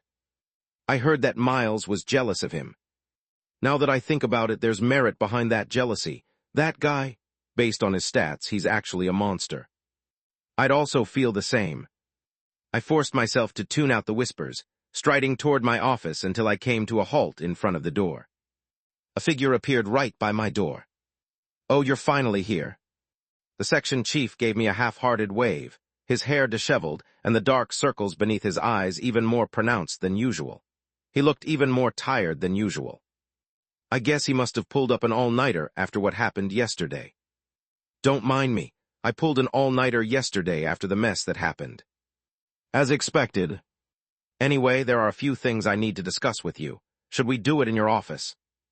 The section chief nudged his head towards the door to my office. My office. I hesitated for a moment until I relented and nodded my head. Yeah, let's do that. There was nothing to hide anyway. Good. Clank. The section chief entered as if he owned the place, his stride casual. Stifling a subtle yawn, he made his way to the chair opposite my desk and sat down, crossing his legs and leaning back. I stared at the scene in silence before following from behind and sitting down in my seat. A subtle silence followed as the section chief yawned a couple more times. Huam. He blinked his eyes a couple of times, mumbling things like, I really need to stop doing all-nighters. I don't think I've slept more than a couple of hours this week. I forced a smile. He was probably exaggerating. There was no way a human could function on so little sleep. Right. Let's get on with this. I'm sure you're busy too. Placing his hand on the table, the section chief leaned forward while looking at me. Miles has confessed to everything. You don't need to worry about any disciplinary action. It wasn't your fault. Considering that we all witnessed the scene, there was no way he could have gotten away with it anyway, especially after receiving your recording. You're all good. Hello. I had never been worried about it, in all honesty. I had meticulously set my trap, arranging it so perfectly that there was no way I could be at fault. Setting all of that aside, there are a couple of things that I want to say to you. Leaning his back against the chair and lifting his ass up, the section chief dug into his pockets and pulled out a crumpled piece of paper. He placed it on the paper right after. Here. This is. Confused, I reached for the paper. When I did, my brow jumped up.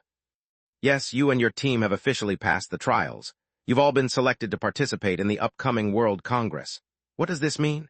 It means you'll receive increased resources from the Guild, along with new sponsorship opportunities.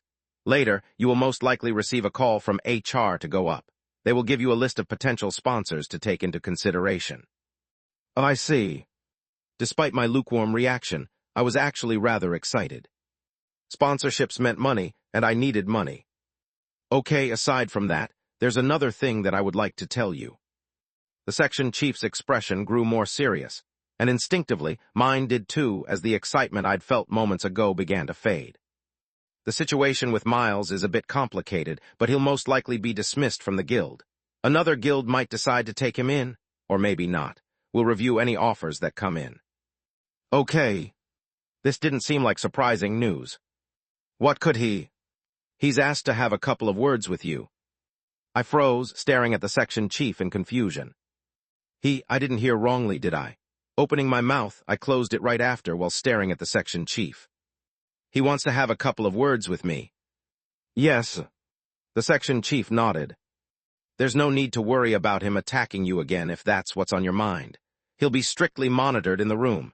He just wants a brief chat with you. He said that once it's over, he'll comply with everything. The words felt as though they were stuck in my throat. Did I want to talk to him? Not really. In fact, I wanted nothing to do with him anymore. I just wanted everything to be done. And yet, I still don't know the true reason behind his actions. I was dying to know. Why was he so desperate to get rid of me? Surely it wasn't purely because he was insecure. There had to be something more to it, and I knew that there was. As such, all right, I decided to agree. I felt that it was important for me to find out the reason. Great. The section chief smiled, clapping his hands together. He stood and began walking toward the door, then paused and glanced back at me. Aren't you coming? I blinked, staring at him in confusion. Then it hit me. Now, of course, why? You want to do this next week? No. I stood up from my seat and hurried towards the section chief. This works out well for me, too. I'd rather do it now than drag it for longer. Good. With a smile, the section chief reached for the door and pulled it open. Let's go then. The interrogation room was located on floor -1. The moment we stepped out of the elevator and the doors slid open, a long corridor stretched out before us, seemingly endless like the squad floors below. A soft gray carpet muffled our footsteps as the LED lights above flickered intermittently. Coming to a stop before a certain door, the section chief placed his hand on the wall, causing the door to unlock shortly after as a large room appeared before my eyes. Several people appeared within the room, but as I stepped inside, the first thing that caught my eye was the large window at the far end. Behind it, I caught a glimpse of another room. Through it, a lone figure sat with his head lowered, his hair falling over his face, hiding his expression. However, with just one glance, I could see that he looked haggard. Even more than the section chief. My heart skipped a beat at the sight, and just as I stepped further into the room, as if sensing my presence, his head lifted and turned toward the mirror. Our eyes met in that moment, and my heart suddenly stopped beating. Then, a pair of dimples appeared before my very eyes. My stomach churned. I might be getting second thoughts about this. Chapter 364, A Friendly Warning 3. I didn't expect you to come. The rat's voice was somewhat hoarse as he spoke, his eyes trailing my every movement as I entered the interrogation room. Looking around, the room was rather small, and besides the soft lights coming from above, the metal chairs and table, there was nothing else in the room. I took another look around before pulling the metal chair and sitting down. The room fell silent shortly after, neither one of us speaking. We just sat in silence, staring at each other wordlessly. But then, congratulations. The rat began to speak, his voice lighter than before. You've finally gotten rid of me. I'm sure you must feel a lot better now. I won't deny that. It felt like a massive boulder had been lifted off my shoulders. Knowing that the rat was no longer going to be something that I needed to worry about left me feeling a lot better. Yet even then, not all the weight seemed to lift from my shoulders. As I looked at the rat, a sense of unease lingered. I knew things wouldn't be that simple, and that thought alone made my eyes narrow. I need to figure this out now before it's too late. Huh? The rat chuckled, bringing his hand to his mouth. His hands were bound to the table by a pair of chains, a precaution to keep him from lunging at me like he had before. On the other hand, my hands were free. If I wanted to, then I could very well attack him. Not that I would, since there were still people watching outside. It would certainly feel good, though. I had done it twice now, and it felt extremely addictive. You made a mistake doing what you did. The rat's words brought me out of my thoughts. As my eyes narrowed further, the rat's dimples became clearer. Of all people that you should have made a deal with, that's the last person you should have done it with. He's not someone that you should associate with. The rat, no, Miles stopped, his expression trembling for a moment as the dimples faded completely. He's no different than a demon. Miles's voice became even more hoarse upon saying the last words. Staring into his eyes and seeing how bloodshot they were, I started to have a sinking feeling as he stared right back at me. The room fell silent for a short moment, but that moment lasted just a few seconds as the door to the room opened, and several figures walked in. It's time. Time. I looked at my watch. Hardly 5 minutes had passed. These are orders. We can't have the talk go on for longer. Please be understanding. The guard stepped up beside Miles, unfastening the restraints around his wrists as he rose to his feet. Seeing him now, he looked less like a guild member and more like an inmate from a maximum security prison. And yet the rat continued to keep his gaze fixed on me, the dimples on his face appearing again. Here's a friendly warning. One of the guards tugged him towards the door, his body moving along with the tug. Just as the two neared the door, the dimples on the rat's face became even more pronounced, something about his face making my heart sink. It was almost as if he was looking at someone, pitiful. "Who's me?" And then, a rund, clank. The door closed, plunging the entire space into silence. I stood there, completely absorbed, trying to make sense of the rat's final words. Rund. From who? The competition, the guild, or the guild master? Who did I need to run away from? The rat's words continued to linger at the back of my mind even as I left the place. Run? Run from who? While the rat had never specified the person, there was only one person who came to my mind. The guild master. He was the only person I had made a deal with. It was just that. Is he saying this to make me paranoid, or is there truth to his words? I was rather curious about how the rat came to know about the guild master. In the game, he was supposed to be a loner whose family had passed away. He was technically supposed to be an orphan. He shouldn't theoretically have any relationship with the guild master. Then again, it would be naive of me to think that this Miles and the one from the game were exactly the same. There had been changes to Zoe's story, too. I should try to dig some information on the rat. Maybe I can find something. I had a rather solid plan in mind, but despite the plan, I still couldn't shake the sense of unease that I felt from his words. I reflected on my first impression of the guild master, and the more I thought about it, the more off it felt. Perhaps my decision to go with him may have been the wrong decision. There's no point regretting my decision. Shaking my head, I sighed. It's too late to regret, and this can just be the rat trying to make me feel paranoid. At the end of the day, I need to stick with my decision. From what I understood, the guild master was the type of person who only cared about useful and non-useful people. So long as I continued to hold his interest with my achievements, I wouldn't have to worry about myself. Yeah, I'll just keep doing what I've been doing. I may have made a deal with the devil, but at the same time, this wasn't without its own benefits. By working directly with him, I could now act more accordingly, and at the same time gain access to far more resources. This would help fuel my growth. Yeah, this is good. Clenching my fists tightly, I walked past the empty corridor and made my way back towards my main office. The stairs continued to linger, their gazes burning even more than before. I ignored all of it and entered my office. Clank. Closing the door behind me, I sat down on my chair and sighed. Even though I've gotten rid of the rat, why do I feel even more stressed? I rubbed my face while blankly staring at the ceiling. The silence that followed felt comforting, and as the silence continued, I reached into my bag and took out my laptop. Right, let's try out that game. I needed something to take my mind off the current situation, and what better way to do that than by playing games? It just so happened that I had a great game to play. It should be this one, right? Seeing how the results are good, I take it that the staff they hired after I got fired was good. Booting up the game, a sleek interface appeared before me, so polished it stirred a twinge of envy. It was far more refined than anything I had ever made. I guess this is the difference between a high-budget company and a solo developer. Moving the mouse cursor over the menu, I clicked on Play Game. The game booted right after that. I cracked my fingers with a little bit of excitement. I really wanted to see what sort of game my old company had made.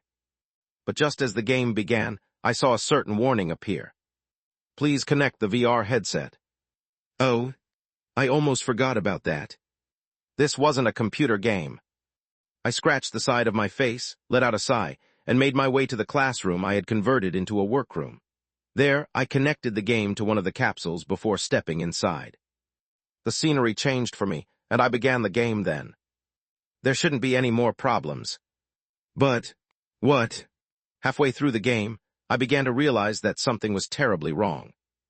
So much so that a heat began to rise in my chest, a surge of anger unlike anything I'd ever felt before coursing through me. Bang! I smashed my hand against the table, rising up as I stared at the laptop. How is this possible? Chapter 365, Theft 1. From the moment I started the game, I was immediately impressed. Not just a tiny bit, but genuinely impressed. The graphics were exceptional, and the general interface and controls were extremely easy to understand.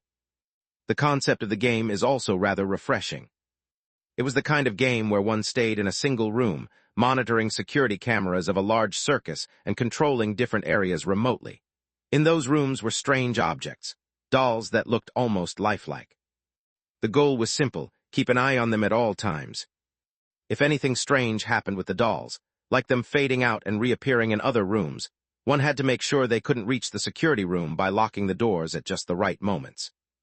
Of course, in order to keep the game tense, there existed a power supply that limited the player from keeping the doors closed at all times.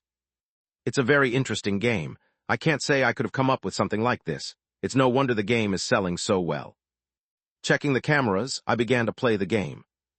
The more I played it, the more impressed I became. But I wouldn't say it's that scary. Was it because of all the scenarios I had gone through? This sort of game paled in comparison to real life. I glanced around the room. It was small, about the same size as my office, with a single desk where I could monitor the cameras. Other than that, the only source of light came from the faint glow of the screen in front of me. Everything looked incredibly realistic, but there was something that felt missing. I don't know, it just doesn't feel. Da-da-da. A certain tune suddenly played in the air, one that made my breathing pause for a brief moment. The cameras flickered, and I turned my attention towards the monitor.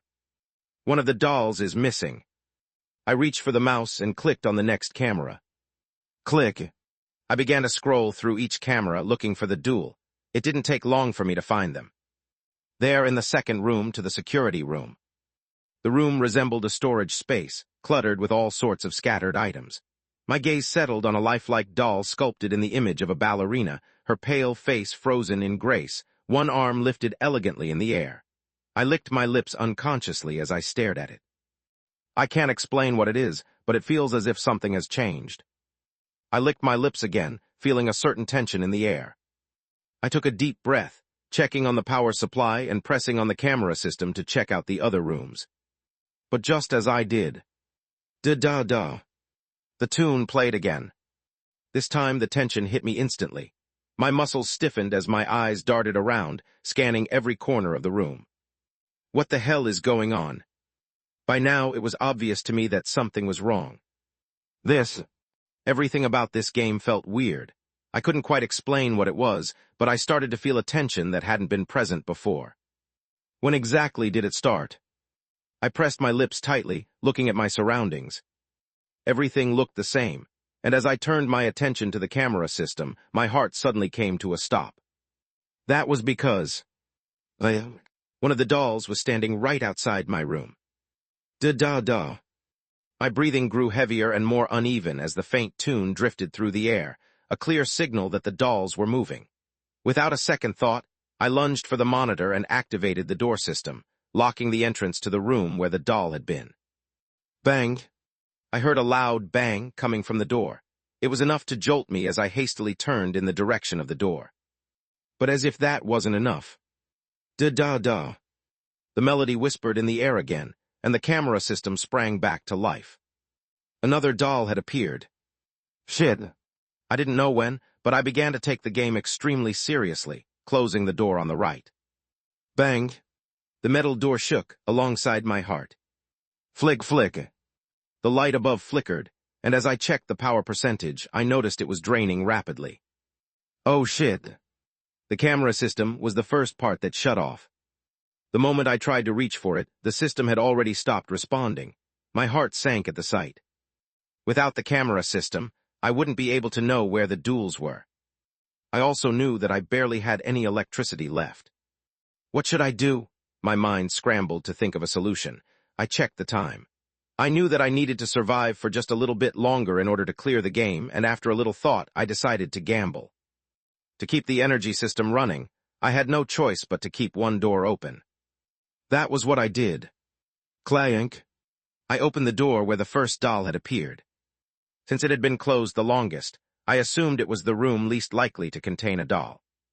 And for a moment, it seemed like my train of thought was correct. But soon, flick. The lights turned off completely, leaving me in a state of darkness. Ha. The sound of my own breathing echoed through the room, so loud it felt as if it were the only thing I could hear. Calm, remain calm.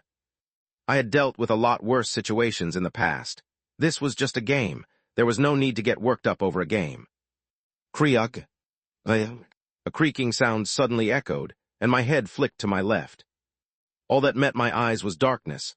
I stared into it, my breathing growing heavier with each passing second. Kriuk, Kriuk. It was slowly approaching me, and my heart started to speed up rapidly as a result. Kriuk. The floor creaked once more, my heart hammering in my chest. And then, tap. Something tapped against my other shoulder, prompting me to turn my head. W-A-H. Ayuk. A sickly pale face popped up shortly after, screaming in front of my face and forcing me to jump back as I nearly screamed at the top of my lungs. A large game over appeared shortly after as the capsule opened, and I blankly stared at the ceiling above me. I didn't know how long I stayed like that, lost in thought, until a certain silhouette appeared before me, snapping me back to reality. But looking at the figure before me, I realized rather quickly that something was wrong. With its normally stitched eyes torn open, along with its mouth, I saw the conductor glaring at the capsule with a rare fury I had never witnessed before. What's going on? Why is the conductor reacting like this? What could have? Thief! The words came out hoarsely from the conductor, its gaze even sharper as it stared at the capsule. A thief! The conductor repeated, leaving me at a loss. But soon a certain tune replayed in my mind, and my eyes widened in shock. Don't tell me. Chapter 366, Theft 2. In my time of knowing the conductor, this was the very first time that I witnessed his rage and anger. Not even when I insulted his own work during the first scenario with him had I witnessed such rage and disgust from it. Just what in the world is going on? My heart palpitated wildly in my chest. The conductor's anger didn't ease, and the surroundings trembled. Rumble, rumble. How dare? The room shook further, and I knew then that I had to act. Hold on. I reached for the conductor, trying to grab its attention. Something was stirring within the surroundings due to the conductor's anger. I didn't know what it was, but I knew that I had to stop it before it was too late. Calm down for a moment. Let me understand what's going on. Understand? The conductor's voice turned even more sinister, the hair at the back of my arm rising as I struggled to breathe. What is there to understand? The conductor's voice hoarsely echoed, my breathing pausing as a result. Nevertheless, seeing the surroundings tremble further, I knew that I had to act. Jay, just calm down for a moment. I managed to force out the words despite the pressure that was currently enveloping the room. For someone who is being so reliant on my strength, he sure is suffocating. I took a deep breath, calming my trembling voice. Let me properly understand the situation. There's no use being angry at the moment. It won't resolve the situation. I more or less had an idea as to why the conductor was angry. It didn't take a genius to understand, but given its current outburst, I didn't have the time to properly assess the situation. If only the conductor could just... All right. All the pressure eased at once. The trembling stopped, and the heavy sensation on my chest eased. What? The sudden change took me aback, but swallowing quietly, I snapped out of it and looked at the conductor directly before turning my attention towards the capsule. Taking several deep breaths, I got out of the capsule and moved towards my laptop. Theft. There was only one reason the conductor would say something like this. Its music must have been stolen. That was the only possible explanation, and thinking about the rare feeling that I experienced while playing the game every time the music played, I had also vaguely felt the abnormality within the game. Sitting back on my seat and turning my attention to my laptop, I booted up the game one more time. This time, I did it without the VR functionality. The game was possible to play without VR since it was extremely simple in design. Of course, it was best with VR. Let's see. I started in the same security room as before. The duels appeared in each camera angle, and the lights above flickered. I waited in silence, switching between the cameras until... Da-da-da. The tune began to play. At the exact moment it played, something within my chest stirred, and I found my mind growing hazy. My concentration slipped, and by the time I regained focus again, I found my breathing growing rougher than before. Oh my God! I covered my mouth with my hand, staring at the screen with wide eyes. Rumble, rumble. The surroundings shook once more, the conductor's figure right next to me. But this time, I didn't stop the conductor as I kept my gaze fully focused on the game before me, at a complete loss. If before I was skeptical, that was no longer the case. This game, it's copying the conductor's music. Space. Nightmare Forge Studio. T-a-ra-ra-ra-ra-ra. The usually quiet and gloomy studio was experiencing a resurgence, like it had never experienced in the past. The phones were constantly ringing, and people ran all over the office, trying to get documents from one place to another. Quick. I just got a sponsorship offer, it's newsy. What is the current status on the bug fixes? There's several bugs that are being reported. We've made it to the news. We're climbing up the rankings. Despite how busy everyone was, the atmosphere felt festive. The game was performing phenomenally, and since everyone would be receiving bonuses based on its success, spirits were high all around. This was the first time in a very long time that their newest game performed so well. It was only right that they all felt happy. CEO Office. The game is projected to reach the top of the rankings nationally. There's a chance that we might even make it to the global rankings. Reporting to the CEO was Daniel Meir, a young man with blonde hair and blue eyes. Dressed in a crisp suit, he stood with perfect posture, his demeanor calm and professional. As a graduate from the Houston Malavia University, he was a top elite who had just been recently hired by the company. He was, in fact, partially responsible for the game's success. Oh, we might even make it to the global rankings. That's very good news. The CEO, a man in his 60s, smiled with visible glee. His bushy eyebrows arched high as a result. Hiding beneath his thinning hair was neatly parted on top of his forehead. His most noticeable trait was the well-groomed mustache resting just above his lips, something he touched whenever he was happy. How confident are you that we might make it to the global rankings? There's a good chance we might. Daniel replied, checking the tablet in his hands. Based on the current sales records, and the fact that the game is starting to reach some audiences outside of the island, I would say that it should be possible for us to place within the top 1,000. Top 1,000? The CEO took a deep breath, his chest trembling out of excitement. While top 1,000 didn't sound grand, it was in fact a phenomenal result. This would mean that their game was within the top 1,000 in the entire world, not just within their island, but also the surrounding islands. This was a monumental achievement. Something that had never been accomplished by anyone within the island or the nearby regions. It would mean that they'd be the first to achieve such a result, bringing their studio to an unprecedented period of fame and growth. The thought made the CEO's mustache tremble. That's good. It would be really good if we could achieve this.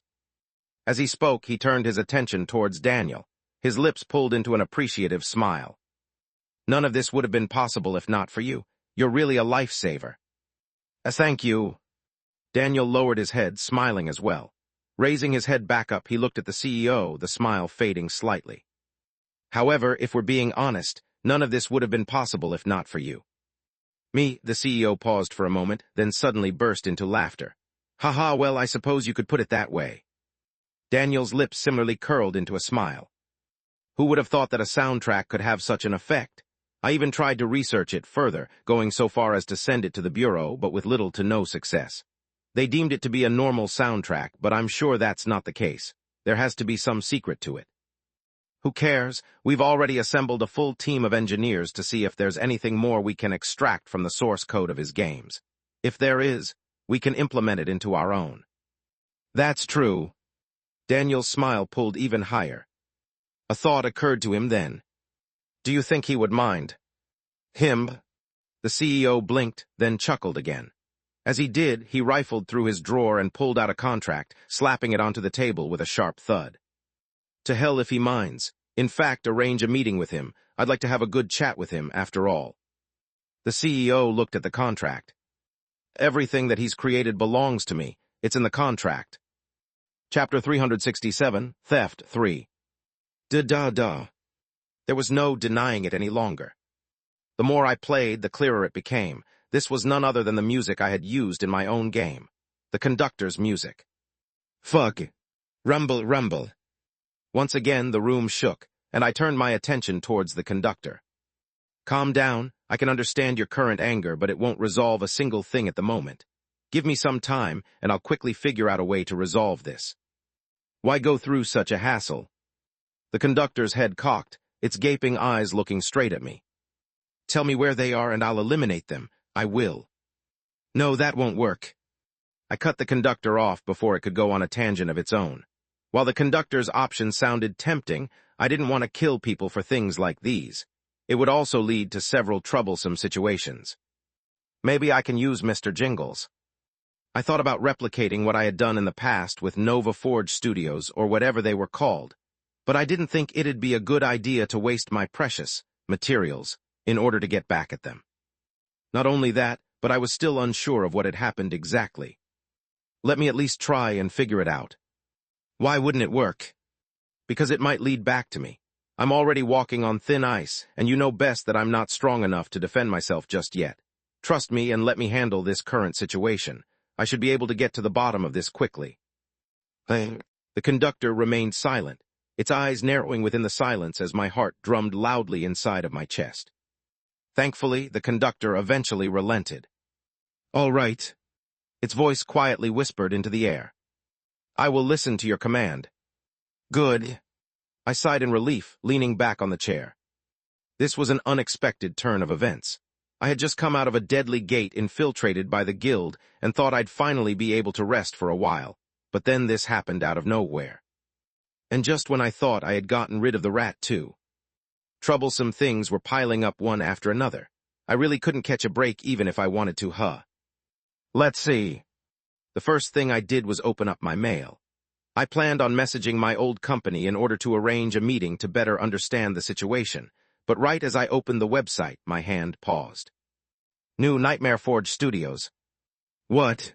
To my utter surprise, it was an email from the very studio that I was having trouble with. It's pretty recent, too. It wasn't even an hour ago since they sent it. Staring at the mail, I didn't have a good feeling about it as my heart sank. But, click, I still decided to open up the mail. To Seth Thorne, we would like to formally invite you to the guild for a meeting at your earliest convenience. The CEO has expressed a desire to have a comprehensive discussion with you regarding recent developments and future opportunities. This meeting will provide an opportunity to address any questions you may have and to explore potential collaborations in greater detail. When would be a good time to arrange the meeting? Discussion regarding recent developments and future opportunities. The more I read the mail, the greater the pit in my stomach. I really don't have a good feeling about this. However, I knew that this wasn't something that I could avoid. In order to get a better understanding of the situation, it was important that I went to the meeting. So although I don't really want to go back there, I know I have to go. And so, I quickly arranged a meeting with them. Tomorrow morning should do. I got a confirmation email shortly after. Okay then. I stood up from my seat and stretched my back. Now that I'm done with that, I should think. To talk. My words got cut off by a sudden knock on my door. Pausing whatever I was doing, I turned my attention towards the door. I licked my lips as they suddenly felt dry. To talk. With the knocking persisting once more, I knew that I couldn't ignore it and moved towards the door. Who is it? Is it the section chief? I couldn't think of anyone else who knew about this place besides him and my squad members. Not even Kyle was aware of it. Reaching for the door, I opened it slowly. Hello. A smile greeted my sight the moment I opened the door, causing my heart to come to a complete stop. Of all the people I had expected to encounter, this was the last. The moment I caught sight of them, my entire body froze. Oh, this is quite a nice setup, not bad at all. The guild master walked into the room, his gaze sweeping the place with a certain curiosity. He took notice of the capsules and the setup by the distance. Eventually, coming to a stop, he turned his attention back to me. This place looks rather nice. It seems like you've put the money you've received to good use. Thank you. I could only force a smile. It felt as though I was standing on needles, trying my best to understand the reason behind the guild master's sudden appearance. I swallowed nervously, keeping my gaze locked onto him. Come on, just get on with it. What are you here for? The more I stared at him, the more I was reminded of the rat's words. I started to feel uncomfortable. "I can see that you're impatient." The guild master chuckled while staring at me. He shook his head. "Don't worry, I'm not here for anything particular. I'm just trying to get back to our previous conversation." My heart skipped a beat. "By previous, you mean? Since I've done you a favor, it's my time to ask for something, isn't it?" I pressed my lips tightly, feeling the air in the room suddenly constrict around me. That tension lasted for merely a few seconds before the guild master raised both hands. "Please be at ease. I'm not going to ask you to do anything outrageous. In fact, you can even say that this might be a good opportunity for you." Good opportunity? I looked at the guild master hesitantly. What good opportunity could he be talking about? "I'm curious about your decree." So that's what it was. Been thinking about it, and I'm certain now. The Dreamwalker you've been using used to be a Nightwalker from our guild gate. The information I've received from the clips I've managed to look and examine, alongside the reports, suggests that to be the case. That makes me wonder. The guild master paused, his eyes narrowing slightly as he looked at me. "Do you actually have the ability to enhance the anomalies themselves? If so, are you willing to show me? I'd be willing to sponsor the experiment if you need anything." Bah sump. My heart raced at the sudden offer, my expression unable to remain calm as I looked at the guild master. This was a massive opportunity, wasn't it? Chapter 368, Realmwalker 1. I didn't rush to agree to the guild master's proposal, if it could even be called that. There was no free lunch in this world. The guild master's intentions were clear. He wanted something out of this, and I felt hesitant knowing this. I had already revealed to him quite a lot. To what extent was I going to show him my abilities? Was it safe to do so? "I don't know about that." The rat's words continued to replay in my mind. The more I thought about those words, the more my heart tightened. I know this might be the rat's way of getting in my way again, but I really can't find myself dismissing his words. Staring at the guild master and staring at the simple smile on his face, I really didn't have a good feeling. However, I also knew that this deal was going to benefit me.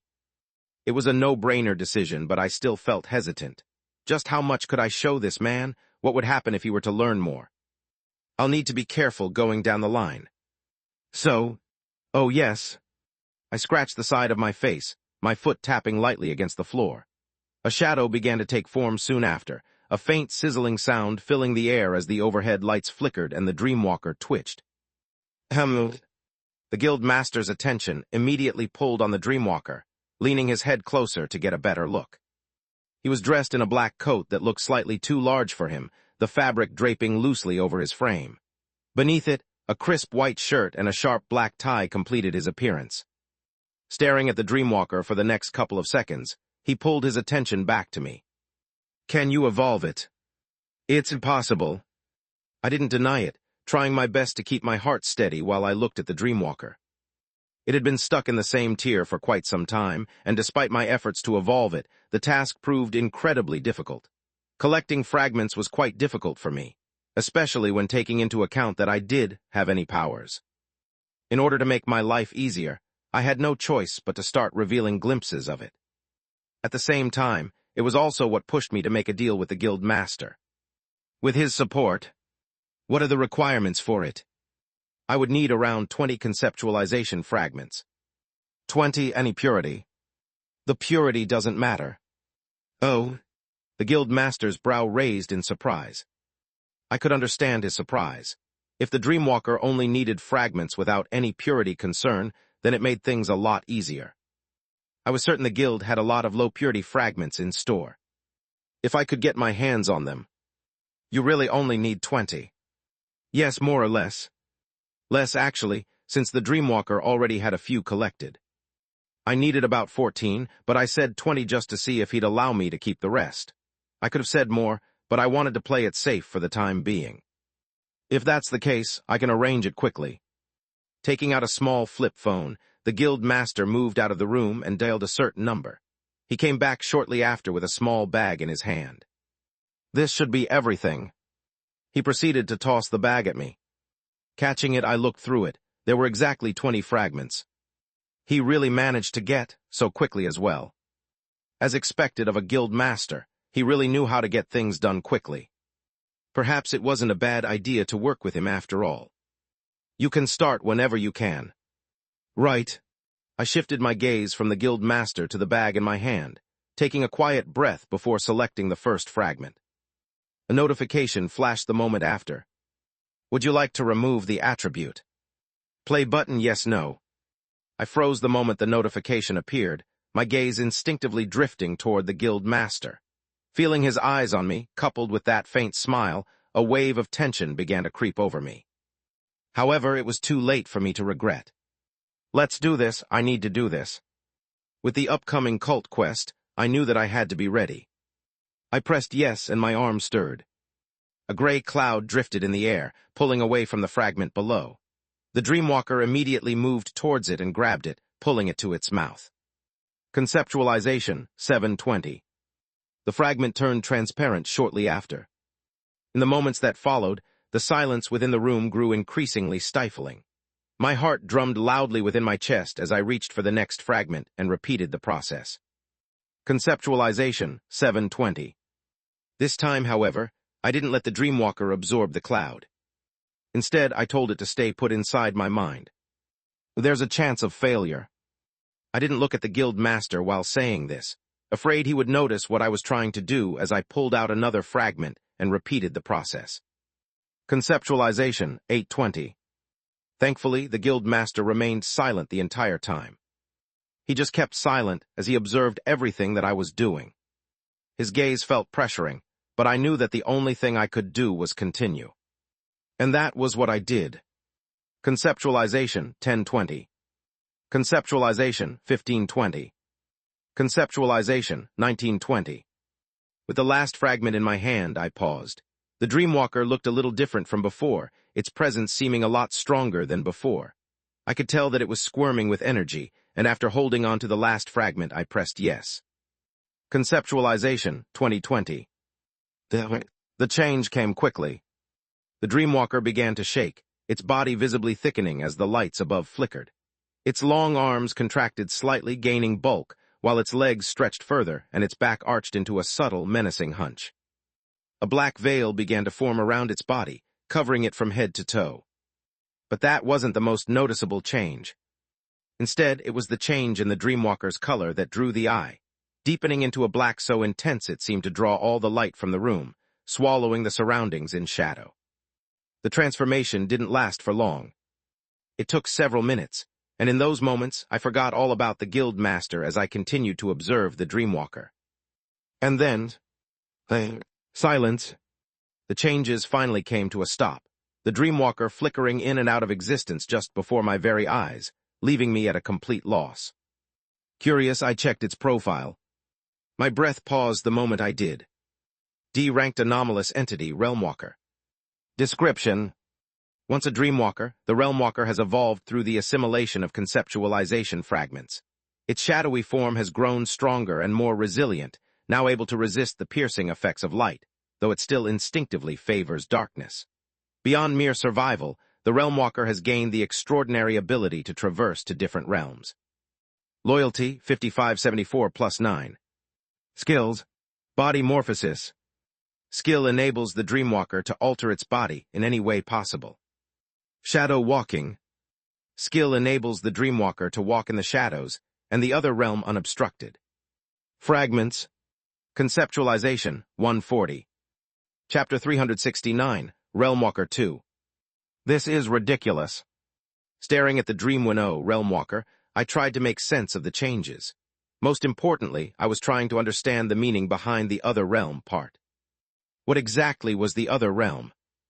Is it the same realm that I can see from the glasses? While I wasn't entirely certain, I had a vague suspicion that the world the anomalies inhabited and the real world were two distinct realms, existing in parallel yet apart. In that sense, was the Realmwalker's ability to phase in and out of the worlds. Could it not do that before? How interesting. Pulling me out of my thoughts was the guild master. My heart skipped a beat the moment I turned my head in his direction. When did he get here? I hadn't even realized his presence until he was already standing before the Realmwalker. This is certainly an upgrade from the Dreamwalker. In fact, I've seen such a creature before. Realmwalker, right. I didn't know what to say.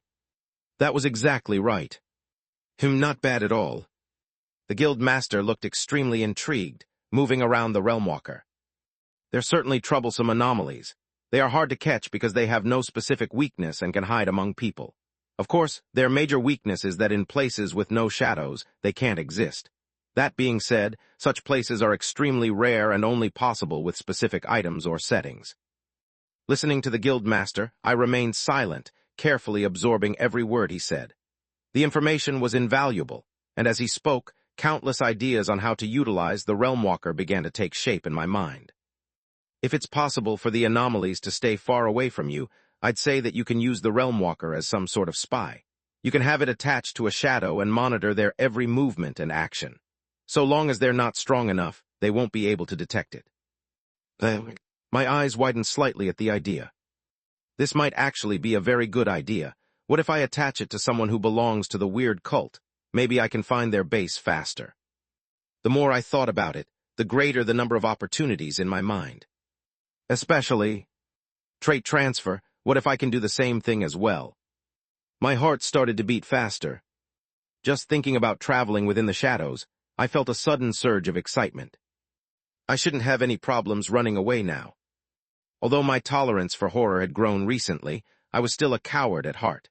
Now that I possessed the perfect ability to escape, I intended to make full use of it whenever the opportunity arose. Now that I think about it, can I also travel to the other realm? Is that possible? Not that I have any plans. That place seems a little bit too dangerous and creepy for me. All of this is intriguing and all, but if I had to say what caught my attention the most, it would definitely be that. The guild master gestured toward my hand. Lowering my gaze, my breath paused slightly as I noticed what he was referring to. All right. If my guess isn't wrong, that's an attributeless fragment, correct? Yes, I replied. There was no use denying it, especially since the proof was right before his eyes. May I have a look at it? The guild master extended his hand in my direction. When I turned my attention towards him, I knew that this was more of an order than a request. I complied and handed the fragment to him. How peculiar. He examined the fragment closely, his eye magnified through its surface as he brought it near his face, the pale light refracting faintly across his features. The more he looked at it, the more intrigued he seemed. And then, this is certainly very interesting. I'll be keeping this for now and running some tests on it. This is a very interesting power that you have. The guild master pinched his chin while staring at the fragment. Since you have the ability to remove an attribute from a fragment, I presume that in order to advance, you require attributeless fragments. Yes, but they must be of high purity. I see. The guild master turned the fragment over in his hand a few more times before finally slipping it back into his coat pocket. His gaze lingered briefly on the realm walker, studying it in silence, before he finally shifted his attention toward me. I think I've taken enough of your time. I'll be taking my leave now. He checked the time. I'm running quite late for a meeting myself, but this was certainly worth it. The guild master strode toward the door, his footsteps calm and even. Just as his hand reached for the handle, he paused and turned his attention back to me, his lips curled into a calm and reassuring smile. I understand that you're a bit hesitant about showing me your full skills, but rest assured, I'll keep my end of the deal. Between you and me, no one else will know about your powers, unless, of course, you decide otherwise. I forced a smile in response to his words. And then, I'll be seeing you again. Clank. He left the office, leaving the place in a state of utter silence. Even after he left, I remained in place, my body tense as I stared blankly at the floor beneath me. I eventually took a deep breath. I really hope he stays true to his words. Space. The guild master walked calmly out of Seth's office. As he passed by the others, it was as if he didn't exist. No one paid him any attention. He moved through the crowd like a ghost, completely invisible to their eyes. Eventually reaching the elevators and ascending to his floor, the guild master stepped out to find a certain person waiting for him outside the office. The moment he appeared, the man turned his attention towards the guild master. Guild master, how have you been? I apologize for my tardiness. I was just busy handling a certain matter. Is that so? Well, that's fine, I guess. Next time hurry, though. I've got a lot of things that I have to deal with. The guild master smiled upon hearing the section chief's words. He was one of the few people who talked to him like that. He couldn't say that he disliked it. Clank.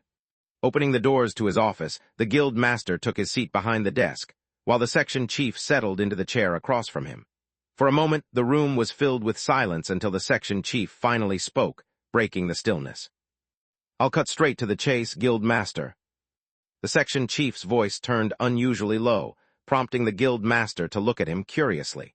It was a subconscious trait that he used whenever he wanted to talk about serious matters. "I'd like to speak with you about Vile, 2013, the jester." Taking a deep breath, the section chief's brows furrowed tightly. "I have a feeling that someone I know might be linked to it." The room froze in that moment, the section chief staring straight at the guild master. And eventually, a pair of dimples appeared on the guild master's cheeks as he looked at the section chief. "Pray do tell me, I'm all ears." Chapter 370, Nightmare Forge Studio 1. The section chief leaned back in his chair, brows drawn together as he rested a hand over his mouth, deep in thought. He had been uncertain for some time about revealing what he had found out to the guild master, but after a little bit of thought, he realized that he had no other choice but to. He's very likely already figured something out. If I act as though I'm unaware, he might choose not to mention it, but the fact that he won't say anything, that's the real problem. The guild master wasn't someone who would directly confront someone about anything. If he wasn't satisfied with someone's performance, he wouldn't express it outright. Instead, he would quietly take note of it, his silence far more telling than words. The more someone disappointed him, the quicker his interest in them faded. He was the kind of person who assigned value to people, measuring their worth based on what they could offer rather than who they were. The more someone disappointed him, the lower their value became in his eyes, until eventually they were no longer worth his attention at all. This was the last thing the section chief wanted. "I'm curious, what have you found out about Vile, 2013? The section chief pursed his lips, sorting his thoughts in his mind before coming clean. "Although I am not entirely sure, there's been some suspicion regarding Seth. I honestly don't believe it is him, but there are too many things that simply don't match up. Like certain timings in certain situations, his appearance. It matches the time when the jester first appeared. It was around the same time. There's just a lot of things."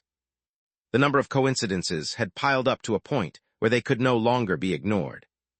Even though the section chief tried his best to turn a blind eye to the situation, he could no longer do that. "I hope that I'm wrong, but it's my duty to report this. I have a file over here that I've compiled with all of my findings." The section chief leaned forward while placing a neat folder on the guild master's desk. "There are still certain things that don't quite make sense, but I thought it'd be good if I at least showed you this much." The guild master reached forward and grabbed the file. He carefully read through the file while the section chief sat in silence across from him. The quiet sound of pages turning filled the room, and after a while the guild master finally set the file down on the desk. "This is not bad. I can see how your concerns came to be. If I were in your position, I'd also think the same." "Then, there's no need to worry."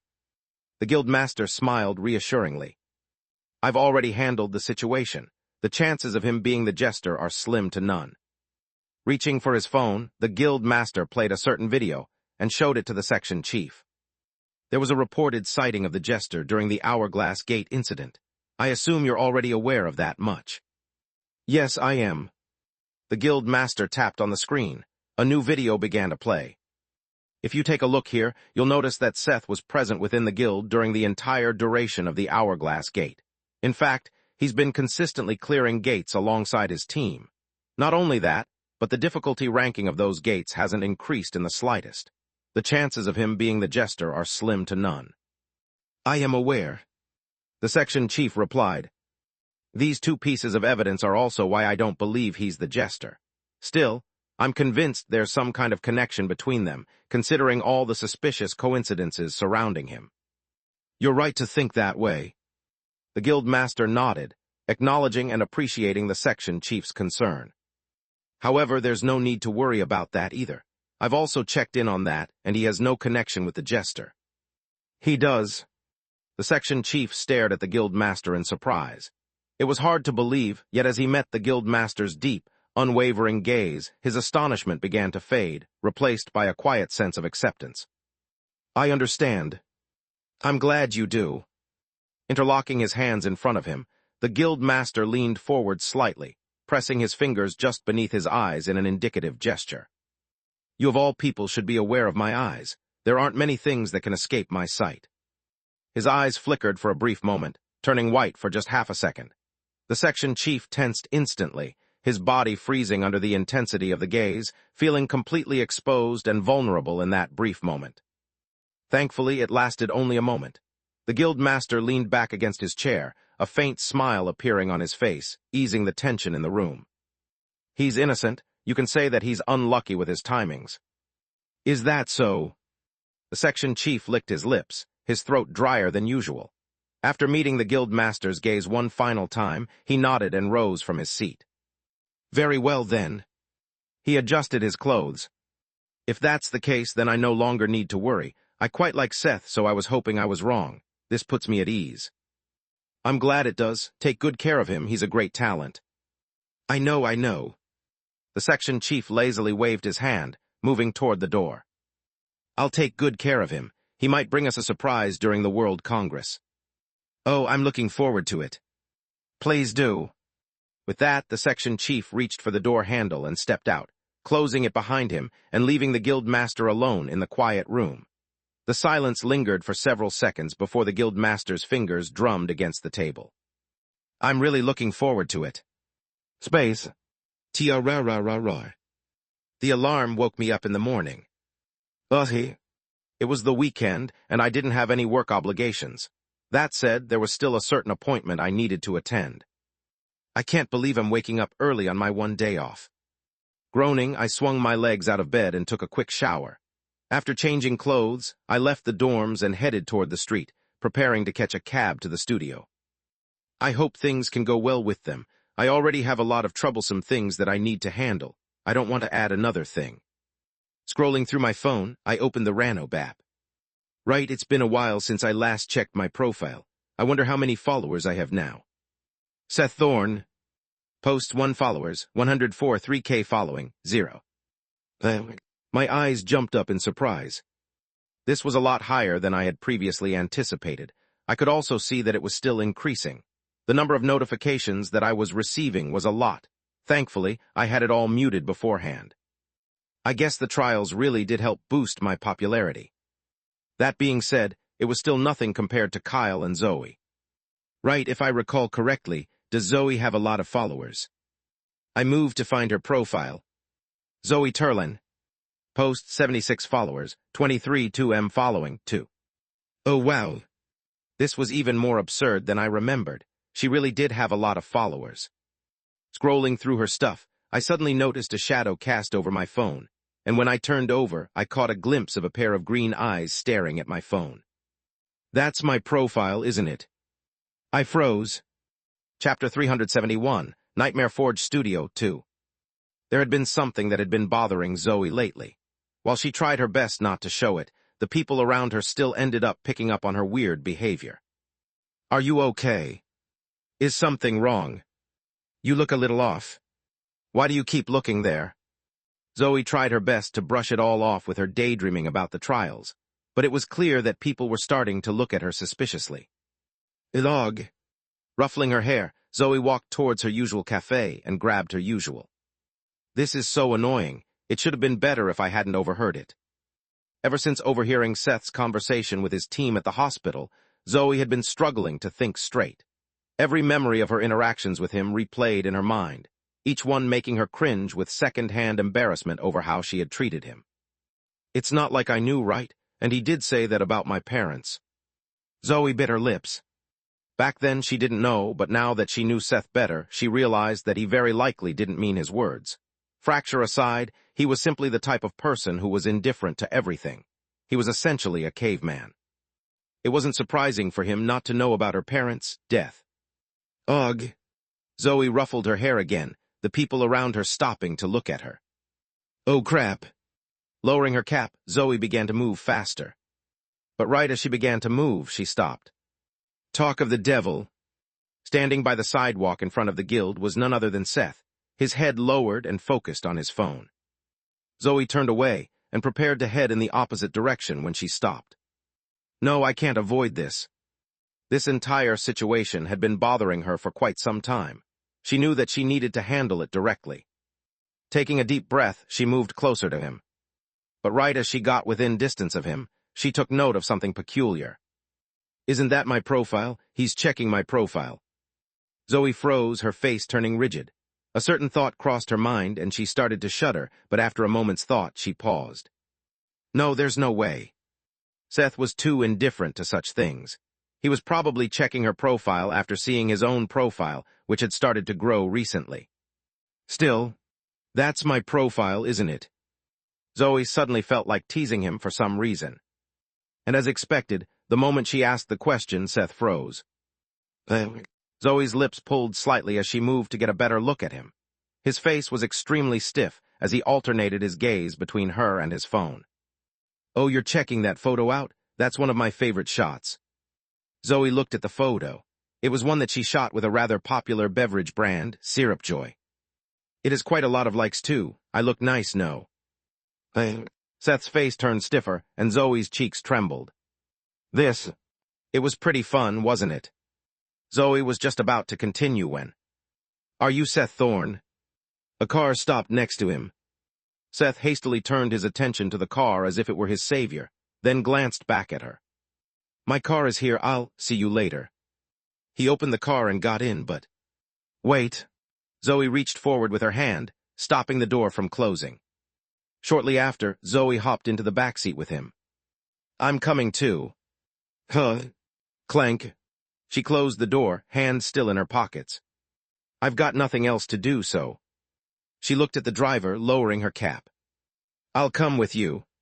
Space. As a fairly successful studio, Nightmare Forge Studios was situated near the central zone of the island, around Zone 2. While rent in this area wasn't as steep as in the absolute center, it was still relatively expensive. It took about 15 minutes to get to the studio from the guild. The moment I stepped out of the cab, I was greeted by a towering square building dominated by glass windows. I felt a mix of emotions while staring at the building. It's been a really long time. This was the place where I had worked for a very long time. I had made many friendships and enemies inside. With that being said, that wasn't the thing that was bothering me the most at the moment. "Wow, is this where you're headed to?" "It looks quite nice. Nightmare Forge Studios, oh wow. This is also where you used to work, right?" "I'm really curious now." True to her words, Zoe ended up following me to the studio. I honestly had a lot of things to say, but I gave up when I saw her face. It seemed like she had made up her mind to follow me. I don't know what's going on with her, but I'll let her be for now.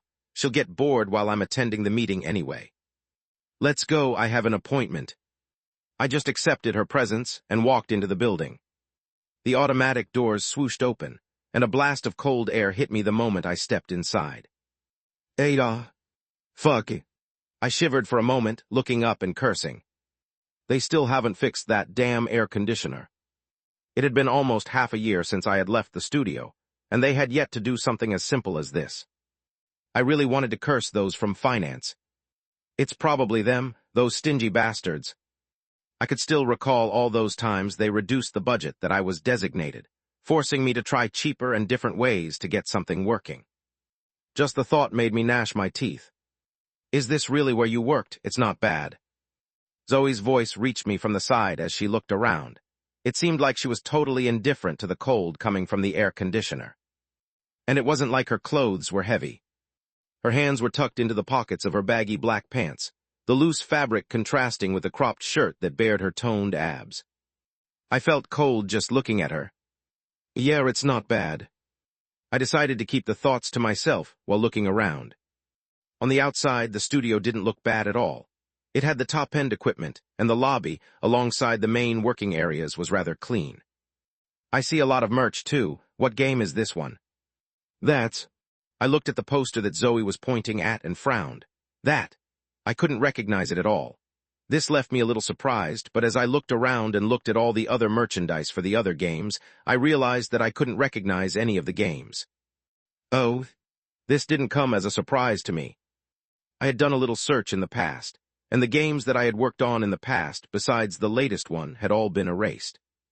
It seems like they've been replaced with other games that I don't remember. "Don't tell me you forgot." "Huh?" I scratched the back of my head while looking at Zoe. It seems like I have. She stared at me in silence, but then nodded. I understand. You were probably busy handling all the codes and stuff, right? You never really got to see the end product. Let's go with that. This felt like a convenient excuse, albeit lazy. For some reason, looking at Zoe's expression, which seemed to hold a twinge of guilt, I found myself frowning. What's going on with her? Could you be Seth? A voice shook me out of my thoughts. Turning around, a fairly handsome man in a suit stopped before me and extended his hand in my direction. Nice to meet you, I'm Daniel. I'll be the one to guide you around and bring you to the CEO. I hope we can get along. Staring at him and then his outstretched hand, I paused before reaching to grab it. Likewise. I really did hope we could get along. Chapter 372, Nightmare Forge Studio 3. This way, please. I'm sure you're familiar with the place, but it has changed a little bit. I'll introduce you to the CEO. He's very excited to see you again. The man before me was very cordial. His smile was friendly, and he carried himself with quiet professionalism. There was something reassuring about his presence. The moment I saw him, I felt instantly more at ease. He seems rather friendly. Of course, the more he was like this, the wearier I was. There was no such thing as a kind person in this industry. He's without a doubt a snake. This is... Suddenly, he turned his attention towards Zoe. Despite the hat that covered her face, she still stood out quite a bit. With both her hands in her pockets, she looked at Daniel and then me. Her lips pursed, seemingly from trying to figure out what to say. In the end, she went with, I'm his assistant. I nearly smacked my hand against my forehead. This girl... Assistant... Oh yeah. Zoe looked at me, pulling her hands away from her pocket. He's been doing quite well recently, so... Oh, that's fair. Daniel just kept smiling, but it was obvious from his expression that he didn't believe her at all. I, too, wouldn't believe her at all. The fact that he had yet to recognize her despite her popularity was the real surprise. In any case, we're almost here. The CEO is waiting in his office. Leading us to a long corridor, a large wooden door greeted us at the end of it. He stopped just before entering, turning his attention towards the two of us. As he did, several people who had been attending suddenly approached us. What are you doing? Don't mind this. For security reasons, we'll be taking your phones and items. We'll be discussing several sensitive matters. Of course, we'd also like you to sign this.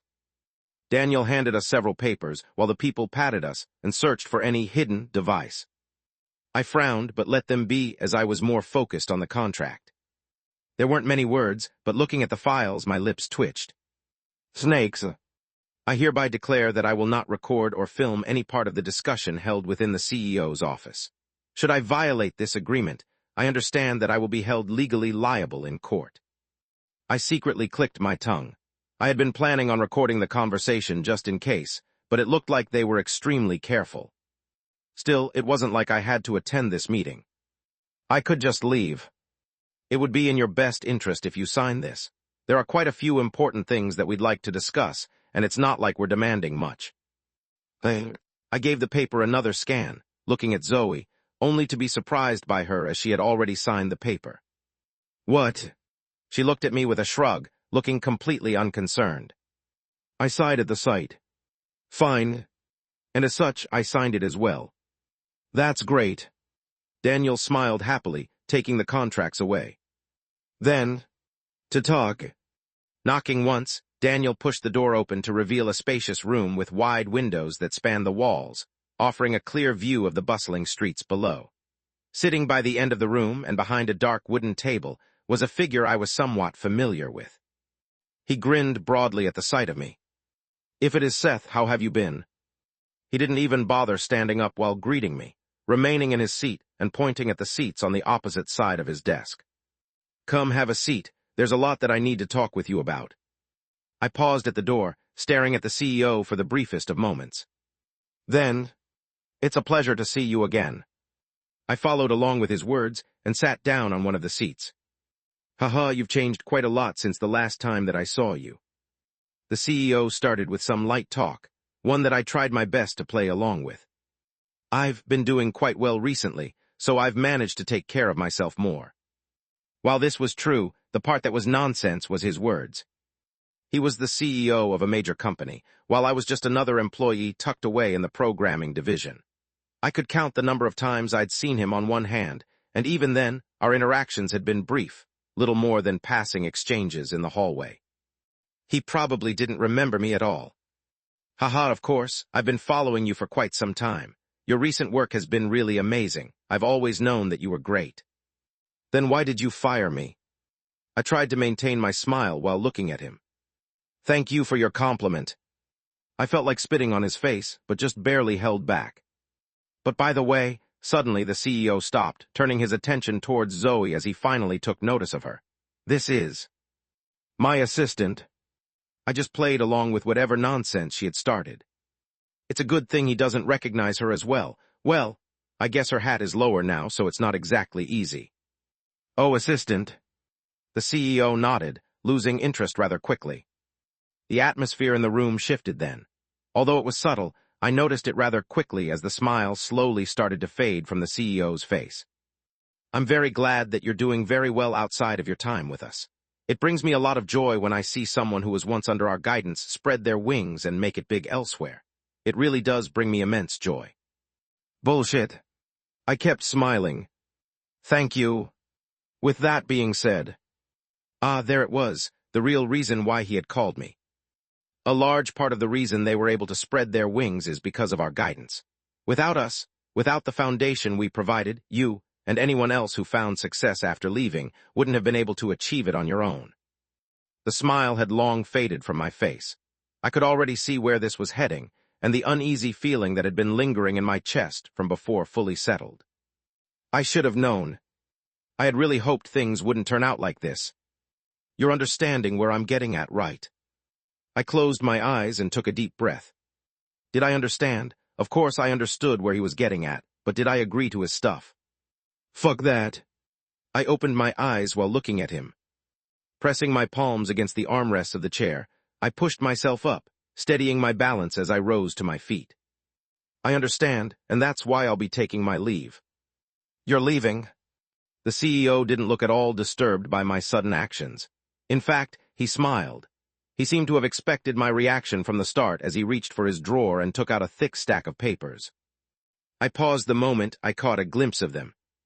My heart slowly began to sink. Placing his finger over the papers, the CEO began to read. Any work, creation, or intellectual property developed by the employee within 6 months, following the termination of this agreement that relates to the business, products, or services of Nightmare Forge Studios, shall be deemed the property of Nightmare Forge Studios. The more he read, the more my heart sank. To summarize this well, any work that you've created in the 6 months that you've left belongs to us. That applies to any software that you may have developed. The CEO pushed the contract forward, his hand pressed forward in an inviting gesture. If you don't believe me, you can start reading it. I'm sure you have a copy of it in your email. This is the clause that was added to your contract. In this regard, you can say that all the games that you've created are owned by us. Of course, I'm a very reasonable man. I'm not going to take away any of the profits that you've made so far from the games that you've developed.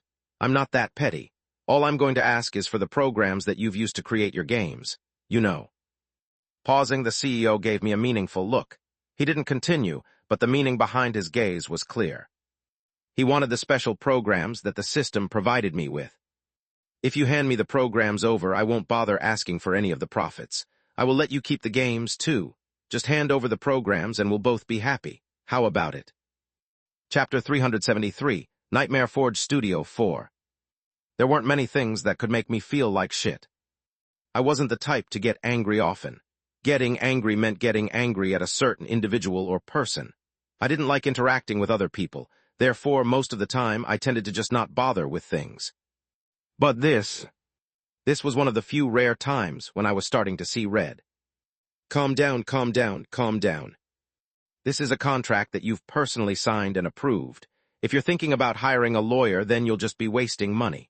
This isn't a case that you can win, especially since the terms all align with the current labor laws. The more I listened, the harder it was for me to hold it in. I was starting to imagine all the ways I could end his life. Even the conductor was trying its best to come out and end him on the spot. If not for the fact that I was holding it back, this entire room would have turned red. I'm not asking for much, just hand over the programs. At the end of the day, we're not going to stop you from using them. I'm just asking you to give them to us so that we can use them as well. We're being extremely generous with the requests. My lip twitched. I was really on the verge of losing it. Setting aside the fact that they wanted the programs that had been given to me by the system, the fact that they had put in such a clause in my contract was enough to make me want to kill them all. I've always known they were predatory, but not to this extent. Due to my desperation and ignorance, I had never gotten the chance to properly look at the contract or hand it over to a lawyer to check on it. I didn't have the money or time to do such a thing. All I saw was a job, and I took it without hesitation. Who would have thought it would come back to bite me in the ass? Are you listening to me? I raised my head to stare at the CEO. He was looking at me with a frown, his face cracking and impatience showing. I don't have all day. Hand over the programs and we can let this be. This isn't a hard request. Do this while I'm still feeling generous, otherwise. He left the sentence hanging, however I understood it clearly. Should I just kill him? I was in a very tough spot at the moment. Legally speaking, he had leverage over me. I had indeed signed the contract and as such had no legal grounds. I also wasn't liquid enough to pay back all the money that I had made from the games that I had created. I had spent a major part of them on the system shop. There were two options left for me: getting rid of them or asking the guild master for a favor. I was quite against both ideas. Should I hypnotize them using Mr. Jingles? This seemed like the only possible path forward for me. You're still staying silent? I guess you really don't appreciate the olive branch that I'm extending to you. In that case, we can proceed with the legal proceedings. The CEO suddenly turned his attention towards his assistant. Daniel, contact the lawyers, tell them to get. How much? A voice suddenly cut across the surroundings. With both legs on the small glass table by the sofas, she lowered the phone in her hands while staring in the CEO's direction. How much does he owe you? What? Taken aback, the CEO didn't know how to respond at first. He just stared at Zoe with a confused look, blinking his eyes several times until he turned his attention towards me. Why is your assista? I said how much. Is that hard to understand, such a simple question? Zoe spoke up again, her voice a little higher than before. Although I couldn't clearly see her face as it was hidden by her cap, I could feel the annoyance in her tone. But, what in the world is she doing? Who the hell are you? Aren't you supposed to be his assistant? What gives you the... Ah, fuck. Zoe reached for her face and massaged it. As she did, she glared at the CEO. Are you mentally inept or some shit? Do you struggle to understand basic English? I said, how much does he owe you? Fucking answer the question, you. It would be around $1.4 million. Another voice joined in on the conversation. Turning my head, I saw the CEO's assistant, Daniel, answering with a smile. The total amount that has been generated from the games is $1.4 million. The room fell silent a moment later. While I was still confused by Zoe's sudden interference, hearing the number coming out of their mouth, I nearly had a heart attack. Did I really earn that much? If you can somehow pay up, then we can consider this. All right. Zoe stood up from her seat, putting her phone in her pocket. I'll pay the money. The room froze over, all eyes turning towards Zoe, mine included. I wanted to get some words out, but Zoe raised her hand to block me. With her attention fixed on the CEO and the assistant, who both looked stunned, she took out her wallet and tossed a black card on the table. Process it. Neither the CEO nor the assistant moved. Both stood motionless while staring at the card on the table. It was clear from the expression on their faces that neither of them had expected such an outcome. If I had to be honest, neither did I. But at the same time, I didn't really feel comfortable with this outcome. Why was she suddenly paying for me? Didn't she used to hate me? Is it because of Kyle? Yes, it had to be because of Kyle. So, are we going to stand here all day? I don't really have that much time. It was Zoe's voice that brought all of us back to focus. Immediately after, the assistant looked at the CEO. The two exchanged glances before the assistant left the room with the card. The next couple of seconds felt tense as I kept glancing in Zoe's direction. However, she seemed completely unbothered, her eyes focused on her nails. And not long after, the door to the room opened. Clank. A pale-faced assistant walked in, his eyes focused on Zoe. "You done?" Taking her attention away from her nails, Zoe looked at the assistant. Staring at the card in his hands, she snatched it back before grabbing me by the arm. "I guess that's all. Thank you very much for the hospitality. We'll be taking our leave. Of course, I assume that there shouldn't be any more issues, right?" Zoe gave them the CEO and the assistant one more look. When neither of the two responded, she smiled and moved to the door, dragging me alongside her. "Very good, we'll be taking our leave." Clank. That was the last I heard of them as we moved out the door. What in the world just happened? Chapter 374, Curring Sarah 1. Why did you do that?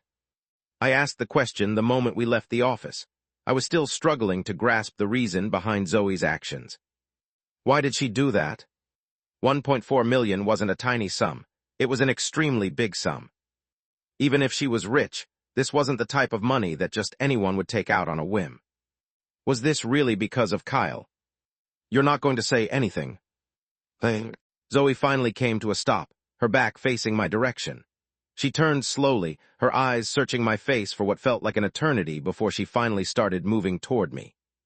"You know, I think I've finally realized something."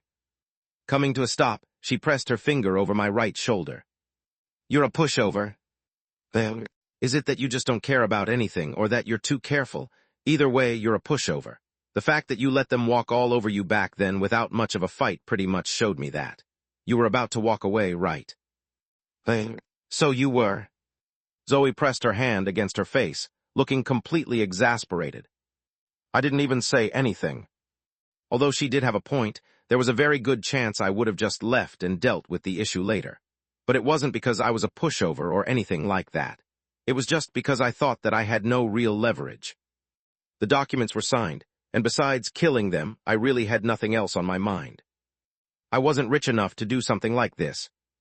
No, now that I think about it, I might be able to afford it. The guild had recently given me $1 million in extra budget for accepting Ariel in my team. I could technically use that money to pay for the debt, but it feels like wasted money. It's no wonder they act like that in the first place. It's because they know they can get away with it. Look at how you signed a contract like that. Why would you even sign something like that without reading it? That's like the most basic of this. I'll make sure to pay you back when I can. I cut Zoe off before she could finish her sentence. The moment I cut her off, she let out a surprised, "Huh," but I ignored it completely. I didn't even feel like talking to her at the moment. While I was grateful for her help, I was also pretty pissed. What did she know? It wasn't like I had signed the contract without knowing that it was a shady one. I knew all along, but it wasn't like I had a choice. I was at a point where I thought every day would be my last. What was I to worry about how bad or good a contract was?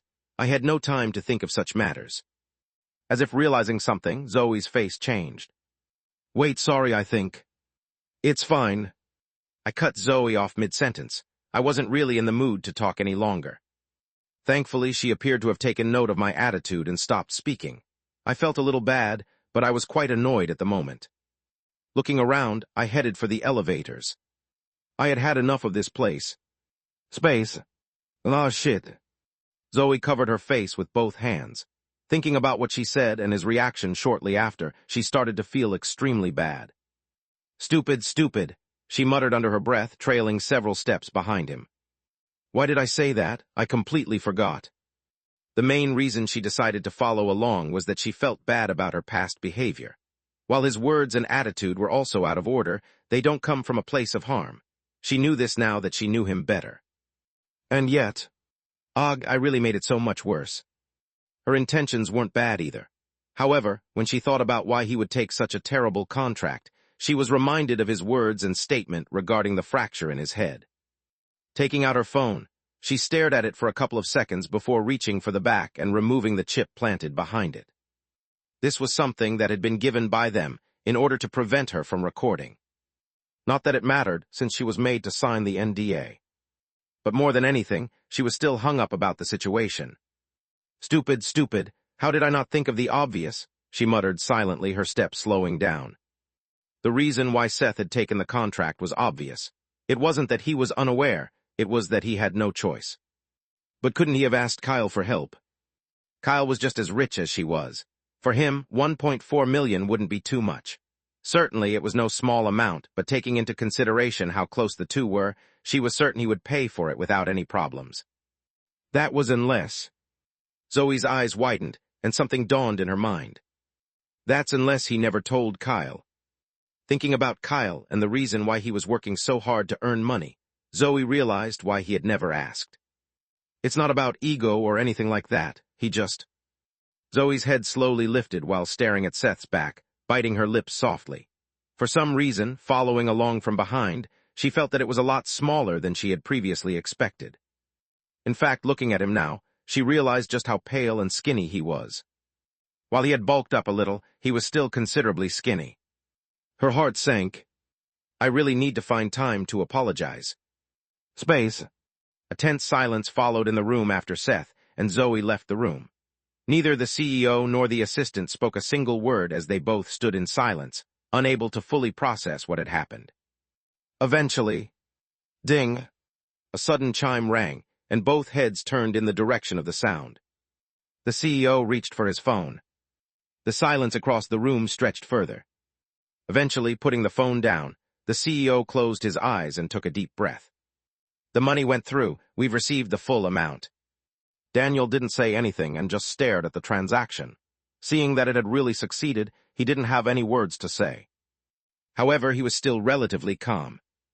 This is a good amount of money. We can put this in the marketing budget. There will be a new update coming in a few months. It'll be rather big. Let's work towards that. Yes, let's. The CEO nodded in full agreement. Eventually, however, his brows furrowed. This is leaving a sour taste in my mouth. He checked the phone again. I can see that we've received all of the money, but this is far from the value of the programs that were used in the game. That's true. Daniel nodded in agreement. The two of them were probably the only people who were aware of just how precious the music and programs used in the games were. Neither fully understood how Seth managed to develop such programs, but they both understood the value of such programs. We have to get our hands on them at all costs. The CEO's fists clenched tightly. It's obvious that such scripts weren't developed in just 6 months. They're too complicated for that. It's very likely he used company resources to create them. They are rightfully our programs. The fact that he's still not giving them up despite us being so generous is really starting to piss me off. In the CEO's mind, the programs belonged to him. Seth was merely a developer who had worked on them while using their equipment and teachings. What he had developed was all because of them. He owed them the programs. I've tried to check the source code of the games to look at the programs, but they can't be replicated. I think he must have realized that people could have copied them and encrypted them. Daniel spoke while going through his phone. He was reading the notes given to him by the staff he had put in charge of checking Seth's games. It's good that he did that. The CEO replied, his brows still furrowed tightly. At the very least, this will prevent other companies from taking my programs away. The main issue right now is trying to get that low-end developer to give us the programs. The contract is only viable for half a year. There's not much time left until that passes. The CEO started chewing on his nails, trying his best to think of a way to get Seth to hand the programs over. Thankfully, Daniel was one step ahead. Please relax, CEO. I've already thought of a way. Raising his head, the CEO looked at his assistant. He found a way, really. Yes. Daniel nodded, his expression calm. As his lips slowly pulled into a smile, he began telling his plan. Listening to his words, the CEO's face slowly changed, and a smile soon appeared on his face. Yes, let's do that. He laughed out loud, the previous anxiety completely gone from his face as he looked at his assistant with joy. Get started immediately. Make sure Thought a low-end developer never sets foot in this market again. Chapter 375, Curing Sarah 2. Beep, beep. The rhythmic sound of the cardiogram echoed loudly within the hospital room, each beep slicing through the heavy silence. I stood by the bedside, staring at the figure that lay within it. Her face was pale, her lids closed, and her long black hair fanned out gently across the bed. As her chest rose and fell in even rhythms, I held onto the metal railing of the bed while keeping a close watch on her. The more I stared at her, the deeper the sense of guilt that I felt. At the end of the day, I'm responsible for this. I was the squad leader. Making sure that every single member of my team was healthy and survived was part of my job. An injury or even death meant failure on my side. I got lucky, but she may as well be dead. While a fracture wasn't as bad as death or a cognitive shard, it was still terrible. The doctors from the guild all advised that she should retire. There was no way for her to continue. I felt that this was the right call, too. I knew all too well about the consequences of a fracture. I had experienced it several times myself. It wasn't great. Maybe getting her to retire is for the best. I held the metal rail tightly, sighing quietly. I didn't want things to end like this for her, but this was the right call. I couldn't afford for her fracture to get worse and in turn develop a cognitive shard. That'd be worse than death. I knew this better than anyone. Yeah, this is the best decision, this. And no. Then, I felt something grasp my hand. When I looked down, I saw a pair of dark eyes staring back at me. With a trembling face, she shook her head. And no, I don't want. My breath paused at the sight of her. Sarah wasn't the type to express her emotions. From what I had managed to observe, she was usually quiet and reserved. She was someone who didn't talk much, and whenever she did speak, it'd only be a few words. For her to say this, "I'm please." The desperation in her gaze was all too clear. And yet, no, I'm sorry. I remained firm with my decision. You've been diagnosed with a fracture. Getting you on the field will be dangerous. I really did consider bringing you back to the team, but I just can't. I really can't. I could already imagine the faces that the other members of the team were going to make upon telling them my decision, but I was sure that further down the line, they'd agree with me. I just didn't want Sarah to go through the things that I had to go through. That would be... please. When I lifted my head again to look at Sarah, my eyes widened in disbelief. Tears traced down her cheeks as her fingers trembled against the sheets, and with visible effort, she slowly pushed herself upright. Wait, stop. Beep, beep, beep. The steady beeping of the monitor quickened, matching the sudden pounding of her heart. I don't want to quit. Her hand reached for the corner of my shirt, pulling it with as much force as she could muster. Hardly anything. I don't. She continued to shake her head. Staring at her, something within me stirred. Why is she so desperate? I had never seen her express this much emotion in the past. I couldn't for the life of me understand it, and as I stared at her, I eventually found myself asking, why do you not want to quit? Why are you so insistent on staying? If I had to be honest, this wasn't a great job. The pay was relatively good, but in Sarah's case, it wasn't very good. She was still a new hire, and it would take some time before she made any decent money, especially since our team had yet to have a single sponsor. But that wasn't all. This job was also very dangerous, with the mortality rate being incredibly high. One had to face terrifying moments time and time again, often being thrust into situations where every choice felt impossible. It was a shitty job, regardless of how one thought about it. What was the reason why Sarah would push herself so much, to the point where she could ignore a fracture? This is a shitty job, regardless of how you can put it. I can also tell that you're not very fond of it. Why are you pushing yourself so hard? What is the reason? Sarah didn't answer. She just stared at the bedsheets covering her legs, her fingers clutching the fabric so tightly that it began to crease beneath her grip. Her shoulders trembled slightly while her face underwent a series of changes. I didn't push her to speak. I waited for her to be ready. This wasn't something that could just be pushed. It had to be done willingly. And eventually, Sarah's lips parted, her grip over the bedsheets tightening.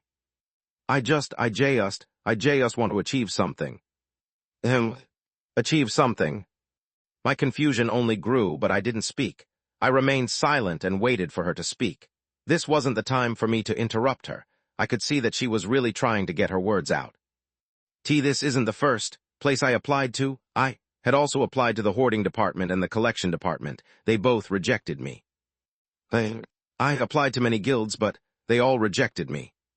The A Academy I went to barely passed me, and I've been told that I don't have talent for this. Sarah's grip tightened even more, her knuckles paling as her shoulders shook. I could see it clearly. The way she fought to steady her breathing, to gather the strength just to force the words past her trembling lips. It was really taking a lot for her to say all of this. For this reason, I continued to remain silent.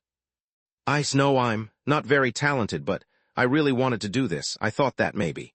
If I did well here, I might be able to get to the other departments, but... Sarah's shoulders trembled even harder, her voice breaking off as fresh tears spilled down her cheeks. She pressed her lips together tightly, as if holding them shut was the only way to keep herself from completely falling apart. Despite this, she still tried to speak. But. To get her voice out. Boo. All right, stop. I stopped her before she could speak any further. Her shoulders trembled once more, and her face paled alongside the tremble. Seeing her like this, I silently groaned to myself. Maybe Zoe was right. Maybe I really am a pushover.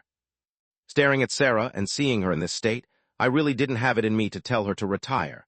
I could see from her face that even if I were to tell her to retire, that she would just join another guild or do something reckless. The thought would probably keep me up all night. Please. Hearing her voice again, I stopped. Closing my eyes, I clenched my teeth, trying to steady the rush of frustration building inside me, before eventually forcing myself to look back at Sarah. As expected, Zoe was right after all. I really am a pushover. Rummaging through my pocket, I pulled out a small plastic bottle, the faint rattle inside breaking the tense silence that hung in the air. I really didn't want to do this, but, here. I turned it over in my hand, studying the label for a moment before finally setting it down on the table beside her. I spoke up before she could give voice to the confusion already forming in her eyes. Take it and rest.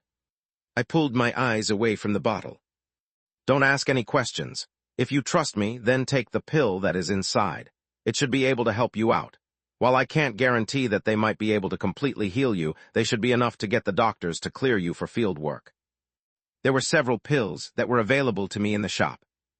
These pills were the spare ones that I had gotten from the first order shop. They should be enough to deal with her fracture. They helped out quite a bit with the cognitive shard. I'm sure they might help with her fragment. If push comes to shove, I can give her the better pills. Staring at the small bottle one last time, I tapped the table and turned around. The decision is up to you. I'll be taking my leave. As I was about to leave, I stopped. If you ask me what I would want, it would be for you to stop and quit right now. However, if you really wish to continue down this path, then take the pill. The decision is ultimately up to you. I hope you won't make me regret this decision. These were the last words that I said before leaving. Chapter 376, Curing Sarah 3. Sarah quietly stared at the pill resting in her palm. It was small and practically indistinguishable from any ordinary pill. Will this really work? Sarah had a few doubts while staring at the pill. She couldn't see how this seemingly ordinary pill could possibly heal her fracture. She knew better than anyone just how severe her condition truly was. The doctors were still in the dark about the side effect her fracture carried, but she wasn't. She knew perfectly what they were. I'm really tired. The side effects left her constantly tired, prompting her to need at least double the amount of sleep that she usually required in order to stay functioning. This sort of life, she didn't want it at all. Even if she stopped using her node and went through every treatment available, the side effects would linger for her entire life. Perhaps things would get a little bit better, but at the end of the day, they were still going to remain. This wasn't something that could simply be repaired. Fractures couldn't be fully healed, and knowing that, she found it impossible to believe that a single, ordinary-looking pill could change anything. But, Sarah bit her lips. Staring at the pill, Sarah knew that this was her last hope. She thought about her past, the multiple rejections she received from every guild that she had applied to, each one stating the same thing. Not good enough. Even at the academy, she had only just managed to pass. And when she finally made it into this guild, it hadn't been to the department she'd dreamed of, but to the one that would simply take her. Not even because of her skills, but because they were desperate. If not for their desperation, Sarah believed they wouldn't have taken her. This wasn't her being pessimistic. It was simply her acknowledging the truth as it was. And as such, she knew all too well that by remaining, she'd only be a burden. But, I can do it. Sarah never once stopped believing in herself. Even in failure, she believed she could do it. This was just how she was. And so, gulp, Sarah popped the pill in her mouth. Work, please work. Space. Well, I'm done with my part. I didn't leave right away after stepping out of Sarah's room. Instead, I lingered in the hallway for a while longer, just to make sure everything was all right before moving on. Huh? I eventually took a deep breath and leaned back against the side of the wall. In all honesty, I didn't know if this was a great decision. The pill I had given her, it would only ease a portion of her symptoms. While it did have the ability to heal the fracture, it wasn't something that would happen overnight. The process would be slow and gradual. If something happened to her in the meantime, then... fuck, I really am a pushover after all. Leaning my head back, I waited several more minutes before eventually leaving. There were a lot of things that I needed to take care of. Primarily those from my old company. That's going to be quite annoying to deal with. I wasn't dumb. I knew that even though Zoe's intervention had managed to get them off my back for now, this wasn't the end of it. Things were far from over. They wanted the programs, and unless they got them, they weren't going to stop. But there was an issue. The programs, they weren't mine to begin with. I didn't know how they worked, nor did I have any idea how to create them. The fact that they'd already noticed something was off about them was surprising enough on its own. No, I guess I should have seen it coming. Thankfully, the system had ensured that any anomalous play would be impossible to detect, but it was still bound to raise suspicions. The effects of the music were far too obvious to ignore, and considering my current situation, I knew I needed to find a way to make it completely inaccessible to anyone else. But was it possible to do so? I should try to talk with the conductor later. I should also think about copywriting my music. This way, no one else can use it. The same could go for the programs. I ruffled my hair in annoyance. I'm still too new to this. I didn't expect things to turn out this way. This was my first time working as an independent developer, and because of that, I wasn't all that familiar with how companies operated or how they handled situations like this. I needed to get a copyright from the start, and most likely should have contacted a lawyer as well. I made a mental note before walking out of the building. Things had already reached such a point. There was no use for me to cry over spilled milk. I just needed to do better in the future and focus on my upcoming game. I couldn't delay it any longer, especially since I was so desperate for money. Space. At the same time, severed Star Guild. Kyle carefully studied the long list of names that had made it into the World Congress. A few of them caught him by surprise, but for the most part, the lineup was about what he had expected. Even Seth made it, which is a bit surprising, but considering his performance, it makes a lot of sense. Kyle had long since given up trying to make sense of Seth's actions or his inexplicable achievements. The more he tried to understand them, the worse his headache became. He just accepted everything at this point. A shadow cast over his cubicle. Hey, Tug. Lifting his head, Kyle caught a glimpse of Zoe. Her expression seemed conflicted, carrying a trace of annoyance that she didn't bother to hide. What's going on? It wasn't exactly rare to see her like this. Did you lose in a game? Game? Zoe blinked before shaking her head. No, of course. Who do you think I am? I'm not going to get bothered by something like a game. She rolled her eyes, mumbling something along the lines of, I'm actually offended you'd think that way of me. Kyle just smiled and accepted her words. She was spouting a lot of nonsense. Yes, you're right, I'm wrong. He knew how to handle her in such situations. The two had practically joined the guild together, so he was quite familiar with her character. Anyways, Zoe finally steered the conversation toward the main topic she had been meaning to discuss, her brows knitting slightly as her gaze settled on Kyle.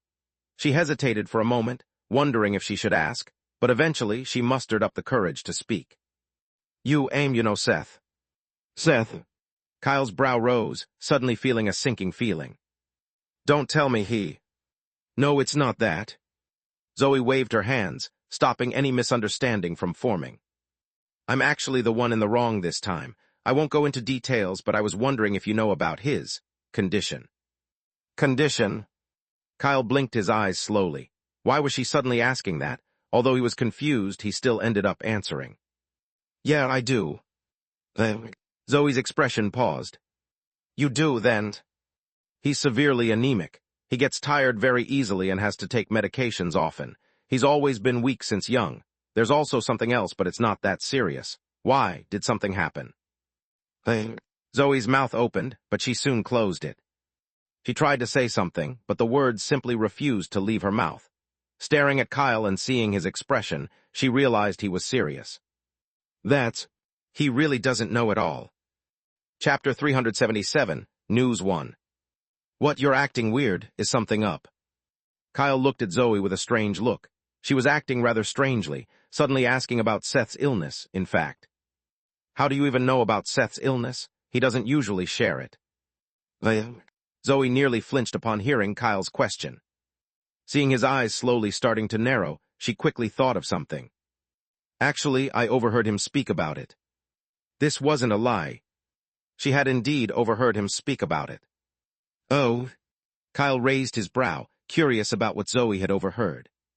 Well, so you're thinking about what happened in the past regarding what he said about your parents? Yeah. Zoe's shoulders slumped in defeat. That's exactly it. This wasn't necessarily wrong.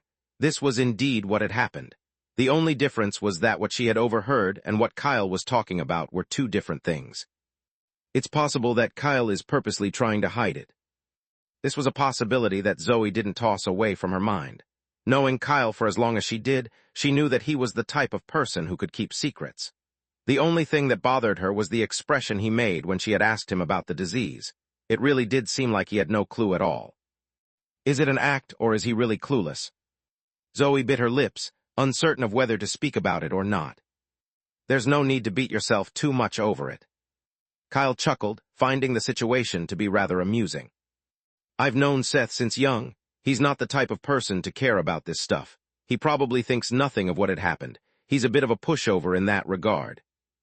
That's what I said, Zoe mumbled under her breath, thinking about his reaction when she said that to him.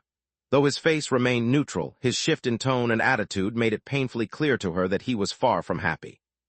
She started to feel even more guilty. Relax, you're worrying too much over nothing. Seeing the concern on her face, Kyle waved at her. He really won't care about what you said. He's too indifferent to care about that stuff. The only time I've ever seen him angry was when I scared him as a joke. He freaked out and started chasing me all over the orphanage. PFTT. Zoe suddenly burst into a subtle laugh, caught off guard by the unexpected information. He really did that? Yeah, he was really mad, but not as mad as the matriarch.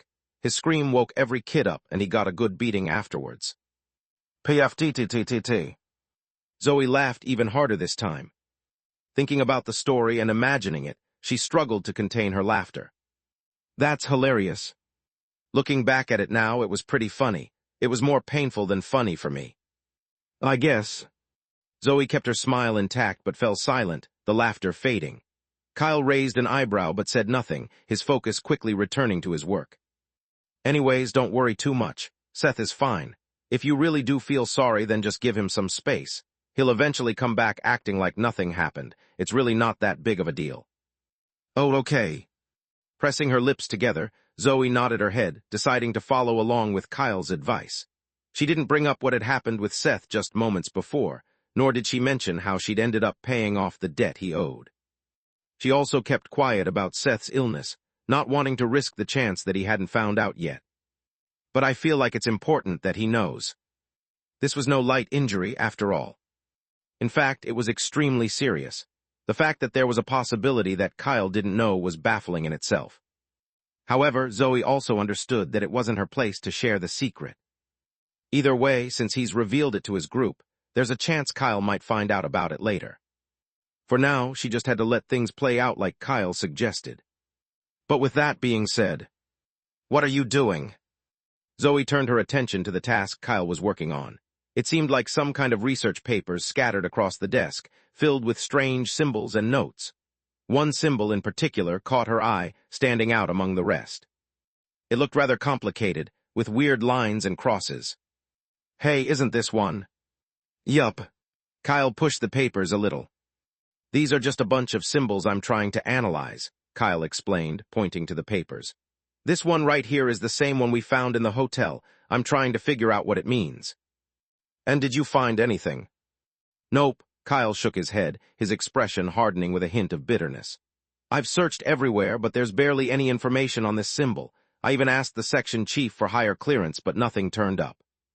Ruffling his hair in frustration, Kyle leaned in closer to the papers. his eyes scanning the symbols again as if hoping they might suddenly make sense. But nothing. This is really annoying. At this rate, I don't know if I'll be able to find anything. That must suck. Zoe felt a little sympathetic. Field agents not only had to deal with monsters, but they also had to spend a lot of time researching for the guild. This was probably the most tiresome task they needed to handle. I guess I'll stop disturbing you. Zoe gave Kyle's cubicle a light pat before turning to leave. But as she did, her eyes briefly caught a glimpse of a particular paper on his desk, one that seemed out of place among the rest. 71. That was all she saw before turning and walking out. But as the number lingered in her mind, a strange unease crept over her, one that she found very odd. Am I still hung up about what happened with Seth? Space. Click, click, click. Okay, all of it is set up. I stepped back and looked at the setup in front of me. A wall of monitors lit up before me, each one tethered to the massive machines humming behind them.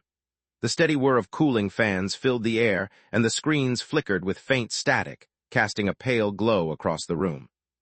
Turning my wrist, I checked the time. They should almost be here. With everything set up, it shouldn't be a problem to start working immediately. I was in desperate need of money, and because of that, I couldn't afford to waste another second. I planned on starting the development of my next game immediately. But before that, I needed to wait for my new team members. I wonder what's taking them so long. We had agreed to meet at around 15:30, but it was now 15:37. They were 7 minutes late. I hadn't expected them to be the type to show up late on their first day. As I stepped out of the classroom and checked my phone for any missed messages, I suddenly heard the door to my office creak open before me. Clank.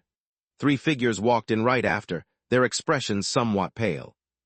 Seeing them like this, I instantly knew that something was wrong, and before I could even voice out my concern, one of them showed me their phone. "B-boss." His voice was haggard. Evidently, he had been running quite hard. "We have a problem." Staring at his phone and seeing the headline before me, I closed my eyes and clenched my fist, trying to keep my calm. As expected. In the end, they had made their move. Those fuckers. Chapter 378, News 2. Ex-Nightmare Forge Studios employee suspected of stealing trade secrets, using them for the creation of his own games. The headline was glaring. I only needed one look to understand that it was talking about me. My heart sank at the sight, but I didn't panic. Instead, I nodded quietly and took out my phone. "Boss, what is the meaning of this? Did something happen? Is this true?" The new employees whom I had hired were understandably confused. However, I quickly reassured them that everything was fine. "Don't worry, I understand what is going on. None of it is true. It's a bit hard to explain, so for now it's best if you all just get familiar with the equipment. I'll handle the situation for now, and I'll let you know more about the situation when I can." The 3 looked at each other, obviously at a loss. In the end, however, they still decided to listen to me and moved towards the main studio. I felt grateful and moved towards my seat. So this is how they chose to retaliate. I got a better look at the article. Daily Malavia, Seth Thorne, a former developer at indie horror game studio Nightmare Forge Studios, is under suspicion for allegedly stealing proprietary materials and trade secrets during his time at the company. Insiders close to the matter claim Thorne may have used internal design documents, engine assets, and unreleased gameplay mechanics to develop his own line of horror titles shortly after his departure earlier this year. His new games, released under an independent label, reportedly bear striking similarities to concepts that were still in development during his tenure at Nightmare Forge. Daily Malavia was a fairly popular and reputable source. They sure didn't hold back. It must have cost quite a bit of money to get an article like this out. Perhaps they even used the money that Zoe has given them. My teeth slowly started to grind together. It was becoming clearer and clearer to me that Zoe was right. I was a pushover, or at least, that was how I used to be in the past. This was the reason why the guild was taking so many liberties with me. They believed that they could get away with anything. I was starting to be really pissed off. Not only did they steal from me, but they were also claiming that I had stolen from them. It was rare for me to get angry, but I was really starting to get angry. Taking several deep breaths to calm myself down, I started to check the comments. Seth Thorne, isn't he the guy who recently made headlines with the Severed Stars Guild? That maniac with the sunglasses. It's no wonder. I played his games, a quiet day in the office, I think. It was nothing impressive. At least nothing compared to Death Company by Nightmare Forge. It's really a pity that people would go this low. There's really no moral integrity in people these days. It's disappointing to see. Used to be a big fan of his games. It's a pity that he was like this. No wonder such crappy computer games were doing so well. Turns out he was just stealing. Not one positive comment.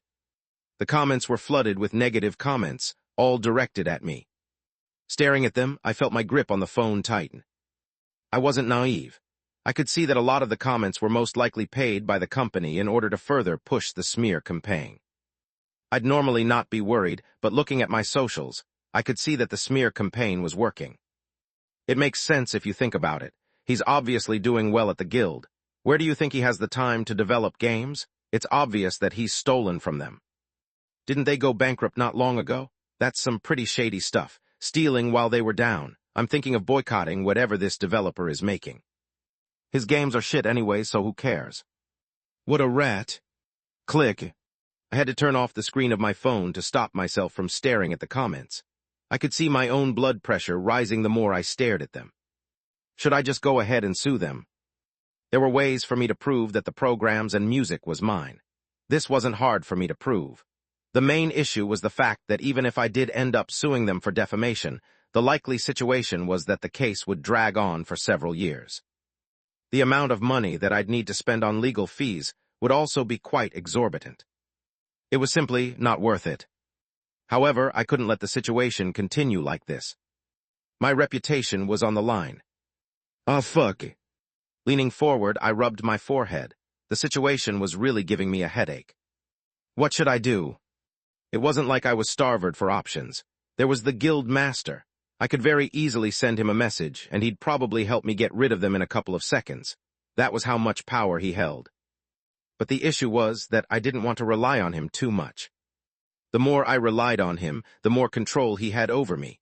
This was something that I didn't want to happen. Maybe I'm overthinking, but I'd like our relationship to be more equal. If I bother him with something like this, he might bother me for more annoying stuff later. Ugh. I groaned. There's also Mr. Jingles and my new skill. I could attach the Realmwalker to the CEO. Those options were also viable. I could repeat a similar stunt to what I had done with Nova Studios. Those were great and all, but it felt like a little bit of a waste. I didn't have many clothes that I could use with Mr. Jingles, and since they were one-time use, I had to be careful when choosing my target. Then, Realmwalker. That's also a waste. Sending the Realmwalker to spy the CEO would mean not having the Realmwalker with me. That wasn't an option I was willing to take for a mere gaming company's CEO. The Realmwalker was too valuable for me at the moment. I needed a Michi, valuable companion when handling anomalous entities and the like. Then, I rubbed my forehead harder, feeling a headache coming. I knew that I was making my life harder by rejecting the several options that I had available, but I knew that choosing such options would have a downside that I preferred not to take. However, given my current situation, it seemed like I didn't really have much of a choice. No, maybe I do. Leaning back on my chair and carefully studying my phone, I eventually unlocked the screen again and logged into my socials. Seeing the flood of hate comments that still poured in, I chose to ignore them all and instead decided to do something I'd never dared to do before. I made a post. They call me a pushover, right? I gritted my teeth. Fine, I'll show you who the fucking pushover is. I decided to burn all bridges. Seth Thorne. I will be streaming in a couple of hours. Here is the link. I will be addressing everything there. Chapter 379, Chaotic Stream 1. I heard the news. You really want to start a stream? The voice of an old acquaintance echoed from the phone speakers. I quietly nodded my head. Yes, I want to start a stream. That's why I called you. There was a little hesitation on the other side of the phone. I couldn't blame him. After all, this wasn't a small request. But in the end, all right, fine, but you owe me one. I'm thinking of doing another stream soon. I'm not sure if you're willing, but I've found this old factory that I want to explore on the outskirts of Zone 9. Fine. I agreed to the request immediately. This wasn't a big issue for me. I had already decided to start streaming more frequently to boost my follower count. It had become clear that having a solid audience would be essential in the long run if I wanted my games to truly succeed. The more followers I had, the less I had to spend on advertising. Awesome. Jamie sounded unusually excited, the sound of shuffling and muffled clattering echoing through the phone. After a couple of minutes, he finally came back on the line. Sorry about that, I was jotting everything down on my computer. Anyway, regarding the stream, I can set it up quickly. I saw your announcement. Do you want me to start it in the next few minutes? Yes, that would be ideal. Of all the people that I knew, Jamie was the one who knew how to handle this stuff the best. His channel had been growing rapidly as of late, and while I hadn't been able to keep up with his recent content, from what I'd heard, he was pulling in anywhere between 5,000 to 7,000 viewers per stream. This was a number that was considered quite massive. With him helping me, it should be somewhat easy to get everything going. Streaming wasn't necessarily hard.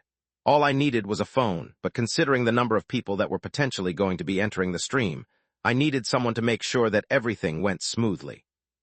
Especially given how hostile the situation was. You're going to make a stream? Shouldn't you be ashamed of yourself? The evidence is clear, you're obviously a thief. Some people really have no shame. This guy is getting quite desperate. I really want to hear the excuse that you're going to come up with in order to dodge all responsibility. Don't tell me you're going to say that they stole from you, lol. Pathetic. A lot of them were most likely the paid agents from the studio, but that was more than enough to sway public opinion. I could see that a lot of people were deeming me guilty. This was just how the internet worked. Words like allegedly were meaningless. The moment they deemed you guilty, there was no turning back. I knew this, and yet. Everything is ready. Tell me when you want to start. I don't know how many people will join the stream, but I estimate there to be at least 10,000. I've got a couple of my friends to help and monitor the chat. Yes, thank you. I think that sounds about right. 10,000 viewers. The thought of thousands of people watching me, while hurling insults all at once, made my stomach twist uncomfortably. Even so, I knew that I had to do this. Start the stream. You sure? Yes. All right. Black Circle Live. Viewers 0. My attention immediately fell on the viewer count, my heart tightening in my chest as I quickly made another post on social media, announcing that the stream had officially begun. Bah thump. I could feel my heart drumming against my chest as I stared at my phone's screen, turning my attention towards my reflection. I didn't look too bad. Although I could have cleaned up first, the spontaneous nature of the situation left me no time to do so. I'll make do with this. I was never one to care about my appearance. Sitting quietly, I waited for the chat to load, but... Even as a minute had passed, I noticed that the chat remained quiet. The viewer count also remained the same. No want. This left me a little surprised and even worried. Was my influence this small? No, but even if nobody cared about it, surely it wasn't this bad. Just as I moved my head closer towards my phone, something changed. Ding. A chime rang. Ding, ding. And then another. Before I even had the chance to fully process what was happening, one chime after another rang from my phone. I froze in place, my breath catching in my throat as my eyes drifted toward the viewer count. Black Circle Live. Viewers 37,280. This was beyond anything I had originally expected. Not only that, but it was also continuously climbing. Staring at the screen and then the chat, which moved so fast that my eyes could barely keep up, I suddenly felt dizzy. Oh shit. Rather than my influence being low, it was a lot higher than expected. This situation, it was spiraling out of control. Space. At the same time, Nightmare Forget Studios. Two figures sat in the CEO's office, both silently watching the monitor before them as a particular stream began to play. The atmosphere within the room was rather light, with the CEO and his assistant not taking the situation seriously. They had both considered any potential action that Seth might take, and considering how he was back when he used to work, neither feared him. This was particularly so for the CEO. He was well accustomed to people like Seth. They were total pushovers that he could do anything to without worrying about any form of retaliation from them. And even if they did do something, it'd be something tiny.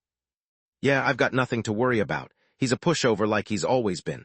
I don't know how he managed to develop such programs, but I'm sure he did it using our technology. If he were that talented, we'd know. He's probably also the main reason why our previous game failed.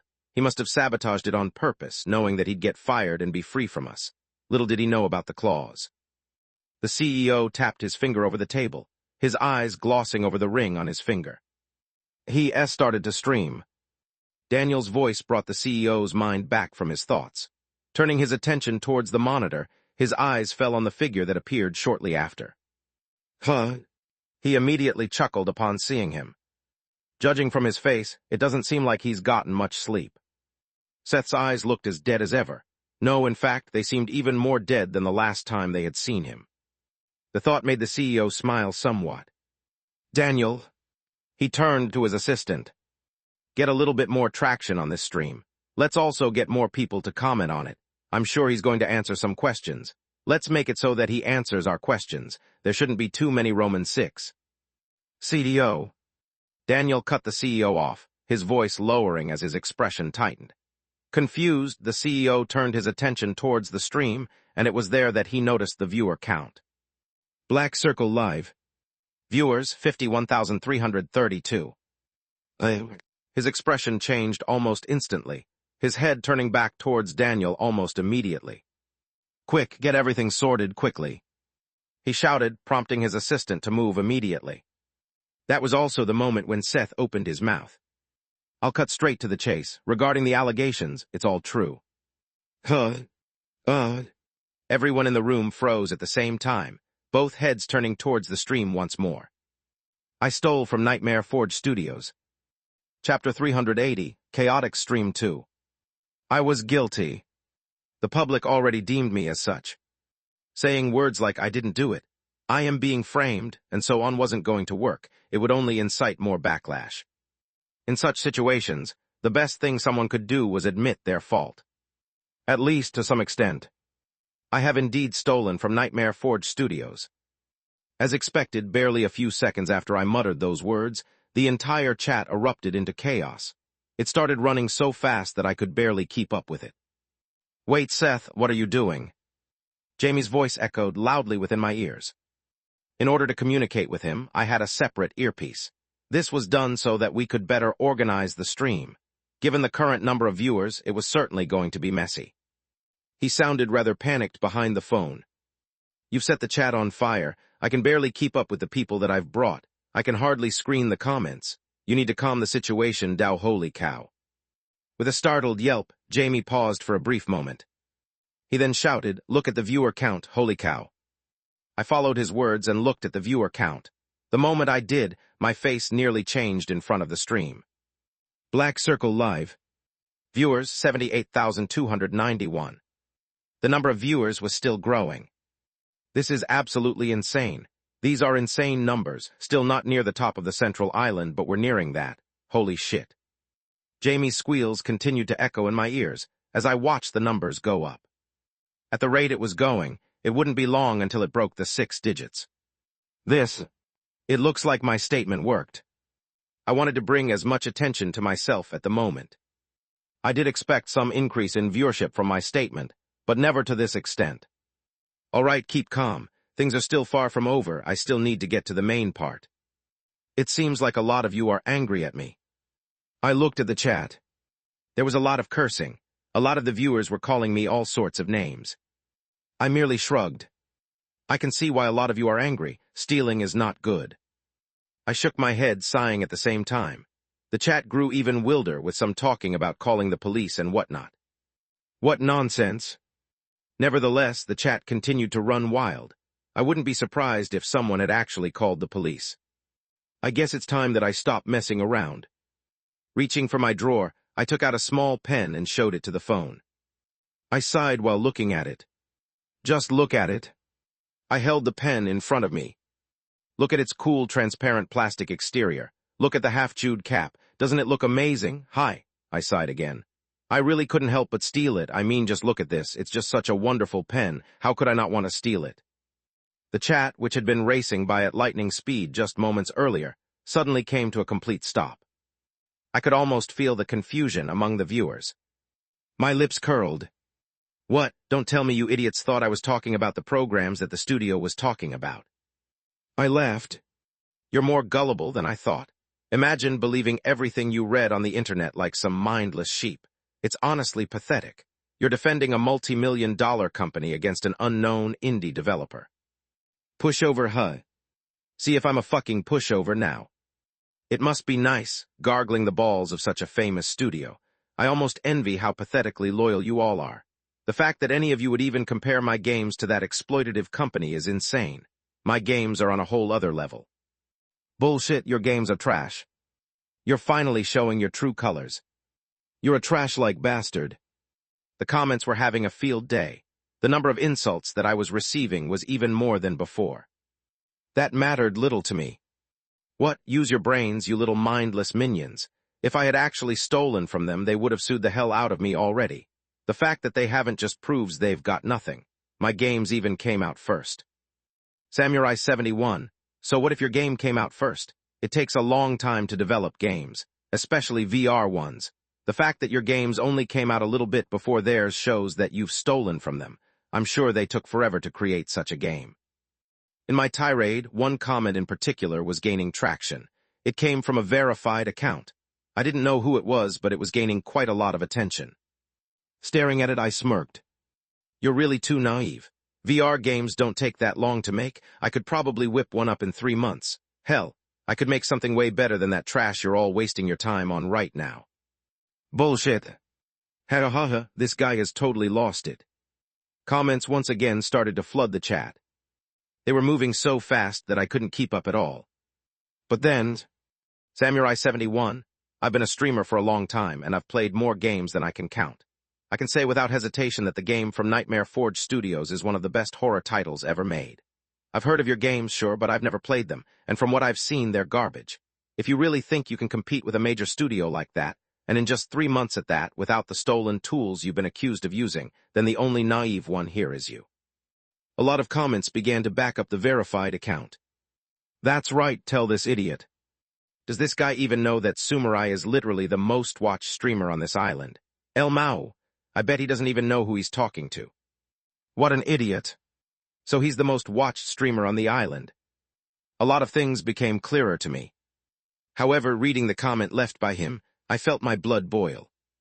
My games are garbage. I took a deep breath, trying to calm myself down. He's just a random streamer. Don't stoop down to his level. Don't stoop down to fucking bastard. You're a big streamer, right? I smirked, checking out his page and seeing his face on the stream. He had a long ponytail and looked rather skinny. He also wore a pair of glasses as he put the microphone near his mouth. I laughed upon seeing it. Is this really the guy who's saying all of this nonsense?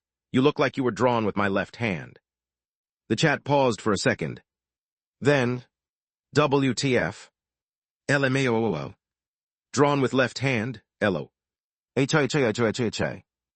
And why are you even holding the microphone so close to your mouth? Are you trying to simulate what you're planning on doing with the CEO of Nightmare Forge? Look at all the spit. Disgusting. The comment section exploded even further. Kak. Holy shit. This guy is batshit crazy. I didn't stop there. I threw one insult after another. In the stream, I watched in real time as that weirdo's face turned into different shades of green. Looks like someone also messed up with the crayons when coloring the face. What an unlucky guy. I shook my head, closing down his stream. I had had enough of seeing that rodent's face. Turning my attention towards my stream and seeing the viewer count, I nearly lost my composure. Black Circle Live. Viewers, 108,672. The stream had broken the 6-digit figure. It was really blowing up. I knew that this was the right time to end the stream. I raised my hand, showing 3 fingers. 3 months, I'll release my new game in 3 months. It'll be VR and much better than that trash company that accuses me of copying. Make sure to clip this and spread it everywhere. You'll see. And with all that said, I raised both of my hands and flipped everyone off. This was a page that I had taken straight from the section chief. Click. The stream ended there.